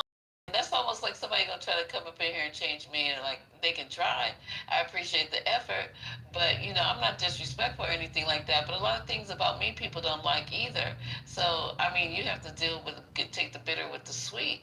So Thug, what do you think about what happened to your boy over there looking straight clowned in China? What happened? I didn't even find out what happened. You need to go look at. He got his ass clowned. He's been everywhere where they've been rolling out the red carpet, giving him planes, giving him a crown, giving him money, some Bitcoin. China barely, they didn't even put water out on the table. And Ping is sitting over there looking at him like, I'm the big dog. Well, right? Well, you okay? Well, I'm gonna go find that information and see what happened to him. But I can assure you, right? Everybody has a right to treat people according to how they're. For 8 months ago. Hold on a second. So everybody has a right to, treat people how they feel like they're being treated.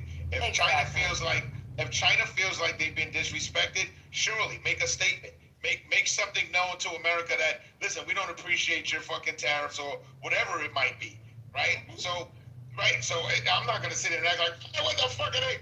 Listen, the reality is that one thing you're never going to get Thug Bully to do is be delusional, right? You're never going to get me to be delusional or anything. I'm not going to sit here and make up a talking point just to make myself feel good, just to sound like I'm politically correct. You're definitely delusional.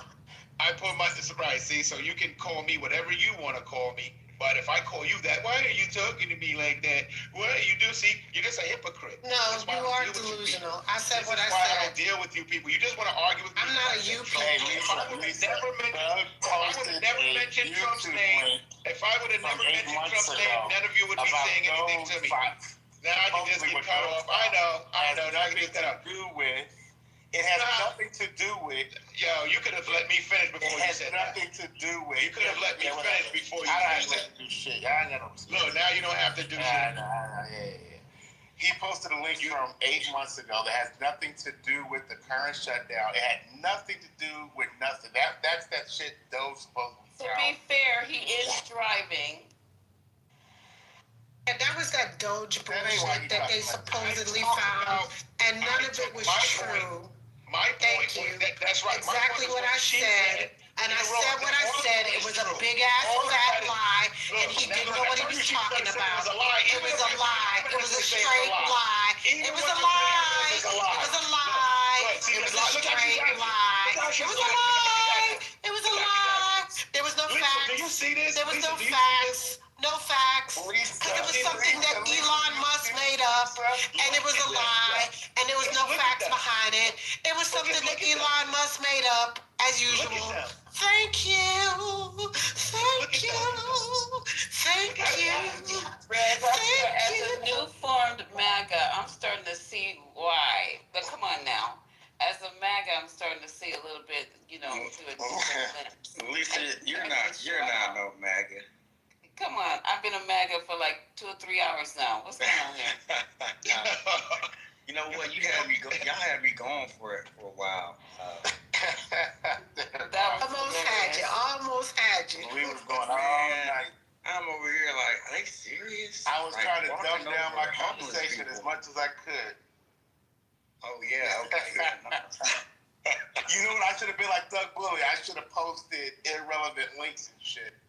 You could never be like, Yeah, I could post some shit from 8 months ago. No, you could never be like me. It's all relevant. It's all relevant to the point that this woman sat here and lied about this government. Doge conversations from Elon Musk. That's what he posted. Right. Bullshit. He was hired. Bullshit. To find Elon out Musk. all the ways And where's he at now? He's nowhere near the government. Bullshit. And where's he at? Where's Doge? And Doge is disbanded. He found nothing. He found nothing. He found it was a whole smoke and mirrors. He found nothing. He found nothing. You are delusional. You are delusional. You are delusional. He found nothing. He found nothing. He found nothing. He found nothing. You are delusional. You are delusional. You are delusional. You are delusional.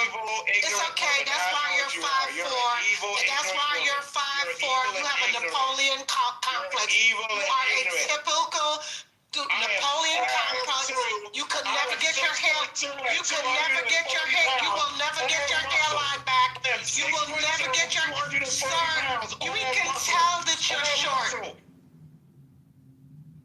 I got all my hair, all my teeth. Sir, you do not have all your hair. Your hairline is in the back and it's receding. Stop it. I'm a powerhouse. You wish you had a man like me. I would never want a man like you. Yes, you do. Yes, you do. Never. Yeah, we're gonna let Blake go because Blake wanted to say something. Blake, go ahead. We left men like you back in the 80s. We good. Let's get it, Blake. Blake, what's up, bro? What you was gonna say? Blake don't want no parts, bro. He said, hell. He said, you. No, bro, I was just getting my shave on, man. Get ready to start the next day. Okay. One day. Blake about to get that money, right, Blake? Man, no, I'm trying, man. I'm trying like everybody else, man. Amen. I'm trying like everybody else, man. We all trying out here, man. Look, I don't wanna come off like it's a matter of being, not compassionate, because trust and believe, bro. I got people in my family that need help. I got friends and peers that need help. I'm somebody that could have needed help, and sometimes do, but some I consider myself a situation to be lucky to be making ends meet every month, but I push it. You know what I'm saying? Like literally, I jumped on this conversation while leaving, my job that I work for myself to get ready to go punch in for somebody else, and we all out here doing what we got to do as Americans to try to make ends meet, and we paying into this tax system. And I think the point that what I gathered from what Doug was saying, that there is a whole lot of spending, and I do appreciate the fact that he blamed both sides, including our side, because there's been a whole lot of BS spending, and I think that it needs to get uncovered. And unfortunately, it takes salacious, it takes salacious things like getting somebody like Elon Musk to give headlines to the overall point, whether it's misguided or not. The point is that we got too much spending going on that ain't got nothing to do with actually helping people. They don't have nothing to do with actually governing the country. There's a whole lot of people in Congress that get those jobs in Congress or the Senate to get favors or get perks that make their lives richer. Meanwhile, we still work, we still put into the system. A lot of us out here aren't collecting from the system. We're just putting into it, and we watching people who don't actually deserve it get it. And at this point, there needs to be a real conversation about, if you want to call it benefits, then fine. That's what we'll call it. But for the people who actually should get benefits, I think that conversation needs to be reined in. Hey, Blake. I'm the one that's you shut my you heard me getting off, Blake. So man, this is you heard me getting off mic, bro. You ain't got it like that in here. Mute up. Blake, so here's the thing. Look, that man, you conversation. You ain't gotta be all slick with it like a little girl, man. Don't be all fucking catty. I came in here respect me. Blake, I was talking to Thug Bully. Calm down. But he's still right about how you responded. That's a fact. All right. Here we go. All right. So, Blake, here's the thing. Bottom line is, that wasn't the conversation we were on. This is what you guys like to do. We were talking about the shutdown and food stamps. That ain't got shit to do about what Doge uncovered supposedly uncovered months ago. It has nothing to do with it. He tried to correlate that to why the Democrats are keeping the government shut down. It's that crazy talk. It's I don't even know what kind of conversation that is. It doesn't have shit to do with shit about what's going on right now. What the fuck is it? That's why we're not having that conversation with him. It doesn't make any fucking sense. We already had that Doge conversation months ago about supposed bullshit spending that they found. We already talked about that. That has nothing to do with right now. But after Utah, he came off mic and said and brought that bullshit up about government not opening up because of supposedly some millions of dollars being spent on condos in Uganda. You see it? We sit here thinking like, what the fuck is going on? That's why we sit here like, what the hell is going on? Has anything to do with anything. That has nothing to do with what's happening right now.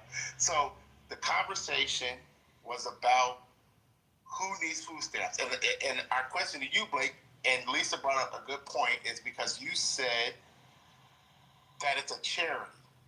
You specifically called it a charity, and I think Lisa, what she said, so is all this other stuff that corporate sees, is that stuff a charity? Yeah, that's definitely not a charity, and we need to cut that shit too. Like, absolutely, first and foremost. Like, the reason I call it as a charity is because it's giving the proposed intention is to help people who need help, and when doing that, that is a charity. Calling it a benefit is something you actually work for. A benefit, you get a benefit from working for a job, whether that be the job paying for you to be off when you decide you need to or want to. A benefit is a perk that's baked into putting into the system, but just hands out giving and and receiving from giving. It is basis a charity. It's because we are charitable that we bake that into our government now, but that is not that somebody. I was only responding to the fact that somebody was acting like this was a priority, an essential priority of the government. It is not an essential priority for the government to give free food to its citizens. We can do that on our own if they allow us to have more control over our money. If we ran our households the way they run the government budget, bro, we'd all need EBT right now. And I agree with you there. But Blake, where I disagree with you is, first of all, you keep saying you can bring your ass right back down. But so Blake, you keep saying it's free money.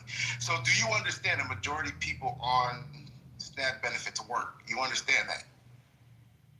Or do you think they're just people that don't work and are just receiving money from sitting at home? Let's just be honest about that, bro. Like if you work Has you looked at 76% of the people that receive that receive current SNAP benefits are working people that are literally under the poverty line. Are you? No. But Blake, listen to the number. Listen to what I'm saying to you. 76%. That means they are not a charity. They are literally contributing to their own paycheck. But here's the problem, because they are paying taxes in this country, and because of the way the tax code is so messed up in this country, that the people in this country in the lower tax bracket pay so much in taxes because of the way the tax code is written, they can't afford to survive. And that's the part that we really need to be discussing, is that the lower percentage of people need to stop paying such high taxes. The 1% need to be paying more taxes. That has always been the argument. So there's no charity going on, because you literally gave the definition, and actually what you said made sense, but you didn't even care that the definition that you gave is actually what's happening. Because in a charity is something that people give, and they give contributions to because they want to give. Okay? But here's the thing. People aren't giving because they want to give. They are being forced to give because they are getting a benefit from it. And guess what? They are benefiting from what they've given because they are contributing their taxes to this country, whether you like it or not. And that is where SNAP benefits come from, taxes, my darling. Okay, so just to add on to what you just said, and Dougie, I can't bring you up anymore because it's a red bar. So that would apply also to unemployment benefits, Social Security benefits, okay? And Medicare benefits. Medical benefits. So, I mean, we can go on and on. This is money that taxpayers have put into the coffers, okay? Nobody's getting nothing free. I don't get anything free. I don't get even to take a chance. I don't even think I've ever used unemployment benefits. I don't think I've ever used it. But I don't mind the fact that my money goes there so other people can use it. I haven't used Social Security benefits. So that is what this country is about. Is putting the money in, so when there's a net, some type of, I'm sorry guys, some type of social net. I got you. Social net. That's what this country is all about.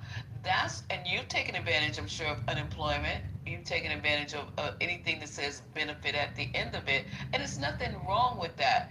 Making people feel bad because and then the basics of it'd be different if it was a Louis Vuitton benefit or a Cho and Chew benefit. But we're talking about food, and I'm not going to argue the whole day about feeding people. I'm not. Because if you're that low down and trifling and you can't even understand that people got to eat, even though we're the fattest society on the planet, I don't want to have it. I don't want to have that argument. Both parties are using this as a political volleyball and trying to show, what he did, and now look at him, what he did. We would find something else, damn it, to play volleyball with except for food. Because not only are you starving these fat adults, you're also starving these children in these homes, in these households, and you're denying food to children. Again, you Republicans, the same Republicans I'll be hollering day and night about how you care about kids while the schools are getting shot up, while you're denying them food, while you're denying them health care, while you're denying them education. Get out my face with this. This is baloney. I say all the stores should be free until they get this shit together. We should mandate that all the grocery stores open their doors up and let everybody come in there and shop and get what they need. There's $1,000 minimum per visit until they get this shit straight. And let the government subsidize that later on. after the shutdown's over. Now what you say, Blake? I'm listening. Because, you know, you want to use these words. And I'm one of those people that's big on words.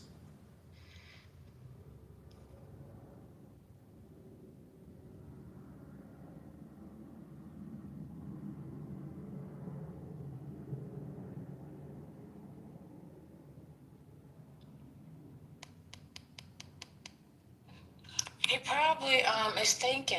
I mean, because the debate to come back with and what you've described is something that the other side isn't giving. They're only telling the story from that side, and that's why I You got said so bad? a lot of times. Why you wearing shorts? He's getting his child ready for school. I know it's hot. So, you know, that's why I'm like, yo, if you just take your time. Sometimes if you take your time, they might can hear you. Now, I'm assuming that he heard you, but now that we know that he's over there getting his child ready, he may not have heard you. But yeah, that was a good comeback. That was good. Oh, thanks, First Lady.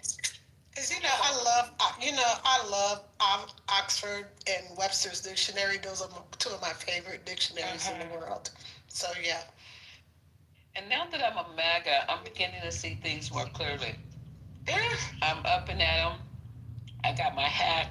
I'm gonna wear my red kids today. Not your kids. God darn. You went way back. Way back, Lisa. Kids.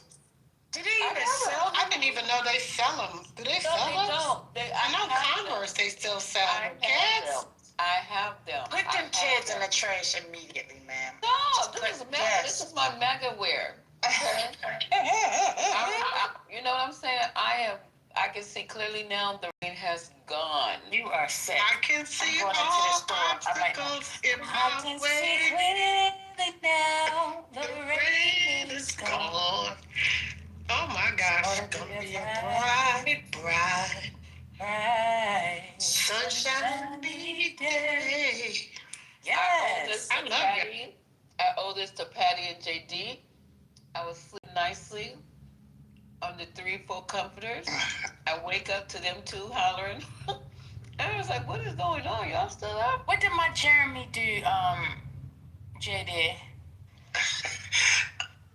No, when Matt came up, I said a few. So you know how Matt gets. So Matt came up and let him have it. Oh, that was crazy. So I agree with Matt's point. Obviously, I didn't agree with Matt's delivery. Delivery was wild. But I agree with Matt's point because I know Jeremy. You know, as much as Jeremy comes in the room, I see a lot of the stuff he writes in chat. He always, his view of MAGA, like how we view MAGA, he has that view of MAGA and Democrats or people in the middle, leaning left. He has that same view. When you hear a lot of times when he speaks and a lot of times when he writes in the chat. But the problem is when he comes on stage, he plays the, oh no, like he'll always side with the Democrats, but then in another room or in the chat, he despises every American on both sides. So Matt was just calling that out in Matt's way. And I just agreed with Matt because I've seen it. So I said, yeah, Jeremy, I've seen it. And I've told Jeremy that a lot of times. In fact, I've had back and forth with Jeremy in the chat. So it's nothing new to him. He knows we've had these back and forths. Because he says when Jeremy gets triggered, that man gets radical. If you ever pay attention, that man, if he gets triggered, he will go in chats and all that, and he'll say, you know, Americans, I don't know if he say should die, but it gets close to that. The radical shit that will come out of his mouth about Americans as a whole. And like I said, he's entitled to his position. Nothing that bothered me. I think he got more triggered because Matt came on the stage and Matt just... Oh, he wasn't triggered. He was just saying, like, he was just apologizing. No, but he also was taking it way. I said, yeah, I don't care if you feel a certain way about America, but that's not none of my business. I don't care. And mind you, he was on stage for about 4 or 5 hours talking freely until Matt got there. And just by me saying, I don't agree with Matt's delivery, but I understand what Matt's saying, he turned the whole thing around. Oh, so you all don't appreciate me in this room. I'm just going to stay in the goo. I'll be quiet. I got it. I understand you guys now. Canadians aren't welcome here. I'm like, bro, ain't nobody saying I don't know. Like, bro, ain't nobody saying. But a lot of times, like, I don't think people get his troll. When he's talking, because you don't know him, you think he's serious when sometimes it's troll. That's what he said in the chat. He was like, I think I got on their nerves tonight. So yeah. And it really was. But anyway, it's all good. It's all good. Yeah, I got no issues with him. But happy Thursday, everybody. You getting ready to open up? I'm getting ready to go on a Giant and Giant? Let me shut. You getting ready to go on a Giant? Giant what? Giants. Oh, Giants. Giants. I'm even more confused. They default Goliath and the Giant. You understand? No. Gotta defeat the Giant. I'm going to Starbucks. I'm sure Starbucks is one of those names that on that list. Yeah. That's helping with the ballroom. I'm a boycott. Exactly. See, I know that's why I said Giant. So you wouldn't know. But yeah, I'm going to get my Starbucks thing. Thanks. Yeah, my whole focus today is gonna be on this amazing. They're putting it in now. Amazing meeting with Xi Jinping. This man played Trump. He played him like a fucking violin. He just what's the instrument? Did he? Because I didn't listen. I had mine on mute. I just watching their facial expressions. No, that's all you needed to do. You don't need to have no translators, no words. He made it quite apparent how he felt about Donald Trump, and which was absolutely nothing. He felt nothing about him. And I was telling him earlier, First Lady, you know how he's been going everywhere. They rolling out red carpet. They're giving planes. They bought a whole ass golden McDonald cart. They're giving them crowns. Xi Jinping didn't even put water on the table. They sitting around a dry table with some flowers from the funeral home, and they didn't even offer them water. I was like, this is the way I feel. Crazy as shit. There's not one glass of water. Like when you see all these other meetings they go to, how they're kissing his butt and doing, he met him dry and cold. And then when they sat down around the table, they didn't even place. When I come to your house, I know you're going to offer me at least a glass of water, maybe a bottle or some shit. They didn't even put water on the table. I mean, who notices shit like that but you? Me? Because I would, girl, I know. That's what I'm saying. It's the little things. And then the guy That's on facts, the end, though. that That's Bassett facts. guy, he looks terrified. I don't know what's coming over that speaker in his ear, but Exactly. You saw that? He looks terrified. He's like, but Trump was sitting there trying to seem like he was coy about it. Like, he kept shaking his head and, he'll squint that eye, with that thought-looking face. But the others, even Rubio, what's his name, the other guy? Was that Rubio on the other side of him? Rubio, yep, he looks He looked like, oh, shit, like, what's going on? So I don't know what was said. Girl, they didn't even offer them no dim sum, nothing, no tea. They just said, say what you gotta say, get the F up out of here, because we ain't bowing down to nobody. What do you think about, how long did it go? Because mine's cut off. Not that long, girl. It wasn't like an all-day thing. And no parades down the street. Yeah, okay, so so they went off. Mm-hmm. Wow. Yep. That was amazing. If pictures are 1,000 words, I'm looking at this one right now where they all sitting around this table and And Trump is slumped over, and Xi Jinping sitting up tall. I mean, why are you gonna look like that? Slumped, just like slumped. And didn't he send that tweet right before he met with him? That tweet about the one about yeah. Mm-hmm. Trying to play him, trying to scare him. That's crazy. And I'm no big fan of China, let me tell you. But it's just like a bully. You think you're going to bully your way through the world. You think you're going to bully your way like you're bullying your own people. Y'all don't know we're being bullied? You better be nice, all this cherry. So, Lisa, one thing I didn't know, I don't know the other lady that was in the military, but one thing I didn't know, because I was looking at something the other day. It was something that we moved some assets in Korea, over Korea, in the peninsula, well, not the peninsula, but in the waters, and the Chinese was kind of, upset. I think it was something that happened in Taiwan. I can't remember exactly what it was, but anywho, I didn't realize that South Korea, that's the largest military installation in the world. In South Korea, I thought it was Germany, but I didn't. But anyway, they were saying that it's can't think of the name. But to your point about the agitation in that part of the world, because obviously the Chinese are not very happy. I don't know if you've seen that Russia, Putin hired some mercenaries to go to the Wagner Group, hired them and sent them to Venezuela. There was a couple of. Wait, Putin did that? Mm-hmm. Yeah. The same Is that what you guys got? I thought we did that. Yeah. Mm-hmm. So yeah, they hired the Wagner Group a couple of days ago. I thought the CIA did that, y'all. Come on, somebody. Wait, Daryl, say it again. What did you say happened? He said Putin sent some mercenaries to Venezuela. To do what? Yes, he did, Lisa. Hold on. To do what, Daryl? I mean, it's basically for revenge against the United States meddling in Ukraine. That could be something separate than Lisa, than what we were talking about. Yeah. Okay.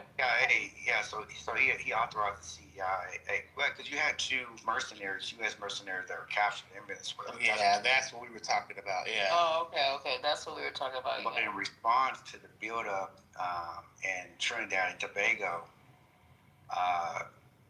they sent some. They hired some mercenaries. That commando shit and stuff is that's real, man. Because the Wagner Group is actually because Putin owes them some money, and they were literally remember when the Wagner Group was getting ready to storm Moscow a few years back, and because for non-payment for with the Wagner Group, because the Wagner Group was fighting against Ukraine. No payment. No. It wasn't for no payment. Don't do that. Okay. Whoa. This is what I was told. So you can ease up now. Yeah. Why can't you just tell them that that's not what it was? What you mean, Shay? Why you tell them don't do that? Right. Like. I'm with you, man. I'm sorry. I get a little. Well, yes, it's personal for me because I am from Russia and I know a lot that's going on right now, all the details. So when all due respect, there's propaganda on both sides.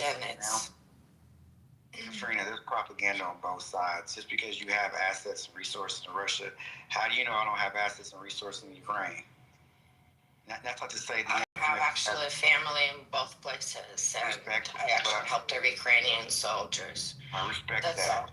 Okay. I respect that. And I'm not coming at you sideways. All I'm saying is you jumped into a conversation and pretty much told me that I didn't know what the hell I was talking about. All I'm doing, I'm not there.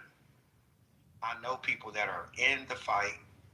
I'm former military myself, and I'm not saying the information I was given was accurate. I'm just telling you what was told to me. That's it. That's all. I just wanted to correct it. I'm sorry if it came off harsh. I just wanted to correct it. No, I mean, All right, no, you're good. I'm not tripping. I'm not gonna die on Because that. of no payment, because of no payment, they went out to Moscow because they didn't like the way that the Minister of Defense and the generals were basing them. They were saying Prigozhin was making a lot of videos, a lot of complaints publicly that they don't have enough weapons, that they don't have enough shells, and all this other stuff, and that he pretty much has to use his man as a battle, just a meat grinder. And he wasn't going against Putin. He was going against.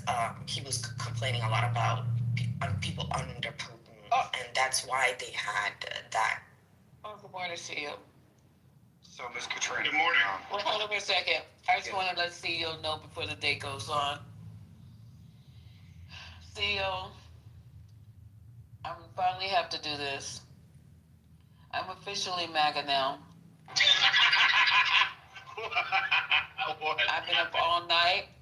We've been contemplating, JD and myself, and Jim and I. Guys don't let you speak or nothing. Crazy. Yeah, they always. It's just really, I'm starting to understand now why we keep losing, and I'm tired of it. So I want to be on the winning side of this, what's going on in this country, this movement to make America great again. And I am going to step over. I'm putting on my red kids for today. I'm going to order my hat from, they have the fake knockoffs from Amazon. I might not be able to afford the $49.95 one from the actual merch from Donald. But if I have to, I'll make my own. But I'm telling you, tonight was enlightening. So, Lisa, why don't you start out easy as a conservative and then see if Blake will mentor you? I don't know if Blake got what it takes to get me to the level that I need to be, but I'll start out slow. I'll go to 101 and then, I can't afford Lisa. Lisa, I have a Cricut machine, and I will make you a hat. And I'm not kidding either. Thank you so much. I'm going to wear mine to the back, though. We've been up for I don't know how many, 13, 14 hours in a room, which is ridiculous. So what, I don't know where First Lady went. She said she was going to get some coffee or whatever the case may be, but we'll leave it open for, what is wrong with Rabbi? We'll leave it open for a few more minutes, and then we can crack it up on the other side. Lisa, I know you can do it. Did you see what happened in China yesterday, CEO? I did, but I was going to say, I know you can do it all night long, but this was ridiculous. Yeah, this was. Hey, Lisa. Hey, Lisa, I'm glad. My bad, Blake, go ahead. No, I was just saying, I'm glad Lisa brought up Prada and stuff like that. I like to equate that to the real deal on the ground for the poor people like myself who go to, who shop at the Walmarts.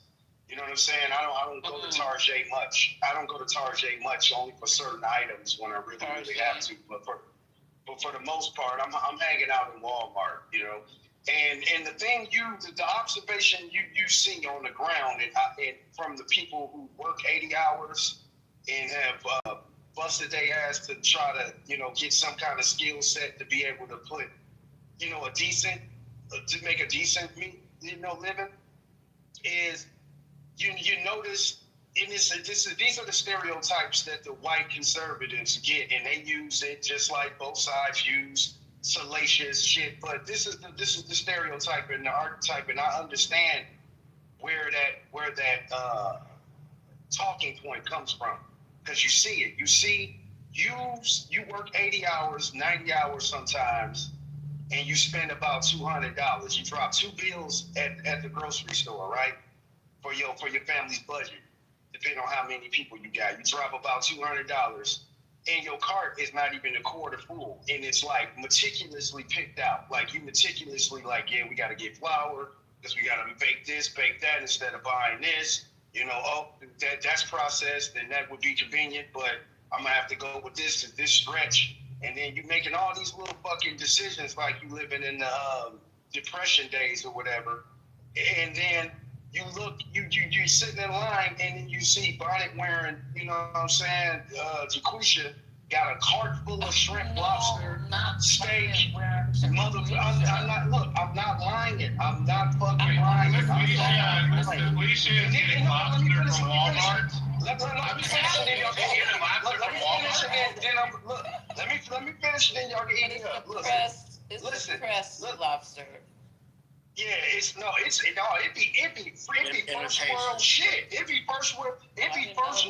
first world shrimp and lobster. It be real shit. Big jumbo, motherfucking jumbo shrimp. And it's like, look, I only get that shit, not trying to be in somebody else's pockets, but I'm like, damn, I can only get that shit when I do this amount of overtime or pick up this amount of extra car jobs and shit. But here's a scam. But then Jaquisha get the term right. We're talking about the people who need it. This is where I'm coming from about need. Because I'm down for need. I'm all for need. This is where the truth is, and this is where a lot of people do not want to fucking be honest. Jaquisha goes and gets that whole fucking full cart of shit. She don't actually look. I'm just using a name. I'm using a very stereotypical name for effect. But this is the point. She gets all that shit, and then turns right around and got enough money to sell that shit for 50 cents on the dollar. You know what I mean? It's like, come on, don't nobody try to pretend like you ain't never been solicited some food stamps. Don't try to act like you ain't bought food stamps. Blake, don't try to act like you don't know nobody that sell food stamps. Blake, and the fact that we're able to do it. Cash. How do you know that's because oh my God, that's the point. That's the point. But some people are arguing. Look, some people are arguing. That's the point. Some people are arguing. Look, some people are arguing that if you got that much fucking entrepreneurial acumen, you can get your ass up and get a job like us. That's the argument. That's the argument. Bro, so once again, Blake, but you're ignoring the fact that we gave you earlier. 76% of people on SNAP benefits work. How do you tell someone that, no, this bro, that shit capped. That's capped. Okay, we're talking about something. We can't have an honest conversation. We can't have a conversation talking about amounts. We can't have no conversation when you're talking about amounts. You're telling what I'm people saying that have we can't have a true conversation. We can't have a true. I'm doing all that. I'm saying he can't have a conversation. If you're going to talk numbers, if he's going to talk numbers, then he has to talk about the amounts that the recipients are getting. We can't talk numbers unless we're talking about the amount. You're yelling. You're not talking. That's what I'm trying to tell you. Because I'm being talked over, so I'm getting allowed to talk over, being cut off, being talked over. We cannot talk real numbers. I'm going to say it one more time. We can't talk real numbers about a percentage unless we're talking about amounts that the recipients are getting. And we all know that the people who are getting SNAP benefits who still have a W-2 get a measly. No, we know that people. We know. Well, guess what, Lisa? I'm moving up to the audience. Deuces. I'm not gonna put up with disrespect. I don't like disrespect. Because I can get real fucking disrespectful early in the motherfucking morning. But the fuck you not gonna fucking disrespect me or anybody else on this motherfucking stage. And I don't give a fuck how many fucking ushers you give out, Rabbi. And how many fucking legs you got. Bitch, because you can go to the fucking goo as well. The fuck wrong with y'all? Y'all better act like y'all got some motherfucking sense. Can't even have a conversation because everybody want to be yelling. I said several times, can you please calm down? Did I not? I think the fuck I did. Fuck you, Grandma.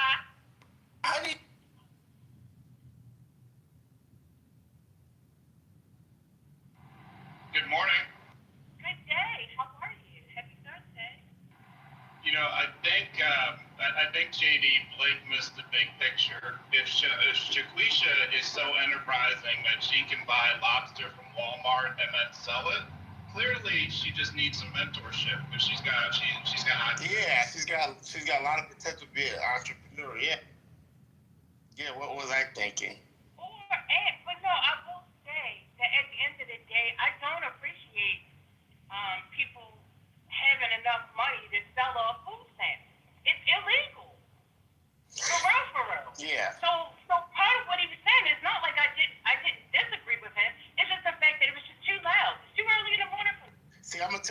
my opinion on that, when people sell their food, now, mind you, we all know there's some people that are abusing the system, but that is a very small percentage. Blake would be the type to exaggerate that number on how much people overall are actually doing that. My thing with the people that sell it is sometimes people need the cash. I mean, we don't know people's life situation. So if they are sacrificing, you know what, I'm not going to be able to buy that much food this month, but I need that cash for this. You know what? It is illegal. It is. So I'm not going to sit up here and say people do it, but I'm not going to lie and say it doesn't happen. And then also with Blake, I've seen where people, sometimes it isn't spread out. Like what happens is everyone gets their benefits at the beginning of the month, and then you do see where people go out shopping and they No, do. they don't get it at the beginning of the month. They get it at all kinds of different times. Okay. Yeah. Mm-hmm. So, only people that get it at the beginning of the month are like, if you're on SSI or something like that, those people get it. But other people that are qualifying, I think they get it from the time, like whatever day that they signed up, and that's their monthly renewal date. Got you. Where the money is funded back on there. But I hear you, JD, but at the end of the day, you have awakened people to understand that their tax dollar is being put in a place that they feel is being taken advantage of. That's what I'm hearing from the other side. My thing is, I think they could have taken their time to find out how do we scale back, but to cut all the way, I think is the problem. That's what I need the other side to understand. It's not that I don't hear them, and I agree with a lot of some of the things that are going on. But we can't just rob it, just take it away from us. And then no, that's for like the 70. So is this number? I haven't looked it up myself. I actually took the word of people that I trust. 76% of people who are on SNAP are work. Do you know? Is that a true number, First Lady? That's what Red just said. That 76% of the people are working force. So, taking like Walmart worker, I think that would probably be a good example. Somebody who's working the hours that are given to them, but they are falling below the poverty. And that was always my understanding. Blake, I'm gonna let you go.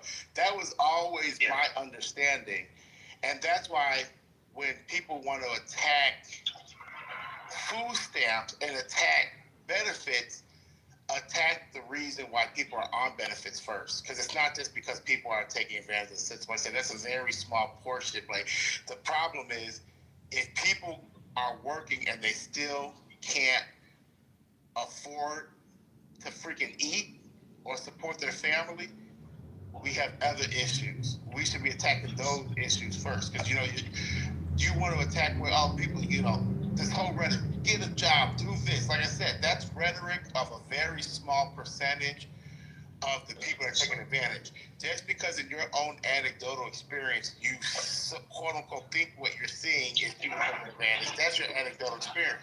Hey, you got to speak in facts. Let Blake go, and then I'll go.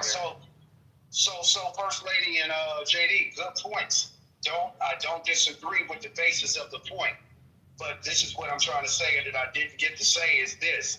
When you're trying to talk percentages about 70% or whether it's even 80%, if you know about this stuff, the truth be told, if you have a W-2, you have a job and you declare your income, you're not getting an amount that's sufficient to be able to subsidize and balance that out. So the catch-22 is if you work too much, which is not a lot, really, but to them, it's too much. To the government, when I'm saying them. So if you work too much to them, you don't get enough benefits to be able to subsidize and balance that out, where you would come even to a person who's working 80 hours making 25 an hour, or even lucky enough to make 30 an hour, where you leveled out somewhere in that playing field. What happens is you work so you don't get as much, which leads you to need that cash. It's a debt loop. It's a debt cycle. So then when it comes to people like, people on my side who are like me, not rich people, not just because you you agree with a lot more views of conservative ideas more than you agree with the other side, doesn't mean you some fucking rich tycoon somewhere sitting up wanting to just have all the money. You just want to have more control over your money. And you want your money to stretch a little bit more. And one thing that we don't want to look into is the fact that this printing of money inflates the system. That's another issue, and it inflates the system, which makes the average person dollar get a little bit less. So the point is, like, when you talking about, yeah, they work. The death loop is they work, but they don't make enough to do it on their own. Then it incentivizes the person. It incentivizes the person to say, and I've seen it. It incentivizes the person to say, fuck it, I can get more benefits if I don't work, or if I say I don't work. Because there are people out here using SNAP, and you trying to say like, oh, it's a small percentage. It's maybe small, but it's a substantial weight on the system, especially when I find out on numerous occasions that there are people that are actually hard times who get denied over some bullshit, who get denied benefits, get fucking $30, and they actually do need it. So it's a lot of people that get left in the cracks who actually do need it, fall on hard times, and all they need is a fucking bridge. All they need is a little help from the time they don't have a job to the time that they're about to get their new job. A bridge. And they can't even get it. They get denied. Or they get a measly fucking amount that won't even help. Can you land because there are people who are getting $700 fucking dollars just for not working, just for not declaring income. So that's the problem. Don't try to pretend like that little 30% ain't substantial. Yeah, so Blake, just two things real quick. So one, I've never heard the SNAP creates inflation argument before. That's a new one. I haven't heard that before. Is it printing money? Is it printing more money? Second, hey, I'm gonna say something supporting you. You're doing that weird shit again. You're doing that weird shit again. Blake, let me get to my point number 2. It's helpful to you. All right, so that 70% number was, I'll just say, creatively interpreted. That 70% represents that they worked at some point. It doesn't mean that they currently have a job while on SNAP. So that 70% number was not framed accurately. That's all you came off the mic to say. I made 2 points. When one of your guys say some shit that's like factual, it's some stuff that, like, eat on that, chew on that ball for a minute. That statistics can be skewed. All statistics can be screwed, bro. Daryl, we heard what you said at first. They can be screwed. You okay this morning?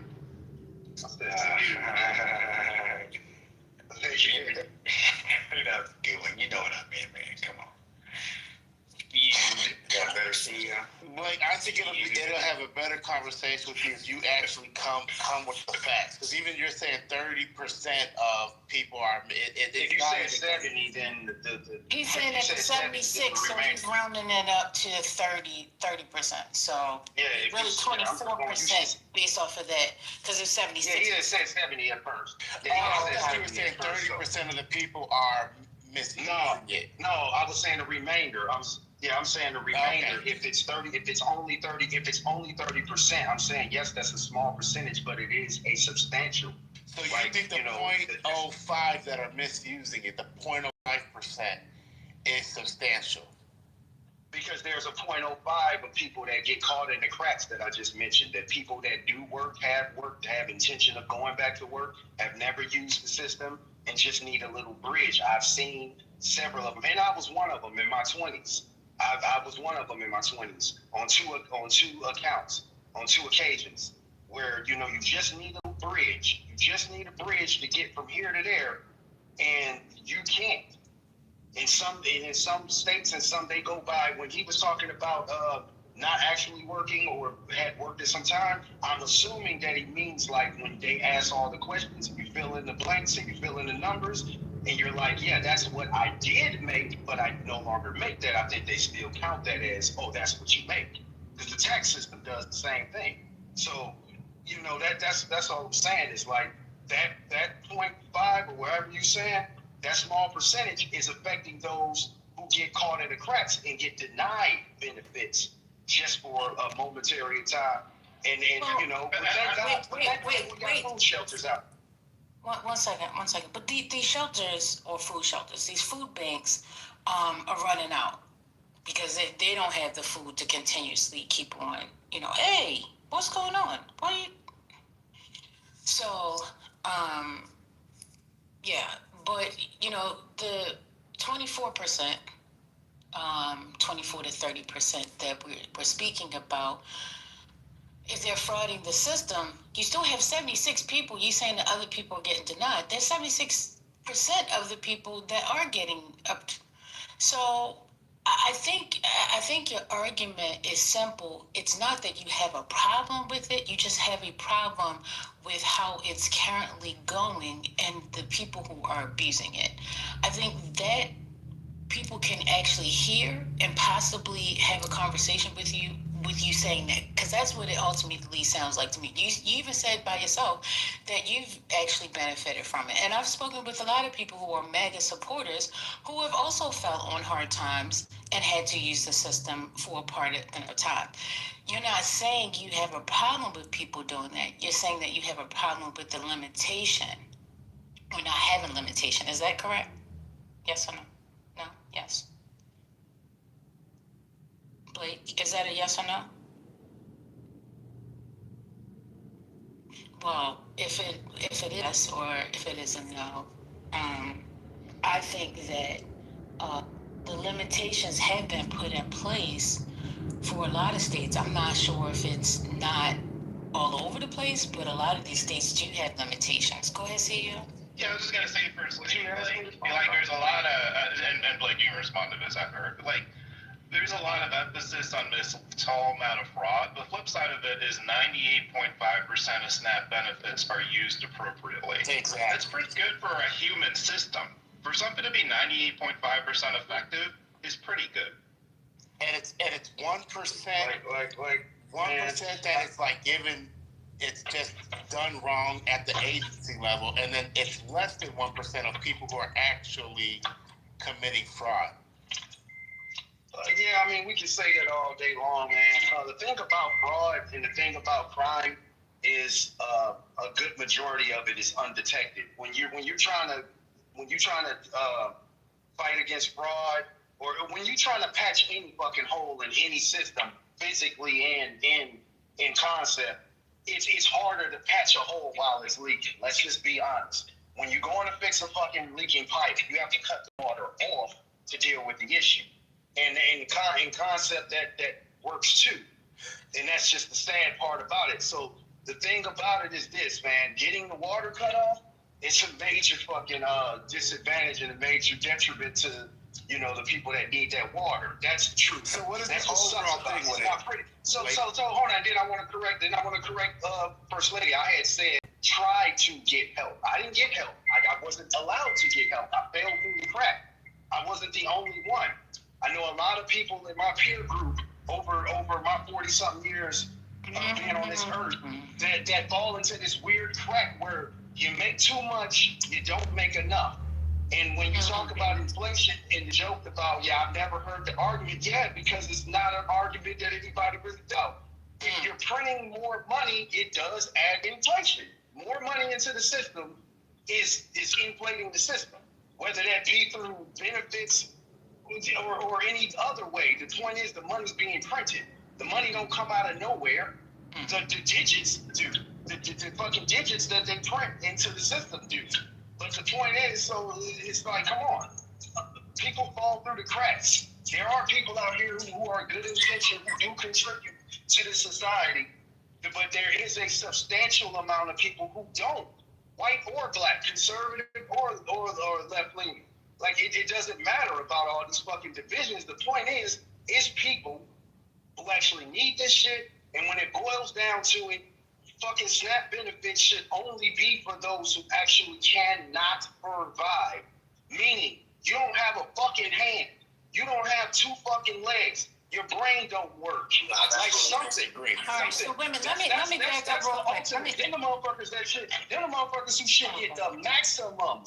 We should be giving these fucking people, elderly people. Hey, let First Lady go. Blake, you get way too long-winded, bro. Like, I got to let First Lady go. Blake, wait a minute, one second. Let me just ask you this question. You said this was back when you were like 18, like when in your early 20s. In my early 20s, yeah. Okay, yeah, because things have changed since then. So people who are I'm saying I've been reminded of those stories. I forgot all about that up until the last few years recently. That that there are people who go through that. Younger people that I deal with, they're like, damn, they say the same story. I wasn't able to finish my point, but okay. But I'm saying they come in with the same story. Look, I make too much to get help, and I don't want help. My story. I wasn't able to finish saying what I was saying. My apologies. No worries. I'm saying that 20 years ago, the SNAP program or the SNAP benefits, I don't even know if they called it SNAP back then, was completely different in how it is today. The poverty lines are completely different today than they were 20 years ago or 10 years ago, however long ago you were 20. So the people that you're claiming needs it, there are a lot of people who are just maybe, you could be 10 cents above that particular number and not qualify. But that's also so that we can continuously, the taxpayer can protect themselves. So you're proving the point that they do have guidelines there, that they do have protections to keep the fraud and waste as minimal as possible. So you can't complain about the friends that don't have it or didn't get it because they made a little bit too much. You know what I'm saying? Because then that would be the opposite. I do know what you're saying. Blake, one second, just one second. First Lady, can you retroactively give this man some food stamps so he feels whole? No, don't do that. And Blake, just repeat, when you go right now, Blake, just repeat that you think no one should have food stamps unless you're missing a limb. No, I'm not. I'm being, that's an extreme. I think you understand because you've been doing it on stage all day. You use an extreme for okay. No, the reason I'm using that extreme is because you're ignoring the fact that... Let me go ahead because I was trying to respond. The only reason I went to that extreme is because you're still the fact that people work and still need food stamps. Yeah, you keep drumming that because I know how this shit works. What you're doing, man, what you are doing is exactly the answer to the question you had asked the other guy. If it's so prominent, how the fuck don't we know? It's because people like you keep banging tropes, just like you accuse the other side, which they do, of banging tropes. You bang a trope, and I just explained through that trope. We just got done talking about it. You can keep throwing out 70% of, you can keep saying crime is low, but we all know there are factors that make those statistics skewed. You can play with numbers. You can play with numbers all fucking day. The guy that agrees with you just said that there's circumstances for that number. There are circumstances for that number that don't equate to reality. And respond to First Lady, yes, I understand what you're saying about securities and all of that, but you're missing my point. The point is, because of that small percent of people, that small substantial amount of people who are abusing the system, they make it where there's the smaller percent of people who actually need the system are not able to do so. 10 cents above the line and you can't get help? Fuck off. Not you, but the system. It's like, fuck off. It makes people disgruntled against the system to say, hey, I've been putting into this fucking system the whole time. I ain't asked for shit. And I'm probably not going to ask for another thing, but if y'all saying this is what the benefit or the charity that we are able to get, whatever you want to fucking call it, if it's available, then damn, why can't I get a little piece? All I need is a bite. Just a bite. So And there's people getting a whole ass pie. There's people out here getting a whole ass pie. It's only two fucking groups of people in America that benefit from the current tax system and the current fuckery with our money. And that is extremely fucking poor people who are bought off, and there's extremely fucking rich 1% who are bought off. Those two classes of people are the reason why this class of people, which is the majority, the people holding this whole fucking system up, get fucked over every time. Go try to make fucking $60,000 a year on a family of four, and then try to step your game up, try to upgrade your hustle a little bit, and bring that up to 80, 1,000, 100,000. Go try to get your shit together like that, and watch how these motherfuckers treat you. They want to treat you like you're the 1%, but then watch when you say fuck it and just say, all right, well, I'll just scheme. I'll just not declare this shit just like the rich people do. It incentivizes people to be crooked, and that's all I'm saying. I mean, so let me ask you this: if Donald Trump next year, worked hard and released some report that said government is 98.5% effective, would you be like, wow, that's amazing? Or you'd be like, man, that 1.5% sucks? Come on, fuck no, there's no way. Yeah, the fact that you want any system to be 100%, I don't know what world you live in. For there to be a potential fraud of less than 1%, I mean, that's pretty damn good. I don't know what world you live in where shit's 100%. Hey, bro, you keep banging that drum, bro. You might your mic or get dropped, bro. Mute your mic or get dropped. Like I said, I don't know what world you live in where you want shit to be perfect. I don't know. Show me the system that's 100%, because I'd love to see it. Right, but number two, that's so, the shit you're bringing up is always so far off any topic.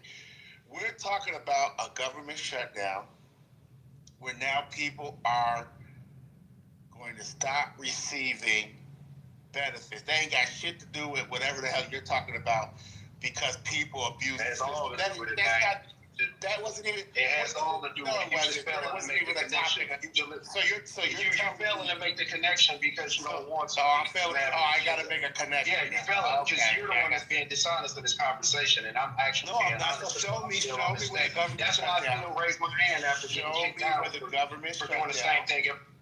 Show me where the government shutdown is about the less than 1% of people that are abusing it, and that's the reason they're not going to pay it out. Show me that.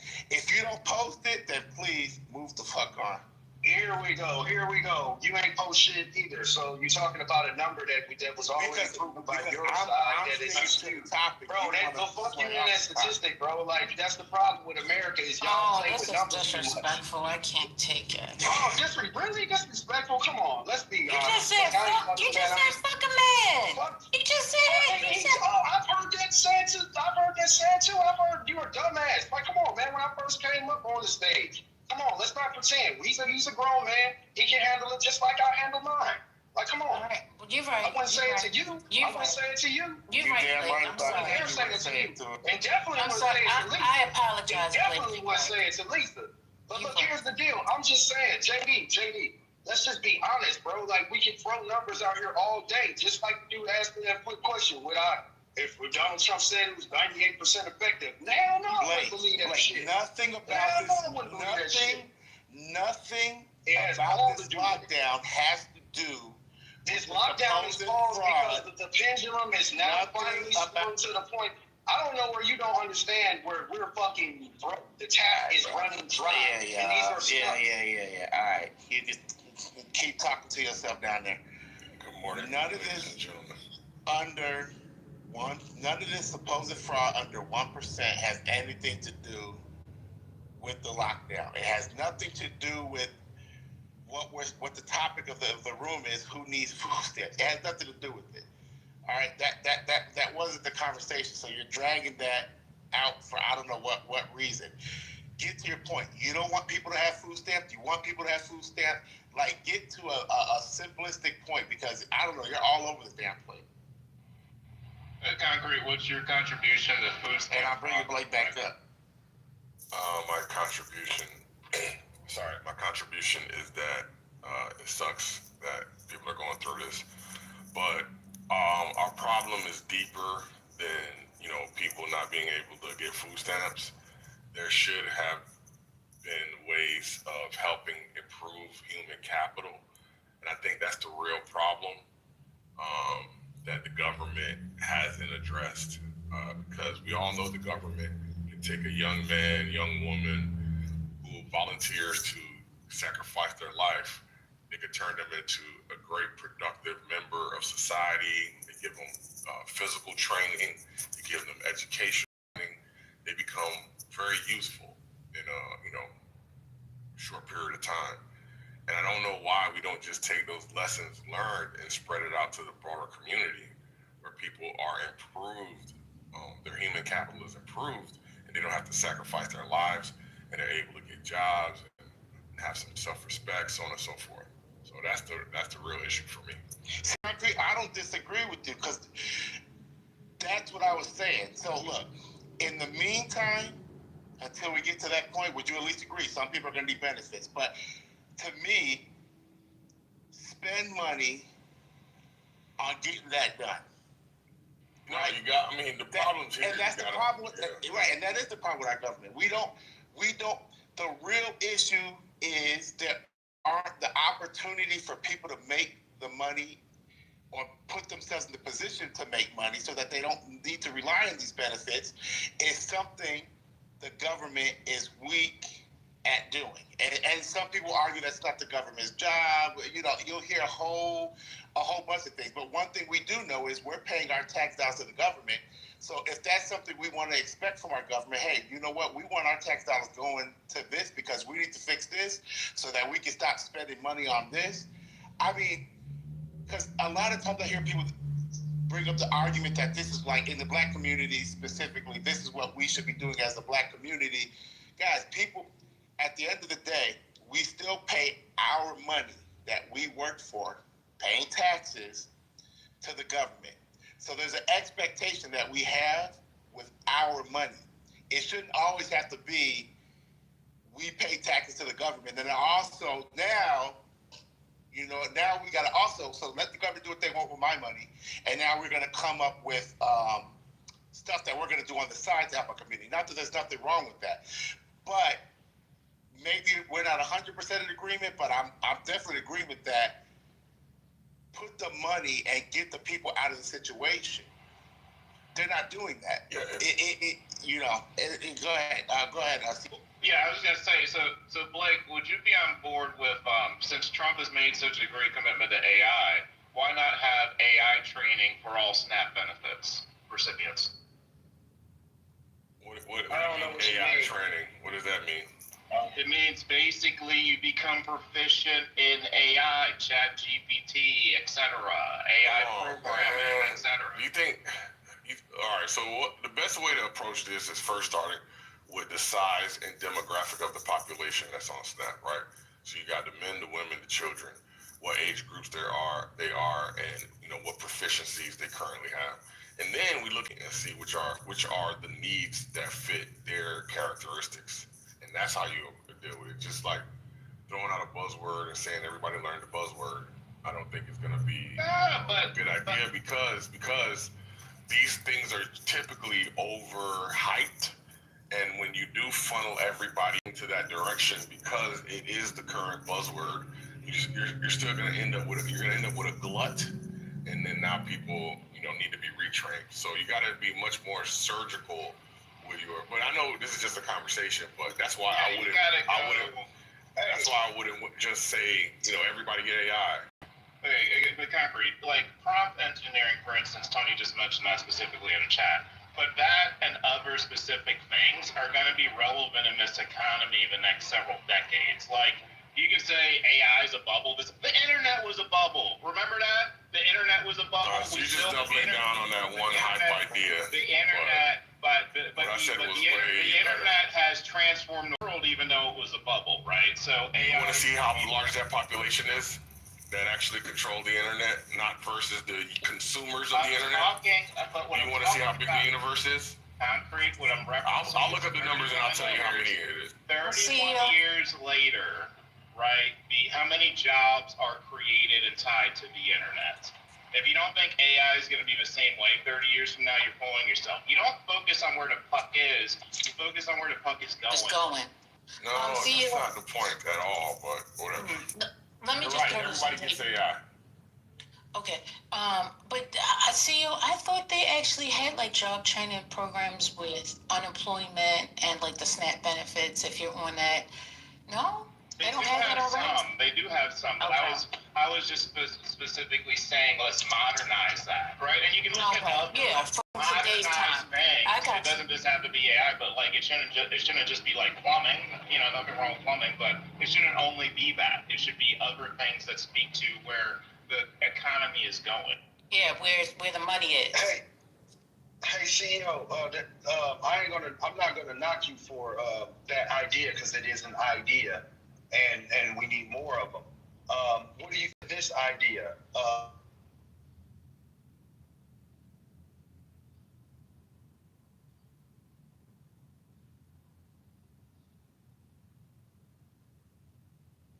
Did y'all hear him?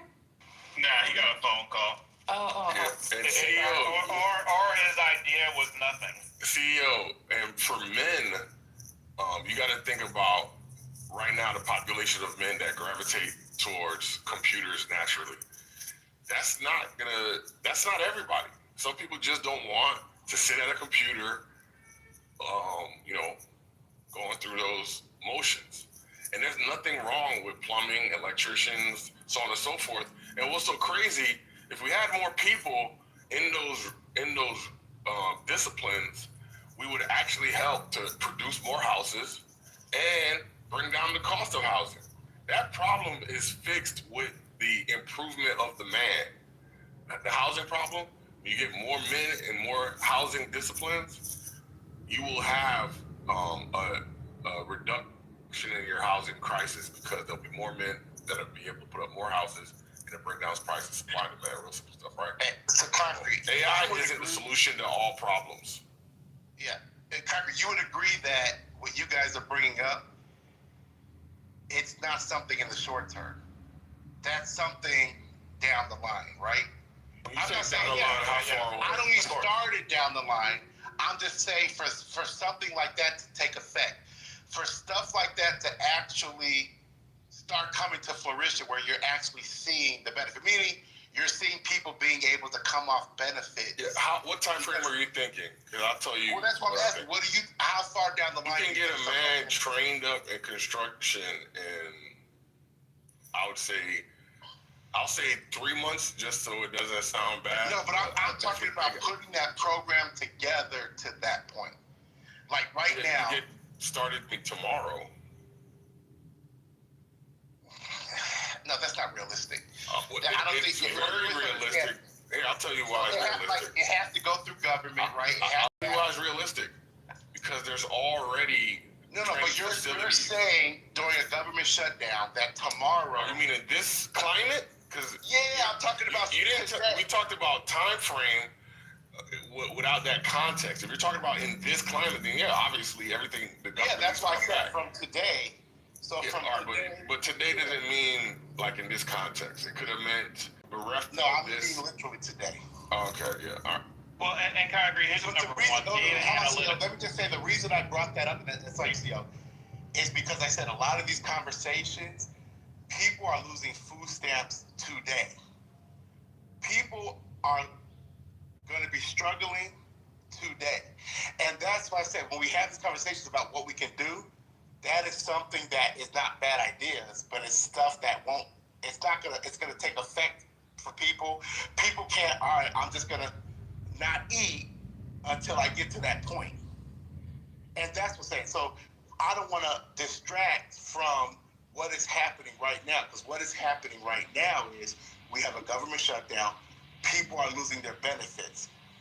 There are ideas that what people can do to get themselves out of that, but that ain't going to feed them today. And I think sometimes when we have these conversations, we're ignoring that the shit that's happening is about to affect people right now.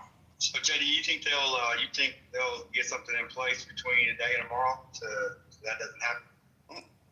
So that people, well, I mean, they keep trying to, I know, I saw the Democrats propose a bill to stop it. I know there's some states that are trying to work stuff out on their end to at least meet the most in need that need it. But yeah, I don't know, man. It hasn't been successful yet. They've been trying for the past few days. It seems like it keeps getting rejected or whatever the case may be. Yeah, I seen something on Twitter, and I didn't look too much into it.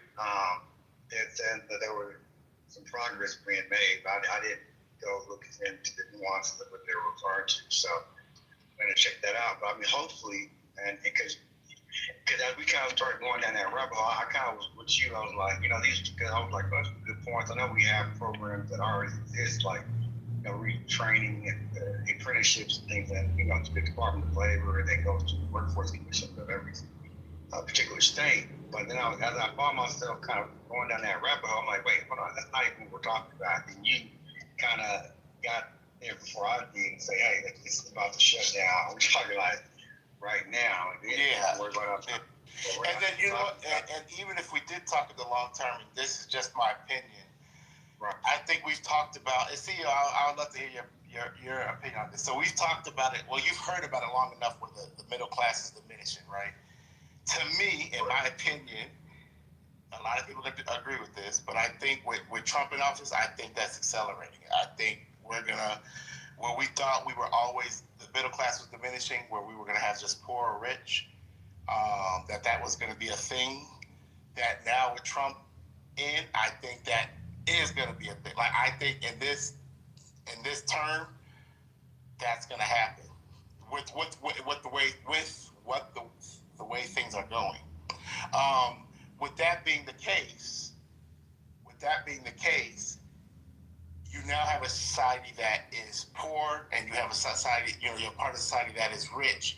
What does that look like? And see, do you think that's going to be a thing, or am I exaggerating? I think a little bit more nuance. I'm sorry, but possibly. Yeah, I see. I understand why you're saying it, and I think it could be a thing, but I think what's going to happen by 2030 is the government leaders are going to understand that we're going to have universal basic income. We're going to be forced into that legislation, so I think that's going to be the escape hatch from the world you're talking about.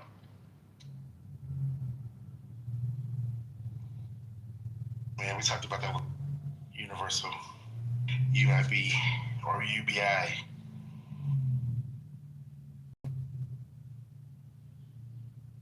And see, I don't know.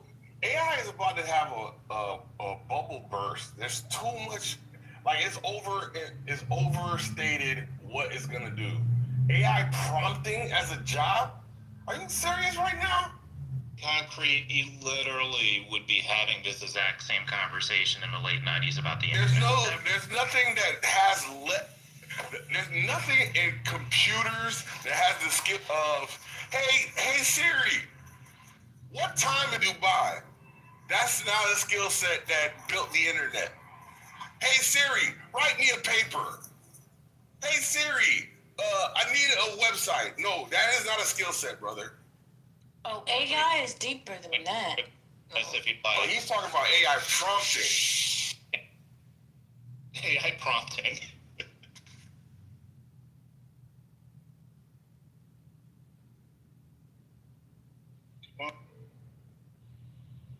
I think kind of like in the New Deal, like where Franklin Delano, they kind of created jobs. And then, even now, like TxDOT, they've been working on some of the same highways for like years now, and it's just like I know they can. It's kind of like you ever heard of the broken window theory, where you somebody throws a window, throws brick through a window or a rock through a window, and that creates all these jobs. Everyone gets signed like the ripple effect, right? So I even think even relates to AI, like from an automation standpoint, there's things that can be done, but I think they will drag it out potentially to create jobs because you need people to work. You got to be 2/3 of the U.S. economy is based off consumer spending, so you can't kill that cow. You essentially got to allow for that its own thing. But separate apart from that, I think most, I mean, if you look at the United States, it's like 50 individual countries, right? Because like California, California has 4.7 trillion GDP, the largest economy in the United States. And then Texas follows that at 2.7. I think New York is like right behind that, or I don't know, like 1.8, and then on and on and on and on and on, right? And so, and then those pockets, like Texas, I mean, I can't speak on California, but business is booming in Texas. Like we have a stock exchange now. I mean, one of our largest partners is Mexico. I mean, because of proximity, it's a lot of oil. Greg Abbott just, pushing nuclear.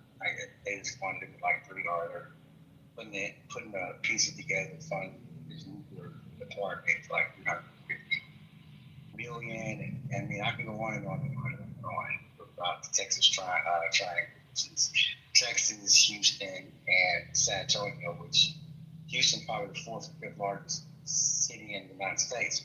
What I'm getting at, as far as the diminishing middle class, I think it just really depends on how you look at it. I think there's definitely places in the United States that are underdeveloped, and they're more agrarian, or they just didn't keep up with times. Like if you ever just take a road trip, I'll take a road trip from Dallas to like go to Abilene, Midland, Odessa, Abilene, like just go west on I-20. I hike a lot, so there's little small little podunk towns that are just like feel like you're back in the 1960s. So and where I'm getting at, there is certain things are going to die out. There's definitely towns and places that news industry, and there's other places will grow. So I don't think middle class in and of itself will. It may feel like that to some people depending on where you live, but I think there's pockets of the United States that are booming, right? Atlanta is a very thriving metropolitan area for a lot of minorities. And I know we're not just talking about minorities in and of itself, but like it's kind of like they're like little enclaves that are doing very well. There may be some slow down. I mean, there's always going to slow down in the economy. And then you places like George County and Dallas, Houston, and then you want to get more specific to those cities or towns within those that are doing very well. I tell you what, I guess I don't think necessarily the middle class is changing. I think the economy is changing with things like AI. I mean, just 10 years ago, I mean, and I'll make this last point. Like in my neck where I live, like there's a data warehouse or distribution warehouses everywhere. 10, 20 years ago, I mean, Amazon was just kind of coming online, right? So the world, and then it put so many places out of business. But Cons has went out of business in the last couple of years. Circuit City, Radio Shack, go on and on and on. So the game has just changed. And so I think, and I think that's what one gentleman was talking about as far as retooling. And there's already systems in place for that to happen through the Department of Labor. There's there's apprentice program, just program for people getting out of prison for them to get skills so they can, actually be able to provide for their family, so on. So I think someone else made this comment is that there are already things in place. I think a lot of times people only start paying attention to things when it becomes an issue to them, and so they kind of like crash out, and they don't have a really understanding about the intricacies of any particular thing, because it wasn't on their radar, and so it's a new issue that's to them. Not realize there's already infrastructure in place to solve the very problems, but they kind of want to throw the baby out with the bathwater approach, as opposed to really kind of understanding what's going on and figure out how to improve things that are in place. You know what I'm saying? Daryl, if I may real quickly, I'm also in Texas, right? And I think Texas is a very different example compared to the rest of the states because, we have had a big boom, really big boom, with tech companies moving to Texas, right? And that has definitely, like, Austin is second Silicon Valley now. So it's specific businesses. It's tech. Also Biden's bill on the infrastructure and the CHIPS Act. We in Texas we have I don't know if you've seen this or not, but we have like close to like 30 factories, chip factories. There is a Samsung factory just opened right next to me in like a small, tiny little town that had like 30,000 people who live in there, right? In I guess what I'm trying to say, in some areas, it is booming, it's growing for sure. Plus, so many people moved here and are still moving from New York, New Jersey, Connecticut, like all the West Coast, East Coast Democratic states, and they brought their money here. And I mean, we did the same thing as my husband, right? When you sell your tiny little ass home in Long Island, right? And then you come to Texas and you're like, holy crap, I can buy a mansion with like a third of that. So it actually really did bring up our housing market quite a lot. And what's happening now is that people, through like teachers, their cost of living hasn't been adjusted. So real estate went up, everything went up. And now teachers are, earning 45, 50,000. They can't afford homes that are 600,000. That used to be 200,000. You know what I mean? So it's I understand that it's booming, and again, I think it's just there's a lot of nuance in that, but also in regards to middle class. I recently sat down and found the statistics. I really wanted to know what is the percentage of American households make less than $75,000 a year. Would you like to guess what is the percentage? American households, so not individuals, households, make under 75 grand a year. I want to play. I'm going to say 78%. 60.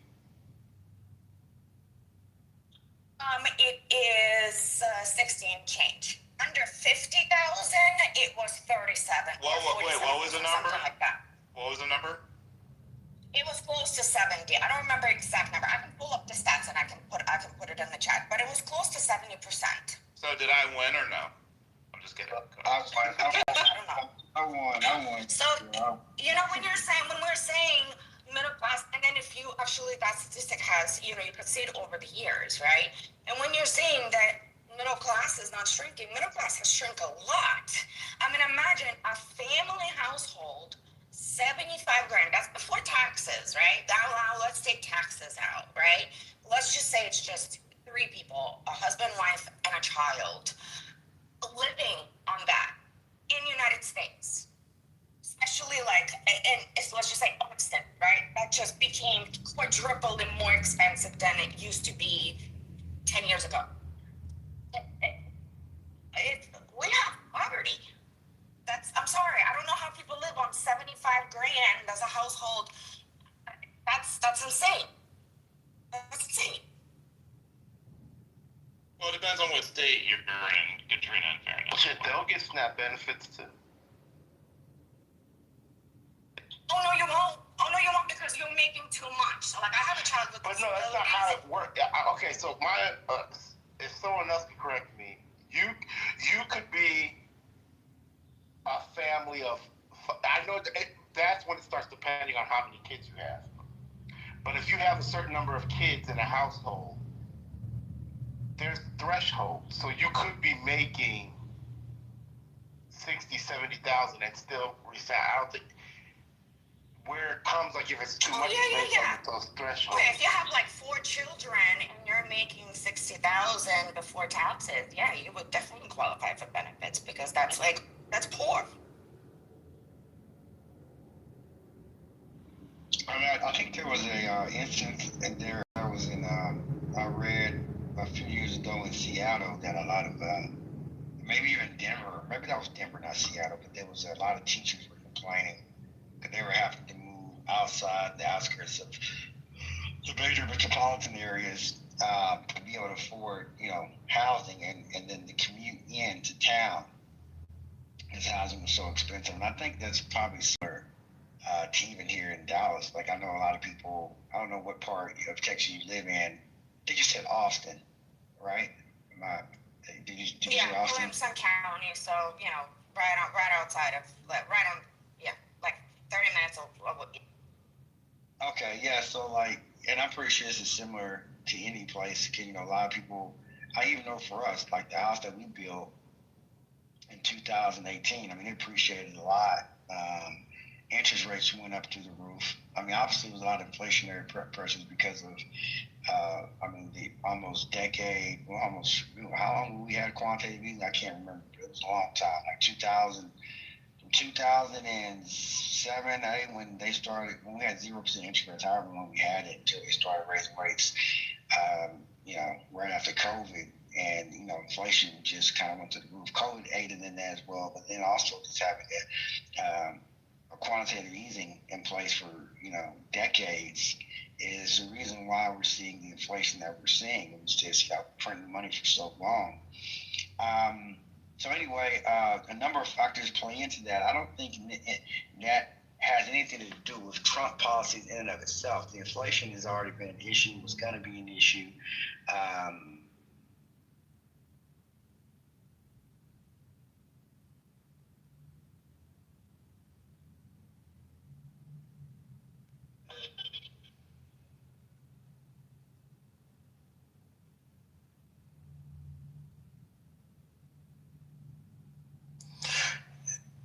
Hey, whoever wants to answer this, I got a question for you all. In the capitalist society, which we are, do you believe that in order for there to be rich people, there has to be poor people?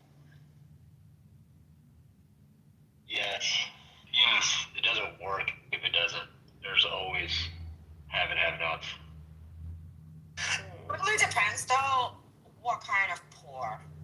That's the thing, because, like, there are other capitalistic societies that have social programs for the poor. And, like, their poor is definitely poor, right? But they are not, they're not starving. They're not, like, they can put their kids to school and just, they're living, they're not surviving. Right, so social programs like benefits, you mean? Yeah, this is gonna sound kind of crazy coming from me, but like the Nordic countries, if you look at the way they do things, right? Or even Germany, you take Germany, if you see a homeless person on the streets in Germany, that's because that person wants to be homeless. Period. Because they have all the programs to help the person up, everything else. So I'm not against. Yes, you definitely have to have some wealthy and some not as wealthy. I think the class differences definitely has to be there, but or to the point where you can't even really live and you're surviving instead of living. I think that's the big difference.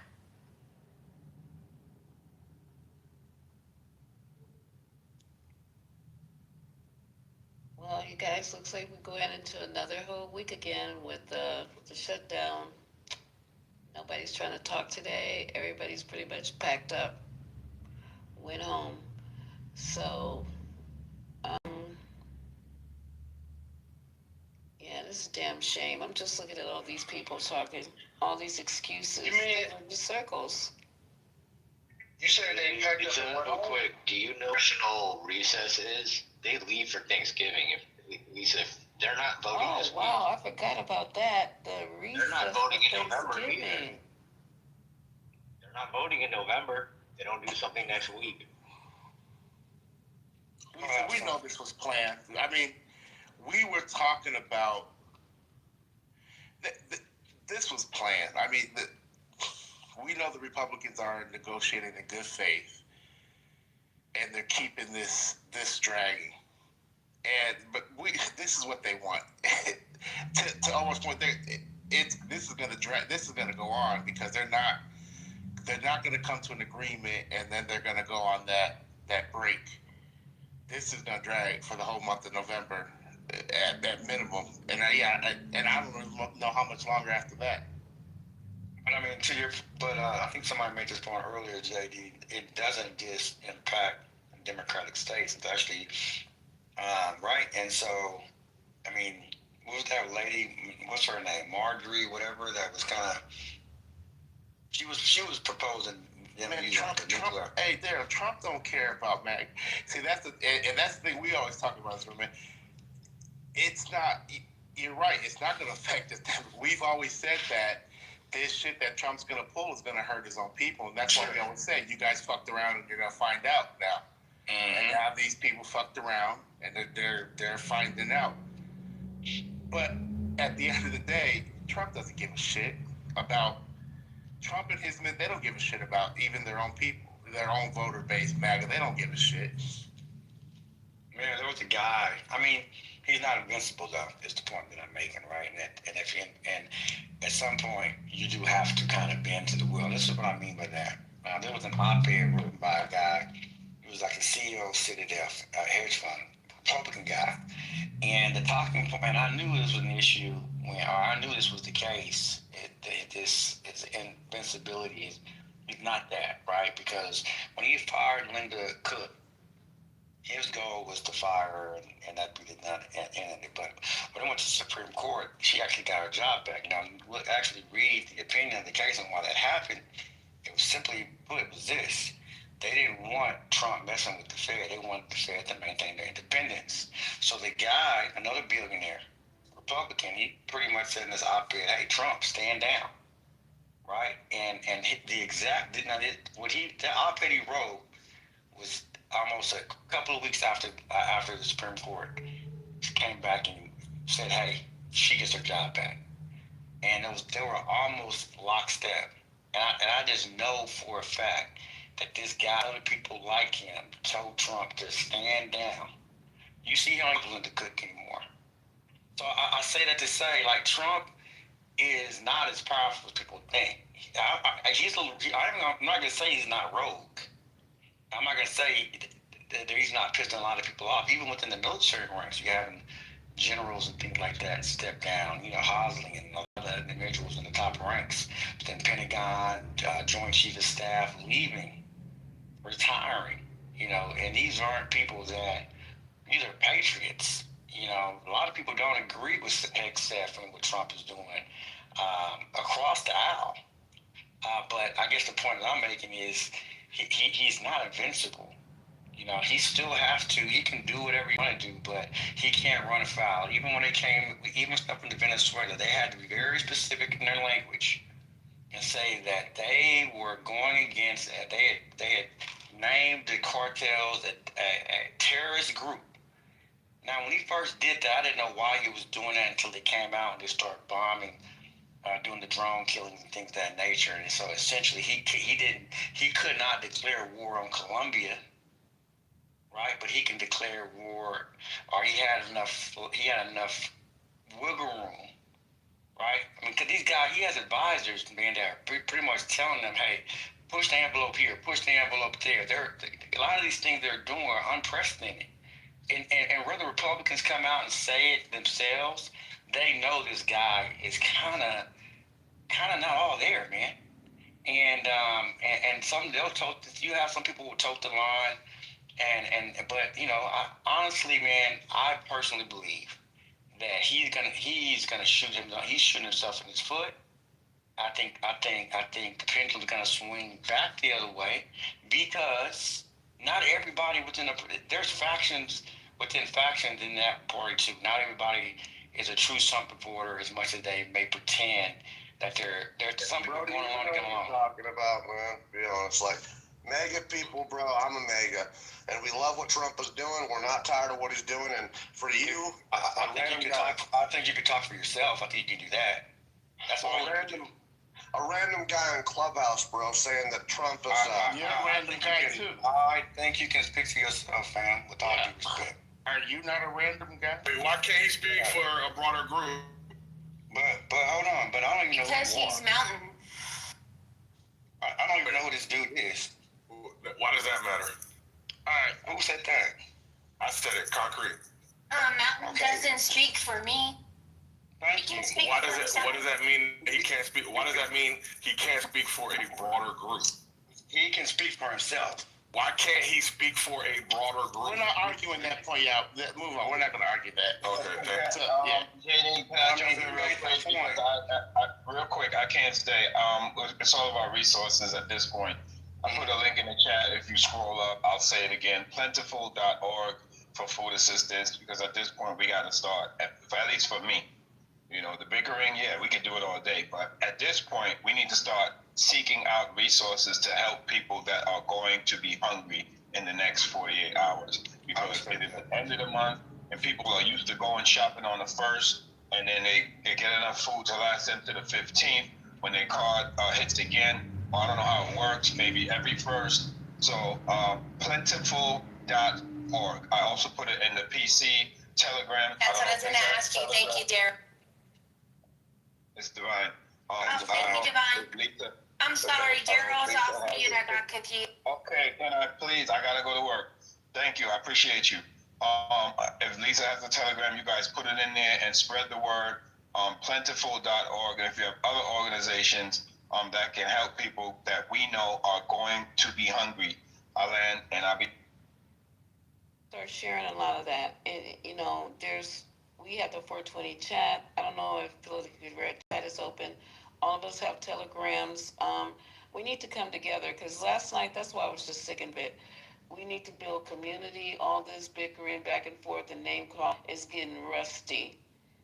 And we just need to start learning how to build community. And this is getting real. They're going all about them leaving for Thanksgiving. They're not doing nothing today, not doing nothing tomorrow, and the next thing you know what, they're gone for the holiday. This is getting real, you guys. So what I'm saying, Lisa, thanks, Divine. All I'm saying is people have relied too much on the government, and when the rug gets underneath, you're fucking shocked. This is why I caution against relying so much on the government. You're saying, see, they don't care. They're going on vacation. Yeah, no shit. They don't care. So you have to rely on yourself if you can. I understand the few women and the people that really can't. I understand that. But if you look, the average age is 32 for SNAP recipients. I'm not saying every one of these people is doing this. White, black, purple, brown, I don't give a shit. If you are able to, at least work 20 hours a week, then you should do it. Because I don't have any sympathy. I'm heading to work right now, 40 hours a week, and I'm going to have to fucking probably get a second job because I'm starting my own business soon. So, hey, Mountain, but this is what I argued earlier, Mountain.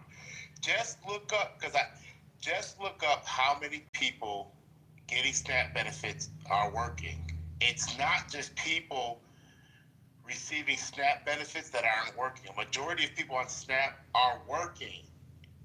They're working. That means they're getting these jobs, and the jobs aren't enough to live in society. That's what's happening.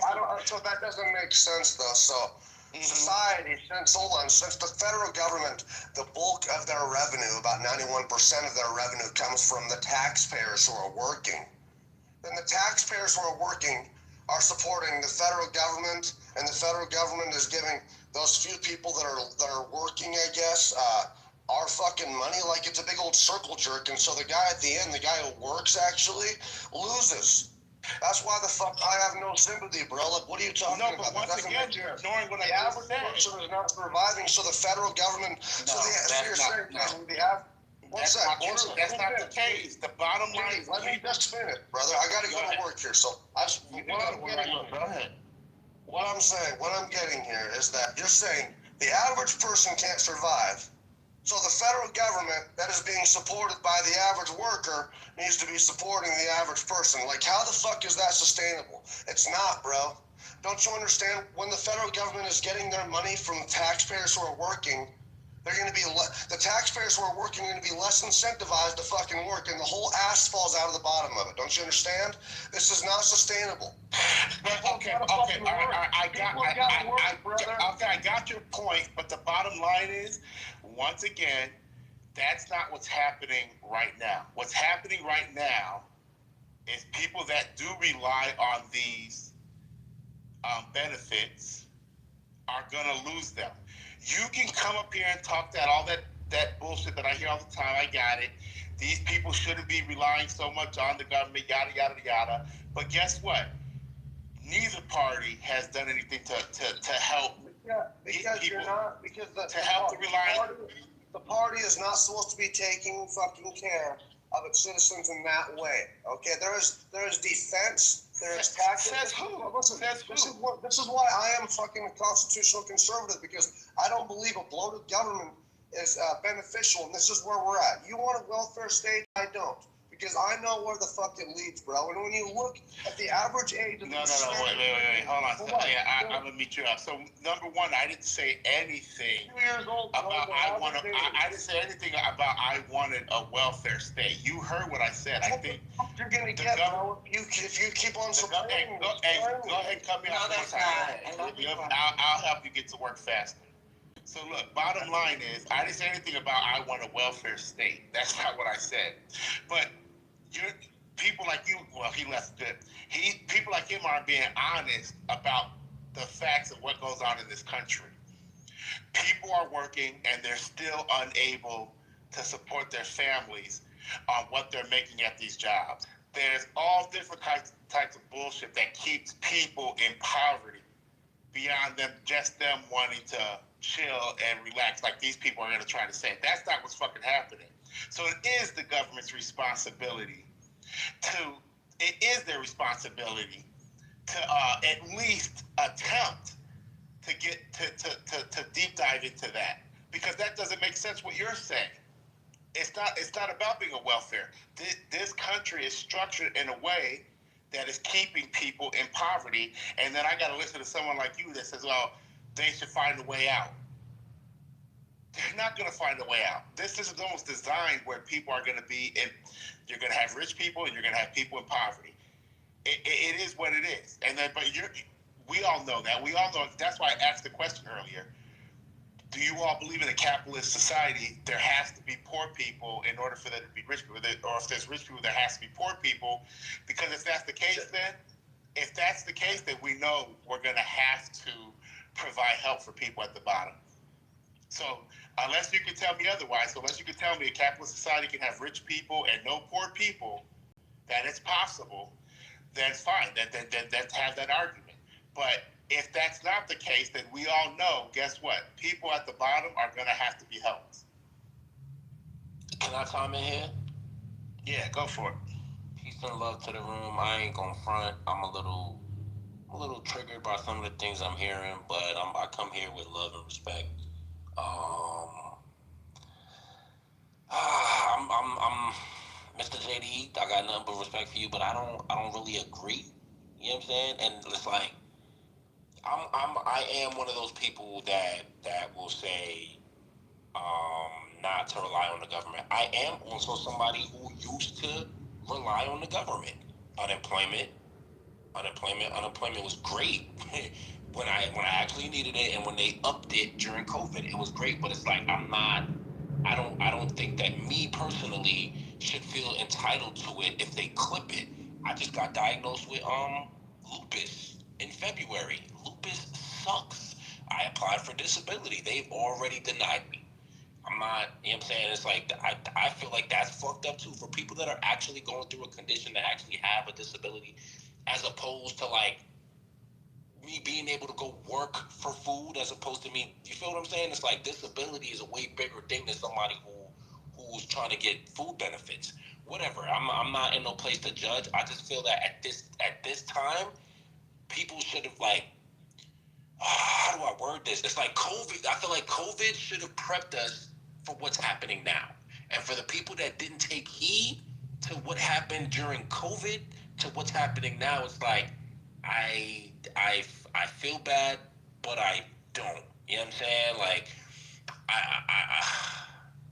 it's just certain things I want to say, but I don't want to come off offensive. And I just feel that a lot of people rely on the government too much.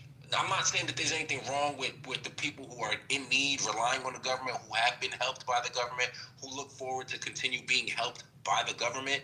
To some people get a pass, but I just feel that there's other people that that have the means of being able to get their food and diet for their babies and solely rely on the government. Put your shit up, bro. You know what? Okay, I want people to understand. Hold on. I want people to understand why we're progressing during this day. This is a safe space. We're talking about the reality of the situation. If you're gonna be offended, maybe you shouldn't be on Clubhouse if we're gonna talk about something that's affecting us in maybe a real way, or maybe looking in from the outside. So go ahead and speak your mind. We won't be able to get the essence of the conversation if you only like, well, I'm not gonna say this, go around that. Just say what you're gonna say. And we're gonna respect you. We're not gonna drop you, mock you, or boot you out the room. That goes for any and everybody in this room. Thank you so much, and welcome to the 420, the 24-hour edition. I don't know what happened. Yeah, real 24 hours. That's crazy. I truly appreciate you, Lisa. So, I mean, that's, that would, all right, so if I'm going to be blunt now, I'm just, I just feel that at this time, again, with what I mentioned with the COVID thing, this should be a wake-up call.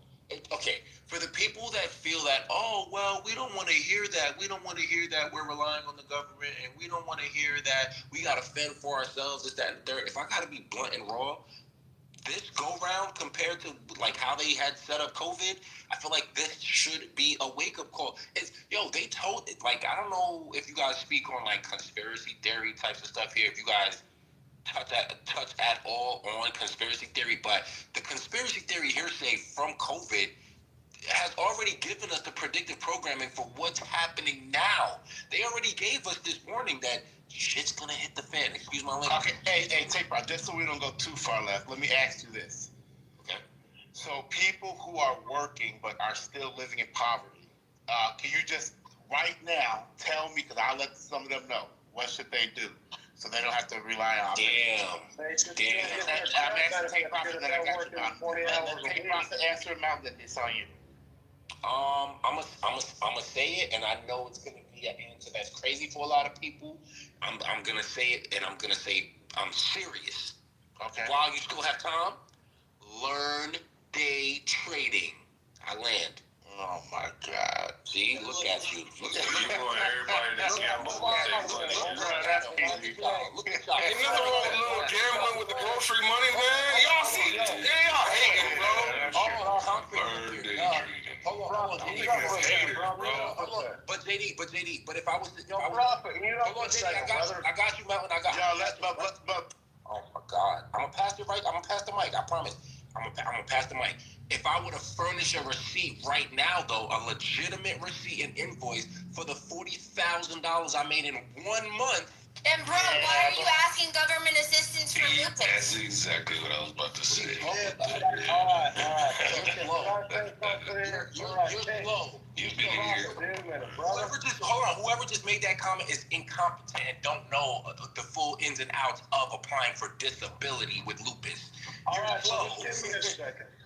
Give me a second, all right? First of all, the people that are working, you said, they're not losing their benefits. If they're working full time, then why are we arguing about that? Because all they got to do is work 20 hours a week. That's a requirement. So, I don't know. That's that argument there. Now let's talk about unemployment. Unemployment is not welfare. Unemployment is paid through payroll taxes. You and your employer pay for that shit. Don't you understand that? But who said anything about unemployment? We're talking about food that was Profit did. He was earlier when he was talking. He was saying that people need to have that too, and that's he was saying that was basically welfare, and it's not. It's basically I never used the word welfare, goofball. Wait, hold up. Yeah, one mic on Lisa. Yeah, hold on. One mic on Lisa. Yo, I don't have to move it. Yeah. One mic on Lisa. I finished real quick. Yeah, go ahead and finish your thought. All right. So obviously we do know that SNAP and welfare is paid through taxes through people, just through income taxes. But now let's look at what did he say? Basically disability or Social Security. Yeah, man, if you're actually disabled with lupus and you can prove that, it's going to take a while. I know people who have gotten disability, It takes a while, bro. It does not happen overnight. Usually, most people are turned down their first. I just know because my dad's best friend had to do it and shit, and basically the person told them that you're always turned down your first try, no matter what. They want you to give up, man. But they'll usually give it to you, especially if you've got like an illness like lupus. You're going to be fine. You'll probably be able to be on Social Security. That's not what we're talking about here. We're talking about SNAP benefits being taken away from able-bodied individuals, and if they work 20 hours a week, they are fine. Their children are not going to lose SNAP benefits. They're going to be fine. Wait. But how are they not going to lose it? How? What do you look it up, man? Hold on. So brother, read it yourself. It says children who are up to 15 years old are not losing their benefits. It's mothers, well, actually up to 18, actually. But it's mothers who have children that are 15 and up. It used to be 18 and up, but it's or 16 and up, but he changed it to 15 years. Basically, if you have children that are 15 years and older, then the mother will lose her benefits. But children up till 18 and elderly will not be losing their benefits. I've argued this plenty. I've looked it up. We can look it up right now. All it takes is 20 hours to work, 20 hours for able-bodied individuals, and they will keep their SNAP benefits. During the shutdown. So there's people that are working 40 hours a week, like you're saying, and I don't even know why we're talking about them, because we're not. They are wait, now, just clarify. That's So you're SNAP benefits. You're telling me food stamps, dude. You're telling me They're not during gonna the get food shutdown. stamps from working. Yeah, just clarify this for me. So during the shutdown, people that work 20 hours will still get benefits during the shutdown. Yeah, let's look it up. Yes, let's look it up right now. Yeah. There's people selling their SNAP benefits as we speak. People always sell their SNAP benefits because you can get things like I'm confused. Hold on. Listen, I have my grandparents on two fucking conversation. and there is a racket that happens right now where people are able to get like lobster tails because as long as it's fresh and you can cook it. If it's cold items, as long as it's not hot items, they can cereal and cold milk. Hold on, man. Let me finish. So they can sell that lobster tail that's $40 to $80 for somebody. They'll usually sell it for half price, but they will sell their benefits for cash. I've seen it myself. Okay, that's not the topic. Look. Mountain, what you said, someone please correct me if I'm wrong. But it's what Mountain said bullshit. There's nothing in there that's saying people that are working 20 hours a week will keep their benefits during the shutdown. Yes. Post that shit because that's not a thing. That's definitely not a thing. That number doesn't even make sense. Yeah, dude. It doesn't even make sense. So people that are out of work, they're just fucked. But if you're working 20 hours a week, well, go ahead and keep giving them to you during the government shutdown. That is the work requirement. That is the work requirement. Yes. Now, maybe the shutdown might affect it right now, but that's not just Republicans. That's Democrats too. But we're not talking about the benefits affect everybody. It's not a Democrat or Republican. It ain't affecting me. The topic says who needs food stamps, but we're not talking about fucking food stamps. What are we talking about here? We're talking about the government shutdown. That was yesterday's title, actually. Yeah. What? So the government shutdown. Yes, it was encompassing everything, and that was from yesterday, like 24 hours ago, and I just haven't bothered to change it. Because we've been sleeping and waking, and it's just crazy. But the whole thing about, for us to start, notice how they're going to start throwing things in here about selling off your lobster tails or whatever when you have a SNAP benefits. When I was getting free lunch in high school, I was selling my slice of pizza. So what is it? I was still, in the other days, I would eat it. Are you justifying it or what, Lisa? Because that's I'm just telling you. Well, I'm telling you about fraud. Talk to your president about fraud, babe. It happens in every situation. If you needed money for the day and you had your goddamn pizza slice and you wanted to sell it for $1 because you need that $1 to get on the bus, you're gonna do that. But it's just the reality of it. Y'all trying to make it seem like this shit is brand new. And the face of it is wild too. Because while we all sitting up here envisioning black folks doing that, we know who exactly is doing it. And then they're the biggest fraudsters I'm not in talking town. about race here. I ain't talking about race. Did I say race? Well, I think you're talking about Nah, don't Oh, do that. you think I'm talking about race? So that's your problem. Mountain, I don't do could that. be Don't talking do about that. age. Mountain, I don't do could be that. talking about a lot of shit. Gender. I could be talking about a lot of shit. You said race. And Mountain, I was pretty sure you knew what we were talking about because when you first came off mic, your first comment was, see, this is what I've been telling people, stop relying on the government. Now they're going to lose their shit and when they were depending on government. That's because, so you knew what we were talking about. Hold on. That is because fucking, what's his name, Take Profit was talking about fucking, when we were talking about, stop mentioning my name. Chill out, y'all. Bro. Yeah, chill out of context. It's too early for this, y'all. That's true. You guys can do that on the back channel, though. It's Hold on a second. You two, hold on a second. JD, I have a few minutes. Can I read something? Yeah, absolutely. Yeah, of course. Just to break up the monotony. Please don't talk over me. Let me read something real quick. So I just got this. The governors are taking action. California, Newsom deployed the state's National Guard and volunteers to organize volunteer efforts to support food banks. Colorado, Jared Polis submitted a request to the State General Assembly Joint Committee for up to $10 million in funds for food banks. Connecticut, Governor Ned Lamont, a Democrat, announced that the state would provide $3 million emergency food funds in Connecticut. Delaware, Governor Matt Meyer announced that he's declaring a state of emergency to fund SNAP benefits starting next week.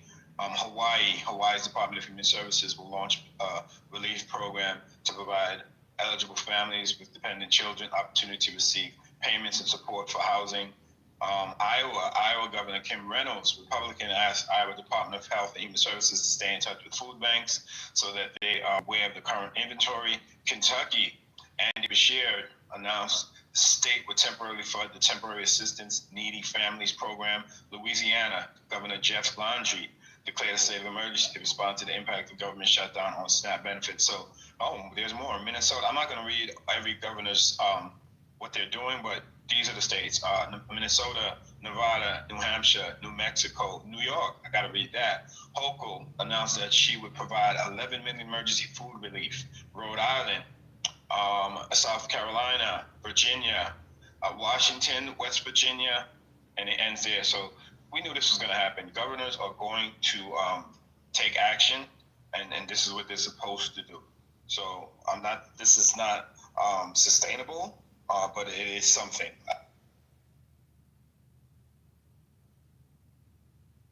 Yeah, that's what they were trying to call for in Chicago. They're trying to get the mayor to.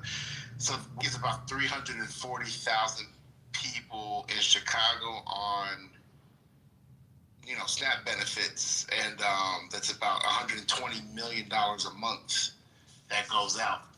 So I don't know if cities or states are going to be able to come up with that. Maybe a month, but in the long term, which this sounds like this is going to definitely go on for the whole month of November. Will it go on beyond that? But about and if anyone else wants to go ahead. The context of the conversation is the government shutdown. So government shutdown, people are losing benefits. What happens right now? I just want to say really quickly that all these, not all of them, but a lot of these states are already broke as fuck. And since they have to get their funding, the major road funding from the federal government, I'm sure they got to get a lot of their other funding from the federal government, which is the taxpayers. So that's not sustainable. Those states are already fucking broke and mismanage their money, especially them blue states, Hawaii, California, New York. Fuck. So yeah, keep doing it. Fine. Make yourself broker. I don't give a fuck. I mean, I think it's great that your local government is helping. Fine, whatever.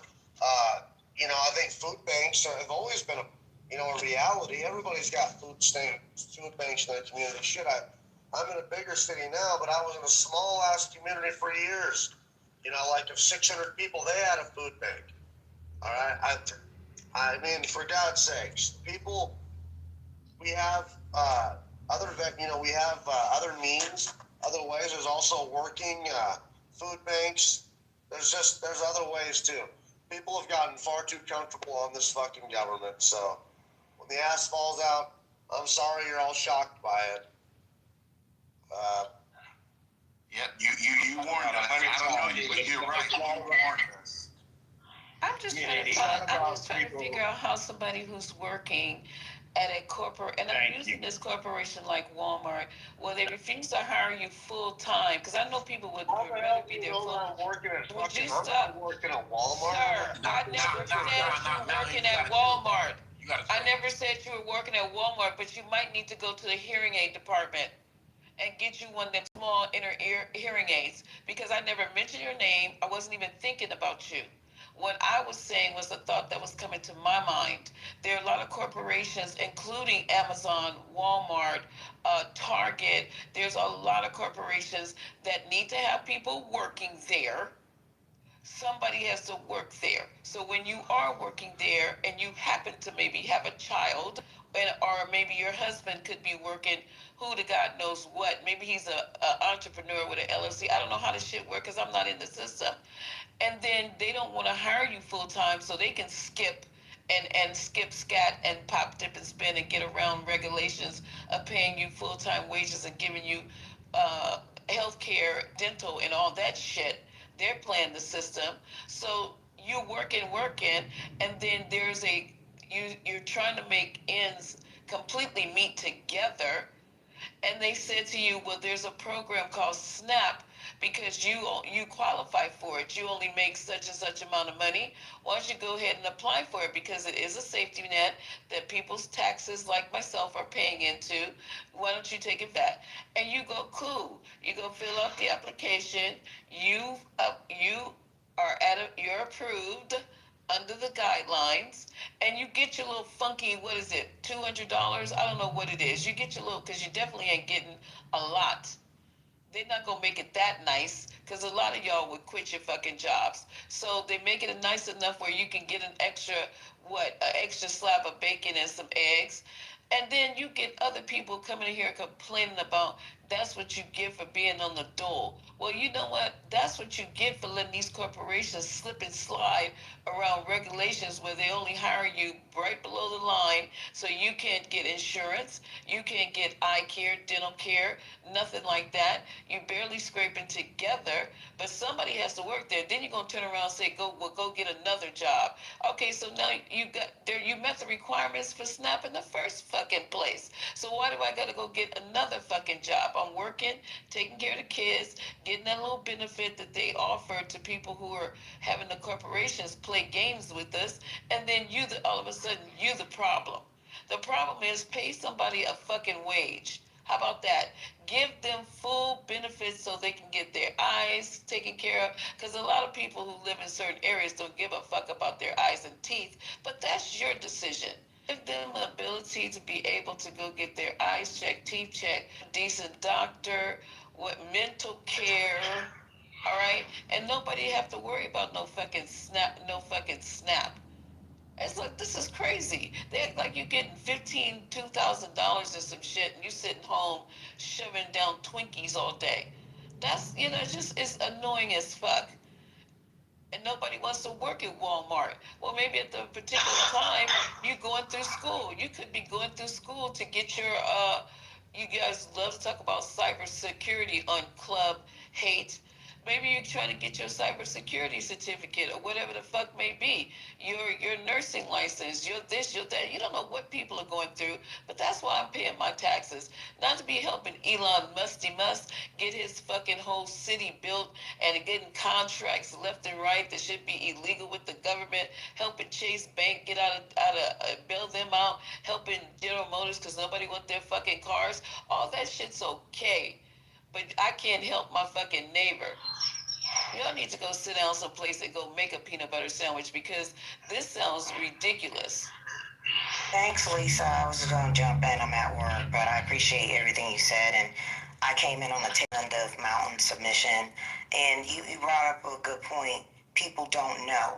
So what I would challenge people is, why don't you go find out individually where you can people's stories before you make assumptions, because that is what pisses people off, like me and Lisa. You don't know people's story. You make a lot of assumptions, and that comes from a place of privilege as well as ignorance. If you're ignorant, you don't have to be held accountable for your actions in your mind. When you speak like that, it shows who you are, because you're not taking the time to understand people. And even if you are, you don't lead with empathy, and you're privileged. So think twice before you open your mouth, because unfortunately you will be judged.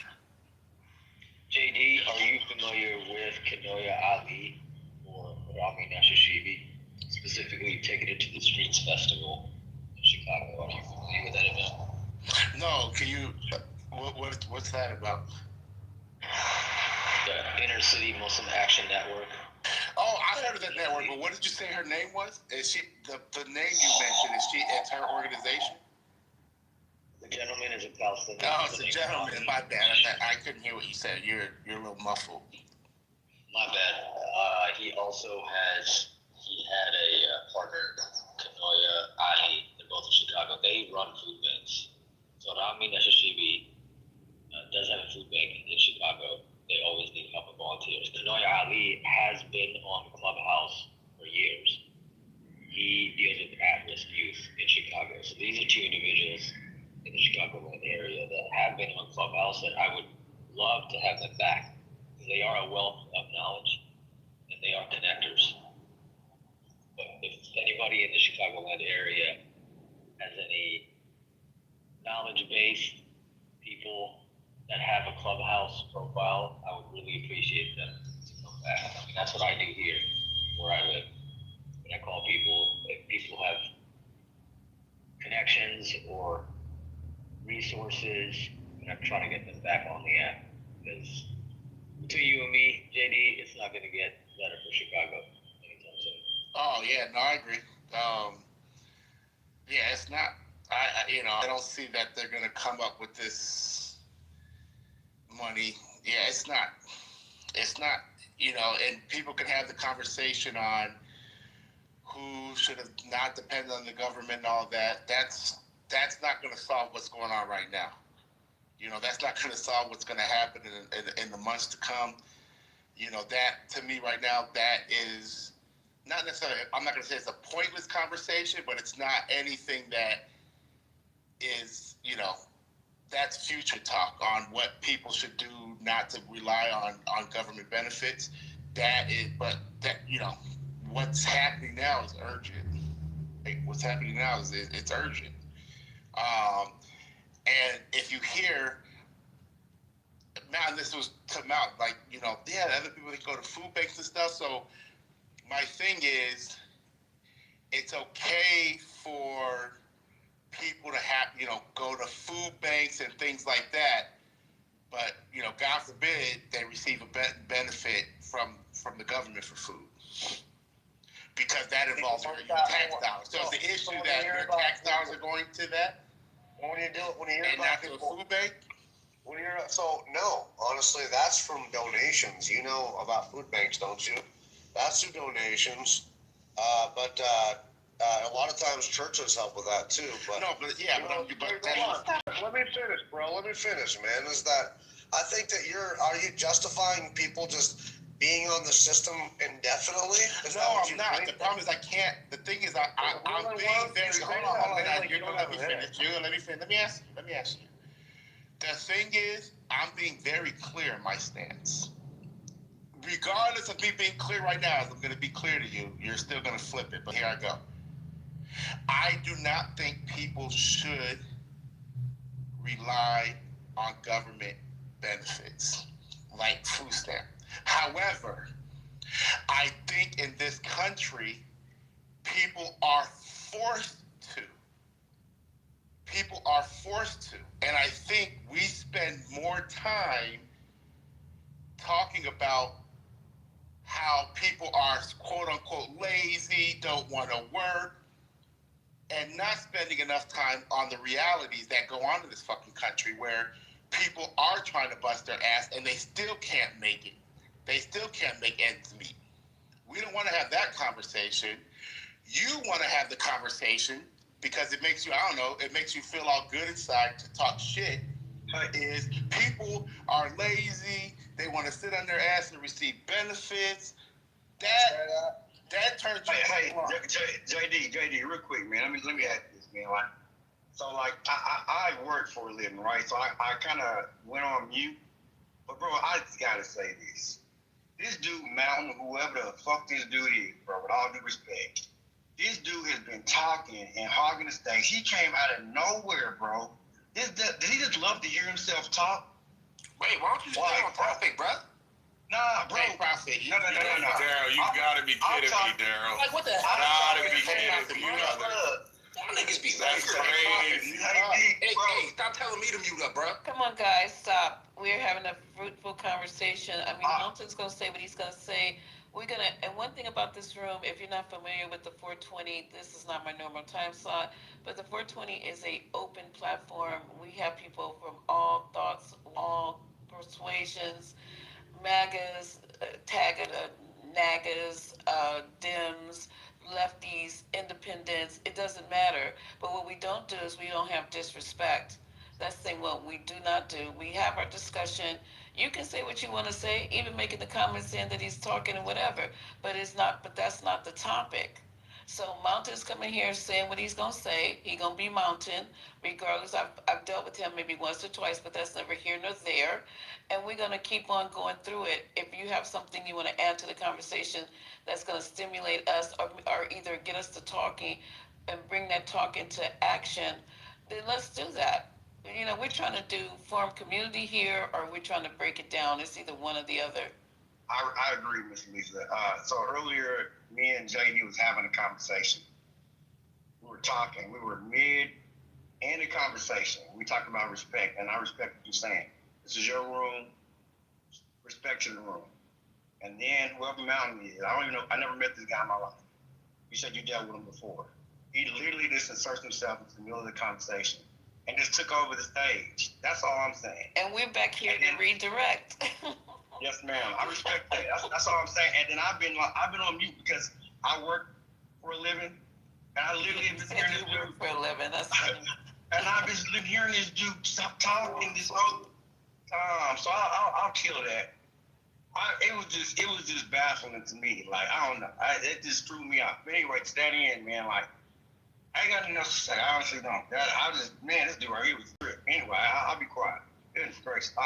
Thank you. Welcome to the 420, guys. Welcome this morning. Is Friday.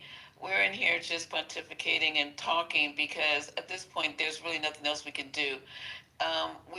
This started off yesterday. I forgot what the original title was. Is it Friday or Thursday? Friday Junior. Oh, Friday Junior. Yeah. Oh, I love it. That's even better. That's people that don't work, you know what I'm saying? They just don't know the days. Well, maybe there might be people that don't have to work, that don't need to know the day. How about that? Sure. Right? Can I speak? It was based on what your boy was just talking about, not people not working. He said, I'm a working man for a living. Child, I have a nice white job, but today is not the day I need to actually be there doing it. But what we can do is, listen, I'm sitting here watching all these clips while you guys are talking, waiting for something miraculous to happen. We also are talking about what happened with your president. If we got MAGAs on stage, could you please comment on what happened yesterday with President Trump when he went to China and got his feelings hurt? Brought his crown got tilted a little bit, messing around with the real king, somebody who knows how to do it right over there in China. And there was anybody want to comment on what happened with the Massey situation? This is just a popcorn style kind of thing. I'll change the title in a minute because y'all getting hung up. But that was a tragedy yesterday. Some of you guys might agree, not agree, with that police officer who got second degree. Did he get second degree, you guys? Because I know it wasn't first degree. Second degree. Second degree on a child. If that wasn't a first degree, I don't know what is. You get shot in the face in your own kitchen. But y'all help me figure that out. And he might get probation too. I just want to say that you have Mr. down here at the bottom, Mr. Nutella. Neutrally positive. Oh, sorry. And Take Profit is trying to get in there. So, go ahead, Mr. Yeah, well, you see, I'm called Mr. Neutrally Positive because I don't take sides for anything. I'm just here to tell people what's the real reality. Let's stop all this misery of thinking about what coulda, shoulda, woulda, okay? If people get up every single day and every person in this world knows the same thing, knows what's happening in this world, because we people went to school and developed this world the way it is today. Well, we keep asking for how to solve problems. Okay, well, let's get up and do something for once. There are answers out there for every single positive thing that needs to be done. Now, people who are reaching out and helping other people to their best ability, everybody is struggling. I don't care who you are, you've got billions, you're still struggling. Because you got to get up every day and make $3 billion compared to the $1 billion you spent. Because you got to entertain people to show them how to say, okay, come on over here, let's help. Okay, but listen, reality is, if you're in a better place, let's start helping people no matter what. So look, I'm not in the greatest place, but you see my motto there? Be blessed, but not stressed. I get up every day because I'm happy my parents brought me in the world. And my mother told me I was going to do something greater. Look, I'm here, I do what I can every single day to motivate people to be better. Listen, we've got to stop this misery of this world. What's going on is things that are going to go on no matter what from day to day. But what happened yesterday is yesterday. Let's focus on what can you do today. What can you solve a problem with today? Who can you help? What can you do? How can you make you be a better you today? Okay? What do you need to do? So let's focus, people. Let's get better. What do you want to be stressed about when all these problems were here before half you people were even on this planet, but then taught how to be miserable about something you never created? 15 Is this seconds. going to get to somebody? So thank you very much for allowing me to come in. I hope that has helped somebody on this stage. Thank you, sir, for that uplifting moment. I mean, it's a breath of fresh air that we're not arguing and calling each other out of their names. So thank you so much, sir. Anybody else want to jump in? Because trying to see if we knocked off. I think nonprofit wants to join the conversation because he feels as though So my name is Take Profit. Oh, nonprofit. Okay. Listen, you're clearly an asshole. I can be. I know. I'm a laugh. It's cool. Thank you. Appreciate you. Much love, brother. Nah, I didn't have much else to say though. I feel like I've exhausted anything and everything that I could say. I mentioned one little thing and it triggered people, so I'm gonna stay off that. I don't know what else to say other than I hope people get their stuff together. That's the best that I could say. Because when it comes to like what somebody was just saying about helping people, I've been the type of person to help people.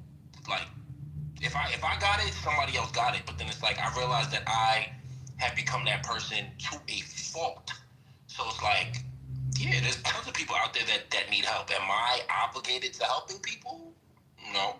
Am I obligated to helping people more than helping myself? Hell no. So during these times, it's like not to say that I don't care for what people are going through, but it is one of those coulda, shoulda, you've been warned before. Like I'm willing to bet that there are people that are complaining about SNAP benefits that are gonna be in line for Black Friday, that are gonna be in line Christmas shopping, but they crying about food benefits. Don't know where their priorities is at for real. How so can when you it comes prove to that, sir? Can you prove it's that? not that I didn't say I never said I could prove it. I didn't say I could prove it. But I'm saying I'm willing to bet that a lot of people that are complaining about SNAP food benefits will probably be in line at Black Friday. But you can't bet that. Say, go put on a GoPro and interview some people on Black Friday. Not a GoPro. Yeah, so we can all. I'm willing to take you up on that offer and go with the GoPro or camera and ask people ask people who are doing Black Friday shopping if they lost their food benefits, and I'm willing to bet I'm gonna find at least 2 or 3 people. Hey, Lisa, that's actually a good point. Like that people observe, like you can observe that out here, like in the real world, like you see the product, you see the Gucci, you see all of that stuff, and they be in line with the carts full of groceries, full of groceries of wants versus needs, and you can't. What's real? What's not real? What do you mean product? It's not real. I just don't know what. I'm saying luxury. I'm saying luxury lifestyle. I've seen it. I know people. People are my customers who when you talk to people for more than a few years, they end up disclosing things about their life, and you'll make the connections where they talk about the benefits that they get, but also have this entrepreneurial thing going on the side, which is showing acumen of being able to make it on their own, just like I am. These people will be customers of mine trying to nickel and dime me to fix their car, but at the same time, they have all of this luxury stuff. They ride around in 2022s. They get car notes. They get all these things, and I'm trying to figure out how does that work? And it's because they have a lot of things being supplemented that other people don't. And and the complaint is not about watching other people's pockets or being all in somebody else's wallet book. It's just you looking at it like, dude, that part right there is not fair. Like how you can just buy all the designer shit. How can you go on vacation, but regular folk, why is it that poor people can vacation and rich people can vacation? The top 1% and the top so-called poor, how is that they can go on all of the vacations, but the middle class got a plan, save up and allocate time and shit to go on vacations? It's because we're too busy fucking working while everybody else got the time and the money. And it's just, that's an observation. You can see these people have a whole lot of luxury items because if you want to be honest, it is a thing with our people when it comes to superficial and needing creature features and shit. It's an American thing overall. It's an American problem overall, but it's a big problem in our community because if we're so behind, as people say, we're underclass, then why do we spend time wasting money on these creature features and like the brother just said, like breaking the bank to make Black Friday, So it's a fair point. Can I give you a scenario how, in some cases, how people might view a book based off of the chapter they came in on? You mentioned earlier when you were in a hard time, you'd applied, you didn't receive it. But there are people that may have been laid off who actually had all those things before they needed the SNAP program. So are they supposed to get rid of their things that they had previously? Good question. That's a good sometimes, question. And that's the thing. That's like a good sometimes, question. but sometimes I think people begin to start judging someone else's situation based off of the little information that they know, right? Because and the only reason why I say that is because I've watched myself. I'm like at the grocery store and I'm pulling out my card and I see somebody else pulling out the EBT card, but they got the latest Louis Vuitton, and I'm like, what the hell? But I don't know their story.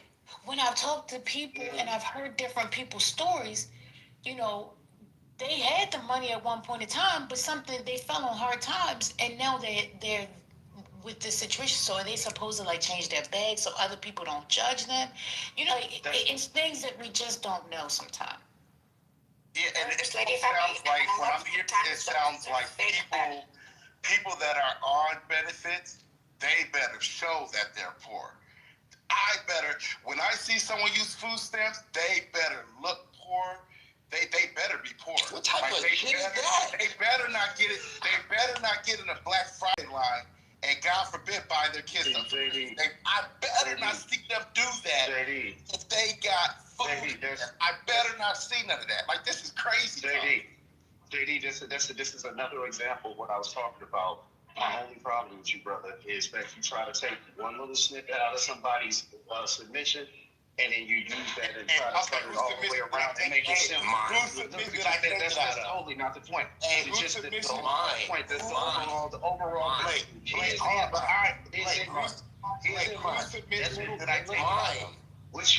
oh, dude, what you just said was. Blake, whose submission? Just answer it. Mine. What you just said. JD, what you just said was completely irrelevant to the overall point that guy that just spoke and I did. The overall point we're talking about is very much only a female or a lawyer would think that that's a legitimate argument. You are obfuscating. Only a female? Oh my word! No, Blake. Come on, Blake. What's going on? You was doing good, Blake. Only women have or a lawyer. I'm sorry. Let's keep a lawyer's credit. Somebody with very expensive Jordan sneakers, right? Is that only a men's perspective? Oh, stop with that shit.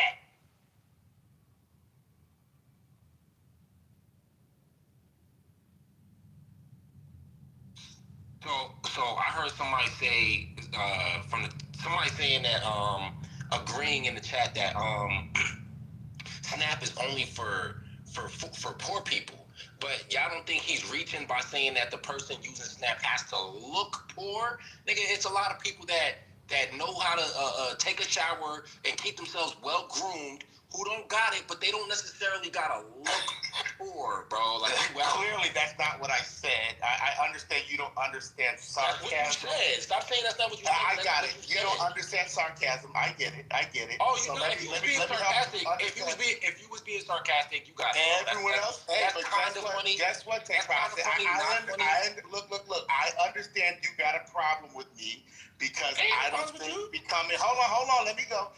I understand you got a problem with me because I think day trading isn't the answer, and you took that personally. Nigga, I don't give a fuck. $1 million day, bro. I got it. I don't care what you think. But I don't care. You think I care? Everyone else in the room knew exactly what point I was trying to make, and I find it funny that you don't.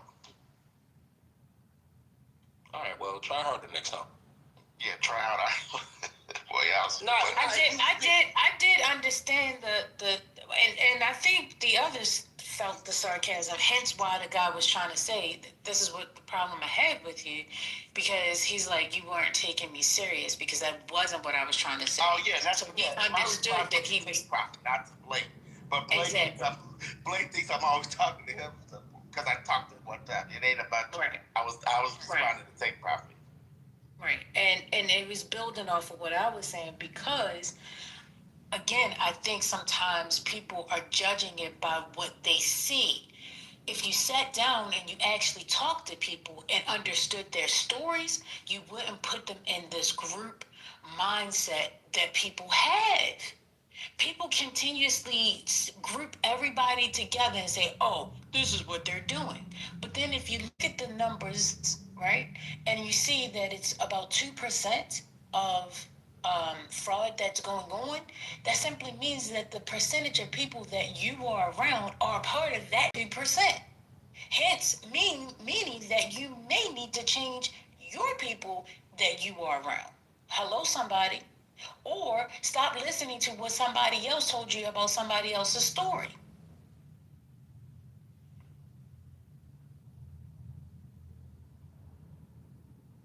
Yeah, and sometimes, First Lady, people are saving just because you're on benefits and you're in a situation or whatever the case may be where you have to rely on those. That doesn't mean you may want to save up where you can do something for your kids. I mean, come on, some of us in here grew up on benefits. Don't act like you didn't grow up on benefits and then your parents were able, to save up a little bit and then do something nice. And JD, do something nice for you. You know what I mean? Sale.